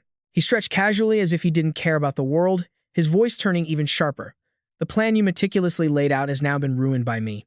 You must be pretty bitter, right? So drop the hypocritical act. I once considered wearing a mask of righteousness to deal with you, but it's too tiring, so forget it. Truong Thien Dian's expression soured, leaving him speechless for a moment before he slowly replied. Young Master Siu, your martial arts are truly profound and otherworldly. But just then, a surge of dark purple demonic energy erupted violently from Truong Thien Dian's body. He narrowed his eyes and continued unhurriedly, and yet you are severely lacking in humility and respect for others. Gu Yangtian sneered, laughing loudly as he retorted, now that's the real you. Why not just live according to your true nature? The referee stepped into the center of the arena and announced loudly, the Shangxi Xiu clan's Xiu Duong Fan versus the Tai Lin Truong clan's Truong Fan Dian. In the stands, everyone watched with bated breath, waiting for this evenly matched fight. He dropped his hand decisively, and the martial arts final began. Gu Yangtian's blazing red power collided head-on with Truong Fan Dian's purple demonic energy. The two opposing forces tore at each other madly. Red and purple light intertwined, erupting in shockwaves that swept across the arena. In that moment, both remained in their stances, pouring all their internal energy into the clash. Neither side gave an inch. In the blink of an eye, the demonic energy shattered the red power and struck Gu Yangtian directly. His body jolted violently. His feet left the ground as he was thrown backward. He flipped in midair and immediately regained his footing to counterattack. Truong Thien Dian gritted his teeth, continuously boosting his internal energy to suppress his opponent. But Gu Yangtian's demonic energy seemed endless, surging forward in increasingly violent waves. Before Truong Thien Dian could even withdraw his move, Gu Yangtian unleashed an uppercut. The force of it transformed into a towering pillar of red light, blasting straight into Truong Thien Dian, sending him flying off the ground. Anger flared in his eyes as he gritted his teeth, desperate to retaliate. Truong Thien Dian glared at his opponent and said coldly, "Stop being such an eyesore." With a flick of his hand, the dark purple demonic energy transformed into a raging wave, shrieking as it rushed toward Gu Yangtian. Seeing this, he stood his ground in a defensive stance, eyes watchful as he looked up. The purple light collided with the blazing red glow, causing a massive, earth-shaking tremor. It turned into a violent explosion. The whole arena shook, the ground collapsed into a deep crater, and debris scattered everywhere. Immediately after, Gu Yangtian regained the initiative, grabbing his hand as his own aura began to rise. Well, since your demonic energy is all tapped out, is it my turn now? Truong Thien Dian's heart skipped a beat. What? Can he feel my divine energy? How could someone like him, who hasn't even undergone the cleansing ceremony, do that? Gu Yangtian didn't give Truong Thien Dian a single chance to regain his balance. While his opponent was still hovering in midair, he appeared before him like a bolt of lightning. His left hand clamped firmly onto Truong Thien Dian's wrist, his fingers tightening like a vice, leaving no room for escape. At the same time, red energy surged from his dantian, flowing through his meridians and erupting around his body. Truong Thien Dian was spun around with terrifying force. He lost all control of his body. With every spin, his tightly gripped arm felt as if it were about to snap. The purple demonic energy around him was shredded by the red cyclone. Before he could even defend himself, he felt an even more fearsome power gathering within Gu Yangtian. Signaling a finishing blow was about to descend, his gaze remained cold, devoid of any emotion. The red energy surged from his dantian, following his meridians to converge into his other arm. In a split second, a layer of crimson spiritual energy flared intensely, enveloping his hand. The red halo grew brighter, radiating such heavy pressure that the space around them began to vibrate. The arena floor under their feet cracked into pieces under the strain. Truong Thien Dian lost all sense of control. Before his eyes, the world flipped upside down, the scenery blurring into streaks of light. A wave of dizziness hit him like a storm. Gu Yangtian, not wanting to let him off the hook, channeled all his internal energy into his hand. He let out a loud shout and slammed his fist down. The red light became more powerful and oppressive than ever. The surrounding area looked as if it were engulfed in a sea of flames, terrifying all who watched. In the stands, Truong Thien watched the sea of flames before him, hands clenched, his eyes full of worry. He thought fearfully, I took every precaution I could, so how has it ended up like this? He stared at the arena with a heavy heart. That boy from the Siu clan has become a massive wall no one expected. I just hope my son doesn't fall before it in this battle. After the final blow, the referee stood stunned before shouting, the Shangxi Siu clan, Xiu Duong Fan wins. He trembled, unable to believe the reality. The entire crowd erupted in cheers. The referee froze. What? Seeing Gu Yangtian continue to advance, the referee rushed out to stop him. Stop. Stop right there. The match is over. Gu Yangtian didn't stop, his eyes were cold as ice. It's not over yet, he thought, looking at the dying Truong Thien Dian. Thinking of the havoc this guy was about to bring upon the martial arts world, he decided, I must break him so he can never rise again. I have to cripple his martial arts here while I have the chance. His hateful fist was about to descend, but just as he was about to strike, Truong Thien Dian caught his fist. Gu Yangtian froze in shock. He actually blocked it. His bones should have been shattered. It turned out that Kodak Tuan had taken over Truong Thien Dian's body. Wrapped in demonic energy, the entity inside him asked with a hint of amusement, So, it was you. Gu Yangtian frowned, sensing that something had changed. Kodak Tuan continued, I just felt something shatter. I didn't expect it to turn out like this. He stared at Gu Yangtian with wariness. What exactly are you? How can you hold so much internal energy in your body? Immediately after, he realized the abnormality. What was that? That's not Thien Dian's voice. This strange, eerie voice suddenly spoke up, dripping with greed. So hungry I have to eat him. The entire arena fell into chaos, and everyone was terrified. What is this? Why is this happening all of a sudden? The Lonely King stared fixedly at Gu Yangtian and spoke in an intrigued tone. Oh, so the master of Vodacon is already right there, is he? I don't know why you chose to inhabit the body of a brat like him, but this works out well. Those words made him panic. The creature laughed creepily and continued. Since I'm facing you in this battle, I'll give you a gift. The monster inside your body will surely love this gift. Yang Tian's expression shifted instantly as he shouted, Wait, what are you trying to do? A purple aura surged up once more, engulfing them both. It sent him into a panic, while the solitary king seemed immensely thrilled. A battle formation was cast again, threatening to trigger a massive earthquake. That voice suddenly turned strangely calm. It's a pleasure to meet you. If you ever happen to encounter Wu Shi one day, please tell her. It paused for a heartbeat, then said slowly, that I, Du Gu Jun. It trembled, using its last ounce of strength to continue, am searching for her. As soon as those words left its lips, it vanished, leaving the broken form of Zhang Shandian behind. After the dust settled, the referee was still reeling in shock, yet he proceeded to announce the results. From the Shantai 9 families, 9 Yang Divine wins. Yang Tian stood frozen in the middle of the ring, his mind overflowing with suspicion. What in the hell was actually going on? Yang Tian sat quietly alone on a high cliff, his gaze fixed on the horizon where the dawn was slowly creeping up behind the rolling mountain ranges. He sighed, lost in thought. The friendly martial arts tournament had finally come to an end. Even though some talents from the Dragon Trio and Phoenix Trio were absent, perhaps no one could have anticipated the incredible variables that unfolded this time. In all the nearby inns, people were buzzing excitedly about the recent matches. In a corner of a tavern, someone was enthusiastically rattling off standout names. Nangong Fei, with her sword movements as fluid as a dance, was being hailed as the sword dancer. Another person immediately chimed in. Zhang Shandian, the one who suddenly appeared and snatched the runner-up spot, is being called the Rising Star. Yang Tian's heart sank, and as for me, you defeated that rising star to claim the championship. Seriously, he buried his face in his hands, feeling awkward about the True Son of Heaven label. They call me the True Dragon. It's honestly embarrassing to death.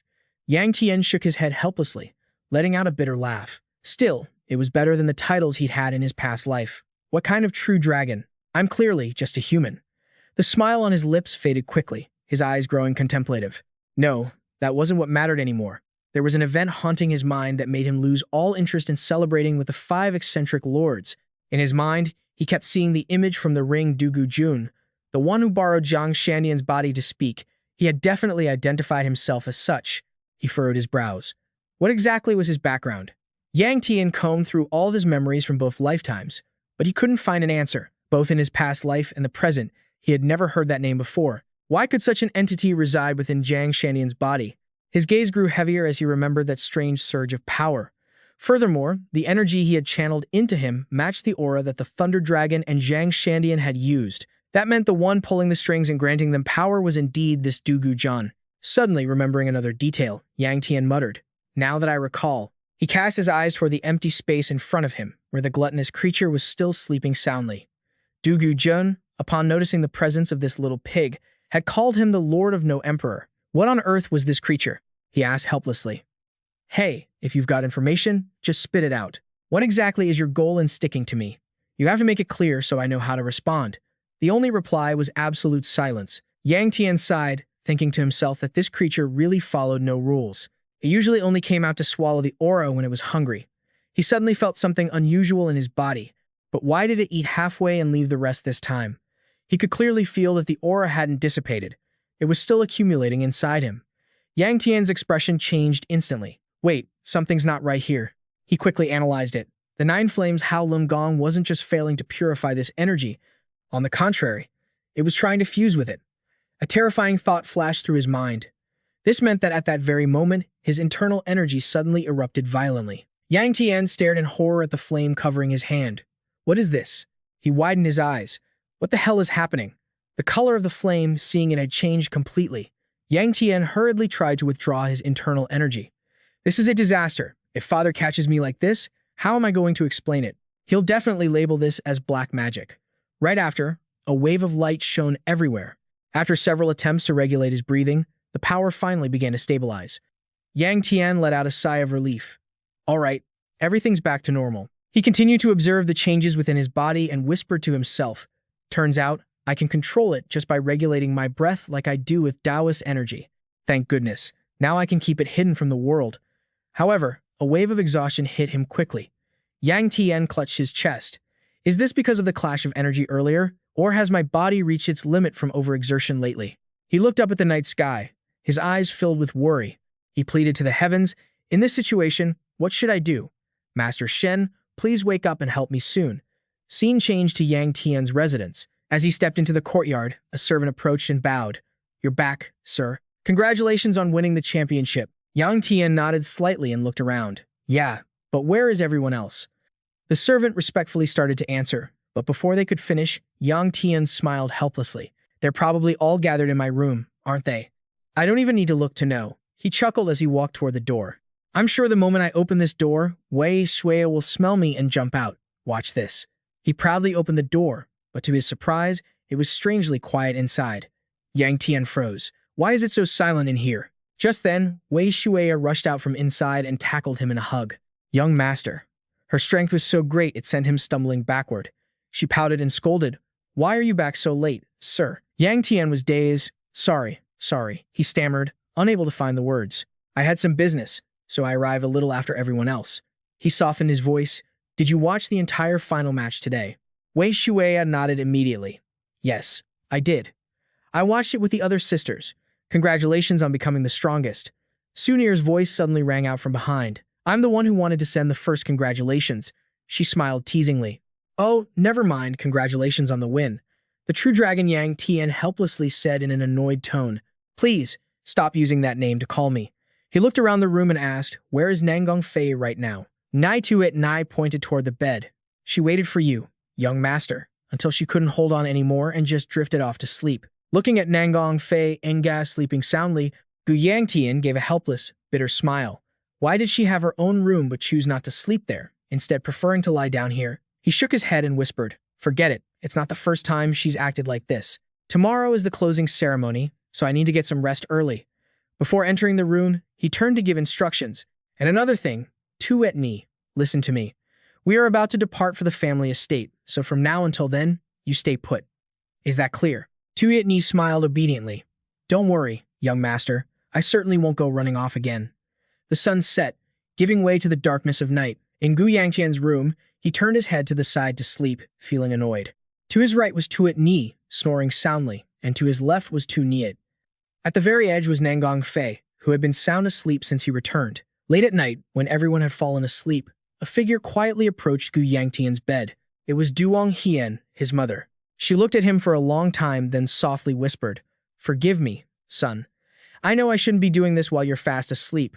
She reached out a hand, her voice low and laced with regret. But please, let me rely on you for this one last thing. This is a task I am compelled to carry out with my own hands. Under the silent veil of night, she moved gently through every corner. She took advantage of the unguarded sentries and used a secret technique to dash toward her destination. She looked up into the distance just a little further. It was almost time. Standing before the tightly closed door, she suddenly paused, as if deep in thought. Then, she gently extended her hand, and a golden light appeared before her eyes. She softly opened the door and peered inside. Then, she reached her hand out as if waiting for someone to appear. Come here, quickly. In the silent night, she thought with excitement, I have waited a very long time for your appearance, my child. At that moment, in the forest area, submerged in a sea of violet flames carrying the aura of destruction, even the layered mountain rocks could not escape being burned to a crisp, no longer standing as a sturdy structure. Wei Shui of the future was lost in the past that once belonged to her, facing the scornful voice of the enemy. This is pathetic. You are all so incompetent. Even with such numbers, you're just useless. And clearly, the source of this disparaging remark flowing with such arrogant logic was coming from the throat of Gu Yangtian. It seems I have to personally wipe you lot out this time. The defeated enemy trembled and pleaded. Please forgive me, great master. Ignoring the voice beside him, he calmly summoned energy as he let each word fall. What a huge disappointment. I hope the next time you righteous sect members face me, you'll be wiser. As the last word left his lips, a sphere carrying a bizarre violet hue suddenly expanded to such a massive size that it seemed to cover the sky and earth. Volu stood in front of Wei Shueya, unable to hide his shock as his brows knit together. Is this the Black Flame Demon Emperor? At that moment, the purple pupils within the pitch-black sockets, no different from a demon's of Gu Yangtian, slowly lowered to look at the one who had just spoken. In the very next instant, a portion of the energy immediately broke off from the sphere and surged toward the opponent, but was blocked by Wei Shueya in the nick of time. And the next second, she hurriedly turned to look at Volu and asked anxiously, "Are you all right?" He responded truthfully and eloquently, "Thanks to you stepping in, I managed to keep my life." Before he could finish, Gu Yangtian cut him off with a flat tone. "You guys are quite capable, but you'll probably only hold out until now. Surrender, or I will raise this land to ashes. With you both exhausted, you can't possibly resist anymore." After gritting her teeth, Wei Shueya finally decided to pose the question. "What exactly do you want from us? Your intentions are clear." Volu could not help but panic. Gu Yangtian raised his lips into a scornful arc, his arrogance radiating from his very bones. "What? You think I'm lacking something that I need to ask of you?" Unfazed by these words, Wei Shueya calmly responded with a clear, steady tone. "Isn't it because we can still talk like this? If you truly didn't want to speak with us, you would have burned this entire area to dust already." Who would have expected that her reasoning would succeed only in drawing a terrifying, disdainful laugh from Gu Yangtian, his grin stretching from ear to ear. "You're overthinking things. Even if that were true, do you really think I'd let you survive? I never expected the renowned little sword saint to show such a weak side. The pride of the righteous path, the new hope of the martial world, no matter how much you boast, in the end, a girl like you is just as useless and ordinary as anyone else. Yet those foolish worms in the Martial Arts Alliance don't even know it, only knowing how to cling to you for support. Are you planning to throw away both that expectation and your pride just to beg for your life?" The moment he finished his last word, Volu loudly urged Wei Shueya, "You cannot kneel before the one who betrayed us." However, his only response was the back of the woman who bore a heavy responsibility. "The thing called pride, I abandoned that a long time ago." Gently placing a hand over her chest, each word was spoken firmly, "But because I have unfinished responsibilities, I am not allowed to die. If I lose my life here, all future plans become meaningless." With her brows knit together, now, the determination on her face was expressed by Wei Shueya repeating what Gu Yangtian had said. "You ask if I want to beg for my life?" Her lips pressed into a thin line and slowly turned downward with each word she uttered. "Yes, exactly.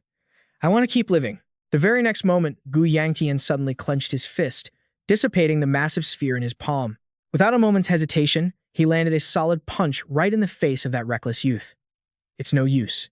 Even if you beg him, it's already too late." A purple flame engulfed his hand, so thick it seemed to swallow the light. Yangtian continued in a deep voice. "The old heavenly master of your sect truly doesn't care about your lives. Whether you live or die, it makes no difference to him. However, in this situation, you still have one choice, and I don't want to keep Wei Shueya waiting too long. If you stay out of my business with the old sword master, and right there, open your eyes and watch as your master, the one you hold dear, loses his life in this battle. Do that, and I might just spare you all this time." Once he finished his last sentence, Wu Liu immediately raised his voice in protest. "How can you be so cruel?" Then he turned to Xue, who was gripping her sword hilt so hard she was trembling. "Maybe we should hold him off. At least you could get away." Unfortunately, in the middle of this rising tension, she spoke up again, making her choice. "I swear I will." Though her mind was filled with conflicting thoughts, reality forced the little sword master, Xue, to make a choice that would protect everyone. "If that's what you want, I'll do exactly that." He reached out with his long, slender fingers. Now, the look on Yangtian's face carried a coldness, yet it was filled with a mix of complex emotions. This silly girl in the blink of an eye, the distance between them vanished as Xue's throat was locked in his iron-like grip. By the time he let go, her heart had been effectively shackled. "Even though this means nothing to me, I've placed a seal on you. In exchange for the pride you were so willing to throw away, I'll keep my word." The arrogance was gone from his face. Yangtian turned away decisively, dropping sarcastic words in an even tone. See you next time. I hope you're still as useless as you are now. That way, it'll be easy for me to finish you off when we meet again. As he completely dissolved into smoke and vanished right before Xue's eyes, she collapsed, feeling a wave of discomfort spread through her chest. Just then, Wu Liu's eyes filled with helplessness as he stammered out, "Are you all right? The brothers behind us are hanging their heads in shame. We're so sorry. It's all our fault." Xue immediately cut him off, offering reassurance and changing the subject. "Don't blame yourselves. It's not your fault. Let's just head back to the sect." Wu Liu stuttered, pointing out the obvious, that there could still be enemies ambushing them on the way back.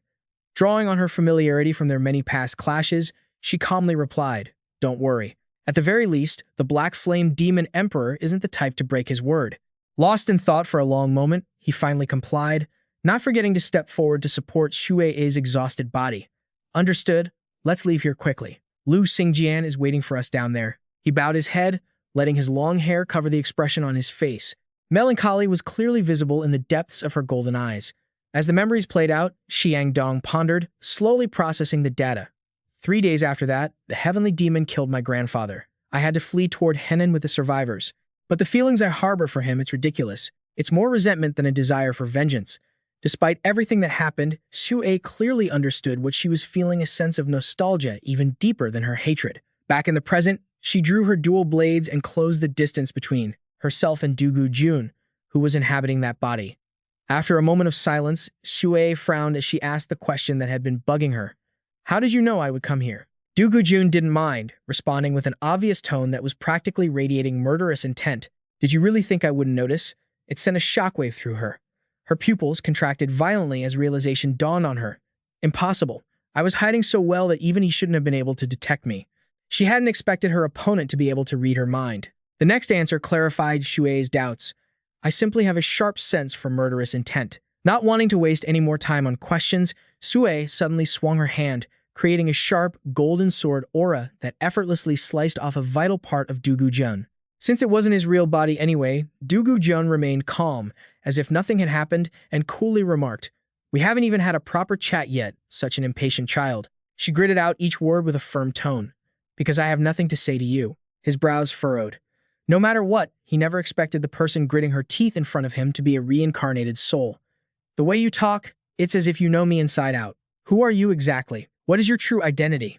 Not bothering to react to his suspicion, a surge of powerful light energy exploded from Xue's body. Suddenly, noticing something special, Dugu Jun's red-eyed pupils narrowed as he spoke. "So that's how it is." He couldn't care less about his cocky tone. She stomped on the floor and lunged forward. Naturally, her target was none other than Dugu Jun, who was still sitting there in deep thought. The corners of his mouth curled into a 45-degree angle. He flashed a set of teeth so white they could sell toothpaste.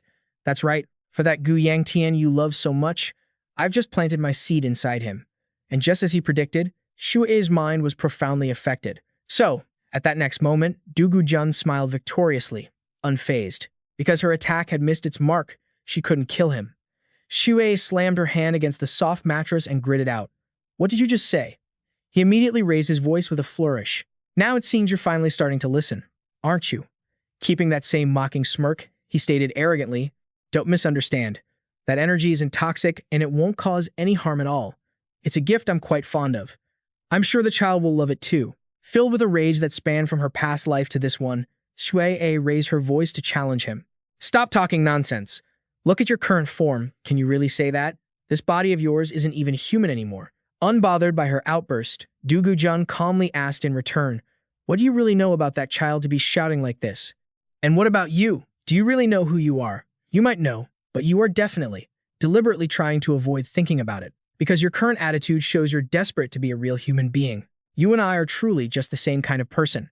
Even if you seem more radiant and pure, when our origins are the same, what difference does it really make?" As she briefly sank into the silence, Xue finally dealt with the enemy's glib tongue by ignoring everything related to herself. "Before I find your lair and slaughter everyone there, you better shut your mouth." Dugu Jin was slightly startled. "This really surprises me. You seem to hold a lot of information about me." However, this couldn't stop his mocking nature from taking over. "But it seems you still don't know what is hidden inside that child's body.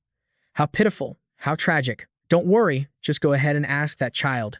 I am looking forward to that child's vessel maturing more than anyone else. For now, I'm just quietly watching, waiting for the right moment."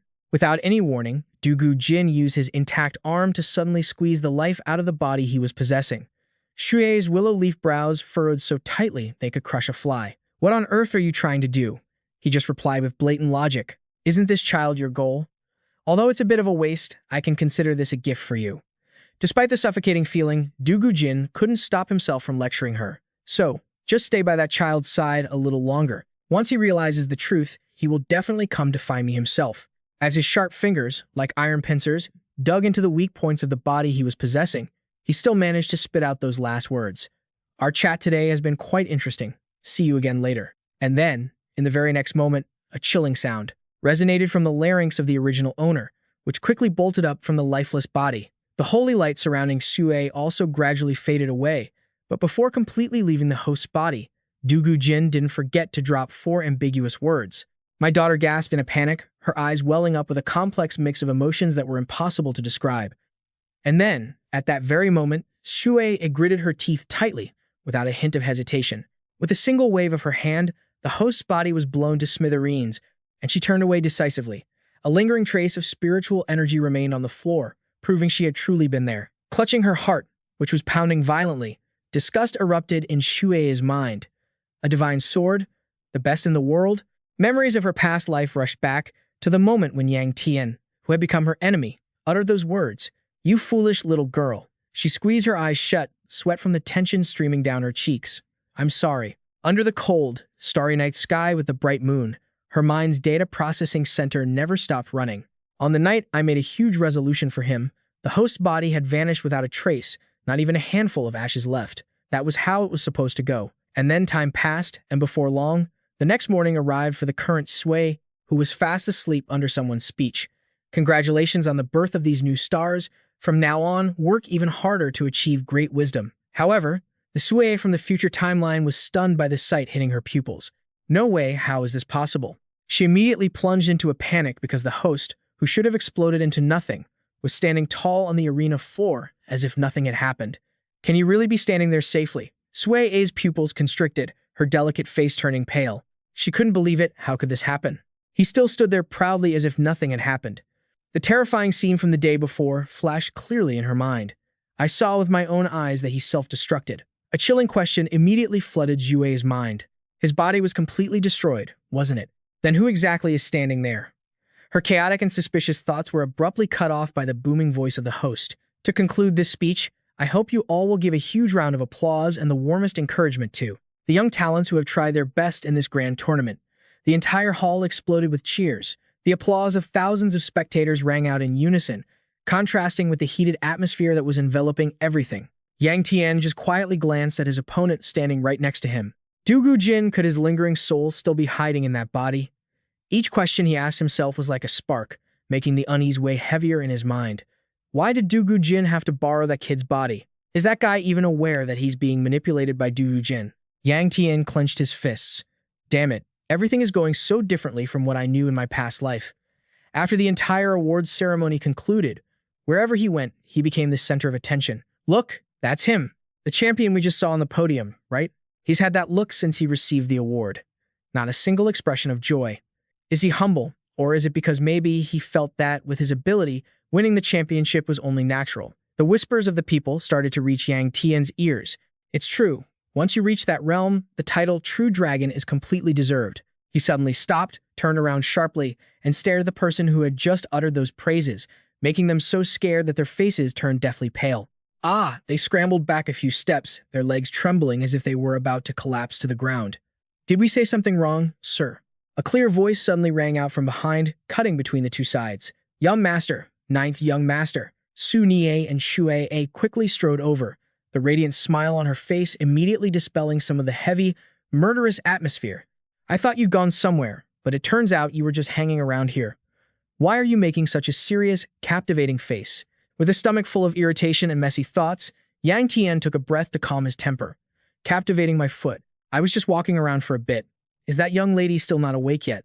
I thought you had wandered off somewhere, but it turns out you're just hanging around here. Why do you have such a serious yet captivating look on your face?" With a stomach full of frustration and chaotic thoughts, Gu Yangtian took a deep breath to suppress his temper. "Captivating? Is this really the time for that? I was just wandering around for a moment. Has that young lady not woken up yet? Sun Yat slowed her pace and calmly replied, yes, she is still resting in your room, young master. A scene from earlier that morning suddenly flashed through his mind. As soon as Yangtian had left, Nangong Fei had completely taken over his bed and was fast asleep. Even if she was free-spirited, she should still know how to show some restraint. I heard she skipped the award ceremony because the tournament was over, Sun Yat said, voicing her confusion. After achieving victory, aren't you even a little bit happy? He had been like that ever since he stood on the stage.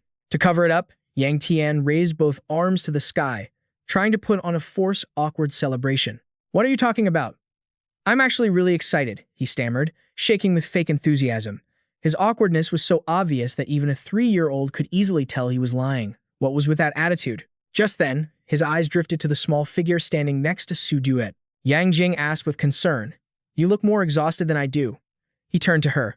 Wei Shueya, it seems like you're the one with something on your mind. She hurriedly waved her hands, flustered, trying to hide her fatigue. No, not at all. What could possibly be bothering me? He clearly didn't believe her. Really? Yang Tian gently placed his warm hand on Wei Shueya's soft hair and stroked it. If something is wrong, just be honest.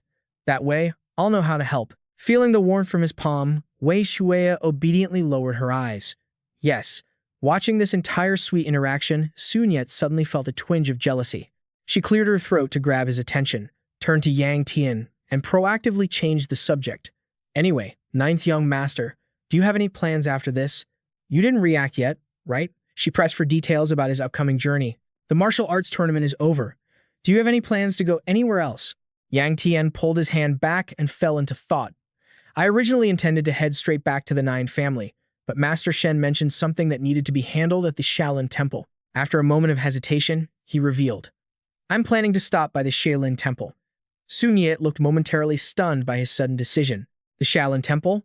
Why would you suddenly want to go there? Yang Tian casually made up a plausible excuse to brush it off. Well, since I'm already in Henan, I figured I should pay a visit and see it for myself. She tapped her fingers together, her tone suddenly becoming hesitant.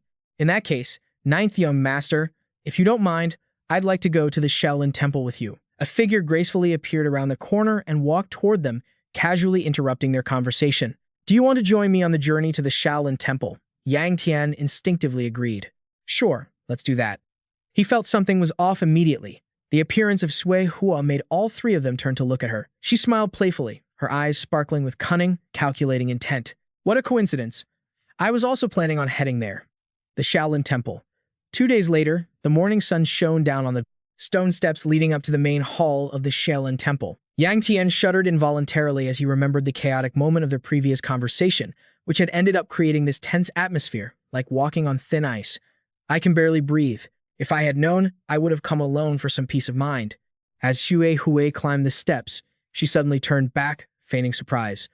Oh my, ninth young master Yang Tian's head felt like it was about to explode. She was truly such a headache. He pointed directly at her face and asked angrily, Why are you here too? Xue Hua was not afraid of his outburst. She tilted her head and looked at Yang Tian with an innocent expression. Why are you asking such a strange question? Since you turned me down, I had no choice but to come here alone, didn't I?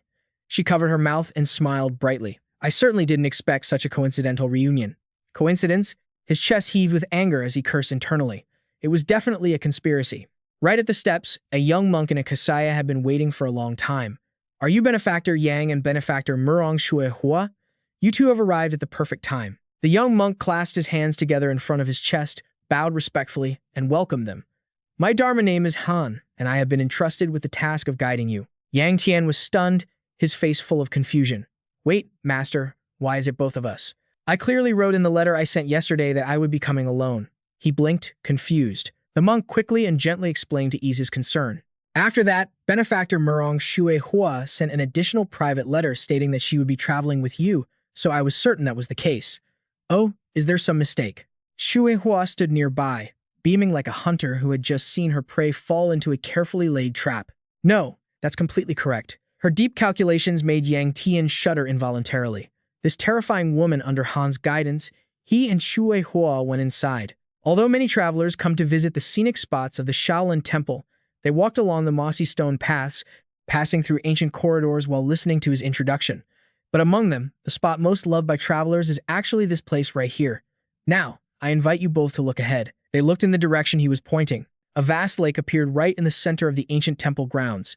Yangtian couldn't help but exclaim, "The lake's surface is so vast and crystal clear." Seeing his amazed expression, Han became even happier. "The lake is certainly beautiful, but the thing I want you both to admire is that carp over there." They all turned their eyes to the water as instructed. A carp? Just then, a large white shadow quickly parted the water and floated right to the surface. It's appearing. But in such a vast lake, is there really only one single carp? It is a very rare species. Han's voice was filled with respect and reverence when mentioning its origin. "That is the white elegant fish, one of the precious treasures of our shell and temple." Sui Hua could not hide her skepticism at the somewhat exaggerated explanation. "That fish is also considered a treasure?" The monk nodded, affirming it, and recounted the glorious history of the Buddhist sect. Yes, since ancient times, it was the great Emperor Nya Buddha An himself, the one who extinguished the calamity of the blood demon who released this creature into the lake. Centuries have passed since that moment.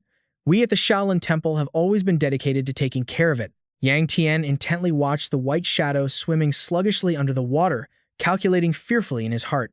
Good heavens, living that long, it must have turned into a demon. However, a wave of rational thought suddenly hit him, snapping him back to reality. This is not the time to be thinking about such nonsense. Gu Yangtian, what on earth are you doing? We didn't come here to casually sightsee. We need to hurry and find out why Master Shen wants to be here. Just as he was struggling internally, a deep, mysterious voice suddenly emerged from Tai Ying's mouth. That eerie voice made his entire body stiffen, freezing him in place. Yangtian looked over at H. Dan and Shui Hua in a panic, wondering if they heard the sound, but Tai Ying continued repeating it. Tanzai. In that very moment, Master Shen's consciousness deep within Yangtian's mind also fluctuated violently. Who on earth is bold enough to call my name? A wave over 10 feet high suddenly rose from the calm lake, crashing aggressively right where he was standing. Tanzai. A mocking, gloomy voice echoed from the water. If I call you, you'd better answer. Tanzai, you old, stubborn goat. That monstrous wave swept everything away. His entire body was dragged down and submerged in the crystal-clear water. The surroundings were turned upside down. Yangtian lost all ability to resist, and the air in his lungs ran out. What is this? Where did such a huge wave come from? Damn it, if this keeps up, I'm going to suffocate. The panic suddenly subsided as a cooling stream of oxygen flooded into his lungs. Wait, I can still breathe? He hurriedly twisted and turned, scanning his surroundings to get his bearings. What is going on? Did I fall into a deep pit? The other two must have been dragged down here too. I need to find them and figure out a way to escape. A blast of freezing water hit the back of his neck, making Yangtian's skin crawl. He gasped in horror as he stared at the massive white shadow blotting out the space above his head. Isn't this the carp from before? How did it get this huge? While Yangtian was still stunned, a mocking and resentful voice boomed from that gaping mouth. Tanzai, you old man, you've been pretending to ignore me this whole time. Does your muddled spirit still cling on, even after defying reincarnation? Hearing this, he felt his blood run cold, his face twitching in disbelief. What? A carp can actually speak? The voice from earlier, could it be, wait, are you talking to me? Tai Ying circled around him. In this place, besides you, who else is there? Yangtian's face contorted in confusion and contemplation. He tried to piece the clues together. Could it be that it mistook him for Master Shen? But what did that defying reincarnation part mean? Knowing he couldn't let this dangerous misunderstanding go any further, he bluntly denied it. I'm sorry to disappoint you, but I am not Tanzi. It swam right up to him, took a deep sniff, and spoke decisively. Stop acting, you old goat. How do you explain the strong scent of plum blossoms coming from you? He didn't know how to prove his innocence. It was truly a private burden. This aura isn't actually mine. Tai Ying began to lose patience. You stubborn fool, are you still trying to trick me in this situation? Fine, have it your way.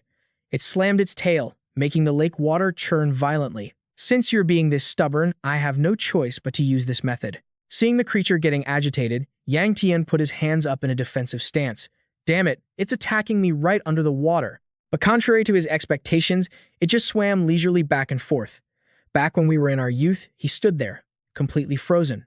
Huh? Tai Ying began to recount an ancient anecdote with a mocking tone. Wasn't there a guy so obsessed with that woman from the Mo family that he chased her relentlessly? He blinked, staring at the creature. What kind of old story is it telling? It kept rattling on, as if determined to drag all of Tanzai's dark past into the light. You persisted in confessing for 3 days and 3 nights, clinging to her. Yet in the end, you let her fall into the hands of that guy named Min.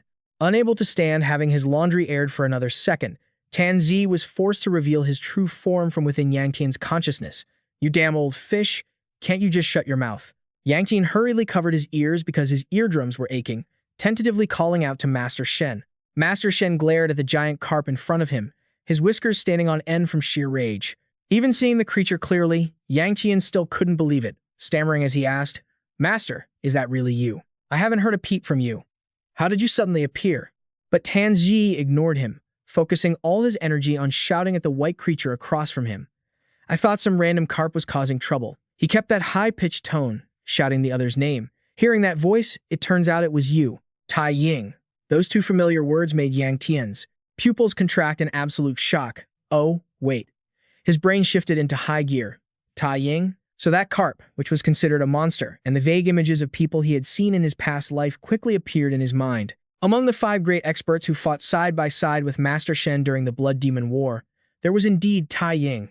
Is this the one honored as one of the 8 shadows of Huangya? No matter how hard he tried, he couldn't reconcile the cold demeanor of that legendary figure with the giant, babbling carp in front of him. At that moment, Tai Ying looked straight at the tiny human who had just appeared and asked in a deep voice, "So, what exactly is going on?" Tanzi, hearing his name called, reached up to stroke his beard, his small face scrunched up like a wilted dumpling. "What else could it be? I ended up in the same predicament, becoming a monster just like you. But the most important thing is, I'm so lucky. I never dared to hope I'd find you here, but we finally met again." After a brief pause, Tanzi lowered his voice to pose a question. "Tai Ying, do you understand why we exist in these forms to this very day?" It seemed this question struck a chord within Tai Ying. Its pupils trembled, followed by a stammering, disbelieving voice. "What did you say?" The next second, it raised its volume, angrily questioning him back. "You asked that. Could it be that you truly don't remember anything?" Tanzi, provoked, also lost his temper and shouted back with irrefutable logic. "If I knew, I wouldn't be asking, would I? Do I look like I'm joking?" Then he shot a frustrated glare at Yangtian, who was standing blankly to the side, his tone filled with dissatisfaction. "Ever since that final bloody battle, my memories have been a complete blank. Therefore, I don't know if the blood demon was destroyed or why I ended up inhabiting the body of a monster. I've just been blindly following this kid around." Seeing that the explanation was enough, Tanzi darkened his face and got straight to the point. "That's exactly why I need to ask you for the full story. Blood demon." Then he slowly uttered a name, Da Ko Tuan. The calm tone felt like a thunderclap in a clear sky to Gu Yangqian's ears. He jumped in surprise and let out a soft gasp. Tanzi, unaware of his companion's internal turmoil, continued to focus on the unfinished topic. Back then, wasn't he supposed to be dead for sure? Thayet An was stunned by the question. His mouth slightly agape, but no sound came out. After a brief hesitation, he slowly recounted everything that had happened. "I will explain it to you as best I can, given your current state. The blood demon actually still exists. More accurately, he is secretly plotting his resurrection." As he listened, Tanzi's expression grew even gloomier. That bloody scene played out in his mind once again. Thayet An sighed briefly and continued. "Although we managed to destroy his physical body, the one known as the blood demon is an entity that cannot be completely annihilated. We all gave it our best, but in the end, it was only a temporary solution. The only thing we could do was to seal his body at the demon abyss, imprison his soul in the east, and scatter his 5 senses across the heaven sea." Thayet An continued his story, seemingly ignoring the shock on Gu Yangtian's face and Tanzi's growing irritation. "However, the blood demon will gradually accumulate spiritual energy to be reborn in the distant future.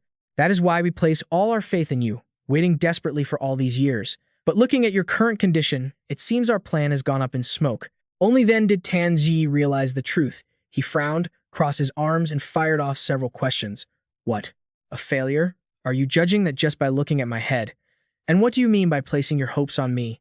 The more he spoke, the darker his face became, and he didn't stop, continuing to probe. "Among us, if we are talking about this, Yangtian would be the most suitable candidate, wouldn't he? Why choose me instead of someone who has regressed twice like him?" Even Gu Yangtian was surprised by this thought. Unfortunately, Thayet An only lowered his voice and refused to answer. "I am not permitted to reveal anything more, but since we are old acquaintances, Mr. Dutit revealed one valuable piece of information. I can only confirm one single thing to you. Tanzi, entrusting everything to you was a collective decision made by the 5 of us, including both you and Nat Teen yourself." A look of disbelief appeared on Tanzi's face, as if the other party had just said something ridiculous. He pointed at himself and asked to confirm. "Me? You mean me?" Seeing it had come to this, Theed and Aged did not hesitate to emphasize again, because we believe that is the final glimmer of hope. Gu Yangtian cast a glance at the person beside him, evaluating the situation in his head. Receiving so much earth-shattering news all at once made his head spin. The old spirit probably felt the same. A few minutes passed, and the corners of Tanz's mouth slowly tightened, as if he had made a very important decision. After that, he looked up and addressed the issue that had been festering in his mind all this time. Hey, tell me the truth. Are the others still existing in this world, just like us? Fiat An did not answer and instead stammered, confirming his own internal suspicion. Why ask that? Are you planning to?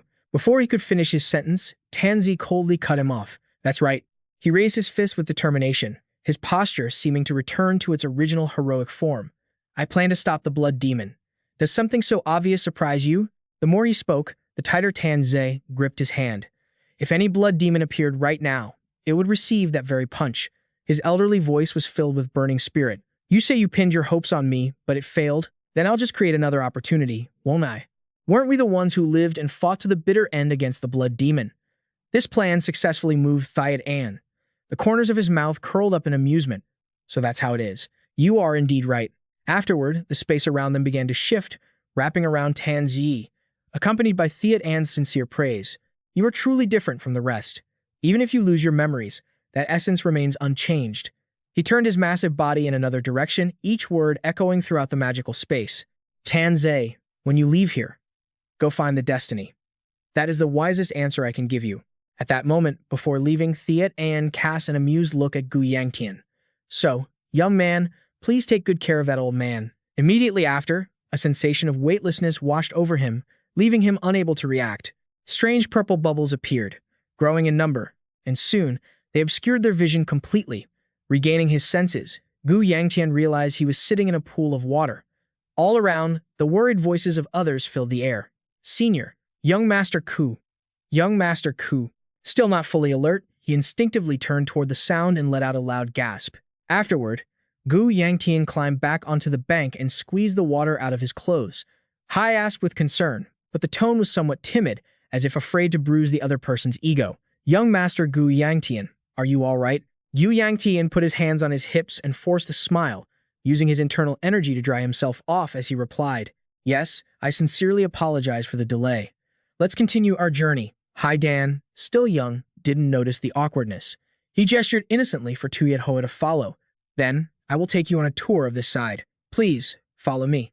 Gu Yangtian watched them in silence, calling out inwardly. Old spirit, are you still there? Tanze quickly appeared beside him. What is it? He breathed a sigh of relief and began to communicate through his thoughts. I knew you were awake. I was worried that what just happened was all a dream. This childish thought caused Tanzi to scold him angrily for worrying needlessly. Aren't you the one who was hoping it was just a dream? Then he huffed and switched to a more important issue. Anyway, that freak inside your body keeps complaining of hunger and causing a ruckus. Do you have any idea how annoying that is? It's only been quiet for a little while, which is why I could finally appear. What on earth did you do to cause such a disaster? Gu Yangxian gritted his teeth and scratched his face, not knowing how to explain it. This attitude was, in Tanji's eyes, nothing short of a confirmation. He quietly stated the truth. That's right. The energy you absorbed back then was exactly the blood demons. The two people, Hai and Vo, walked ahead, carefree, a sharp contrast to the deep calculations of Tanzi behind them. Just as Tai Ying said, you were the first to verify that the blood demon is rising. Yang Tian suddenly cut in. Hey, old Shen. He replied reflexively, looking surprised. What is it? But Yang Tian suddenly grew cautious, holding back from speaking plainly, needing to confirm once more. Can I ask you something? Tanze generously agreed. Go ahead, ask. Yang Tian hesitated before presenting his concern. Is it true that you followed Lady Shui Hua of the Murong clan and got caught by the Heavenly Sword's spell? Before he could finish, a shriek from Tanze pierced his eardrums. He hurriedly blurted out 4 words, though they weren't very convincing. I'm just joking. It seemed Yang Tian was fearless, continuing to poke the hornet's nest that was Tanze. How did you know the blood demon's real name is Dugu Jun? This time, Tanze looked at him like he was an idiot and answered nonchalantly. Are you talking nonsense? Isn't the blood demon's name recorded in all the history books? Even knowing that, Yang Tian still asked, confused. Yes, but they only recorded the great feats of the masters during the Great Blood Demon War. Tanze rubbed his chin as if realizing something. No wonder you looked so shocked earlier when I called him Dugu Jun. Speaking of which, Yangtian remembered some important matters and took the chance to clear them up. By the way, you mentioned regression earlier. What does that actually mean? Tanze was generous enough to explain. An image of a person gradually appeared as he told the tale. You mean Lian Yiqian. He was honored as the king of boxing. Just as you've heard, he was a regressor, just like you. Before the final battle, he revealed the truth to us. Yangtian couldn't help but repeat in shock. The king of boxing is also a regressor. Tanze exhaled, complaining about his own lingering doubts. That's why I still haven't been able to wrap my head around it. His strength was considered the best in the world, not to mention that. But he regressed twice. His wisdom should have far surpassed an ordinary person's. At that moment, an indescribable emotion appeared on his aged face, a mix of helplessness and happiness. What on earth did they base their bet on? Choosing me to carry this fate. But never mind, racking my brain won't help now. Tanzi regained his authoritative posture and cleared his throat to give an order. For now, just follow Tai Ying's instructions. When you get back, prepare to leave for your father-in-law's house. You might find clues about that guy, Nangang Ming, there. Yang Tian was a bit annoyed by the task dumped on him. Do I really have to go looking for him? This lack of drive made Tanzi nag incessantly. You want me to go looking in this state? Besides, you don't intend to just leave the blood demon alone, do you? Yang Tian was too lazy to argue, so he replied dismissively. Of course not. In the end, he couldn't help but complain one more time. After all, this has nothing to do with me. Suddenly, a hand reached out from somewhere and touched Yang Tian's face, a cold chill running through his body. He jumped back, his expression mirroring a cold, terrified portrait. Xue Hua giggled, teasing. Why are you so startled? Joy added a rosy glow to her beautiful face. She squinted, adding a jab. You're usually not afraid of the cold, yet your body reacts so weakly to a little chill. Yang Tian naturally knew why he was like that, glancing uncomfortably at Tanzo while answering vaguely. What was that? Suddenly, Xue Hua gently explained her action, saying she had been calling him for a while and he hadn't answered, so that's why she did it. The temple visit is over. Only then did he notice his surroundings, finally remembering when he had wandered out. Yang Tian's reaction made Xue Hua a bit confused. Is something wrong? I saw you standing there in a daze for a while. He scratched his head, replying just to say something. There were just a few things I needed to think about. She didn't press him, smiling as she turned to say goodbye. Still, I really had a wonderful time today. Thanks to you, I've opened my eyes to many interesting things. My attendants are waiting below, so I must take my leave. Yang Tian watched silently as Xue Hua's back gradually faded away. From this distance, he could still clearly see a blush spreading from her cheek to her ear. Then, not knowing what he was thinking, after a moment of hesitation, Yang Tian reached out, let out a soft sound, and then called out gently, Lady Muron. Xue Hua turned around, surprised, instinctively letting out a huh. Suddenly, her hand felt warmth. Before she knew it, Yang Tian had stepped over and gripped her hand tightly, then lowered his voice to lecture Xue Hua, while simultaneously channeling some spiritual energy into her. I don't know what troubles you have that made you follow me all the way here, but please stop making yourself suffer. It causes trouble for others. Yang Tian's actions didn't stop there. His words sounded like a reprimand, but his actions were incredibly caring for Xue Hua's health, as she was known to have a very low tolerance for the cold. She couldn't help but be surprised, her eyes and mouth unconsciously widening. After a few seconds, Yang Tian gently let go of Xue Hua's hand, then coldly brushed past her, leaving behind one extremely cool line. I have urgent business. I'm leaving first. Only then did Xue Hua regain her senses, stuttering to stop him. Please, wait. But Yang Tian didn't give her the chance, launching himself like a gust of wind, leaving Xue Hua standing stunned with her hands still hanging in the air, her face filled with bewildered astonishment. Afterward, she clutched the hand Yang Tian had held to her chest, feeling its lingering warmth, her lips unable to keep from curling into a happy smile. It was exactly as expected. On the other side, Tanze flew after Yang Tian, nagging and teasing. You really are a sly old fox. Since it's reached this point, why didn't you two just go back together to make it more romantic? He gritted his teeth in protest, his pace not slowing down at all. What are you muttering about? The two of them had spent half a day getting down the mountain. In the chilly air, a drop of sweat rolled down Yang Tian's face, showing his fear through the words he spoke. Besides, if I don't get back urgently, something big is going to happen. Before long, the familiar fortress appeared in his sight, proving he had arrived. He was greeted by 3 women full of murderous intent, along with a series of interrogating questions. So, you went to Shaolin with Xue Hua. You clearly said you were going alone, and yet you went privately together. Yang Tian was now quiet as a clam. Rong Jio stood there, frozen, not knowing how to explain. Tanjie sighed and lit a candle for him. It seemed like it was already too late. The night storm grew stronger, yet it could not obscure the full moon hanging high above, illuminating the majestic fortress below. Those soft rays of light filtered through the window frame, casting light on the slender figure on the bed. Tuat Hoa tossed and turned, unable to sleep, her heart filled with vague, drifting thoughts. The more I observe you, Gu Yangtian, the stranger you seem, she thought. A feeling, both unfamiliar and comforting, spread through her entire body. A few past events surfaced in her mind along with that warmth. It started from the spontaneous flame from before to the bet with the master, and then that surge of demonic spiritual energy. Not to mention, she had tried treating herself with similar fire-based techniques before, but the cold energy within her never faded. So why did the warmth he transmitted still linger in her body? Each scene played out like a slow-motion film.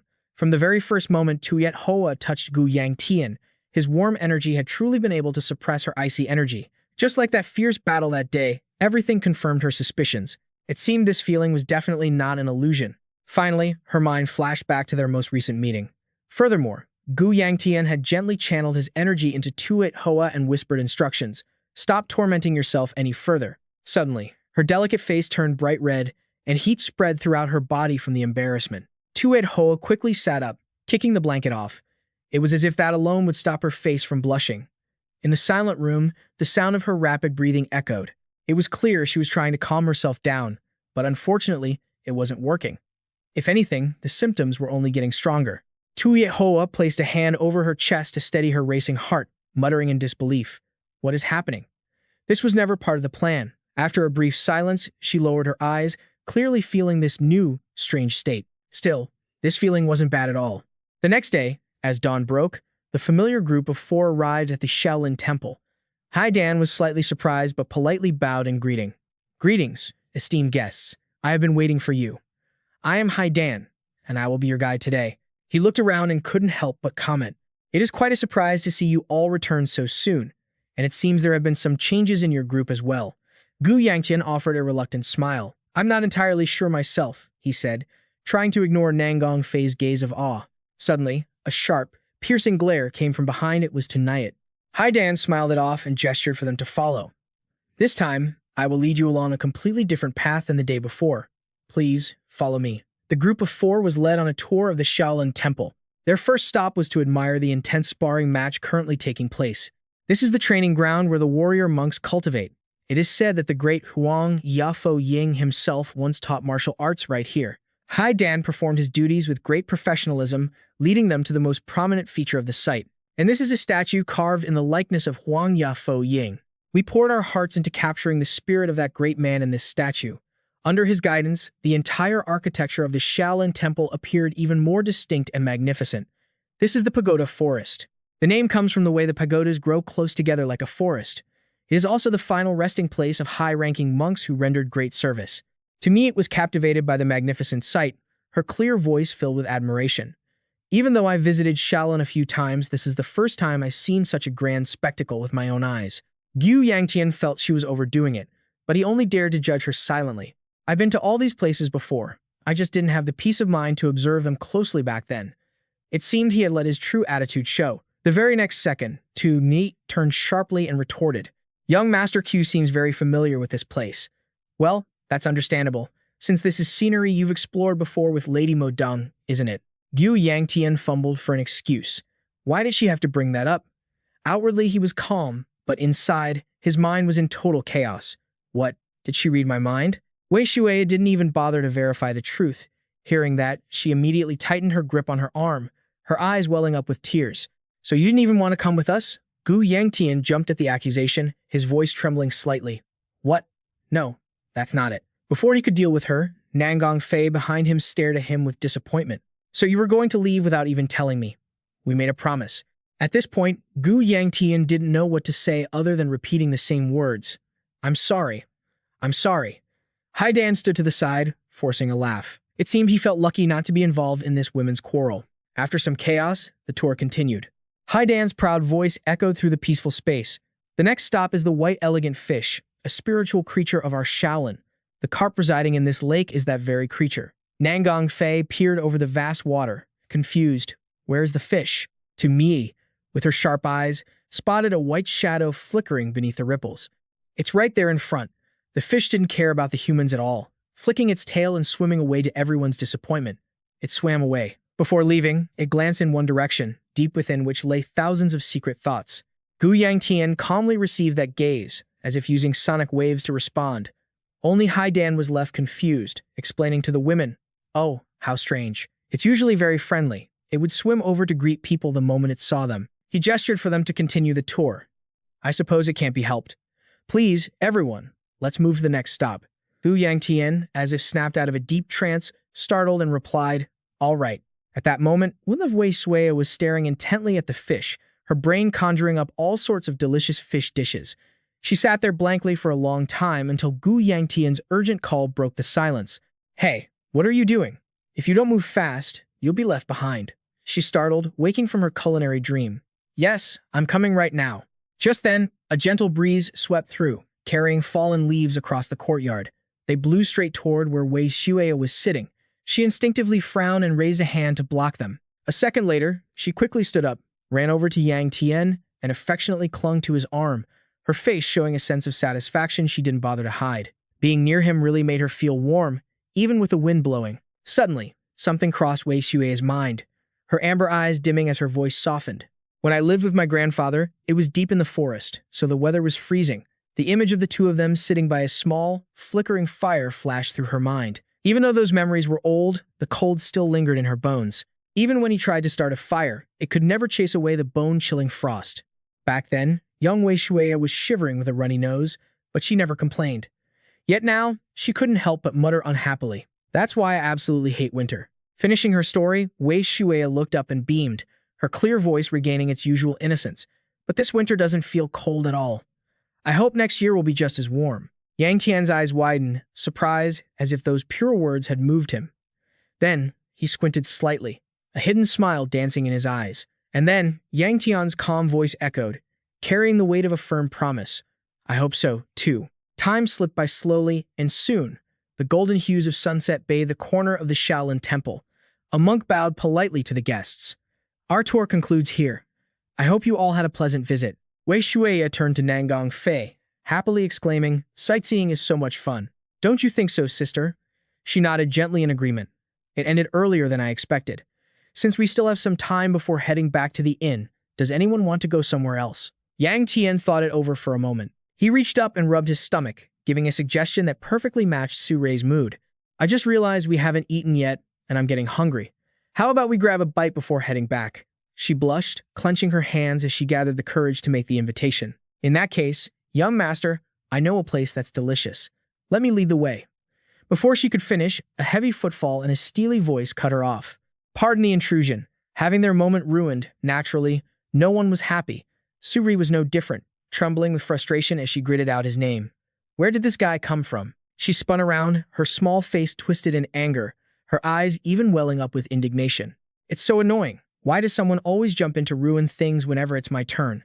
Looking closely, Su-Rei realized the man before her was incredibly tall, his shadow looming over her entire body. Her eyes traveled upward, and when she finally saw his face, her heart panicked. This had to be the person closest to the Shaolin abbot. The more she thought about it, the more Su-Rei trembled. He was the second most powerful figure in Shaolin, Qin Bang. He squinted his eyes, his expression full of murderous intent, as he asked, could the benefactors spare a moment to talk? Su-Rei hastily pressed her palms together, unable to stop her tears and snot from running down. I'm so sorry. Please forgive me." Master Qin Bang, she hadn't expected him to be so reasonable. He took the blame upon himself with a smooth tone. "It is I who should apologize for interrupting your conversation." Qin Bang's hollow eye sockets revealed no emotion, and then he slowly stated his purpose. "Actually, I have matters to discuss with benefactor Jiu Yangtian." Yangtian pointed to himself in surprise. "Looking for me?" Wei Shuya's eyes went wide with amazement, ignoring the soft shush from Nangang Fei. That old monk was as big as a bear. Qin Bang ignored them, focused on his task. "Yes, the Shaolin abbot wishes to see you." This news immediately made Yang Tian furrow his brow, his mind racing. "A person like the abbot actually wants to see me? What on earth is going on?" Just then, Qin Bang spoke again. "And furthermore, the abbot also wishes to invite benefactor Nangang to join as well." As soon as those words were spoken, every gaze turned in the same direction. Nangong Fei's expression was no different from Yang Tian's earlier, repeating in disbelief. Me too. Wei Shueya stood nearby, sounding worried. Did I do something wrong? Even Yang Tian couldn't help but overthink it. Are we being summoned to be scolded? Perhaps that was it. At the same time, in a dark and chilly place, a man looked closely at a map in his hands, letting out a strange, rasping laugh. Then, Heye looked up, seemingly in a very good mood. Gu Shangjun sounds like he's putting on a show. That old fox must be getting impatient. He smirked, nonchalantly voicing his thoughts to the person opposite him. After all, we've received quite a few benefits from the Gu Xian sect under his management. Plus, we have our own plans, so this deal is acceptable.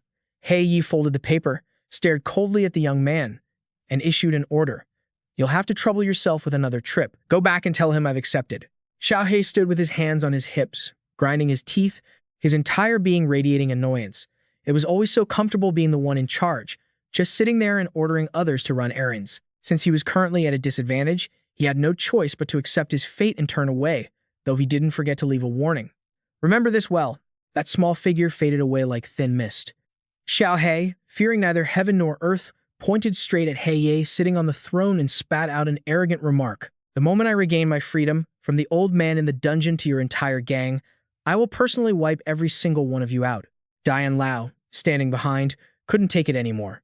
He gripped the hilt of his sword and barked, "You brat, how dare you act this way?" But Xiaohei calmly shot him a look of utter contempt, and a second later, he vanished completely, leaving only a thin wisp of smoke behind. Dian Lao grumbled in frustration. That kid named Heye probably won't be too affected by that. You still have the mood to comfort others. Calm down, Vice Palace Master. He may be brash, but he's always thorough when it comes to his work. As he said this, he gripped the arms of his chair tightly, issuing a grim, vital order. Most importantly, the time has come for us to make our move. When Black Knight opened his eyes, they were pitch black, shimmering with a strange, eerie purple light.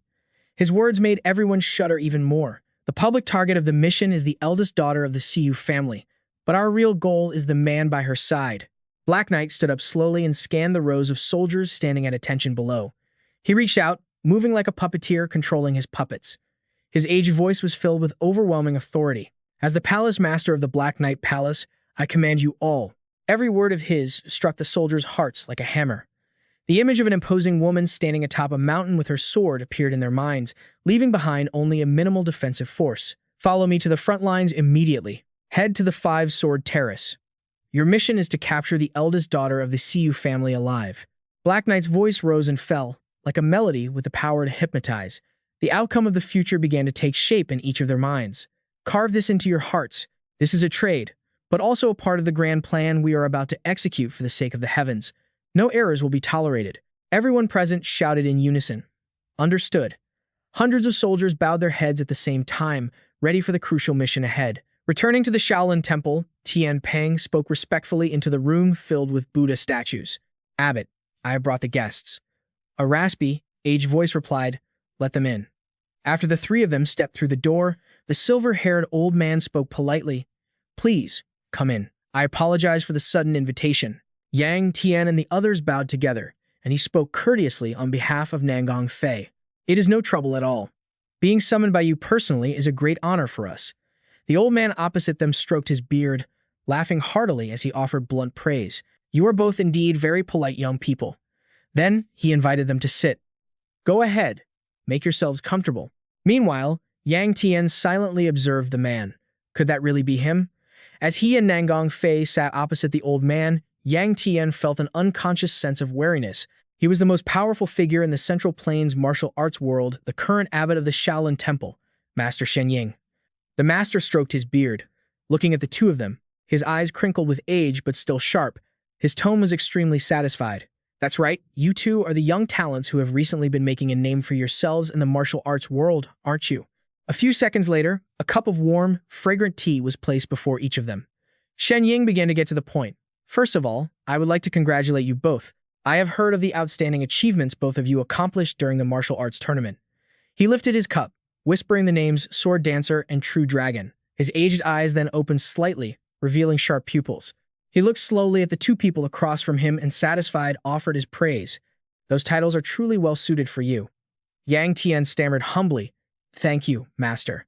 But no one knew he was gritting his teeth in defensive caution. The Shaolin abbot might look like a frail, old monk on the outside, but one must never underestimate his true strength. Based on everything he had heard, Yangtian knew that Shen Ying's eyes were not ordinary. The title Heavenly Human meant the abbot possessed eyes that could see through the will of heaven, a prophetic ability passed down through generations of Shaolin abbots. Past events flickered through his mind. He couldn't help but feel moved. The number of disasters and demonic cults the master had prevented with this ability was immense. No wonder his influence was so profound.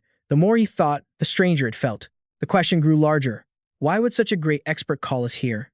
Suddenly, a soft slurping sound from beside him cut through his thoughts. He nudged the person next to him, whispering, "Hey, keep it down." Nangong Fei let out a surprised, "Huh," before immediately realizing what he meant. She turned to Shen Ying, embarrassed. "We apologize, master." The old man was easygoing and didn't mind the children's behavior.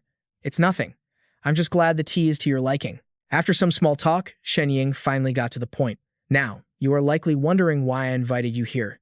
I will get straight to the point." He placed his teacup onto the wooden table with a soft clack, drawing everyone's attention. Then, under Nangong Fei's bewildered gaze, Shen Ying spoke gently. "I won't beat around the bush. I want both of you to join the Meteor organization."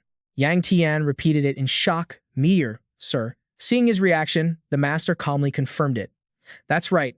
Have you ever heard of the name Meteor?"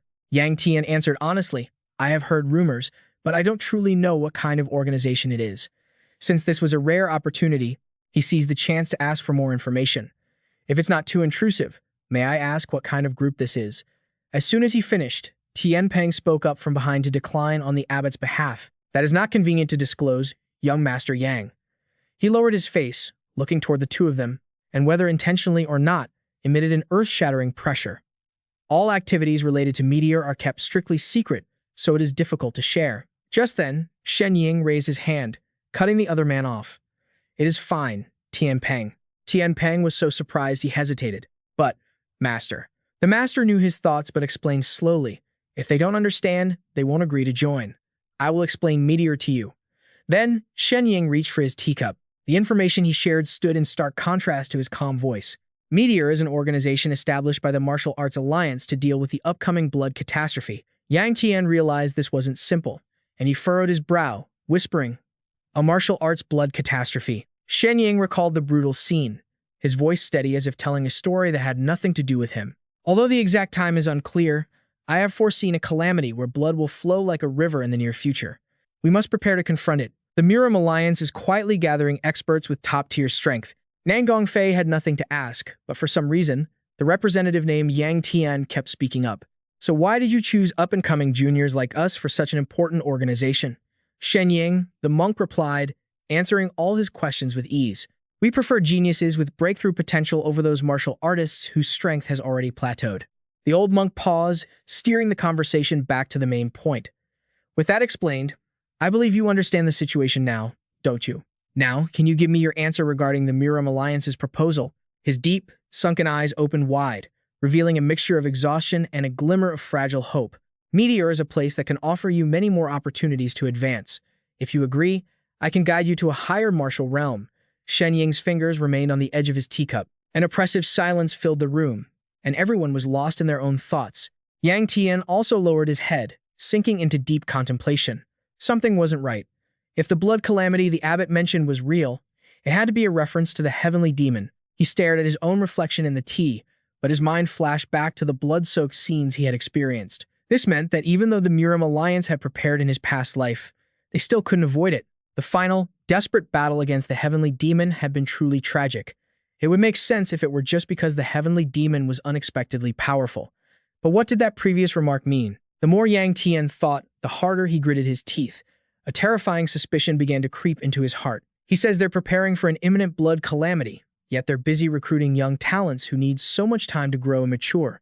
Suddenly, his mind raced, quickly connecting the dots with several suspicious points from before. It sounded as if the Miram Alliance was in possession of something that could rapidly boost a martial artist's power. That thing felt eerily similar to the memories of those battles, each one featuring an incredibly familiar and indistinguishable magical weapon. Finally, his memory settled on the sinister smile of Zhang Shandian. Yang Tian clenched his fists, reaching a final conclusion. It was the aura of the blood demon. Just as Tian Bang reached out to take Namgung Fei's empty teacup, Yang Tian spoke up, breaking the long, heavy silence. Abbot, sir. The old monk looked up in surprise and let out a soft hum. Yangtian calmly stated his request. May I ask one last question? Please. All eyes turned toward him. Shen Ying, without hesitation, answered kindly. Of course. Go right ahead. Yangtian kept his head down, struggling to force the words out. Jiang Shandian, the rising star. The familiar name, combined with his question, made the old man's face darken with a rare, somber expression. Is he also a member of Meteor? Shen Ying opened his mouth with difficulty, as if he had been debating internally about whether to speak of this. That you will find out for yourself once you join. Shortly after, Yang Tian and Nam Gongfei left the Shaolin Temple, the abbot's vague, lingering response still echoing in Yang Tian's mind. Nam Gongfei gazed into the distance, gently breaking the quiet. The sun has already set. Yang Tian responded absent-mindedly. That's true. He shook off his thoughts, deciding not to dwell on it anymore. Everyone must be waiting for us. Let's head back. But before he could finish, his arm was suddenly held tightly by Nam Gongfei. She shyly looked down, her voice dropping a few notches. It's been a while since it was just the two of us. Shall we walk back instead? This show of initiative immediately cheered Yang Tian up, and he hurriedly agreed, ignoring the annoyed glare from Tanze. That's fine by me. The young couple then started walking down the steps together. After a few moments, Nam Gongfei spoke up. So, what are you planning to do? This abrupt question caught Yang Tian off guard. Plan on what? She patiently clarified her intent. About what the abbot said. Yang Tian, confused, pointed at her, questioning her back. You mean about joining Meteor? I already told him I needed more time to think about it. I told him the same thing, didn't I? She pouted, looking slightly unsatisfied, but replied dismissively. Yang Tian suddenly grew suspicious and, in disbelief, asked again, Were you actually paying attention to what the abbot was saying? Nam Gongfei placed a hand on her lips, looking upward as she tried to recall the conversation, before saying something completely irrelevant. The tea earlier was really good. Yang Tian sighed helplessly, muttering to himself. I knew it. Turns out I was the only one stressing out. Suddenly, his sharp gaze flickered behind him. He couldn't help but continue mulling over the issue. However, through the conversation with the abbot, he had managed to confirm some important information, even if it was just a deduction. The truth was buried very deep, but at this moment, it felt like Yang Tian was only one step away from touching it. An organization created to counter the blood calamity, gathering potential successors under the control of the rising star and the presence of the blood demon's aura. This reality made him extremely uncomfortable and wary the blood demon had a deep connection to the Miram Alliance. Back inside the Shaolin Temple, Shen Ying chatted casually with the person who approached him. What an interesting group of children. Did you notice the young man's reaction? Tian Bang asked vaguely while accepting a cup of now cold tea. Yes. Which reaction are you referring to, sir? Shen Ying then explained his thoughts. The moment I mentioned the blood calamity, the boy was as calm as if he already knew it was bound to happen. This revelation hit Tian Bang like a bombshell. Before the man could even recover from his shock, Shen Ying continued. He even seemed more surprised by the existence of Meteor than by the catastrophe itself. The old monk returned to his usual gentle demeanor. Yet, every word still carried a weight that couldn't be ignored. I could only guess why these eyes of mine show me glimpses of the future, and I could only accept that destiny in silence. But this time, I can be certain. The dark brown eyes suddenly flashed, like a light at the end of a tunnel. It was the hope Shen Ying had been waiting for, that they needed to pay special attention to that child. The old man let out a sigh. He rested his hands on his knees, seemingly preparing to stand up, and asked Tian Bang another question. Ah, it's already quite late. We must hurry, but now that I think of it, you said the young master of the Peng family is at the Miram Alliance, right? He knew who the other was referring to. You mean benefactor Peng Wuchen, sir? Tian Bang recalled the information he had and replied. Perhaps he has already met with Wu Si alongside Lei Long. This was within Shen Ying's expectations. The old man replied slowly. So that's how it is. Everyone must be waiting for me. He then turned to give instructions to Tian Bang. Let us set off before the sun goes down completely. Tian Bang, with our cultivation levels, taking me back to the Martial Arts Alliance quickly shouldn't be an issue, right? He clasped his hands and bowed respectfully in confirmation. Yes, I will go prepare immediately. Tian Bang then turned swiftly to attend to his task, leaving Shen Ying alone in the room. The sharpness in his eyes had completely vanished, leaving only the wariness of carrying such heavy responsibilities on his shoulders. Everything is the will of heaven. For the greater good of Taiping, I must try harder. The next morning, when he had left the Shaolin Temple to return, the surrounding landscape was blanketed in the soft white of winter snow. Even the sun high above could not warm the air. Shuai stood inside the carriage, waving. Young master, all the luggage has been packed. Yang Tian crossed his arms and let out a weary sigh. He walked over, frowning as he recapped the recent events. It had only been 10 days, yet it felt like he had been through an eternity of chaos. He wondered how his father would react when he got home. Xue's voice chirped from inside like a little bird. "Young master, hurry and come inside. It's freezing out here." Yang Tian replied helplessly. "Wei Xue, I know. He was so engrossed in talking that he didn't notice someone approaching from behind until a fair hand tugged at his sleeve. Yang Tian turned around instantly, surprised to see who it was. "Miss Murong, why are you here all of a sudden?" A strange sight met his eyes, making even someone who had lived 2 lifetimes like Yang Tian gasp. He asked with cautious concern, Your face. Are you all right?" Xue Hua's face had turned as red as a tomato. She let go in a panic, stammering, "Yes, is there something wrong?" Yang Tian stood frozen, unable to get in the carriage or leave. Only one question filled his mind. What on earth is happening? What is this situation? He was shocked by her bashful attempt to cover her face. "I've never seen Murong Xue Hua lose her composure like this. Has a problem, Arizon." Just then, 3 sharp glares peeked out from inside the carriage, making Yang Tian shiver. His survival instincts kicked in, and he crossed his arms, urging her coldly, "Miss, did you call me back for something?" Xue Hua regained her focus and spoke hurriedly. "Oh, yes, it's like this." She covered her mouth with her hand, eyes shut tight as if steeling her resolve, then reached into her pocket and said gently, "I heard you were leaving, so I came to see you off. I also have a small gift to give you as a keepsake." Yang Tian was surprised and let out a soft exclamation. Xue Hua pulled out the item and gripped it tightly. She timidly opened her hand to reveal the sparkling gift, not daring to look Yang Tian in the eye, her lips whispering a few words about the object. Seeing it, he exclaimed in surprise, "Wait, is this the azure jade ring?" By now, Xue Hua had calmed down and quickly explained the significance of the gift. "It is a token reserved for the most honorable guests of our family. Possessing it grants you special privileges within our Yangtian trading house. Please keep it. I'm sure you'll need it someday." Even with her clear affection, the dense, steel-willed Yang Tian didn't catch on, and instead ruined the mood by saying, "In that case, I really should prepare a return gift." "Hey." Renhua, seeing a third person about to appear, Xue Hua flushed bright red and shouted in a panic, "No, that's not necessary." She hurriedly pressed the ring into Yang Tian's hand, babbling the rest of her thoughts. "This isn't anything too extravagant. Please, just take it. Don't refuse." Without waiting for his reaction, Xue Hua turned and rushed away, leaving only one sentence behind. "I will take my leave now." She knew it would be a long time before they met again, so she couldn't help but look back, offering her beloved a beautiful smile that bloomed like a flower in the winter. Even with her feelings so obvious, Yang Tian remained as wooden as a log. His mind was elsewhere, wondering what the hell was actually going on. Is this just a simple social protocol to strengthen ties between the clans? But if that were the only reason, she seemed far too anxious. He didn't notice a pair of pale hands slowly reaching out from behind him. It was Nangong Fei, her expression gloomily terrifying. She wrapped her arms around him and commanded, "Now that you're done, get in the carriage." Without waiting for him to react, she hauled him inside, causing him to yelp in alarm. "Wait a second, I'm getting in." "I'm going. I can get in myself." Xue poked her head out the window, reaching out to ask, "Is everyone seated comfortably?" After confirming, her clear voice echoed through the air. "Let's start our journey home." The carriage moved slowly. As they began their trek, the world was filled with unpredictable turbulence. This Long Feng assembly had created an earthquake in the martial arts world. News of the rising young talents had spread across the central plains on the route to Shaanxi. That news also reached the ears of brilliant talents who hadn't attended. Everyone everywhere quickly grasped the new information. From those training hard to those in taverns, and even those on high mountain peaks, everyone received the word. Everyone had their own thoughts and schemes. In a distant place, a young man who didn't seem to feel the cold sat calmly in the winter air, examining a piece of paper. It was none other than Do Long Bai Nizhen. A wicked grin spread across his face. A disciple of Bai Zun, huh? Time passed, the full moon gave way to the sun, and the air grew colder.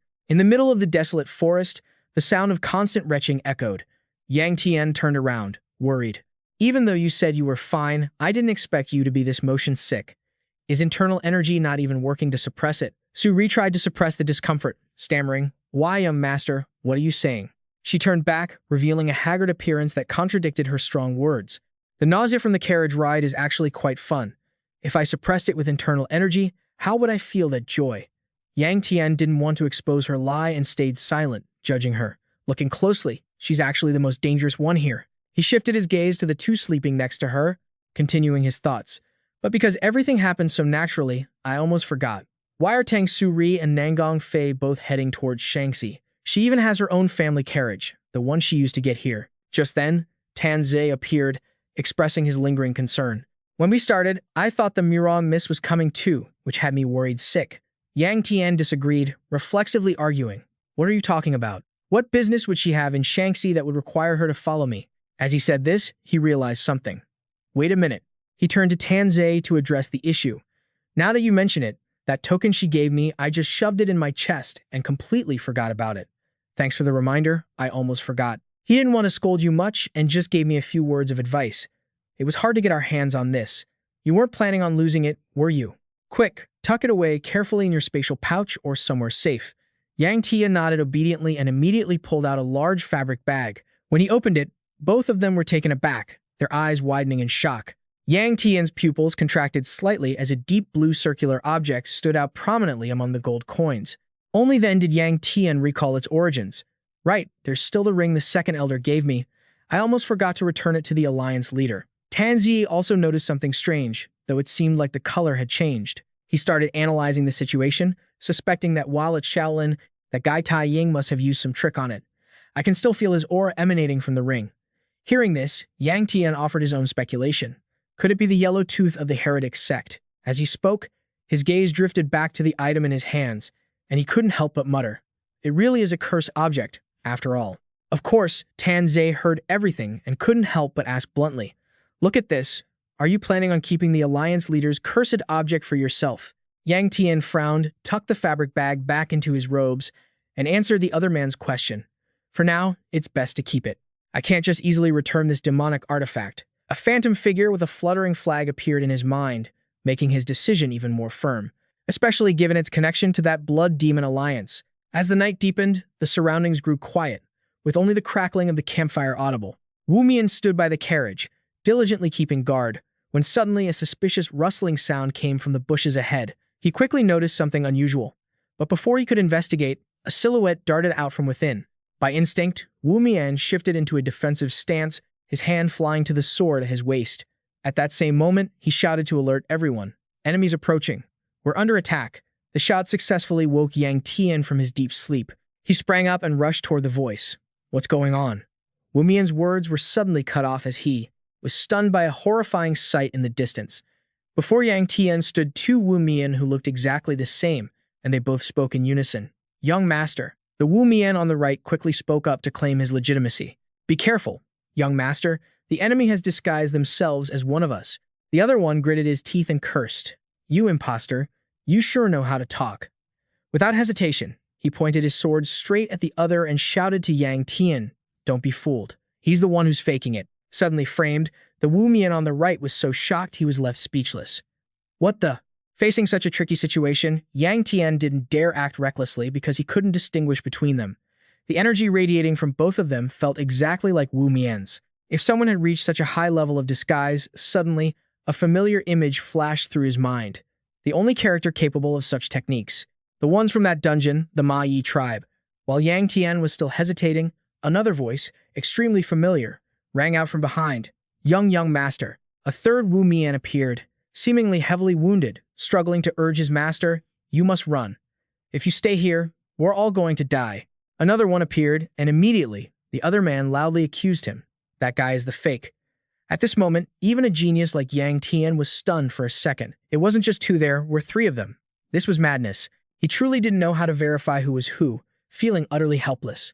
Even knowing they belonged to the Ma Yi tribe, there was no way to tell who the real Wu Mian was. In the distance, Nangong Fei also took a combat stance, while only Wei Shuya naively asked, is brother Wu Mian using a clone technique? Yang Tian was truly at a dead end, gritting his teeth, his brain working at full capacity. Was there any way to tell the real one from the fake? Right then, an object in his pocket suddenly flashed with a cold blue light. Yang Tian's pupils contracted, and he heard the panicked voice of the Wu Mian who didn't know if he was real or fake echoing in his ears.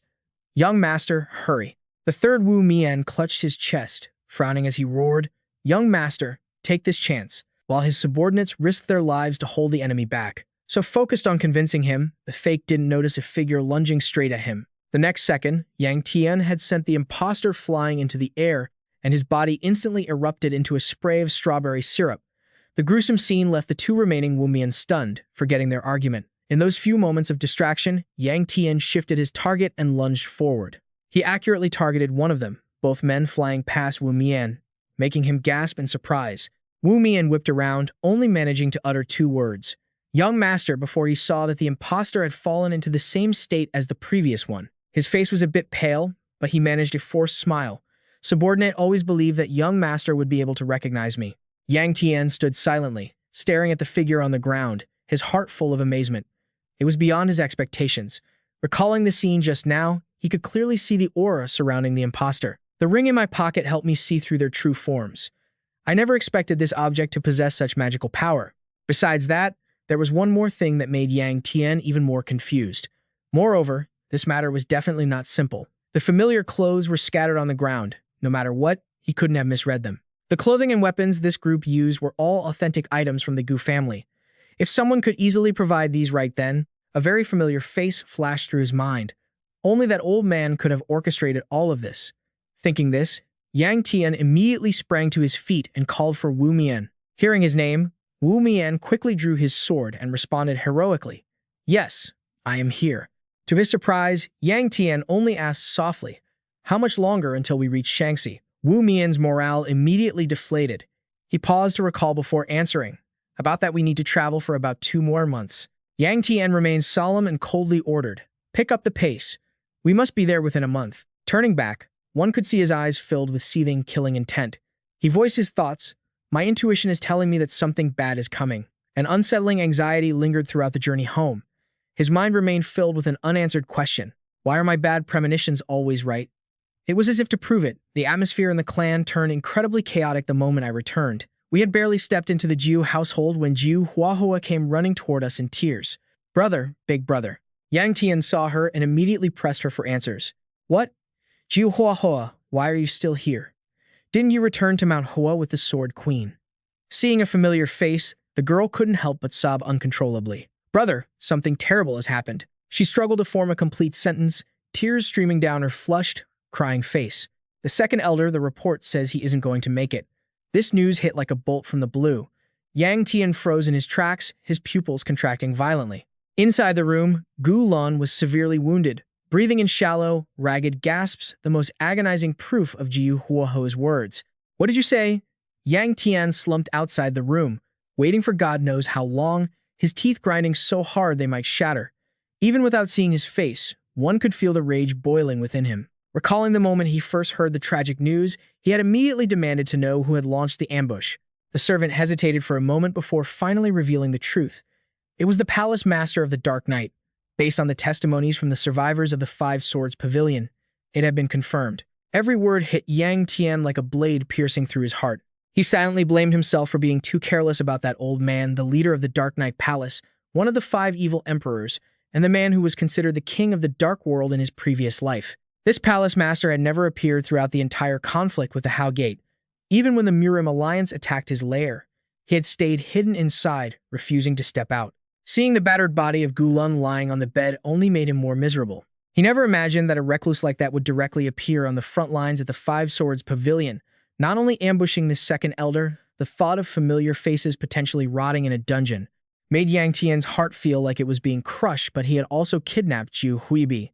Sensing his state, the servant quickly tried to reassure him. The clan head has already rushed out with the first sword team to hunt for their tracks. But no matter what, Yangtian couldn't stop his entire body from trembling. He just listened in silence to the man's every word. The Sword Queen, who was at the estate, has also followed to provide reinforcements, though it is unclear when they will return. That night, the sky was strangely clear, a stark contrast to the chaotic state of mind of everyone in the Jiu household. After a long while, the divine doctor gently opened the door to Gulun's room, followed by a relieved sigh.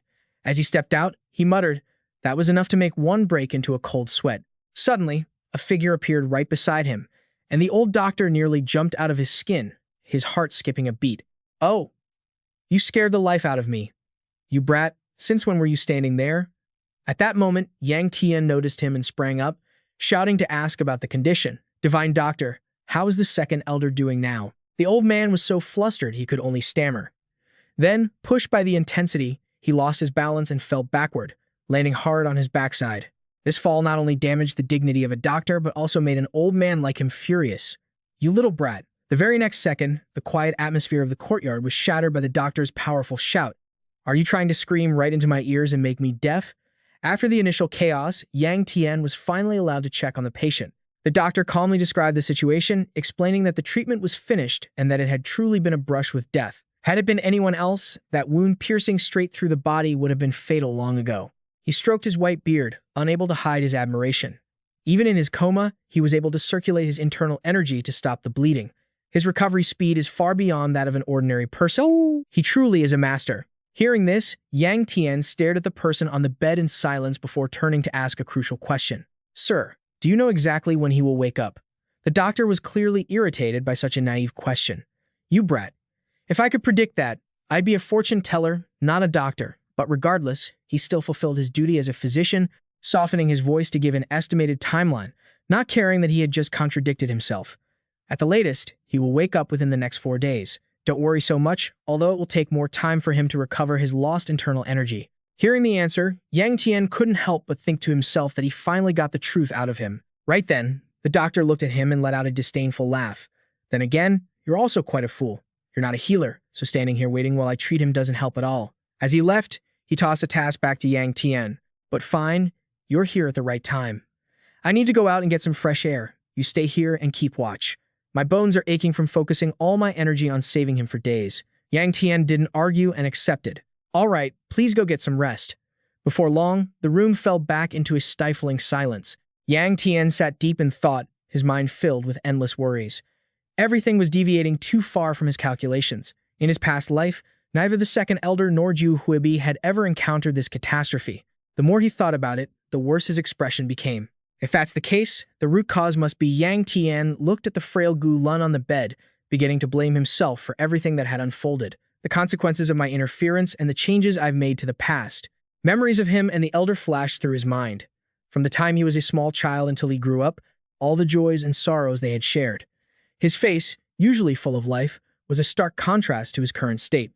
Yang Tian slumped beside the hospital bed, looking like a prisoner burdened with guilt. Then he murmured vaguely to himself, "A senior who should have been strong for another 10 years. Yet now, how did it come to this?" His hand remained tightly clenched, the veins standing out clearly, reflecting the unwillingness and frustration in his heart. Suddenly, Yang Tian wiped his face, unsure if he was brushing away tears or just trying to clear his head. As he lowered his hand, his youthful face was hardened by a fierce desire for revenge. Why would the palace master of the Dark Knight personally step out to capture Ju Huibi? If he just wanted to capture someone, he wouldn't necessarily need to pick a time when the second elder was present at the front line. A cold, murderous glint slowly flickered in his eyes. But it was precisely because of this incident that his father had to leave, and the second elder was left unable to fight. If this whole situation was a move someone had planned in advance, Yang Tian muttered to himself. Even if it was just a guess, he was 80% sure it had to be that person's conspiracy. The bright moonlight above was just like his state of mind, casting its reach even over the villain's hideout. In one room within the compound, a candle still flickered faintly. Shuangjun gazed outside in deep thought, then lifted his teacup and softly summarized everything that had happened. The deal had been completed successfully. Thanks to this, the Black Knight Palace had surely secured the spark they had been craving. Even if the Patriarch mobilized his troops to search everywhere, they wouldn't easily find a trace of the Black Knight Palace. At such a crucial moment, every step had to be precise down to the smallest detail. The impending life and death struggle slowly surfaced in his mind. Therefore, this was the perfect opportunity for him to expand his influence. He needed to reconnect with forces that could support him. However, the old Nangong Patriarch didn't seem to trust him at all, so further negotiation would just be a waste of time. Either way, everything was still within his expectations. Shuangjun took a sip of tea without a hint of worry. But that was fine. It wasn't worth worrying about. Everything was proceeding according to plan. But just as he brought the cup to his lips, a sickening sensation shot straight to his head, making Shuangjun's face harden. He reflexively slammed the teacup onto the table, his body doubling over from a sudden, violent coughing fit. Even the veins on his body were agitated and bulging. Once the state eased, Shuangjun spat out a mouthful of foul-smelling blood into his hand. He stared intently at the dark red stain, helplessly grinding his teeth as he cursed under his breath. "Damn it. Has the internal energy I've been using to mask my injuries finally reached its limit? I must act faster." Just then, A strange light suddenly flashed outside the window.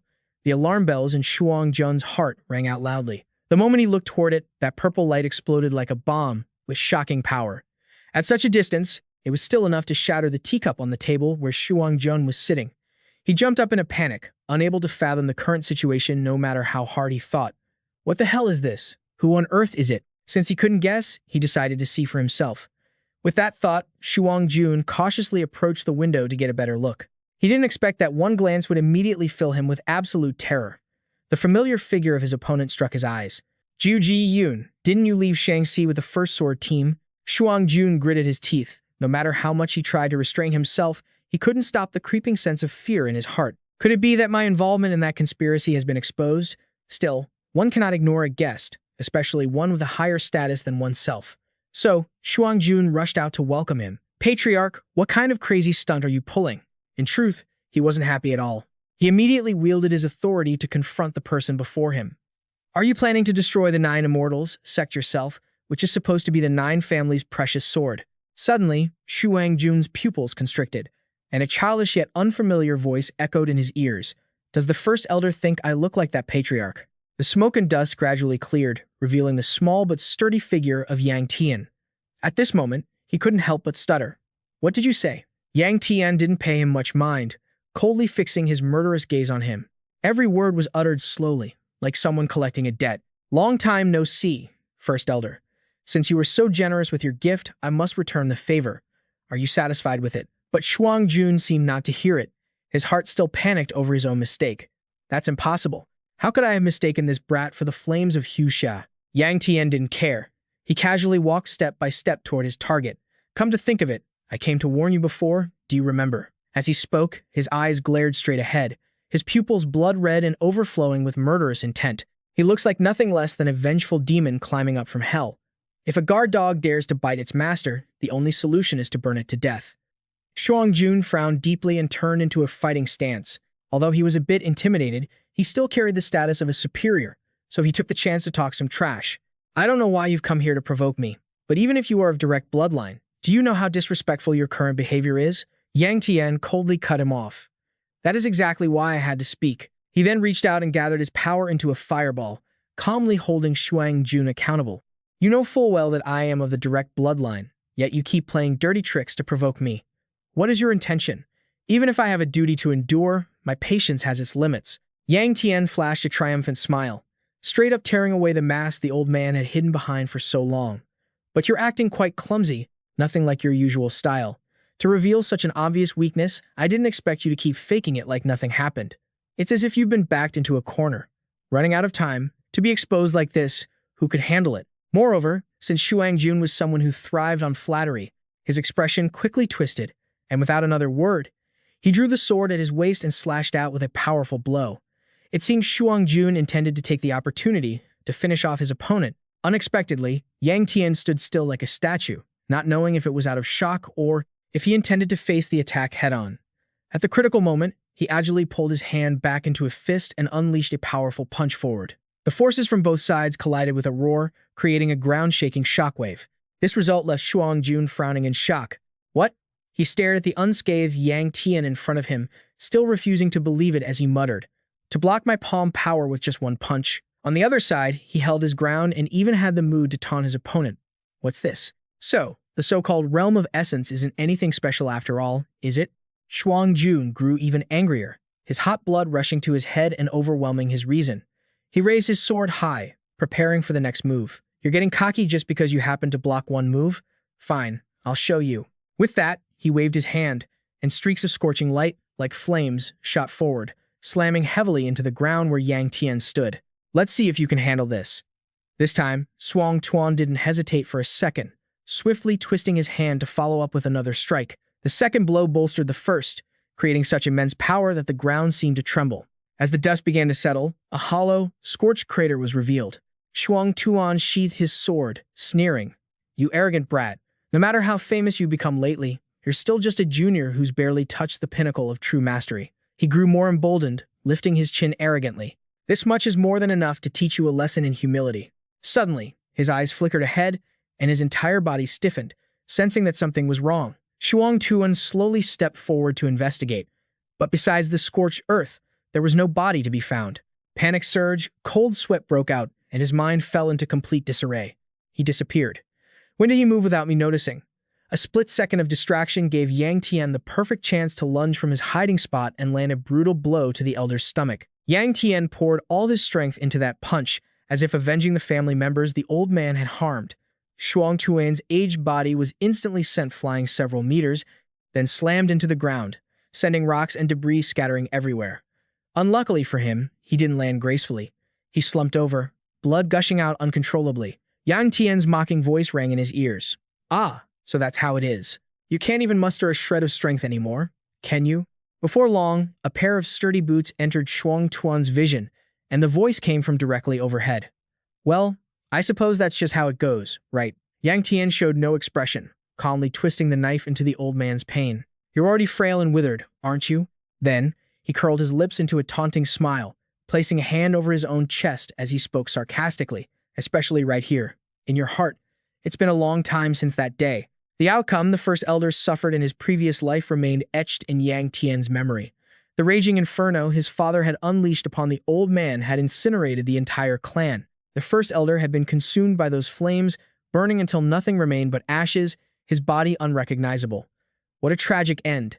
How could he ever forget that terrifying heat? His father was certainly no weak, old tiger. The price for that fury was the inevitable consequence for anyone who dared to cross the line. The root of it all was nothing more than the old man's bottomless greed. Even if he hadn't been burned to death, everyone knew back then that he didn't have much time left to live anyway. Despite his broken state, Shuang Tuan gasped out a challenge. "You insolent brat, are you saying I'm too old?" He lifted his sword with both hands, then swung a razor-sharp arc through the air, forcing Yang Tian to jump back. Shuang Tuan furrowed his brows, roaring in anger. "Watch this." He threw his scabbard to the ground and leaped forward. Neither hesitated, charging straight at each other to begin a fierce battle. Yang Tian carefully observed every move Shuang Tuan made, analyzing them. Between entering the pinnacle realm to reshape one's body and the transformation stage, a threshold considered to be the doorway to divinity, he dodged every strike gracefully. After all, there had always been an unbridgeable chasm between those two realms. Suddenly, a tear in his shirt made Yang Tian frown. Shuang Tuan had appeared from above, both hands gripping the hilt of his sword tightly. The old man struck down with a finishing blow, screaming, "Get lost." Yang Tian didn't back down, throwing a punch as fierce as a wild tiger. The collision of these two massive forces shook the heavens and the earth. Yang Tian did a backflip and landed safely. He furrowed his brows, silently realizing the truth. As expected, the first elder is currently weakened by that bizarre illness and is just putting on a front. At this rate, I can take a gamble. Shuang Tuan panted, gasping weakly. "Kui Yang Tian, you bastard, you," he pointed his sword straight ahead and yelled in frustration. "Don't you dare think you can cause this and just walk away safely. Do you think that just because you have a reason or a pretext for your actions, you'll be forgiven?" Magical flames flared up, engulfing Yang Tian's body. A reason, a pretext, it's all right here. What more are you trying to deny? Suddenly, Yang Tian's voice turned chillingly low as he revealed. "Oh, and what about the secret basement hidden behind the bookshelf in your study? That seems like the perfect place to expose your dark, true face." Upon hearing that, the old man's face turned deathly pale. How do you know about that?" Shuang Tuan's fear slowly faded, replaced by a cold, murderous intent. "No, it doesn't matter. Whatever the reason, it means nothing now." He lowered his stance, his aura growing solemn as he prepared his ultimate move. "You shouldn't have mentioned that." A heavenly fire ignited, and Shuang Tuan was its conduit. He stomped his feet into the ground, causing the earth to cave in and shatter. Shuang Tuan's eyes rolled back as he charged in a frenzy. "Don't blame me for being cruel now." Yang Tian rushed forward, determined to meet the attack. The two forces collided within seconds. As they met, it created a strike so sharp it seemed to split the very air. The old man had staked his very life on this battle. Yang Tian gathered his strength, determined to defend and find an opening to counter. A roar erupted from Yang Tian, acting as a trigger for his accumulated energy to burst forth. He broke through every barrier and landed a breath-stealing punch into Shuang Tuan's stomach. Unable to handle the overwhelming pressure, the old man vomited blood. Yang Tian wasn't done yet. His power flared even more violently, wanting to end it all. After that blow, he stood panting, exhausted. I finally broke through. His hands were trembling. The power of the blood demon right. If it weren't for channeling that blood energy, the situation would have been far too dangerous. I never wanted to use it because of the unwanted side effects. A violent, painful coughing fit broke the tense air. A broken Shuang Tuan lay in the ashes and wheezed. What the hell is this? What is that Ngo Fan VM? He went mad, screaming. How on earth did you manage that? But Yangtian approached him calmly and spoke. Kui Tian sect leader, Kui Shuang Tuan, you are guilty of colluding with foreign powers to harm the family, not to mention conspiring to kill direct bloodline descendants. That sudden approach made Shuang Tuan scramble back in terror. Yangtian channeled his magic into his fist and declared clearly, as of today, you are stripped of your position as First Elder. Shuang Tuan's face contorted as he stammered. Why? Why do you, a pathetic piece of trash, still try to act tough when you're clearly terrified? Who do you think you are to have the right to cripple me? Right after that, a massive flame erupted, eliminating the long-term threat. The scene shifts to a dark prison cell. Wee bitch jolted awake and screamed, Yangtian, stop bullying me. Yangtian, stop it right now. She sat up abruptly. So angry, she bared her teeth as if to bite him. He's only allowed to be bullied by me. When reality sank in, Hui bitch sighed in frustration. Was all of that just a dream? Even in my dreams, he's as annoying as that sly little cat. Old Mo laughed hoarsely from nearby and spoke up. Finally awake, are you? Looks like you had a pretty nasty nightmare. She whipped her head around, eyes full of caution. Who's there? Hearing that, he replied, calm down. I'm just an old man with no strength left in him. Since you just woke up, you're probably wondering where you are, right? Do you remember how you got here? Thanks to that question, it all came back to her. Right. She had been ambushed by the Lord of the Black Knight Palace. So, this was the Black Knight Palace? She immediately started planning how to break these chains, but suddenly, an obstruction caused a sharp, piercing pain. Hui bitch flinched and collapsed, her head hitting the floor. Calm down. Seeing this, Old Mo intervened. What are you making such a scene for? Don't act recklessly. You'd be better off just lying still. She frowned and gritted her teeth. The old man, Mo, explained immediately. Oh, don't misunderstand me. I'm not your enemy. I'm just like you, kid, a prisoner dragged here by those people from the Black Knight Palace. But you're no ordinary person, are you? That thing inside you isn't something you can just suppress whenever you want. Hui bitch struggled on the floor, thinking to herself, what the hell is this? It doesn't feel like my pressure points were sealed, but every time I try to circulate my inner energy, this excruciating pain hits me. He didn't continue the conversation, simply turning away as he announced, I'm tired. I'm going back to sleep. The legendary sword peak. Once here, that hero will show up sooner or later, so stop wasting your energy and get some rest. What will you do if you let that thing inside you be discovered? Hearing that, she was stunned. How did this old man know her situation so well? Breaking into a cold sweat, Huey bitch asked, Who are you? Old Mo answered warily, Me? Why do you keep asking about that? After a moment of silence, he finally replied, Old Mo. The voice was calm, as if it were the most natural thing in the world. Just call me that. She gritted her teeth, feeling incredibly frustrated, and thought to herself, what kind of hellish situation is this? Why did the Black Knight Palace Lord show up there? Am I really just supposed to wait here for someone to save me? Luckily, the item I hid on me wasn't discovered or confiscated, but how on earth did Old Mo find out about it? Memories of Huey bitch throwing a treasure flashed through her mind, the exact same one she had given to Yangtian before. He hadn't been very interested at the time and just took it out of politeness. In his hand was a golden bead. Huey bitch remembered its shape and name, Heavenly Furnace Pearl. Returning to reality, she looked grim and muttered, Please, I hope he doesn't know how to use this thing. When the third and fourth elders heard the news, they were furious, berating the absent clan head. How could the young master dare to arbitrarily execute the first elder? How could this ever be acceptable? Even if he is of the direct lineage, we can't just let this slide this time. We must use this opportunity to punish him severely so he might finally learn his lesson. Gulun saw Yangtian sitting listlessly in the dungeon and teased him. You look absolutely pathetic. He lifted his head upon hearing the familiar voice. Second elder. He crossed his arms and said that the third and fourth elders were making a huge fuss, demanding that discipline be restored regarding that person. Yangtian heard him but only cared about Gulun's condition. Those old geezers have already retired, yet they still have the energy to meddle in this. Why? But wait, are you able to walk already?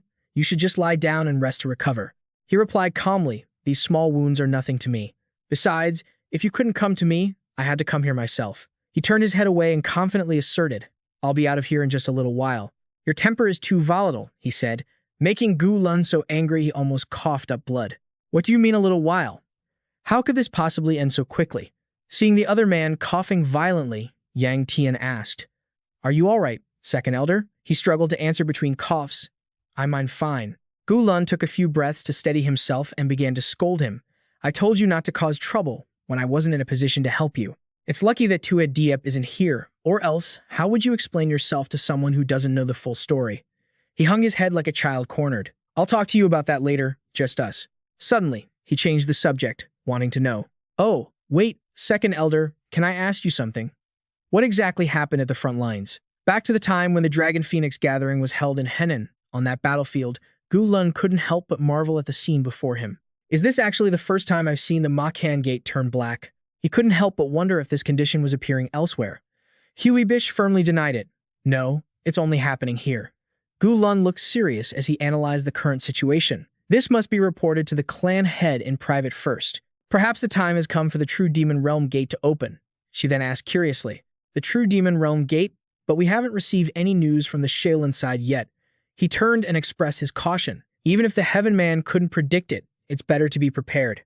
Hui Bitch nodded in agreement, saying that made sense. Suddenly, she called out, as if to ask more.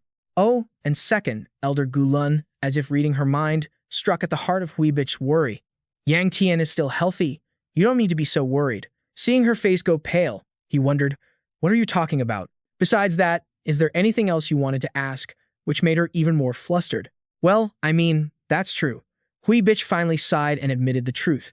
Overall, there isn't a single day that goes by where I don't worry about him. I just hope he doesn't cause any more trouble after arriving in Henan. Gu Lun immediately clarified Yang Tian's reckless nature.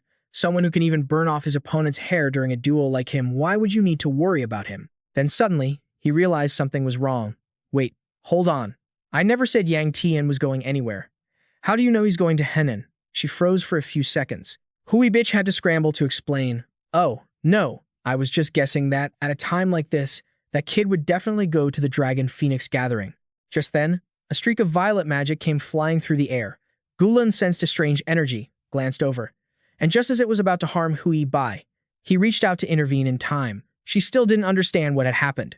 Second, Elder, what just happened? Suddenly, the deep, raspy voice of Hei Ye rang out. Long time no see.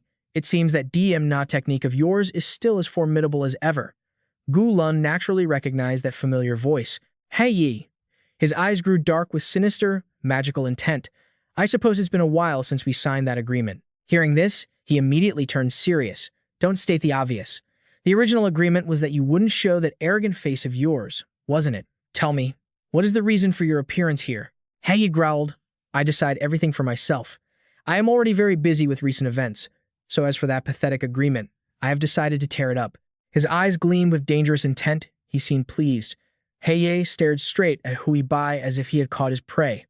Found you. Gu Lun suddenly threw a powerful punch that shook the very ground. Dirt and rocks shattered as waves of energy erupted, aimed straight ahead.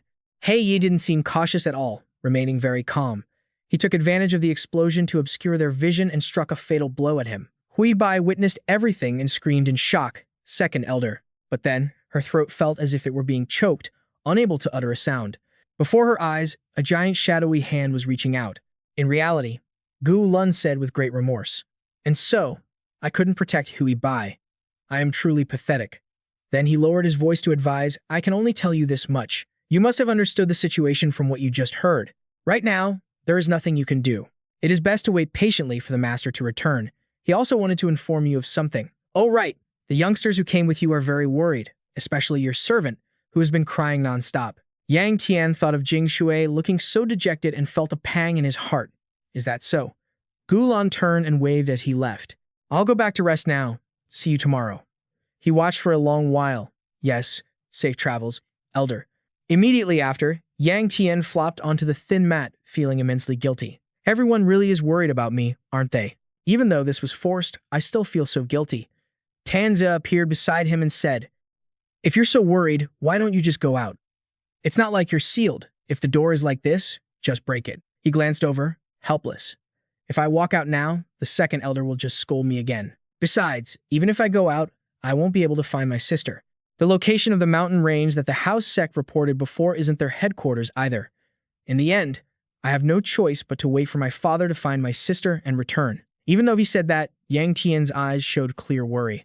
The problem is, how long do I have to wait? Dawn slowly broke, signaling the start of a new day. He sat blankly in a corner, his heart filled with utter despair. Is today the third day?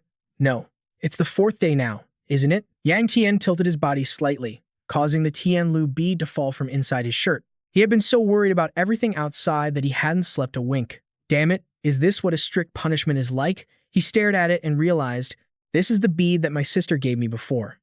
Did the string break and make it fall out? Yangtian lowered his hands, picking it up while complaining.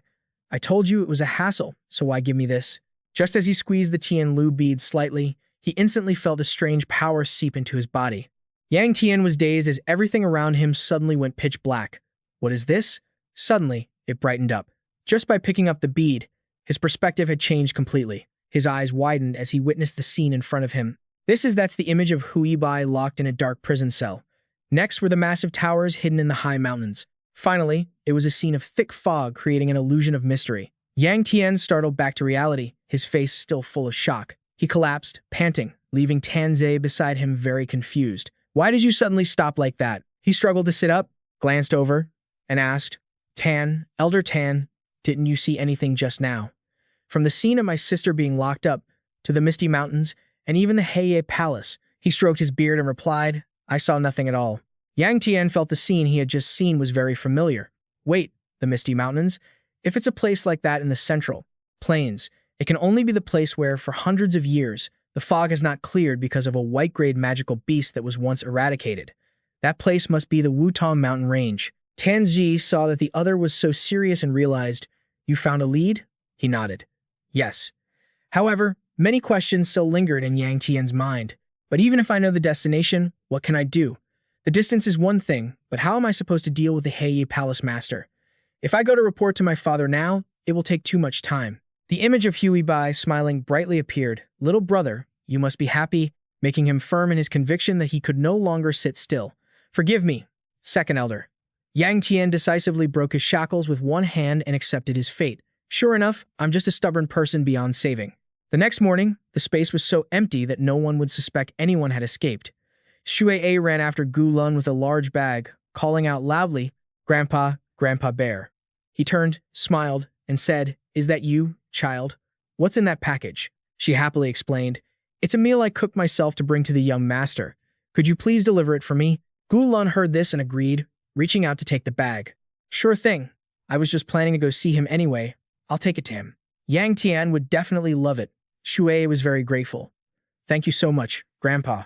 But then she asked dejectedly in a soft voice, Oh, Grandpa Bear, when will the young master be released? Gu Lun saw her sincerity and smiled affectionately. He patted Yue's head and reassured her. Don't worry, he'll be released soon. That made her laugh excitedly. Really? Truly? Then Shuei Ni will continue to prepare meals until the young master is released. Inside, there were still plenty of dumplings that the young master liked, but little did they know a major incident had occurred in the prison cell. The door had been smashed to pieces. Gu Lun read Yang Tian's notes again. I found a clue that my sister is at the Wutong mountain range, so I'm heading there.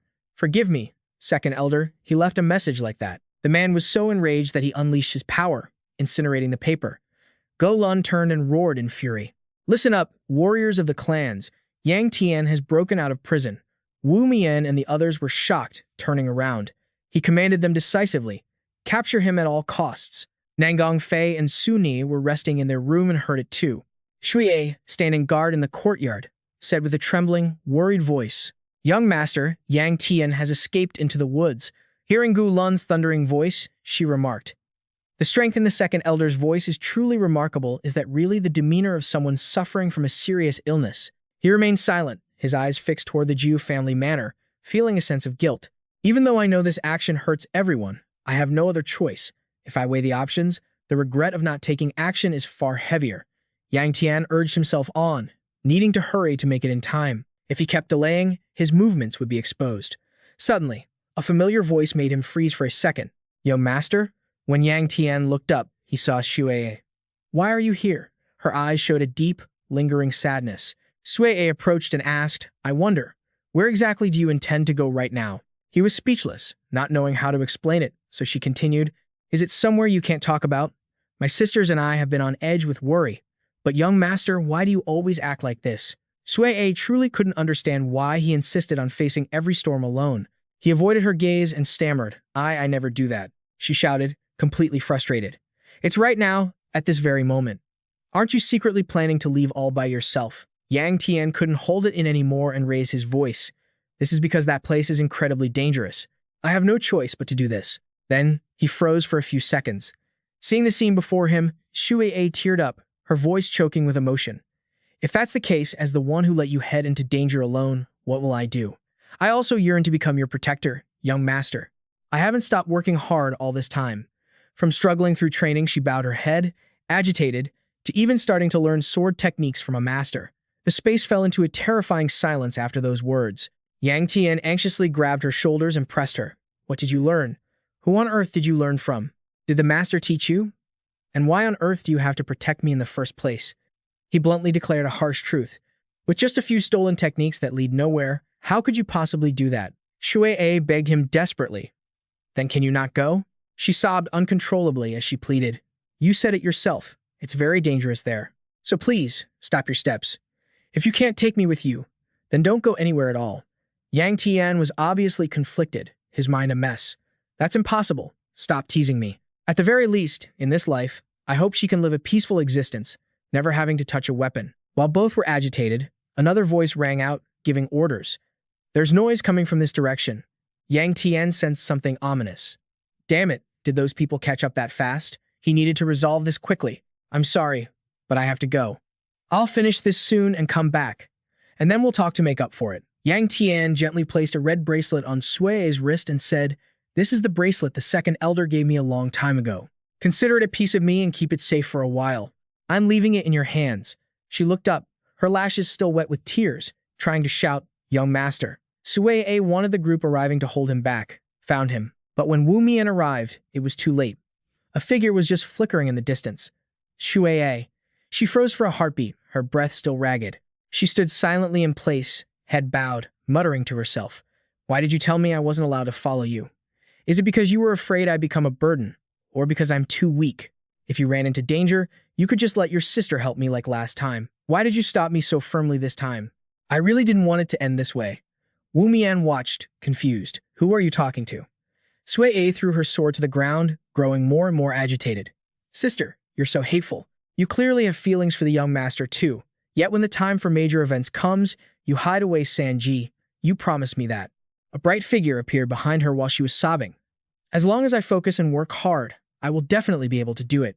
That I am capable of protecting the young master. It turns out it was all just empty lies. Shui burst into tears, her voice trembling. You're truly a big liar. A liar? You're just a deceiver. Her mournful cries echoed throughout the forest, making anyone who heard feel pity. Yangtian had long since left that place far behind. Since parting with Wei Suiyar, he didn't even know how many days had passed. Nightfall fell, enveloping the vast forest. He kept sprinting forward as fast as he could. Suddenly, Yangtian sensed strange energy and glanced at the wild demonic beasts, large bears and wolves charging fiercely. He unleashed his fire heaven power and swung his fist, instantly taking down a myriad of fierce beasts. The wolves that were terrifying moments ago were now being pummeled effortlessly. Yangtian easily defeated the whole pack without wasting much effort. They collapsed and went motionless in an instant. He glanced over, silently reflecting on this long, grueling journey. I only know how to pour all my strength into rushing toward the Wutong mountain range, dealing with any demonic creature that blocks my path. He couldn't see a single village around, but he had no mind to rest anyway. He took care of his own food by hunting edible demonic beasts. When he couldn't find a water source, he had to catch rainwater to use. Every time he stopped, the image of Wei Suiyar appeared in his mind, making him unable to bear it. Therefore, the only thing he could do now was find her as quickly as possible and return. There wasn't a single second left to waste. Despite that, Yangtian stood up abruptly in the pouring rain. He remembered the strange signs from the Heaven Pearl. This strange gem grows dimmer every time it glows. And I've realized that exactly one day later, it shines brightly again, allowing me to see those images from that moment once more. Thanks to it, I can monitor her condition even while I'm on the move. Yangtian was lost in thought when a bolt of lightning suddenly struck down. I'm not sure why she gave this to me, but now that I know how it works, I have to make the most of it. The loud noise cut through his thoughts. Yangtian's eyes snapped open, realizing something unusual was happening. A massive, violent lightning bolt struck down, making it hard for him to brace himself. Yangtian stumbled back, his eyes still sharp and focused. What the hell is this? Lightning out of nowhere? No, This isn't a natural disaster. It's sword energy unleashed by a master at the pinnacle of power. He was shocked at the thought. Could it really be? Since when has Nangong Fei been here? They stood face to face, the tension suffocating. She looked dark and somber, dropping her voice. Hello there. Yangtian stood up and demanded, You're someone who can't even find her way around. How did you manage to track me all the way here? Did you go through all this trouble just to force me to take you along? Nangong Fei didn't deny it. That's right. He narrowed his eyes and asked, Do you even realize where I'm heading? She replied bluntly, I don't know, but there is one thing I'm sure of. Nangong Fei pointed her sword forward and declared, It's that you're recklessly throwing yourself into danger alone again, aren't you? Yang Tian cried out in frustration. That's exactly why I insisted that going alone was enough. I never wanted you people to get dragged into unrelated matters and face hidden dangers. She immediately cut him off, complaining, You're so noisy. Then, Nangong Fei erupted with magical energy. Let's go together. She took a battle stance and declared, If not, Nangong Fei's gaze turned sharp. Don't even think about escaping. The surroundings were engulfed in a thick, stifling darkness so silent it made one gasp. Suddenly, a terrifying explosion echoed out, shaking the entire void. Fiery red flames quickly devoured the enemies in a sea of violent heat. The remaining ones couldn't escape the spreading destruction. His hand was burning in the sea of fire, clenched into a fist full of chilling, killing intent. With a single violent smash, the ground shattered into large pieces. The cruel sea of fire erupted violently, quickly spreading to every corner. Triu Van spoke coldly amidst the ruins, captain of the First Sword Squad. He stepped forward and replied, I am here, master. He scanned the battlefield and said in a low voice, This place doesn't seem to be the Black Knight Palace's main stronghold. Has the Flying Sword Scout provided any updates yet? The First Sword Squad captain bowed his head, reporting, Nothing yet. He paused for a moment before continuing. However, there is news that just arrived from the Second Elder. The master's expression shifted slightly. The Second Elder? Could he have woken up? The First Sword Squad captain quickly answered, Yes, but the content seems extremely critical. Please, take a look for yourself. He slowly handed the letter to Triu Van with great respect. After reading it, the master's eyes became incredibly deep and somber. Triu Van spoke softly, Captain of the First Sword Squad. He bowed immediately to receive the order. Present, Master. The Master ordered coldly, Transmit the order to every member of the Sword Squad to quickly reorganize the ranks. Triu Van's long robes fluttered violently amidst the roaring red flames. He walked while saying, As soon as everything is ready, we will depart immediately, heading straight for the Wudong mountain range. Elsewhere, deep in a cold, dark dungeon where light never reached, Old Man Mac frowned in annoyance and let out a sigh. This is so troublesome. He snapped, Can't you just sit still for once? I can't get a wink of sleep with all this noise. At that moment, Q-Bitch kept slamming her head against the iron bars until she bled. In the silent atmosphere, a slow sound of footsteps suddenly echoed from ahead. The person approached, his voice cold and sudden. Stop. She slowly lifted her head, her eyes filled with hatred and killing intent. Q-Bitch gritted her teeth and called out the name of the person in front of her, Master of the Black Knight Palace. The old man spoke slowly and coldly. I will absolutely not let anyone violate this precious flame. She immediately growled in fury. You bastard. Why don't you untie me right now? Black Knight let out a cold laugh, knowing that her Dantian was suppressed by demonic energy, yet she was still stubbornly resisting. I don't know if that's iron will or just pure, utter ignorance.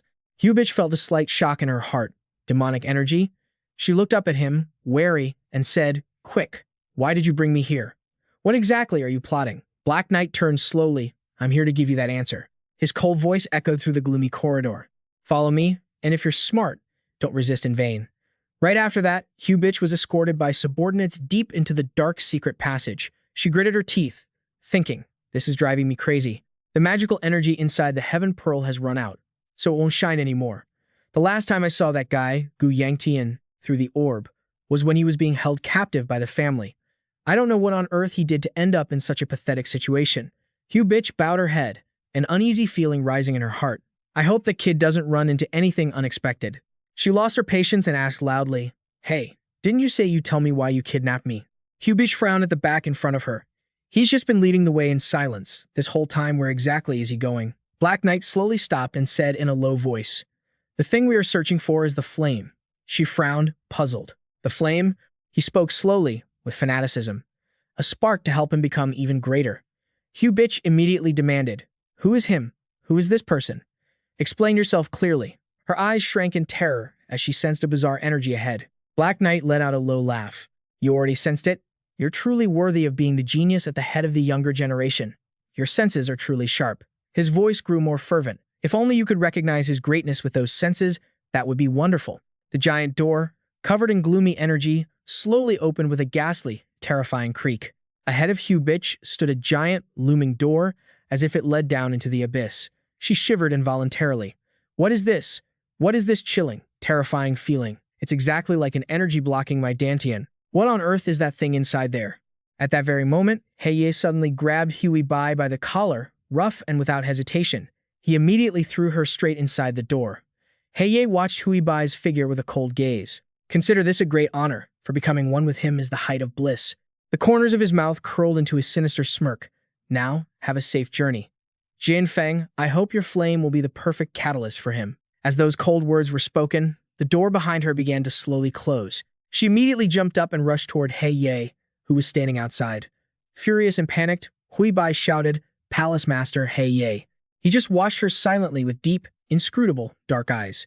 Immediately after, the heavy door closed completely, cutting off all light from the outside. She gritted her teeth in fury.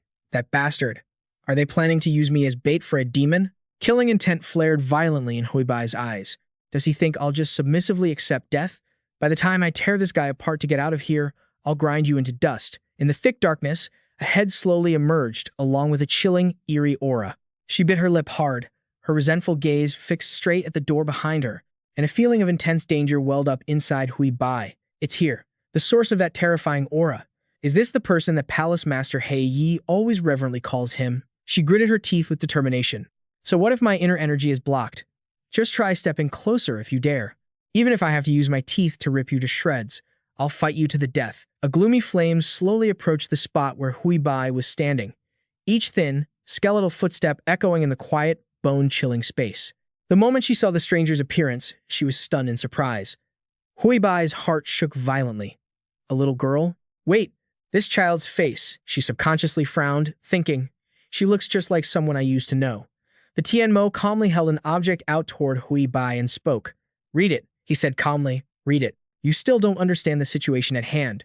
What on earth is going on here? Hui Bai helplessly held up her bound hands. I'd love to, but it's a bit difficult with my hands shackled like this. The Tianmo immediately sidestepped, then silently looked at the chains on her wrists. His eyes flickered with annoyance, and his small lips pouted in dissatisfaction. Immediately after, the Tianmo just waved his hand slightly, and all the chains on Hui Bai's body instantly vanished. She opened her eyes wide, unable to believe it. It's unbelievable. He turned that cold iron into dust with just a flick of his hand. He slowly pulled his hand back. Done. The Tianmo continued to hold the book toward Hui Bai. Can you read it now? Outside, Nangong Fei looked at the gloomy mountain range ahead and spoke in a low voice. Looking at how dark and foggy it is ahead, this must be the Wudong mountain range. Gu Yangtian frowned helplessly. If you dare to rush ahead on your own one more time, I'm just going to ignore you and leave by myself. She immediately lowered her head and muttered, I'm sorry. Nangong Fei scratched her head, feeling wronged. But it clearly looked like a shorter path earlier. He immediately snapped back, feeling annoyed. What's shorter? We ended up taking a detour and wasting so much time. Gu Yangtian sighed and looked ahead. Regardless, the current trouble is his eyes turned serious. How are we going to break in there?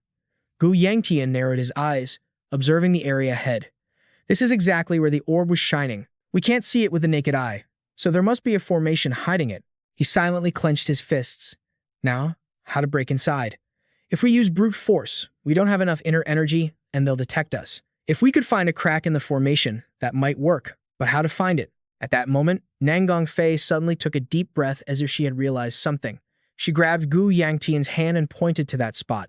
Beside her, he was startled and hurried to follow. There's no way. Don't just go anywhere. I told you not to run around.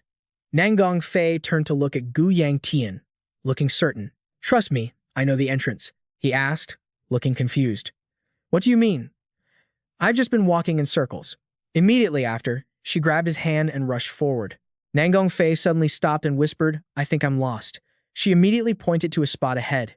It's right here. Gu Yangtian looked at Nangong Fei, confused. How did you recognize it? She sniffed the air around them slightly. As the scent faded, Nangong Fei immediately swung her sword decisively toward the front. A sharp bolt of lightning energy instantly tore through the air into the empty space ahead. He panicked and spoke up, "Hey, using lightning energy to hit that will expose us." She just processed it calmly, turned toward Gu Yangtian, and said, "It's done." Nangong Fei turned to him and said, "Let's go in." Gu Yangtian's eyes widened in surprise. "Did you find the crack in the formation already? Your senses really are sharp." She turned back to look at him, puzzled. "Aren't you coming in?" Nangong Fei immediately urged, "Hurry up. If we don't go in, it'll close." Gu Yangtian could only sigh helplessly. "Ah." He quickly ran after her, calling out from behind, "Wait for me." As soon as the two stepped inside, the barrier behind them slowly closed shut. On the other side, Hei silently stared at the door covered in talismans and thick chains. His eyes gradually became fanatical. By now, him must have finished eating. After eating that girl, him will become even stronger. The corners of Hei's mouth slowly curled up. Finally, I can see the true strength of him. Not hesitating any longer, he pushed the door open and stepped inside. The moment he saw the scene before him, Hei was stunned into silence. "What is this?" Huibi frowned, looking at the book in her hands. "This book is written in such a confusing way." She looked up at the TMO and asked, "Are there any others besides this one?" "And hey, I'm talking to you. Speak up when I ask you something." He calmly replied, "There are no other books." Huibai nodded in satisfaction. "That's right, you have to be clear like that." Seeing Hei enter, she immediately spoke up. "You're here." "Huh." Huibai quickly pointed toward the Tianmo. "You arrived at the right time. Bring some more books for your master." "How can you let a child read ancient texts like this?" "Understood." He stood frozen, his pupils trembling violently. "This can't be. My him should be a demon god that makes the martial arts world tremble. Why is he in that girl's arms reading a book?" His face instantly turned ferocious. "You bitch, how dare you? How could you?" He unleashed his power, shouting in rage, "Tainting my him." He slowly looked up at Hei, his eyes cold. "Don't do that." He instantly widened his eyes in shock when he heard Tianmo directly intervene. The violent surge of power from Black Knight had just erupted, but was immediately crushed by his mere gaze. Huibai tightly clenched her fists in shock, thinking. He stopped the Lord of Black Knight Palace with just a look. What kind of divine creature is this child? He bowed his head and replied, "Heavenly One, please forgive your servant. The flames I prepared for you were not as I intended." The heavenly demon turned around slowly, his gaze calm as he looked straight at Huibai. His voice was utterly indifferent. "I cannot consume any more." Hei immediately opened his eyes wide and said, "It's nothing." But inside, a storm was brewing. His master had already devoured so much powerful energy. Yet now, they say he can't absorb the spiritual energy of that girl. Hei clenched his fists tightly. The heavenly demon, destined to become the demon god of all things, must harmonize every energy in the world. To do that, he requires pure flames. His expression turned grim. "This is bad. My entire plan will be ruined." Hei quickly bowed respectfully. "I understand, my lord. I will go find the book for her to read. But could you let her come with me for now?"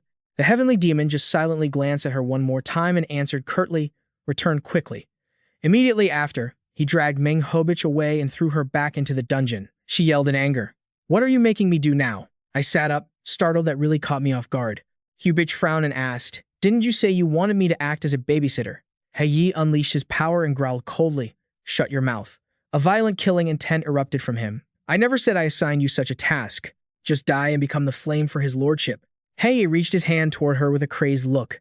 "If his lordship cannot swallow any more, I will simply change your form into something easier to digest. After all, flames don't need a specific shape." A stream of pitch-black demonic energy surged violently toward Hubich. She gritted her teeth, glaring at him with pure fury. Palace Master Hei. Just then, a massive tremor shook the ground, making him turn around. Hei's eyes flashed with suspicion. What was that vibration? It seems there's a collision at the barrier. Someone is digging at it from the outside. Out there, explosions echoed repeatedly across the gloomy, mountainous terrain. His pupils contracted as he realized something. Could it be? Hubich let out a sigh of relief. "Thank goodness, I don't know what's happening, but I'm saved." He chuckled meaningfully. "So, they finally arrived?" Old Mo glanced at her and said indifferently, "You're lucky, little girl. Your father is here." Hubich froze when she heard that. "Father?" Outside, Jit Yun stood coldly, observing the barrier. There was indeed a formation set up here. The sword squad leader stepped forward. "Let us break it quickly." Jit Yun waved his hand decisively. "No need. Step back. Leave it to me. Brute force is enough." Right after, Jit Yun channeled his internal energy. Violent flames erupted around him, and a sea of crimson fire quickly spread, swallowing the entire space inside the barrier. Yangtian looked at the scene and asked, "Qitian, has father really returned from the front lines?" Nangong Fei's eyes widened in shock. Is this the power of her father? He nodded slightly. That's right. At that moment, Yang Tian suddenly turned to look at her, causing her to quickly avert her gaze. He frowned, confused. What did you say? Nangong Fei immediately pretended to be calm. Is something wrong? On the other side, Jit Yun continuously unleashed violent flame-infused punches at the barrier. Explosions shook the heavens and the earth, causing tremors throughout the entire area. The sword fighters behind him covered their faces against the billowing dust. Under the crushing pressure, the barrier began to show cracks everywhere. He didn't stop at all, continuing his frenzied barrage. A final, heavy punch landed, causing the barrier to shatter into pieces instantly. Soon after, Jit Yun walked slowly into the center of the remaining flames. He Ye smirked gloomily. I thought you were too scared? A tiger remains a tiger indeed. High up in the distant sky, a figure stood silently in midair, exuding an oppressive aura. He stood with his arms crossed on the roof of the highest building, looking down coldly. He Ye slowly raised his head. Long time no see, Yan Gui. A soldier knelt down, terrified, to report, It's a disaster, Vice Palace Master. The Palace Master is fighting Yan Gui. He hurried to bow his head. We must provide support immediately. Dian Ao slowly looked at the soldier, his gaze so cold it made others shiver. He swung his hand in a slicing motion and said coldly, Shut your mouth. In this world, only the Palace Master has the right to command me. Dian Ao's eyes turned sharp with killing intent. Do you think a mere incident like this is enough to put the Palace Master in danger? If anyone else harbors such cowardly thoughts, speak up, and I will behead you immediately. He scanned all his subordinates coldly. Right now, we only need to do one thing. Killing intent flooded the Grand Hall. That intruder who snuck into the palace must be captured alive and then killed. On the other side, Yang Tian frowned impatiently. Damn it, where exactly is my sister being held? He looked around, frustrated. If only I could find a way down. Just then, Nangong Fei suddenly sensed a strange aura approaching. Without hesitation, she pulled Yang Tian back and launched an attack. The soldier who had jumped out from the shadows hadn't even reacted before being knocked down. Nangong Fei turned to remind him, Focus. You're being reckless and losing your concentration. Yang Tian startled slightly and nodded. Ah, sorry. He secretly took a deep breath. You're right. This is the heart of the enemy's territory. I can't afford even the slightest slip-up. Just then, a cold voice suddenly rang out. Come here. Dian Ao's silhouette slowly stepped out from the darkness. Are you lost? I am the Vice Palace Master of the Black Knight Palace, Dian Ao. As soon as he finished speaking, Yang Tian lunged forward, throwing a powerful punch. Following that blow, a giant fire bear roared as it charged toward him. But Dian Ao simply waved his hand, easily dissipating all the flames. He smirked with disdain. You're too impatient. If you thought those pathetic flames could do anything, Dian Ao's lips curled into a sinister smile, then you've gravely underestimated me. Immediately after, countless black, demonic shadows appeared all around the space. Yang Tian clenched his fists. I can sense the danger. If we fight, we'll surely die. At the very least, this man is a master of the transformation realm. Yang Tian quickly decided they must retreat first and figure out how to deal with him later. But how? He walked slowly into the sea of demonic energy. Before I kill you, let me ask one thing. How did you and Yan Gui manage to get in here? Dian Ao continued coldly. Even the house sect haven't found a single clue about this place. He glanced at them. Yang Tian lowered his voice and whispered to Nangong Fei. Hey. He secretly transmitted his voice. We're going down. No matter what, we have to stall for time. Just a moment is enough. She nodded slightly. I understand. Seeing the two silent, he gave a cold laugh. It seems you don't intend to answer my question. The killing intent around Dian Ao instantly flared up. So, this is how the story ends. Nangong Fei gritted her teeth, lightning-like energy surging wildly around her body. The moment his attack descended, she immediately rushed forward to block it. Standing opposite her, Nangong Fei clenched her teeth, bracing against the terrifying pressure crushing down. Yang Tian clenched his fists, looking around. Seeing no path out, he gritted his teeth, his gaze turning resolute. If there's no way, I'll just have to carve one. After the violent explosion, Dian Ao stepped back a few paces, looking unbothered. He brushed a bit of dust off his shoulder and sneered. I thought you were just rats, but it turns out you're a little tiger. Dian Ao's lips curled up slowly. Good. You've started to interest me. He spun the blade in his hand slightly. I'll play this game of hide and seek with you. Yang Tian darted away, his eyes scanning his surroundings. This is the dungeon. My sister must be around here somewhere. He immediately grabbed Nangong Fei and kept running. Staying here any longer is only a disadvantage. We have to find my sister and get out. Just then, Dian Hao also landed heavily in the dungeon from above. A dark crimson demonic aura erupted instantly, raging around his body. Dian Hao slowly scanned his surroundings through the thick smoke and dust, letting out a mocking laugh. Trying to block my path by breaking the wall? You brats are smarter than you look. Dian Hao's gaze turned cold as he slowly raised his blade. However, the killing intent radiating from Dian Hao surged instantly. This move depends on who it's used against. As he finished speaking, he swung his blade forward with wild, violent force. Yangtian and Shi, while running, simultaneously sensed the terrifying killing intent behind them. Dian Hao gave them no chance to catch their breath and immediately gave chase. Nangong Fei gritted her teeth, turned around, and unleashed a powerful kick infused with lightning energy toward him. But in the blink of an eye, Dian Hao appeared right in front of her. Nangong Fei's pupils dilated in shock. He looked at her coldly and shouted, "This is the end for you, daughter of the Nangong clan." The blade in Dian Hao's hand swung straight down toward Nangong Fei with murderous intent. Right at that moment, Yang Tian's shout suddenly rang out, "Stop!" She turned her head in a daze to look at him behind her. At that very moment, blue flames flared up on Yang Tian's body before he slammed his hands into the ground. The violent shockwave forced him to recoil sharply. Yang Tian gritted his teeth, countless ideas racing through his mind. Just one hit. Yang Tian's eyes became intensely focused. If he could break his attack, they could escape. Immediately after, countless blue fire projections rained down toward Dian Hao like a meteor shower. Dian Hao frowned slightly, his hand tightening around the sword. He let out a cold, contemptuous laugh. Dian Hao quickly waved his hand and shouted, "Useless trash." Yang Tian's pupils contracted, his eyes filled with horror and disbelief, and then a heaven-shaking explosion suddenly echoed throughout the dungeon. He slowly walked out of the smoke and dust, laughing coldly. "This is truly ironic." Dian Hao pointed at the iron door behind the two of them. "The place you fell into, that iron door right behind you, leads to the prison for those who've had their martial arts crippled. But you'll lose your lives before you even get the chance to step inside. How can you say that isn't ironic?" Yang Tian gritted his teeth in despair. "Old man, are you there?" A lazy voice quickly chimed in. "What is it?" He tightened his grip. "Things are quite difficult right now. I'm afraid it's not convenient." Tanze huffed coldly, unsatisfied. Her body was being suppressed by blood energy to the point that she couldn't even move a finger, yet she still rushed out. "What exactly do you want me to do?" Yang Tian lowered his head, a flash of helplessness in his eyes. "I knew it. Ever since I left Shaanxi, I prepared myself for this. It was precisely because I feared the situation that I said I would go alone." Dian Hao slowly raised his blade, killing intent erupting violently. "Thanks to you, I'm quite entertained, but this is the end." He slowly lifted his blade and said coldly, "Remember the name of Dian Hao, Deputy Palace Master of the Black Knight Palace, when you reach the afterlife." Just then, a terrifying wave of fire energy swept across the entire dungeon. Yang Tian was startled, his eyes scanning frantically in all directions. When he felt that familiar aura, he blurted out, "Father? No, Master." Tai Yun's deep voice resonated. "You're here, son. Third brother, I have much to discuss with you." He walked over slowly, his expression complex. "But first, we must finish things here. Hurry up." Yang Tian's eyes widened in surprise. Father is really here? Palace Master of the Black Knight Palace. The information he had read once immediately surfaced in his mind.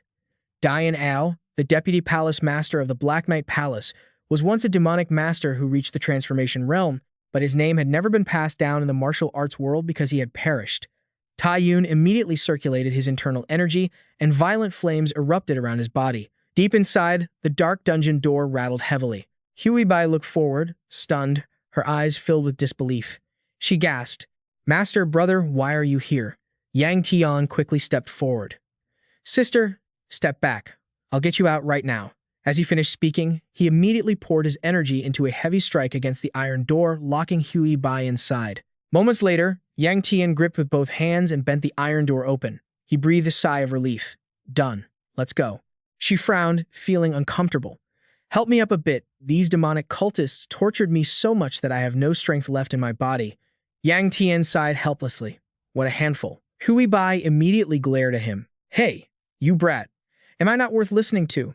Yang Tian could only nod, reaching a hand out toward her. Yes, I know. But the moment his hand touched Huey Bai's, Yang Tian's expression changed instantly. Almost as a reflex, he let go of her hand, looking shocked. Huey Bai frowned, confused. Are you kidding me? Do you hate me so much that you don't even want to listen to your sister? Yangtian's pupils contracted. Why the demonic black sky art? He looked at her intently.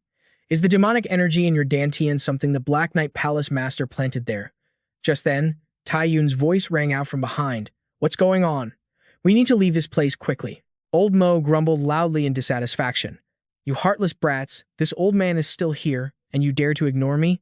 He saw him and frowned slightly. Long time no see, sect leader Xiao Wu. I thought you had already died. It turns out you were right here all along. Yang Tian was momentarily stunned. Xiao Wu, sect. A look of astonishment appeared in his eyes. That old man is the sect leader the Xiao Wu sect has been searching for. So he really was imprisoned in the demon palace. Old Mo glared at him. If you recognize me, don't just stand there like a fool. Hurry up and get this thing off me. Outside, all the enemies were quickly brought under complete control by the Sword Squad, and the remaining subordinates of the demon palace were immediately bound and taken away. The moment he stood up, he laughed heartily.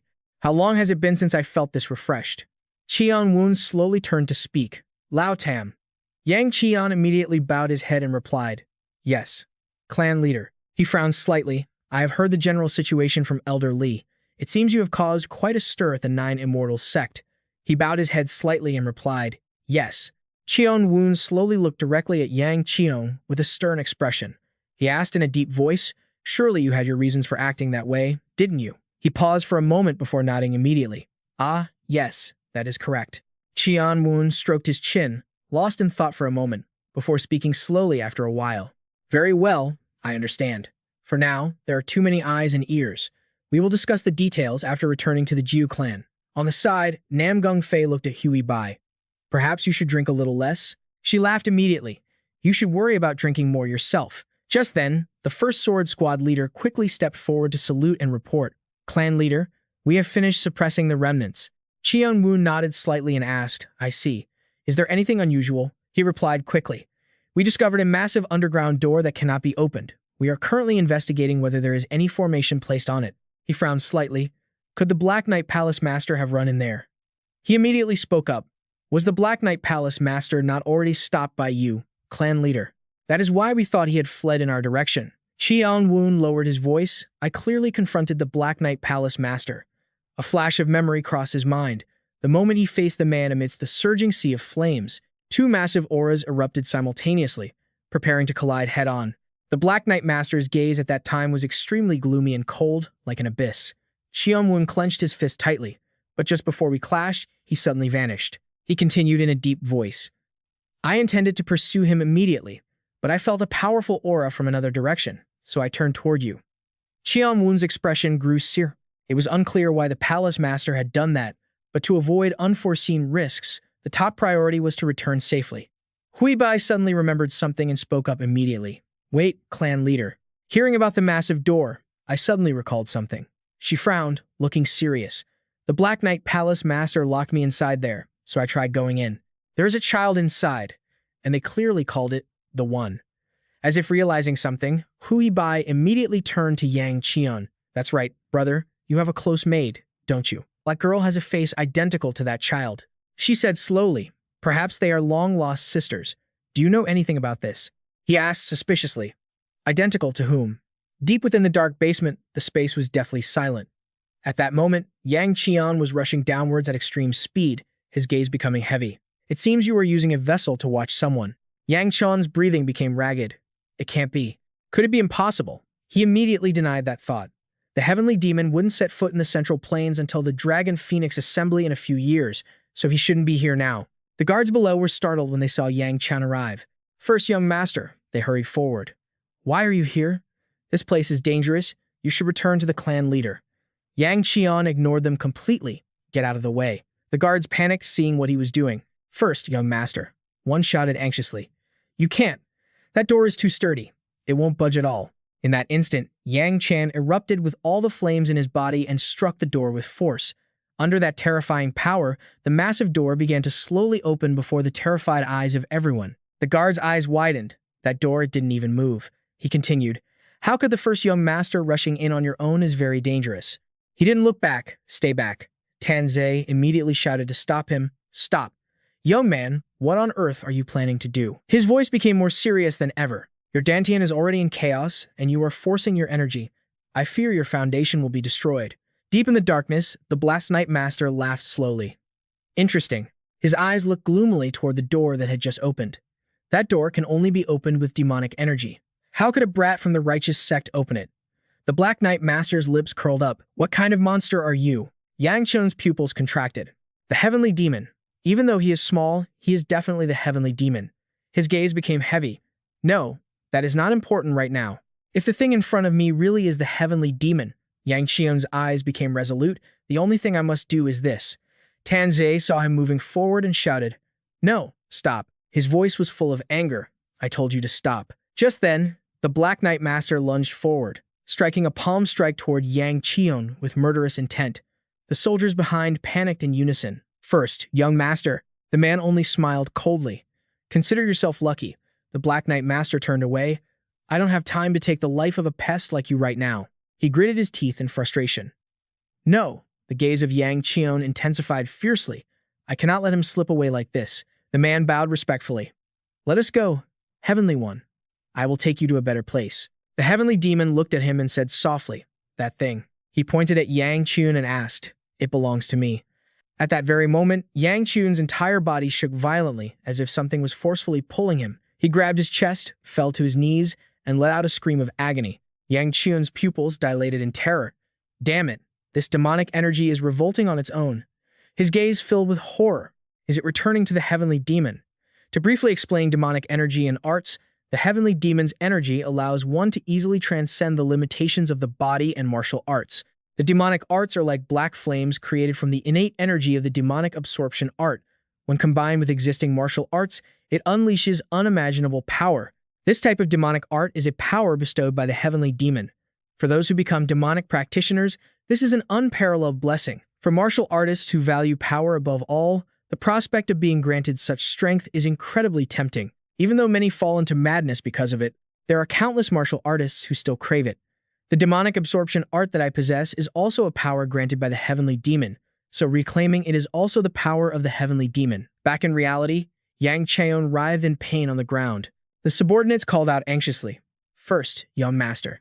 But before they could do anything, they were pushed back by the powerful pressure deep within the secret chamber. The Black Knight Master indifferently heard the noise outside and scoffed with contempt. Uncivilized trash without demonic energy cannot enter this room. Then, he glared coldly at Yangtian. "Furthermore, I don't know why you possess that kind of aura, but if you withdraw it, there won't be any issues." Yangtian didn't answer, only struggling as his internal control slipped away. "No, if this much demonic energy escapes at once, my aura will become chaotic and my body will shatter. No matter what, I must stop it from escaping. I have to stop it." At that same moment, Tian Mo witnessed a terrifying sight.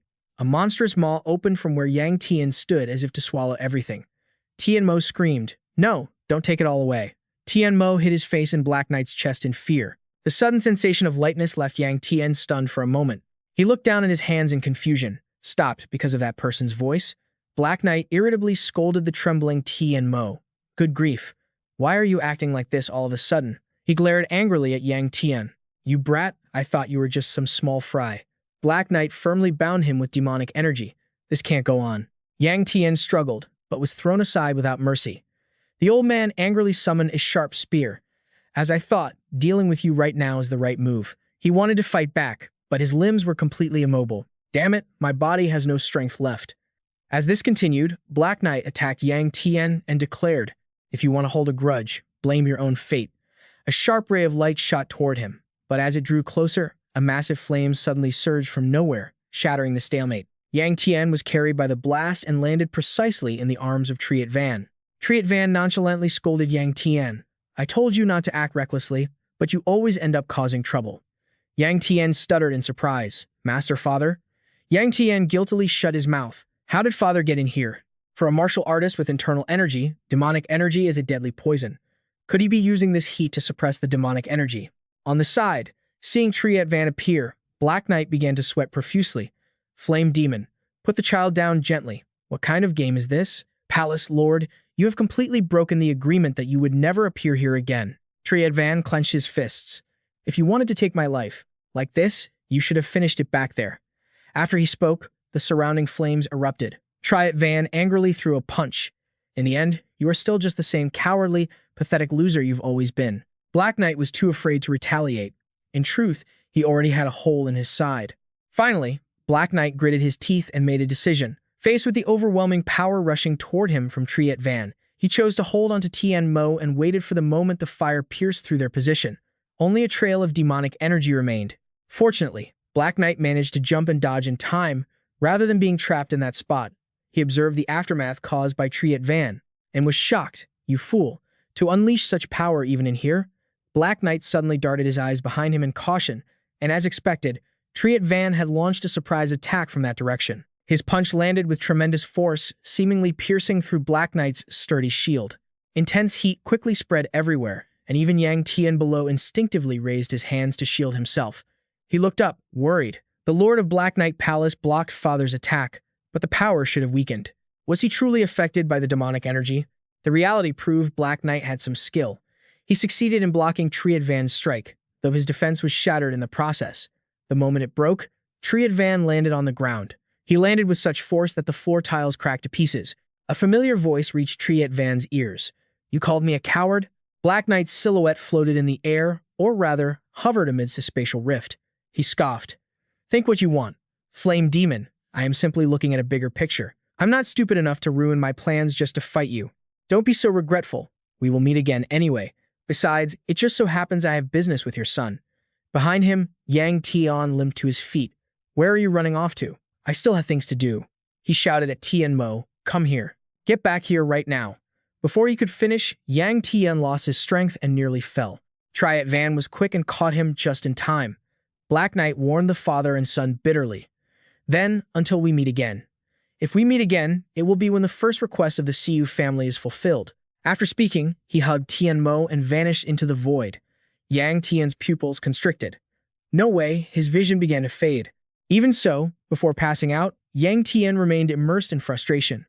Right in front of my eyes, that disaster just slipped away. Triet Van gently held his unconscious son and silently carried him away. Enough, let's go home. Yangtian woke up tired, his chaotic memories slowly returning to his mind. What happened? The Lord of Black Knight Palace and Tian Mo clearly vanished right in front of us. And damn it, what is that scent? He was too dazed for his mind to work properly. He startled and opened his eyes. The first thing he saw was the beautiful face of Nangang Fei. She was carrying Yangtian and asked, You're awake? Yangtian looked blankly, not understanding the situation. The Black Knight Palace incident is temporarily closed. So, the affair at Black Knight Palace had come to a temporary end. The places suppressed are only here. I entered a few branches. The Lord of Black Knight Palace had escaped and might gather his remaining forces to reappear, but since our goal is to bring QDN2 safely back, Father decided to leave the subsequent arrangements to the Martial Arts Alliance and returned. Leaving it to the Alliance was difficult. Not fully trusting them makes me uneasy. For me at that time, there was nothing more to be said.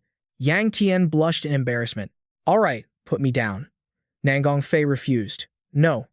She pouted and complained, You don't even have any strength, yet you keep groaning. Be quiet, he weakly retorted. This isn't groaning. Hui Bai, who had been silent the whole time, finally couldn't take it anymore. She turned and scolded them both. Oh my god, I seriously can't stand looking at this anymore. What kind of messy game are you playing? That's enough. Give my sister to the first sword team over there. Old Mac, who was being carried at the back, poked his head out. So, you want to swap with me? Yangtian stammered in shame. Fine, fine. What else is there to say? Tanzei sat on his head and playfully teased. So the insidious brat's actions were just motivated by your own selfishness, weren't they? Just like that, I had been lost in the mist for days on end. By the time I completely made it out of the mountain range, my body had recovered enough to move again. The scene shifts to the middle of a quiet, deep night. Yangtian lets out a sigh of relief inside his tent. Good. Compared to when I was at the Sword Queen's place, absorbing this amount of demonic energy is nothing. Even though I can't use my martial arts for now, I should be able to walk on my own by tomorrow. I need to get out of here before they wake up. Before he could even finish that thought, he took a kick straight to the face from Hui Bai right next to him. Even while fast asleep, she was still quite active. How does it taste? Useless brats. Yang Chen gritted his teeth as he steadied Hubich. Damn it, wasn't she supposed to be awake by now? To keep his sanity, he decided to just go outside and meditate. Tanzei frowned, assessing Yang Chen's current state. Even the internal energy chaotic from the blood chi had been smoothed out by him. This demonic heaven-absorbing art was truly useful. He touched his chest in silence, reflecting on how astonishing it was. In his past life, he thought it was just a simple power to absorb demonic energy, but he never expected it could absorb other types of qi, even creating a flow to keep them from clashing inside. Yangtian's hand tightened, and for that reason, he felt even more uneasy. He thought his shift in mindset was just due to the regression. Remembering when he carried her, he had asked Hugh Bitch about the fire, and she nodded. Right, it said it would use the fire to consume me and drag me down to the underground chamber, but then it said it couldn't eat anymore. Yangtian calculated silently. If it couldn't eat anymore, that meant it couldn't absorb any more qi. Perhaps back then, when the heavenly demon pointed at him and said, "That thing belongs to me." The heavenly demon had already claimed his demonic energy in his mind. The demonic heaven-absorbing art was originally the heavenly demon's power. If one day he suddenly couldn't use that power anymore, could it be because the ownership had completely shifted to him from the past life? Tanzi curiously leaned in toward Yang Chen, still thinking about the heavenly demon and that girl. He clutched his head, exhausted. Yeah, just seeing the heavenly demon there was enough to scramble my brain. The heavenly demon is supposed to appear in the Central Plains a few years from now, establish the demonic cult, and absorb the other forces like the Night Palace, which were crushed by the Martial Arts Alliance, into the cult. I only knew that much. But the princess and the vice princess control the heavenly demon's energy, and they serve a young heavenly demon. Everything from the start was the complete opposite of what he knew. Was the origin of the demonic cult actually the Night Palace? Yang Chen punched the ground in anger and cursed. Damn it, even just to investigate clearly. I shouldn't have let them slip away. Tanze sighed slowly. That's why I said you're just a naive kid. Have you forgotten? That situation was way beyond your capability. If it weren't for your father, you would have been dead long before you even saw the heavenly demon. With your level of strength, thinking you could hold them back was a foolish delusion. First, think about how to get back safely. If you're still hung up on it, stop sitting around like this. Think about how you're going to deal with them later. Isn't that what you said yourself? He had said he would stop the heavenly demon. Before long, the night sky began to brighten. Yang Chen knelt by the stream, splashing water on his face to wake himself up. He stared at his reflection in the water, his expression filled with firm determination. What the old man said wasn't wrong. Since the moment he left, he had prepared himself mentally. But this whole thing was reckless. That he was still alive was just sheer luck, and he couldn't keep going like this. He completely ignored the little brother voice behind him, lost in his own thoughts. Before, I thought just accumulating strength until the day the heavenly demon ravaged the Central Plains would be enough, but that heavenly demon is already in the Central Plains, and history is slowly changing from what I know. The road ahead is long, and there's no time left to spare. No matter the method, I have to accumulate strength quickly. While he was busy planning for the future, Yang Chen felt a hard shove on his back. Before he could react, he fell straight into the stream. Yang Chen surfaced, annoyed, and confronted Hugh Bitch for her boredom-induced antics. "What are you doing?" she complained indignantly. "I called out to you several times, but you didn't answer. What were you thinking about that had you so spaced out even while washing your face?" Hugh Bitch laughed hysterically. "What's the point of scowling and thinking by yourself? Stay down there and clear your head before coming up." The scene left Yang Chen momentarily stunned. He struggled to swim to the bank. "So, what did you want?" Hugh Bitch smugly ordered, "Carry me." The corner of Yang Chen's mouth twitched immediately. She put on a pathetic act. "Little brother, your big sister is still a patient. I'm in pain. Shouldn't you fulfill your duty as a little brother?" Yang Chen scoffed internally. Where did that blatant lie come from? Didn't she feel her body was different this morning? "What patient?" He grumpily refused. "No, why should I?" Just then, Trade Van appeared, cutting him off. "Carry her," he said, his expression calm and serious. Standing next to him was Nanggong Fei. Yang Chen looked resentfully at Hubich, who was sitting on the ground, holding her arms out in anticipation. In the end, he had to accept the harsh reality. This damn broken home. Yang Chen reluctantly served Hubich, but she still wouldn't spare his ears, chirping little brother, constantly. He was speechless. "Yeah, what is it now?" Hubich suddenly hugged Yang Chen tighter. She expressed her gratitude to him sincerely. "Thank you. Honestly, I didn't want you to come here, but I clearly felt how much you care about me. I'm really moved." Hubich gently stroked Yang Chen's hair. "My judgment really wasn't wrong. You're such a gentle kid." She chatted happily, oblivious to the fact that his emotions had shifted. "We're almost home. Let's go. Your little maid must be waiting." Yang Chen suddenly called out, "Sister, since it's come to this, I have a question. All this time, you've been secretly using that bead to track me. Did you find it amusing?"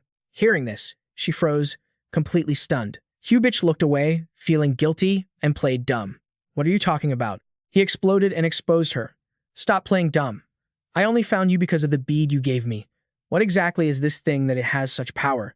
Triet Van, walking in front, chimed in, isn't that a thunder bead? I clearly remember third brother saying he wanted one, so I took it from the storage for you. So that's how third brother knew the location of the prison. Just one sentence left Yangtian frozen. Wait, if it came from the storage, is this thing a divine artifact? If he hadn't realized by now that he'd been tricked by Hubich, he really would be a fool. Sister, before you gave me this, what did you say? You clearly said it was a charm sold by a peddler. She pulled his hair hard in embarrassment. Shut up, brat. Just use it if you have something good. And who gave you the right to talk to me so disrespectfully? Before we get home, you listen to me. She grabbed Yang Chen's head aggressively and rode him like a horse. Yang Chen panicked, speeding up and shouting, I was wrong. Please let go of this. No, please, let go. The ancient story of the Siu family that my father once told me, the first family head of the Siu family, was the first person to open the demonic realm gate in this world. His sins and karma brought great disaster to the Central Plains, lingering for generations and becoming a shackle binding their bloodline. Why would he cause such a thing? The thing he originally wanted to open wasn't the demonic realm gate, but the door back to his original world. The fire demon from another world just wanted to find the way home. He was desperate because he couldn't return, and because he had summoned an unavoidable catastrophe. He was filled with regret. They say that heavy feeling weighed him down for his entire life. But to most people now, it's just a forgotten story of the past. Meanwhile, at a luxurious inn, a subordinate knelt down to report to his master. Melody, the heads of the Siu family and the true dragon have just returned. The woman calmly set her glass down on the table. Is that so? It took them long enough to get here, yet they have the nerve to make me wait? Shu Weihua excitedly rested her chin on her hand, gazing out the window as she muttered. Still, they were worth the wait. Q Yangtian,